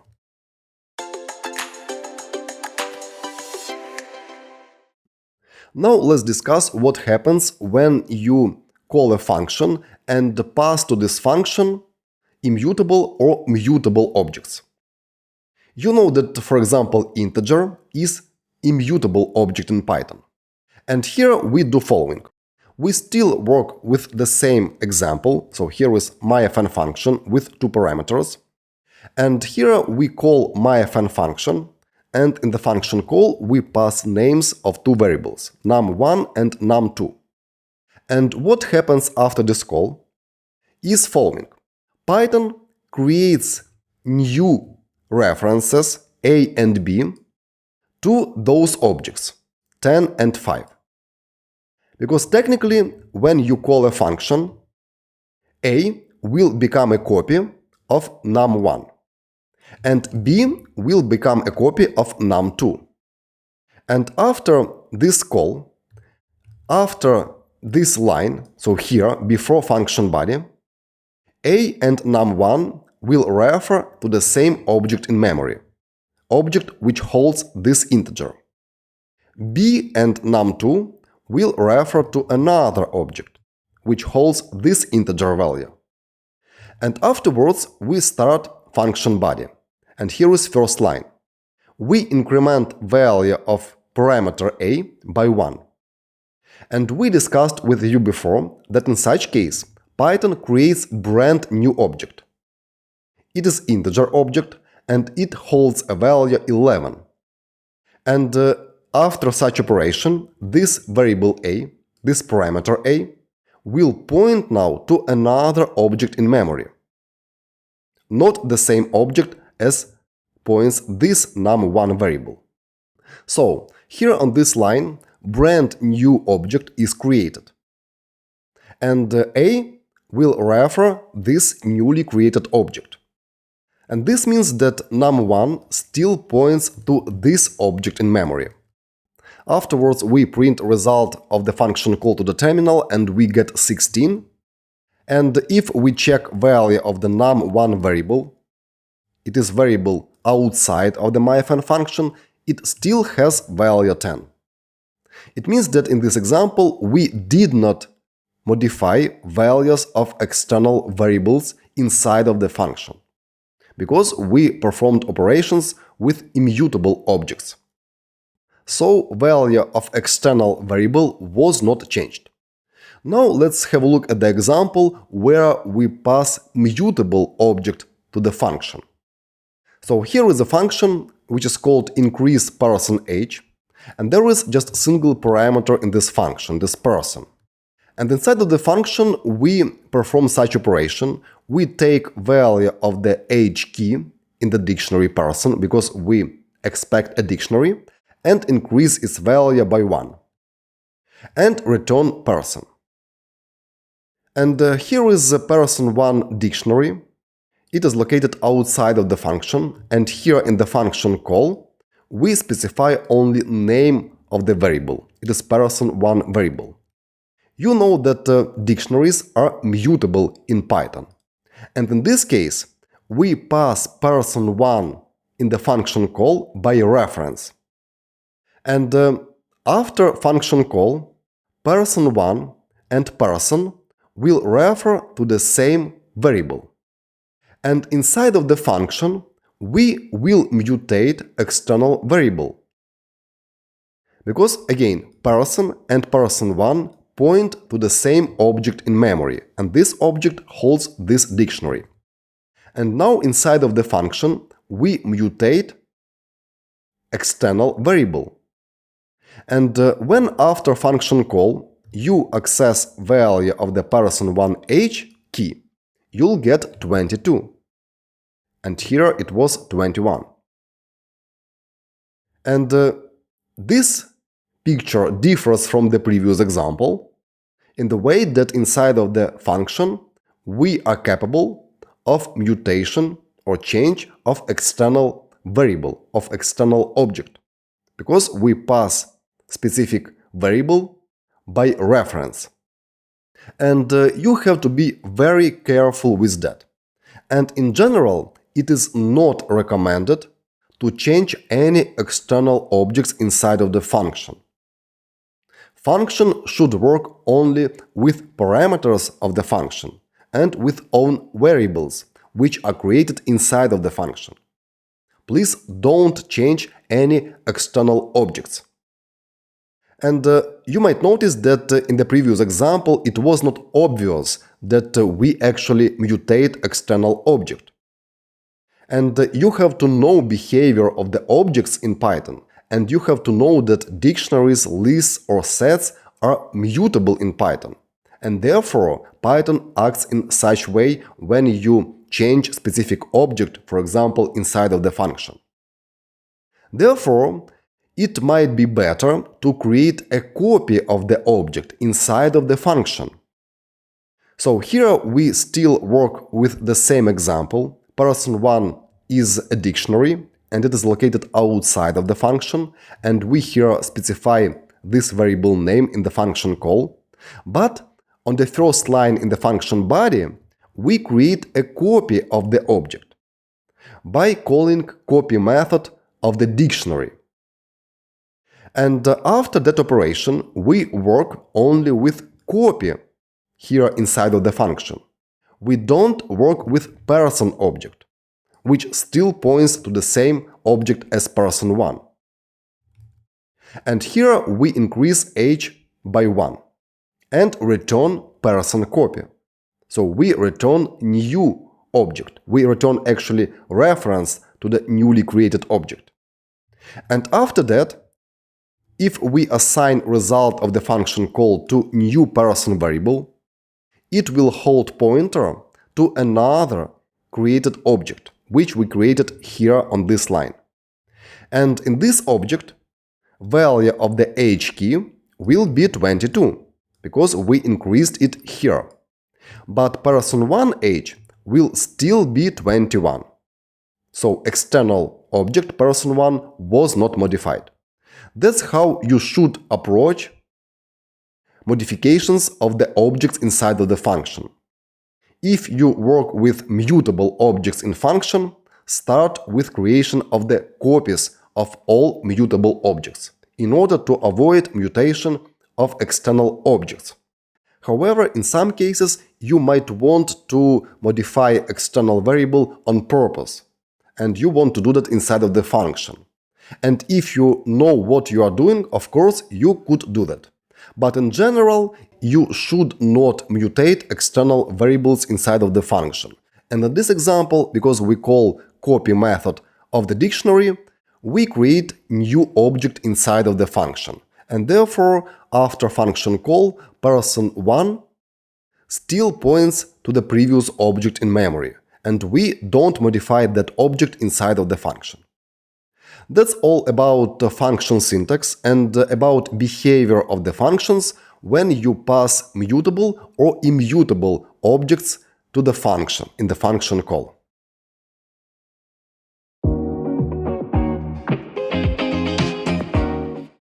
Now let's have a look on practice on behavior of the mutable and immutable objects when you call specific function. And let's here create a function using def keyword, and the function will perform printing of information of the fruits which specific person likes to eat. So therefore let's call it print fruits info. And let's say that this function will have two parameters, person name, and the second parameter will be called simply fruits. And we expect actually a string as a value for this parameter and list as a value for second parameter, fruits. And here inside of this function, let's simply print person name and comma fruits, like that. And that's it. Function will return nothing, it means by default it will return a none, so we don't use any return statement here. And next, after function declaration, let's create two variables and let's call them, for example, my name, and here will be my name, and also let's create here one more variable, favorite fruits, like that.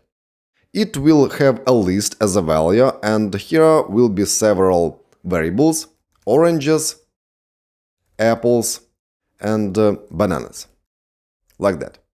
And now let's call this function print fruits info and pass to it two variable names, my name and favorite fruits. Let's do that. Print fruits info, and here will be my name, comma, and favorite fruits. Let's run this code, and here in the output I see such a line. Here is value of the person name parameter inside of the function, and here is value of the second parameter in the function, which is fruits. And in order to make this output more readable, we could, for example, perform iteration over this list, which is fruits, and print each value together with person name to the terminal. And we could do that using for in loop for fruit in fruits, colon, and here let's print to the terminal Bogdan likes oranges, Bogdan likes apples, and so on. And for that we could use f strings, f, single quotes or double quotes, then will be first expression, person name, likes, then again pair of curly braces, and here will be fruit, not fruits. Here should be fruit, because here in the for in loop we will have access to specific element from the list, oranges, apples, and bananas. And we again will discuss for in loop in greater details later in the course, but in general for in loop allows us to perform iteration over any sequence. And on each iteration, value of this variable, and this name could be any, will hold the element of the sequence. And in this example, we will perform iteration 3 times. Let's run this code and see what we get, and I see such 3 sentences. And it means that for in loop was executed 3 times. Alright, that's what we get now in the function. And let's suppose that inside of the function we want to modify fruits list. And let's assume that we want to remove one of the elements in this list. And we could do that using, for example, pop function. Let's write fruits.pop, and let's simply call this method. Let's run the code, and now I see only 2 strings in the output. It means that after such line of code, fruits list contains only 2 elements, oranges and apples. And this element was removed. Now, let's after this function call here, let's print value of the favorite fruits variable. Let's print favorite fruits. Let's execute code now, and I see such a value of the favorite fruits list. It also contains only 2 elements. But we never modified favorite fruits variable here in this code. Look, we simply assigned list to this variable, then called the function, passed name of this variable in the function call, and that's it. And after such function call, value of this list is different from this value. But if I comment out this line of code and run the code again, I'll get such a list, which shows us that without function call, this list is not modified. And this happens because in this case, when we call a function like that, we pass this variable by reference. And inside of the function, fruits will point to the same list as favorite fruits, because lists are mutable in Python. And when we modify list, which is fruits, inside of the function, we modify the same list where this favorite fruits variable points to. And we could prove that by printing IDs of 2 different objects, fruits and favorite fruits. Let's print ID of the fruits inside of the function, and let's print ID of the favorite fruits outside of the function. Let's run the code, and IDs are exactly the same. This one and this one. And that works basically with any mutable objects. if you pass any mutable object to the function, any function, and modify that object inside of the function, then object outside of the function, which is in our example favorite fruits, will be modified as well. And you could do that even occasionally without knowing that. But I discuss this topic together with you in details in order to make you fully understand what happens when you pass specific mutable object in the function call. But what about second parameter, which is person name? In this example, it holds a string. And let's say that we want to modify value of the person name here inside of the function. Let me remove this line and let me remove this line. And let's say that inside of the function we want to change value of the person name, and let's say that it will become Alice. Let's run the code now, and here now I see that Alice likes oranges and Alice likes apples. And if I print value of the my name variable outside of the function after function call here, let's print my name, run the code, I'll see that value of the my name object is still Bogdan.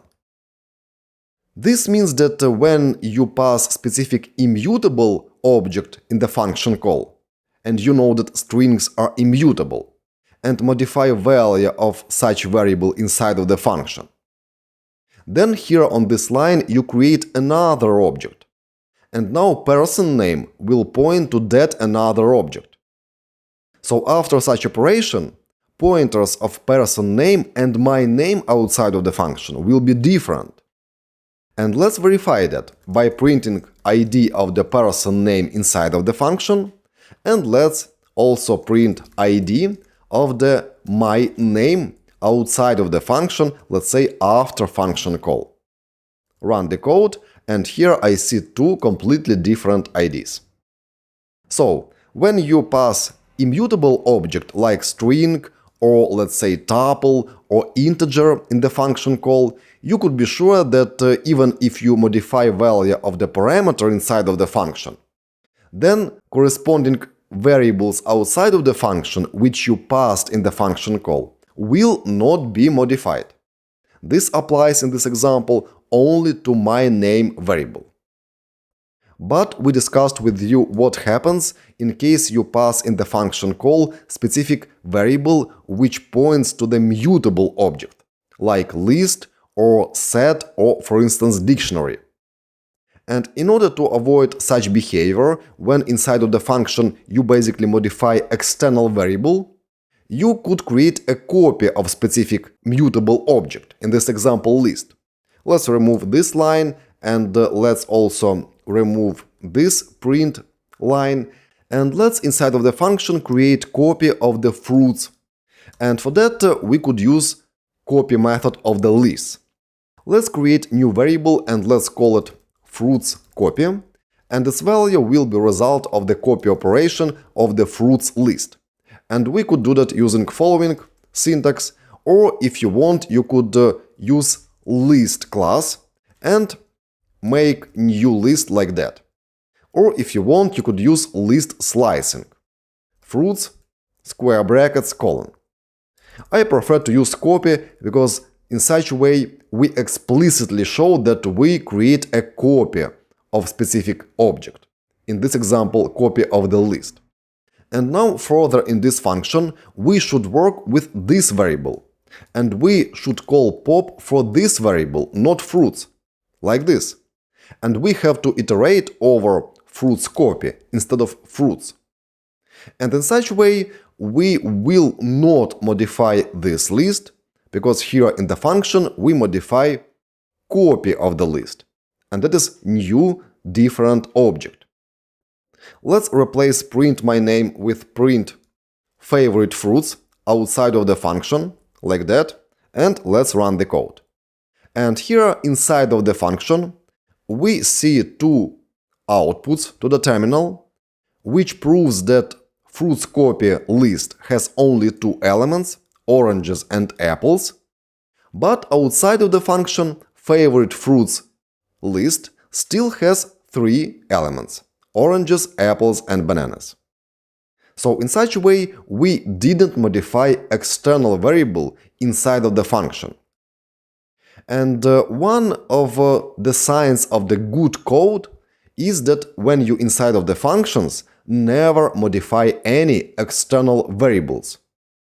So if you are planning to modify values of some parameters, like in this example, we modify fruits list, you should create a copy.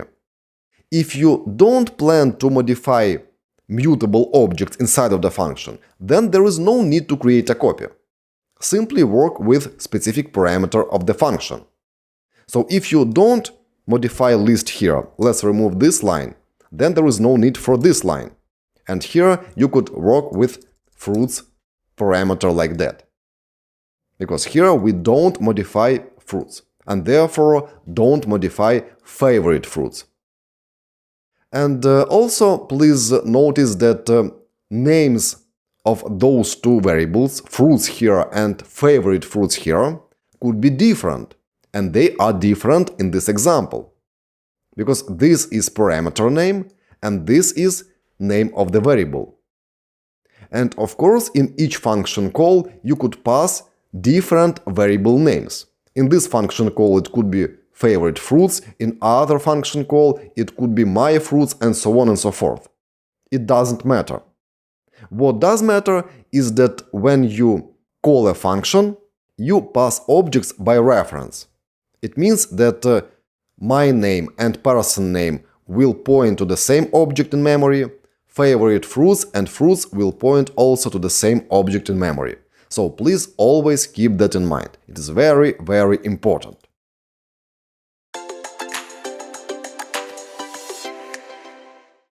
Before in this course, in the most function calls, we used actually positional arguments. And even if we call, for example, print function and pass to it two different arguments, like this, and run the code, we will see in the output same order of the arguments here. If I add one more argument like that, run the code, I'll see that true appears after ABC. And such arguments in this function call are called positional arguments, because order of those arguments here does matter. And if I move 10 to second place like that and run the code, I'll see that order of the elements in the output was also changed. These are positional arguments, and order of each argument matters. And we could create our own function, and let's name it myFn, and it will have two parameters, first and second.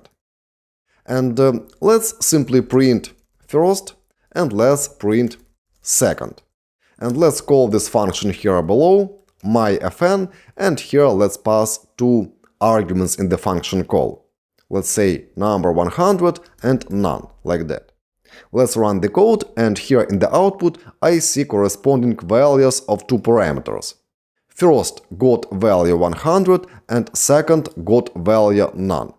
And that's the order of those values here in the output. So here we also used positional arguments in the function call. If you change the order of those arguments here, you'll get different values from those two parameters. Order was swapped. And you already know that in this example, if you try to call this function just with one argument like that, you will get an error, type error specifically, missing one required positional argument. And opposite is also true if you try to call this function with three arguments, let's say, like that. You'll also get type error. myFn takes two positional arguments, but three were given. And general rule is following: if a specific function has only several parameters, like in this example, and you call this function, you have to pass exactly the same quantity of arguments as there are parameters in the function. So two parameters and therefore two arguments, not 3, not 0, not 1. But also it's possible to add default values two parameters, and here we could do that using equal sign, and let's say that here we could add default value as true for this second parameter. And in such case, second parameter becomes actually optional. And we could, for example, call function with two arguments none and, let's say, false, run the code, no error. Or we could omit second argument, let's remove it from here, run the code, and there is no error, and now I see that the value of the second parameter is true because of this default value. So default values make certain parameters optional. That's all about positional arguments, and that's behavior of the functions when you use such parameters as we used in this example.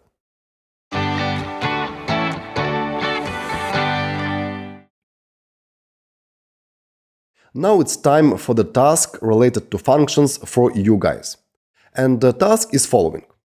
Please create a function which is called merge list to dict. And the function must have two parameters. The function should combine two lists using the built-in zip function. So, function expects from the user two different lists, and the function should combine them using built-in zip function. Next, convert a zip object to the dictionary and return it from the function. Call a function by passing to it two lists as arguments. And finally, output result of the function call to the terminal. So, function expects two lists. In the function, we combine two lists using built-in zip function, and afterwards convert zip object to a dictionary and return such a dictionary from the function. I wish you good luck.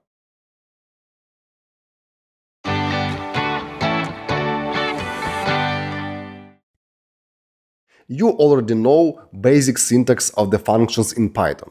And you know that each function has a name, optional parameters, function body, and optional return statement. And you know the difference between parameters and arguments. Parameters are located in the function definition, and arguments you supply in each function call.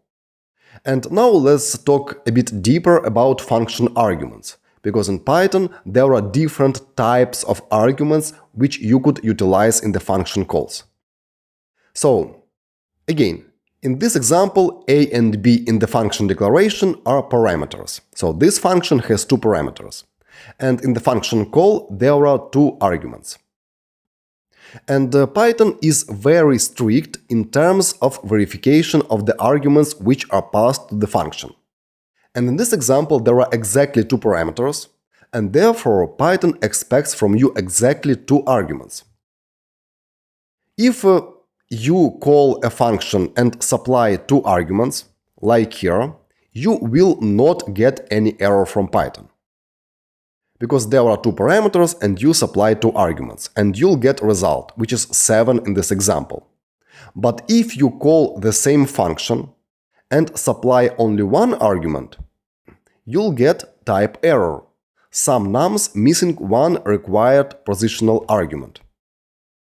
It means that you must supply a value for another parameter, this one. So this function has two parameters, and it is necessary to pass two arguments in the function call. Same error you'll get if you attempt to call this function without any arguments. In this case, you'll get another error, type error missing two required positional arguments, a and b. So, if you define a function in such way and specify two different parameters in the function, you must call a function with two arguments. And of course, any IntelliSense in Visual Studio Code or in other editor will actually tell you which arguments function expects from you when you add function call brackets. But you have to keep in mind that if you don't supply necessary amount of arguments, you'll get type error, missing one or two or whatever other quantity is required positional argument. But what happens if you attempt to call this function with 3, 4, or 5 arguments? Let's have a look at another error which you'll see in this case. If there are still 2 parameters in the function and you call a function and supply 3 arguments in the function call, you'll get such nasty error. Function takes 2 positional arguments, but 3 were given. It means that in this example, you must supply exactly 2 arguments in the function call. Not 0, not 1, not 3, not 4, exactly 2, because there are exactly 2 parameters in the function. And Python is very strict in terms of verification of the quantity of positional arguments. Because those arguments are positional in Python, and order of the arguments in the function call does matter. But here we come to the question. Can a function in the Python accept any number of arguments? 10, 20, and so on. Yes, it is possible. It is possible to merge arguments into the tuple. And you could do that directly in the section where you define function parameters. And for that, you have to add a star before parameter name. And usually such parameter is called args. And in such case, you will be allowed to call some nums function with any number of arguments. And here below we call such function with 3 different arguments. And after such function call, all those positional arguments 2, 3, and 7 will be gathered into the tuple. So type of args parameter is tuple. Here we verify that. And inside of this tuple there will be 3 elements, 2, 3, and 7. And each time when you call a function, brand new tuple is created, and Python gathers all arguments into one object, into one tuple. Of course, you know that tuples are immutable in Python, and you are not allowed to modify args tuple inside of the function body, but if necessary, you could, for example, convert tuple to the list, if you need to do so. But anyways, inside of the function body, you have now access to all arguments which were passed in this function call. And you could perform different operations with those arguments. For example, you could perform iteration over all arguments and perform some action with each integer in this example. So, star and then name of the parameter, usually it is args, is used in order to merge all arguments in the function call to one variable, to one tuple. And now let's get back to positional arguments. If you specify parameters in the function like this, here is first parameter, here is second parameter, then this function expects from you exactly 2 arguments in the function call. Not 0, not 3, exactly 2. And those arguments are called positional arguments. Here we call getPosInfo function and pass to it 2 positional arguments.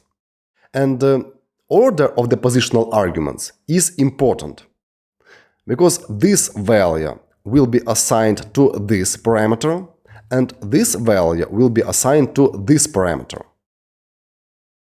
If you swap order of the arguments in the function call, you'll see completely different result.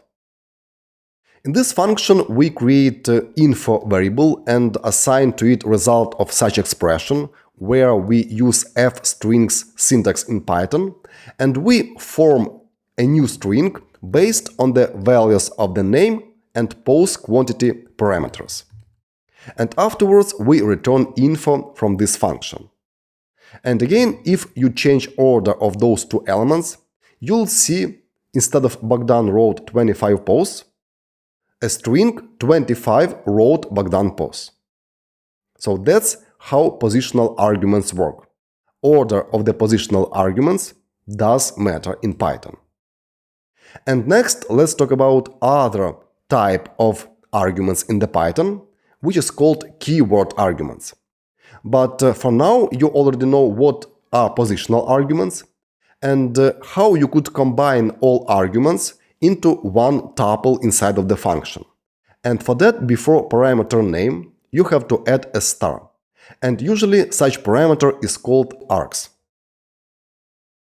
If you want to become data science or machine learning specialist, I welcome you to the full Python course, which covers such packages as NumPy, Pandas and scikit-learn.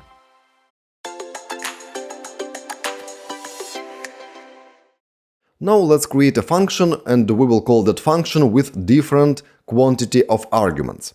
And function will sort numbers inside of it and print sorted elements to the output. Let's call this function sort nums, like that. And in order to be able to accept any quantity of the arguments in the function call, we have to prepend star before parameter name. And usually in such case, parameter name is args, like that. But you could choose also other name. And first, inside of the function, let's simply print to the terminal value of the parameter which is called args. And next, let's call sort nums function, and let's pass to it several elements, and they will be integers, like that. And let's see what we get. Run the code, and here I get a tuple. So that's the value of the args parameter. And this star means that function actually takes all arguments in the function call and combines them into single object, into the tuple. And now we can call this function with any quantity of the arguments. Let's add one more argument here. Run the code, and here we see one more element in this tuple. If you want, you could even call function without any arguments. That will also work. In such case, we get empty tuple. We could ensure that it is a tuple. Let's get back to such arguments by printing type of the args. Let's run the code, and here we get class tuple. And because of the fact that args contains actually a tuple, we could work with it as with any tuple. As you know, tuples are ordered, but immutable. You cannot add new elements to args. And if you attempt to do that, for example, using append method, you will definitely get an error, because append method is not available for tuple objects. Tuple object has no attribute append. But you could perform iteration over elements of the args variable. And for that you could use, for example, for in loop, or if you want, you could convert args to, let's say, list, if you want to do so. But let's use for in loop for arg in args, and let's print arg to the terminal. And let's remove this line and this line.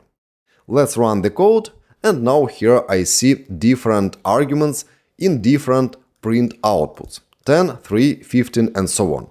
And of course, order of those elements in this args tuple is the same as order of the arguments in this function call.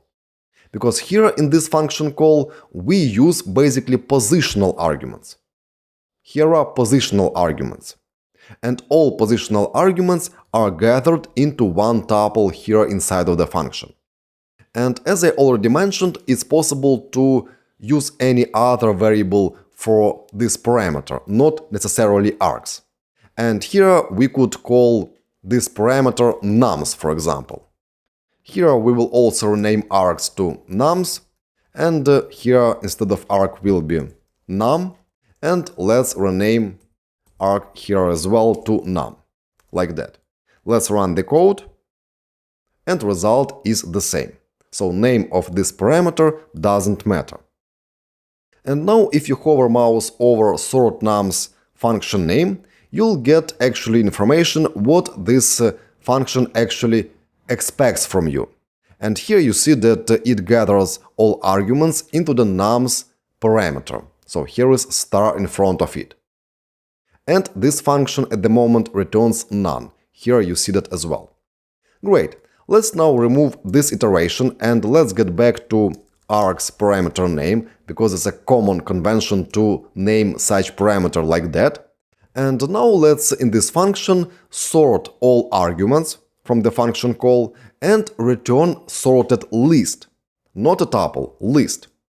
And in order to perform sorting operation, it's possible to use built-in function, which is called sorted. Here it is. And this function expects from you an iterable, here you see that, and we could pass here either tuple or list or any other sequence. And let's pass to sorted function call args, like that. And let's return from this function result of the sorted function call. And now let's assign result of sortNums function call to the variable in order to be able to access this value which will be returned by the sortNums function. Let's create here a new variable sorted nums like that, and let's next print sorted nums to the terminal. Let's run the code, and here I see value of the sorted nums variable, which is a list. And in this list all elements are sorted, from smallest to biggest. That's how this built-in sorted function works. And as you see here, in sorted function call we basically passed a tuple, but it returned a list. And if you hover mouse over this function name, you'll see that this function returns a list. Alright, that's how we were able to get all arguments in the function call, gather them into single tuple, and the parameter args contains such a tuple, and then we sorted all elements in the args tuple and returned sorted list using return statement from this function. And therefore, in order to use result which is returned by the function, we assigned result of the sortNums function call to variable sortedNums. And afterwards you could perform different operations with such list, because it is a regular sequence and you could modify it if you want to do so, or add new elements and so on. So perform any operations with such list. That's where positional arguments in this function call, and using star in front of the parameter name, we are able to combine all arguments into single tuple. And now we are able to call this sortNums function multiple times, and we could duplicate those two lines of code like that, and now here let's use other numbers like this. Let's run the code, and we'll get different results. So each time when we call a function, we could use different quantity of the arguments. And here I simply reused same variable name as sortedNums. It is possible in Python to assign different values to the same variable. We did it here and we did it once again here. That's it about args in Python, and you have to remember that for that you have to add simply star in front of the parameter name, and in such case you will never get an error from the Python telling that there is missing positional argument or there are too many positional arguments and so on. But in such case you have to work with tuple inside of the function. And of course, if needed, you could convert tuple to any other sequence, for example, to a list.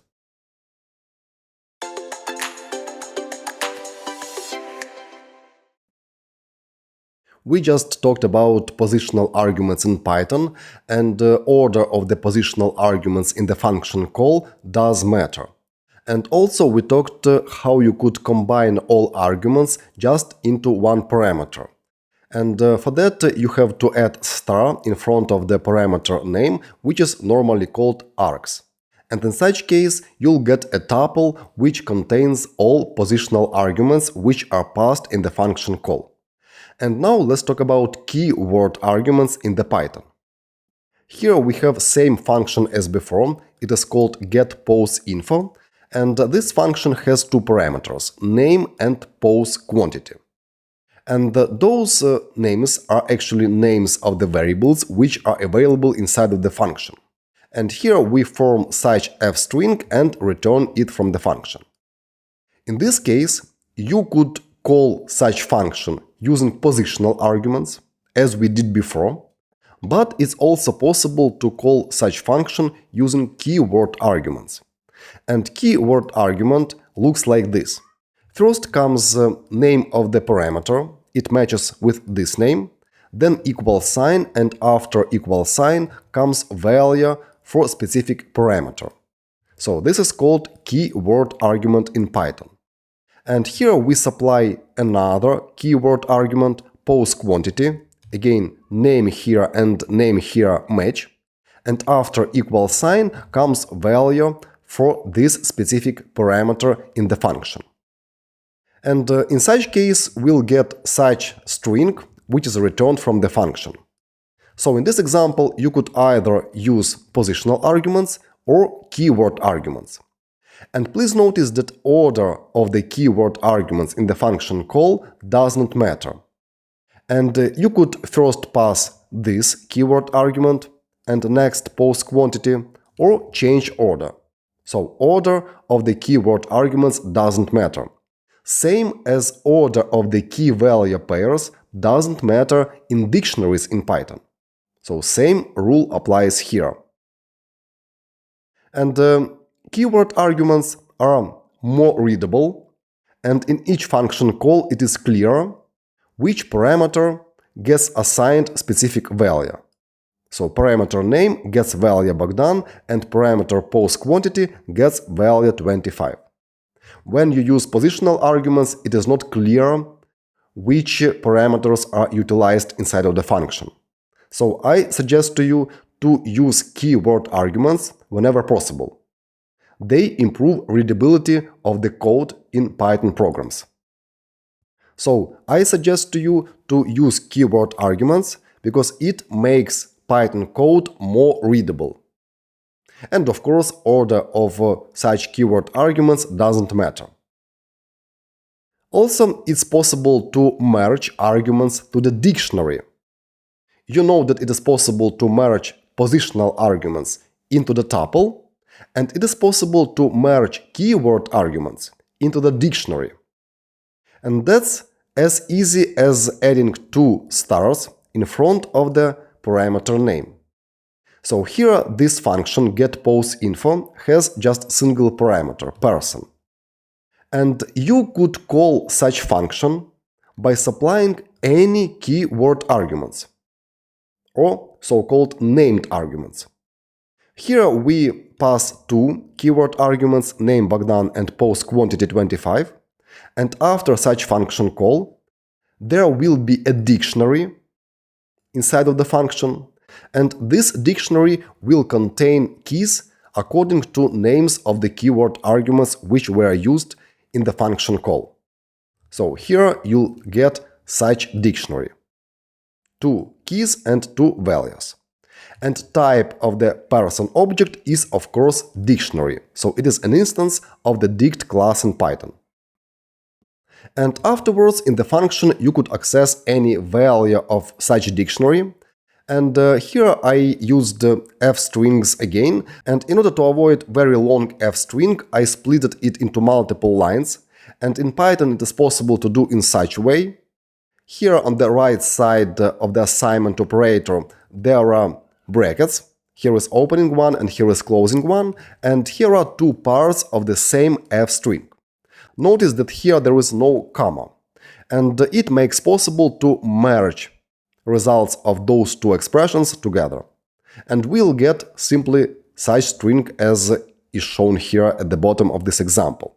So if you don't supply comma here, Python will automatically combine two different strings or three strings if you use more lines here. But main idea here is that we have access to person dictionary, and it has two keys, name and postQuantity, and we could access values of those keys. And that's how you could merge all arguments, all keyword arguments more specifically, into one dictionary in Python. And in such case, you could supply as many named arguments or keyword arguments as you want. All will be merged just into one dictionary. And for that, you have to add two stars in front of the parameter name. And in this case, we used person as a name of parameter in this getPosInfo function. That's all about keyword arguments, and I recommend to you to use keyword arguments instead of positional arguments where it is possible, because keyword arguments make code more readable and more clear, because in each function call it is clear which parameters get specific values. And of course, order of the keyword arguments doesn't matter, same as order of the key value pairs in the dictionary. This order also doesn't matter. That's all about keyword arguments in Python.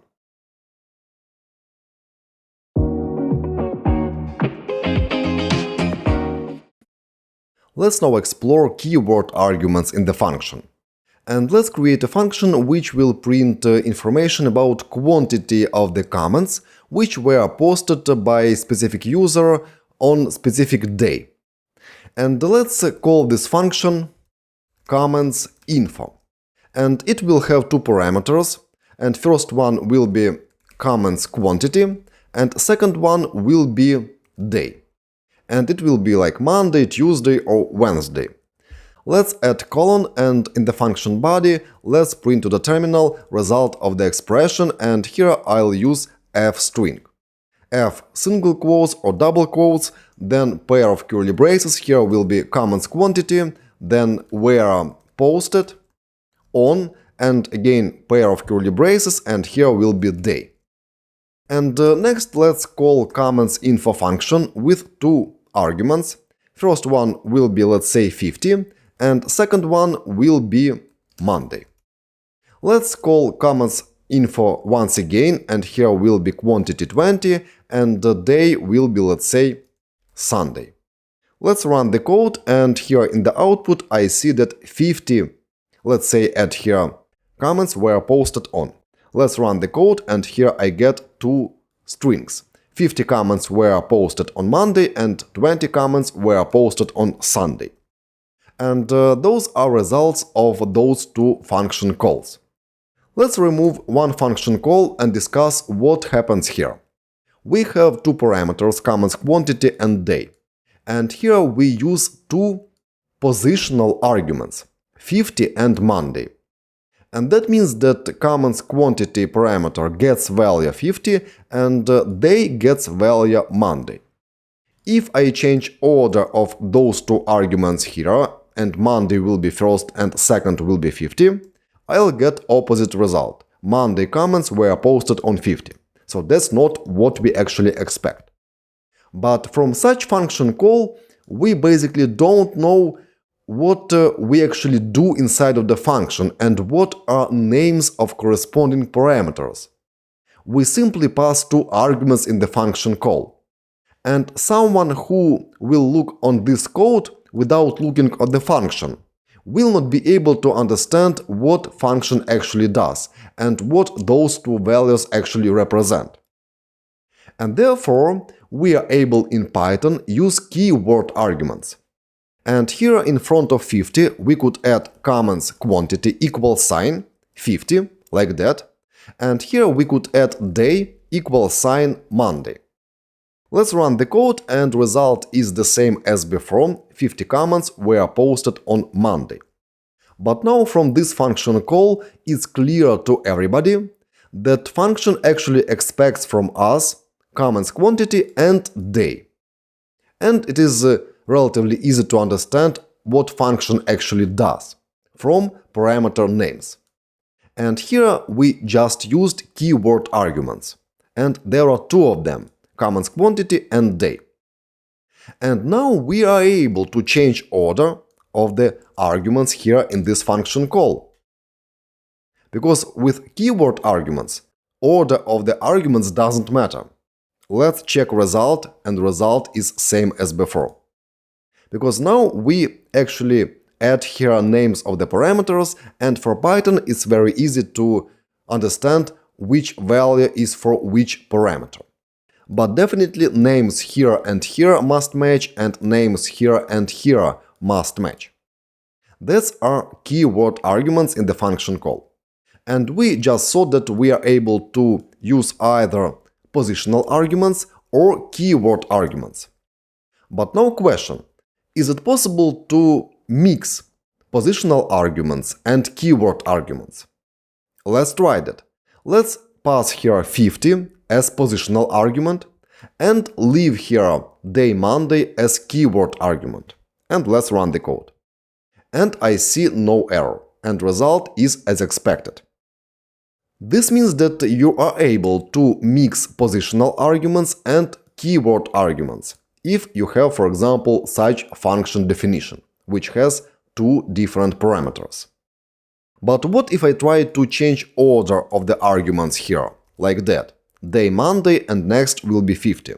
Let's run the code, and now I get syntax error. Positional argument follows keyword argument. It means that you are not allowed to place positional arguments after keyword arguments, like we did here. It is not allowed in Python, because in such case, Python doesn't understand for which parameter you supply this argument. For first one or for second one, it is not clear. That's why if you want to mix positional and keyword arguments, you have to put positional arguments first, and then keyword arguments if you want to do so. And in your Python developer life, you might see that different built-in functions or functions from external modules will be called using mix of positional and keyword arguments. And you might see scenarios when specific function is called using several positional arguments, for example, like that, and next comes one or several keyword arguments. This is very common in Python. And keyword arguments always come at the end in the function call. Please keep that in mind. And now let's try one more thing. Let's, instead of two parameters here in the function declaration, use star args, like that. And here, instead of comments quantity, we will put args square brackets 0, and here will be args square brackets 1. We already discussed what is star, and you know that in such case, Python gathers all arguments into single tuple. And here we simply access specific element from the tuple, first one here and second one here. And let's call this function with such two arguments, which are obviously positional arguments, 50 and Monday. Let's run the code, and here I get same result as before. 50 comments were posted on Monday. But let's try to use keyword argument now. As we did before, day equals sign Monday. And obviously I get here an error.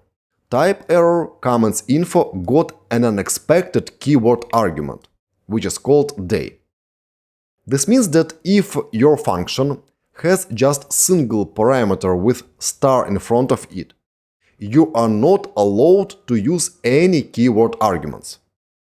Because in such case, Python doesn't know how to gather such values of the parameters in this tuple. Because tuple has only elements without any keys, it is not a dictionary. That's why, if you have such function, you are not allowed to use keyword arguments. It is prohibited. Alright, that was last example dedicated to keyword arguments, and let's get back to previous case when we actually have two different parameters with names, comments quantity and day. And in such case, you could either mix positional and keyword arguments or use just all keyword arguments, like that. Let's run the code, and in the output we see such a string. That's where keyword arguments on practice.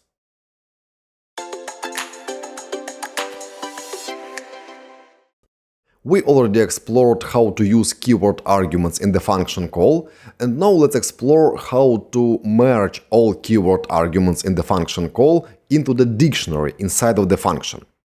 And let's create a function which will be called, for example, product price info, and this function will have two parameters: product title, let's say, and product price. And here inside of the function, let's print to the terminal following expression f single quotes. Here will be product title, next will be costs, and here will be again curly braces, product price, and here will be, let's say, dollars. And let's call this function product price info, and here will be, let's say, string bottle of water, and price will be, let's say, 2. And if we run the code, we will see such output: bottle of water costs $2. And here we used positional arguments here and here, and also we have here two parameters. Let's change those positional arguments to keyword arguments. Here will be product title equals sign bottle of water, and here will be product price equals sign 2, like that. Let's run the code, same result. Bottle of water costs $2. Now let's merge all keyword arguments, this one and this one, into single dictionary inside of the function product price info. And instead of product title and product price, here will be just single parameter, and let's call it product. And in front of it, let's add 2 stars, and that will be an indicator that we want to merge all keyword arguments into the single dictionary, which is called product. And now here, instead of product title and product price, we have to access values of specific key in the product dictionary. But first, let's comment out this line, and let's print product, like that. Let's run the code, and here we see a dictionary which consists of 2 key value pairs. Here is first one, and here is second one. And basically now we are able to call this function with any number of the keyword arguments. We could add here one more keyword argument, for example, let's say product availability, and its value will be true. If I run the code now, I'll see dictionary which has now 3 key value pairs. Let's remove last one, like that. And now we are able to access keys of this product dictionary, and let's do that here in this f string. Let's uncomment this line, and now let's access values of the corresponding keys which are named product title and product price in this dictionary. Let me copy this name of the key, because here we have such key name, and now here will be product, square brackets, and in double quotes let's put name of the key, which is product title. And now here, as you might notice, I got an error. And I got this error because here I used single quote, and here in the f string I also used single quote. And in order to get rid of this error, I have to replace single quote for f string, for example, to double quote. And now error is gone. In similar way, I should use here, instead of product price, product, square brackets, and in double quotes, product price. We access values of corresponding keys in the product dictionary. Let's run the code, and I get same result as before. And now we work with dictionary inside of the function, and we gather all keyword arguments into single dictionary. If you want, you could create separate variables inside of the function, and let's name them product title, and its value will be result of this expression. Let me cut it from here and paste here. And similarly, let's create product price variable, and its value will be result of this expression. Let me cut it from here and paste here, and now here we could use such variables as product title and product price, or simply here could be title and price to make f string shorter. Title, and here will be price. Like that. Let's run the code, and result is as expected. Great. Here are keyword arguments, and they are gathered into single dictionary. And here we access values of corresponding keys inside of the product dictionary. But what if in the function call we use not keyword argument, but positional argument, for example here. First comes positional argument, and next comes keyword argument. Let's see what we get, and we get type error. Product price info function takes 0 positional arguments, but 1 was given.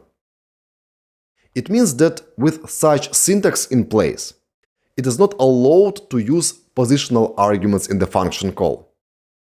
Because this particular function doesn't know how to use positional arguments and to which parameters assign such value as bottle of water. Now function expects only keyword arguments. And if you hover mouse over it, you might see that 2 stars product. This proves that you could call this function using only keyword arguments, like we did before. Product title, keyword argument, and then value for this argument. Product price, then value for product price.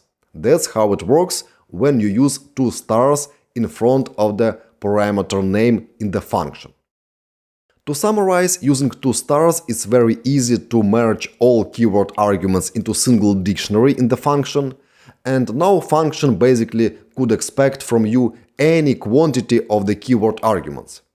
And it is not limited to specific names of the keyword arguments. You could use here other name, for example, product, let's say, new title, and function will be called without any problems. But now, of course, result will be different, and here we will get key error product title, because now we try to access such key in the dictionary which is called product, but such key is now absent in this dictionary. And if you are not sure whether a specific key is present in the dictionary or not, you could always use get method instead of square brackets notation. And we discussed that before. But if we are sure that specific keyword arguments are supplied in the function call, then we could use square brackets notation like we did here. But notice that now when we hover mouse over function name, we don't see actually which keyword arguments are expected from the user. We simply see that all keyword arguments are gathered into single dictionary, which is called product. We don't see here product title or, let's say, product price, which are expected by the user, which are used inside of the function. That's why there are 2 options in this scenario. Either use function description and describe all parameters of the function in order to make such description available when user uses function when it tries to call it, or use separate parameters, like we did before, product title, for example, and product price, without those 2 stars. But if you want to accept any keyword arguments, you could always use gathering of them into single dictionary, like we did in this example. If you want to learn how to create games in Python, I welcome you to the full course, where you'll create several games using Pygame package.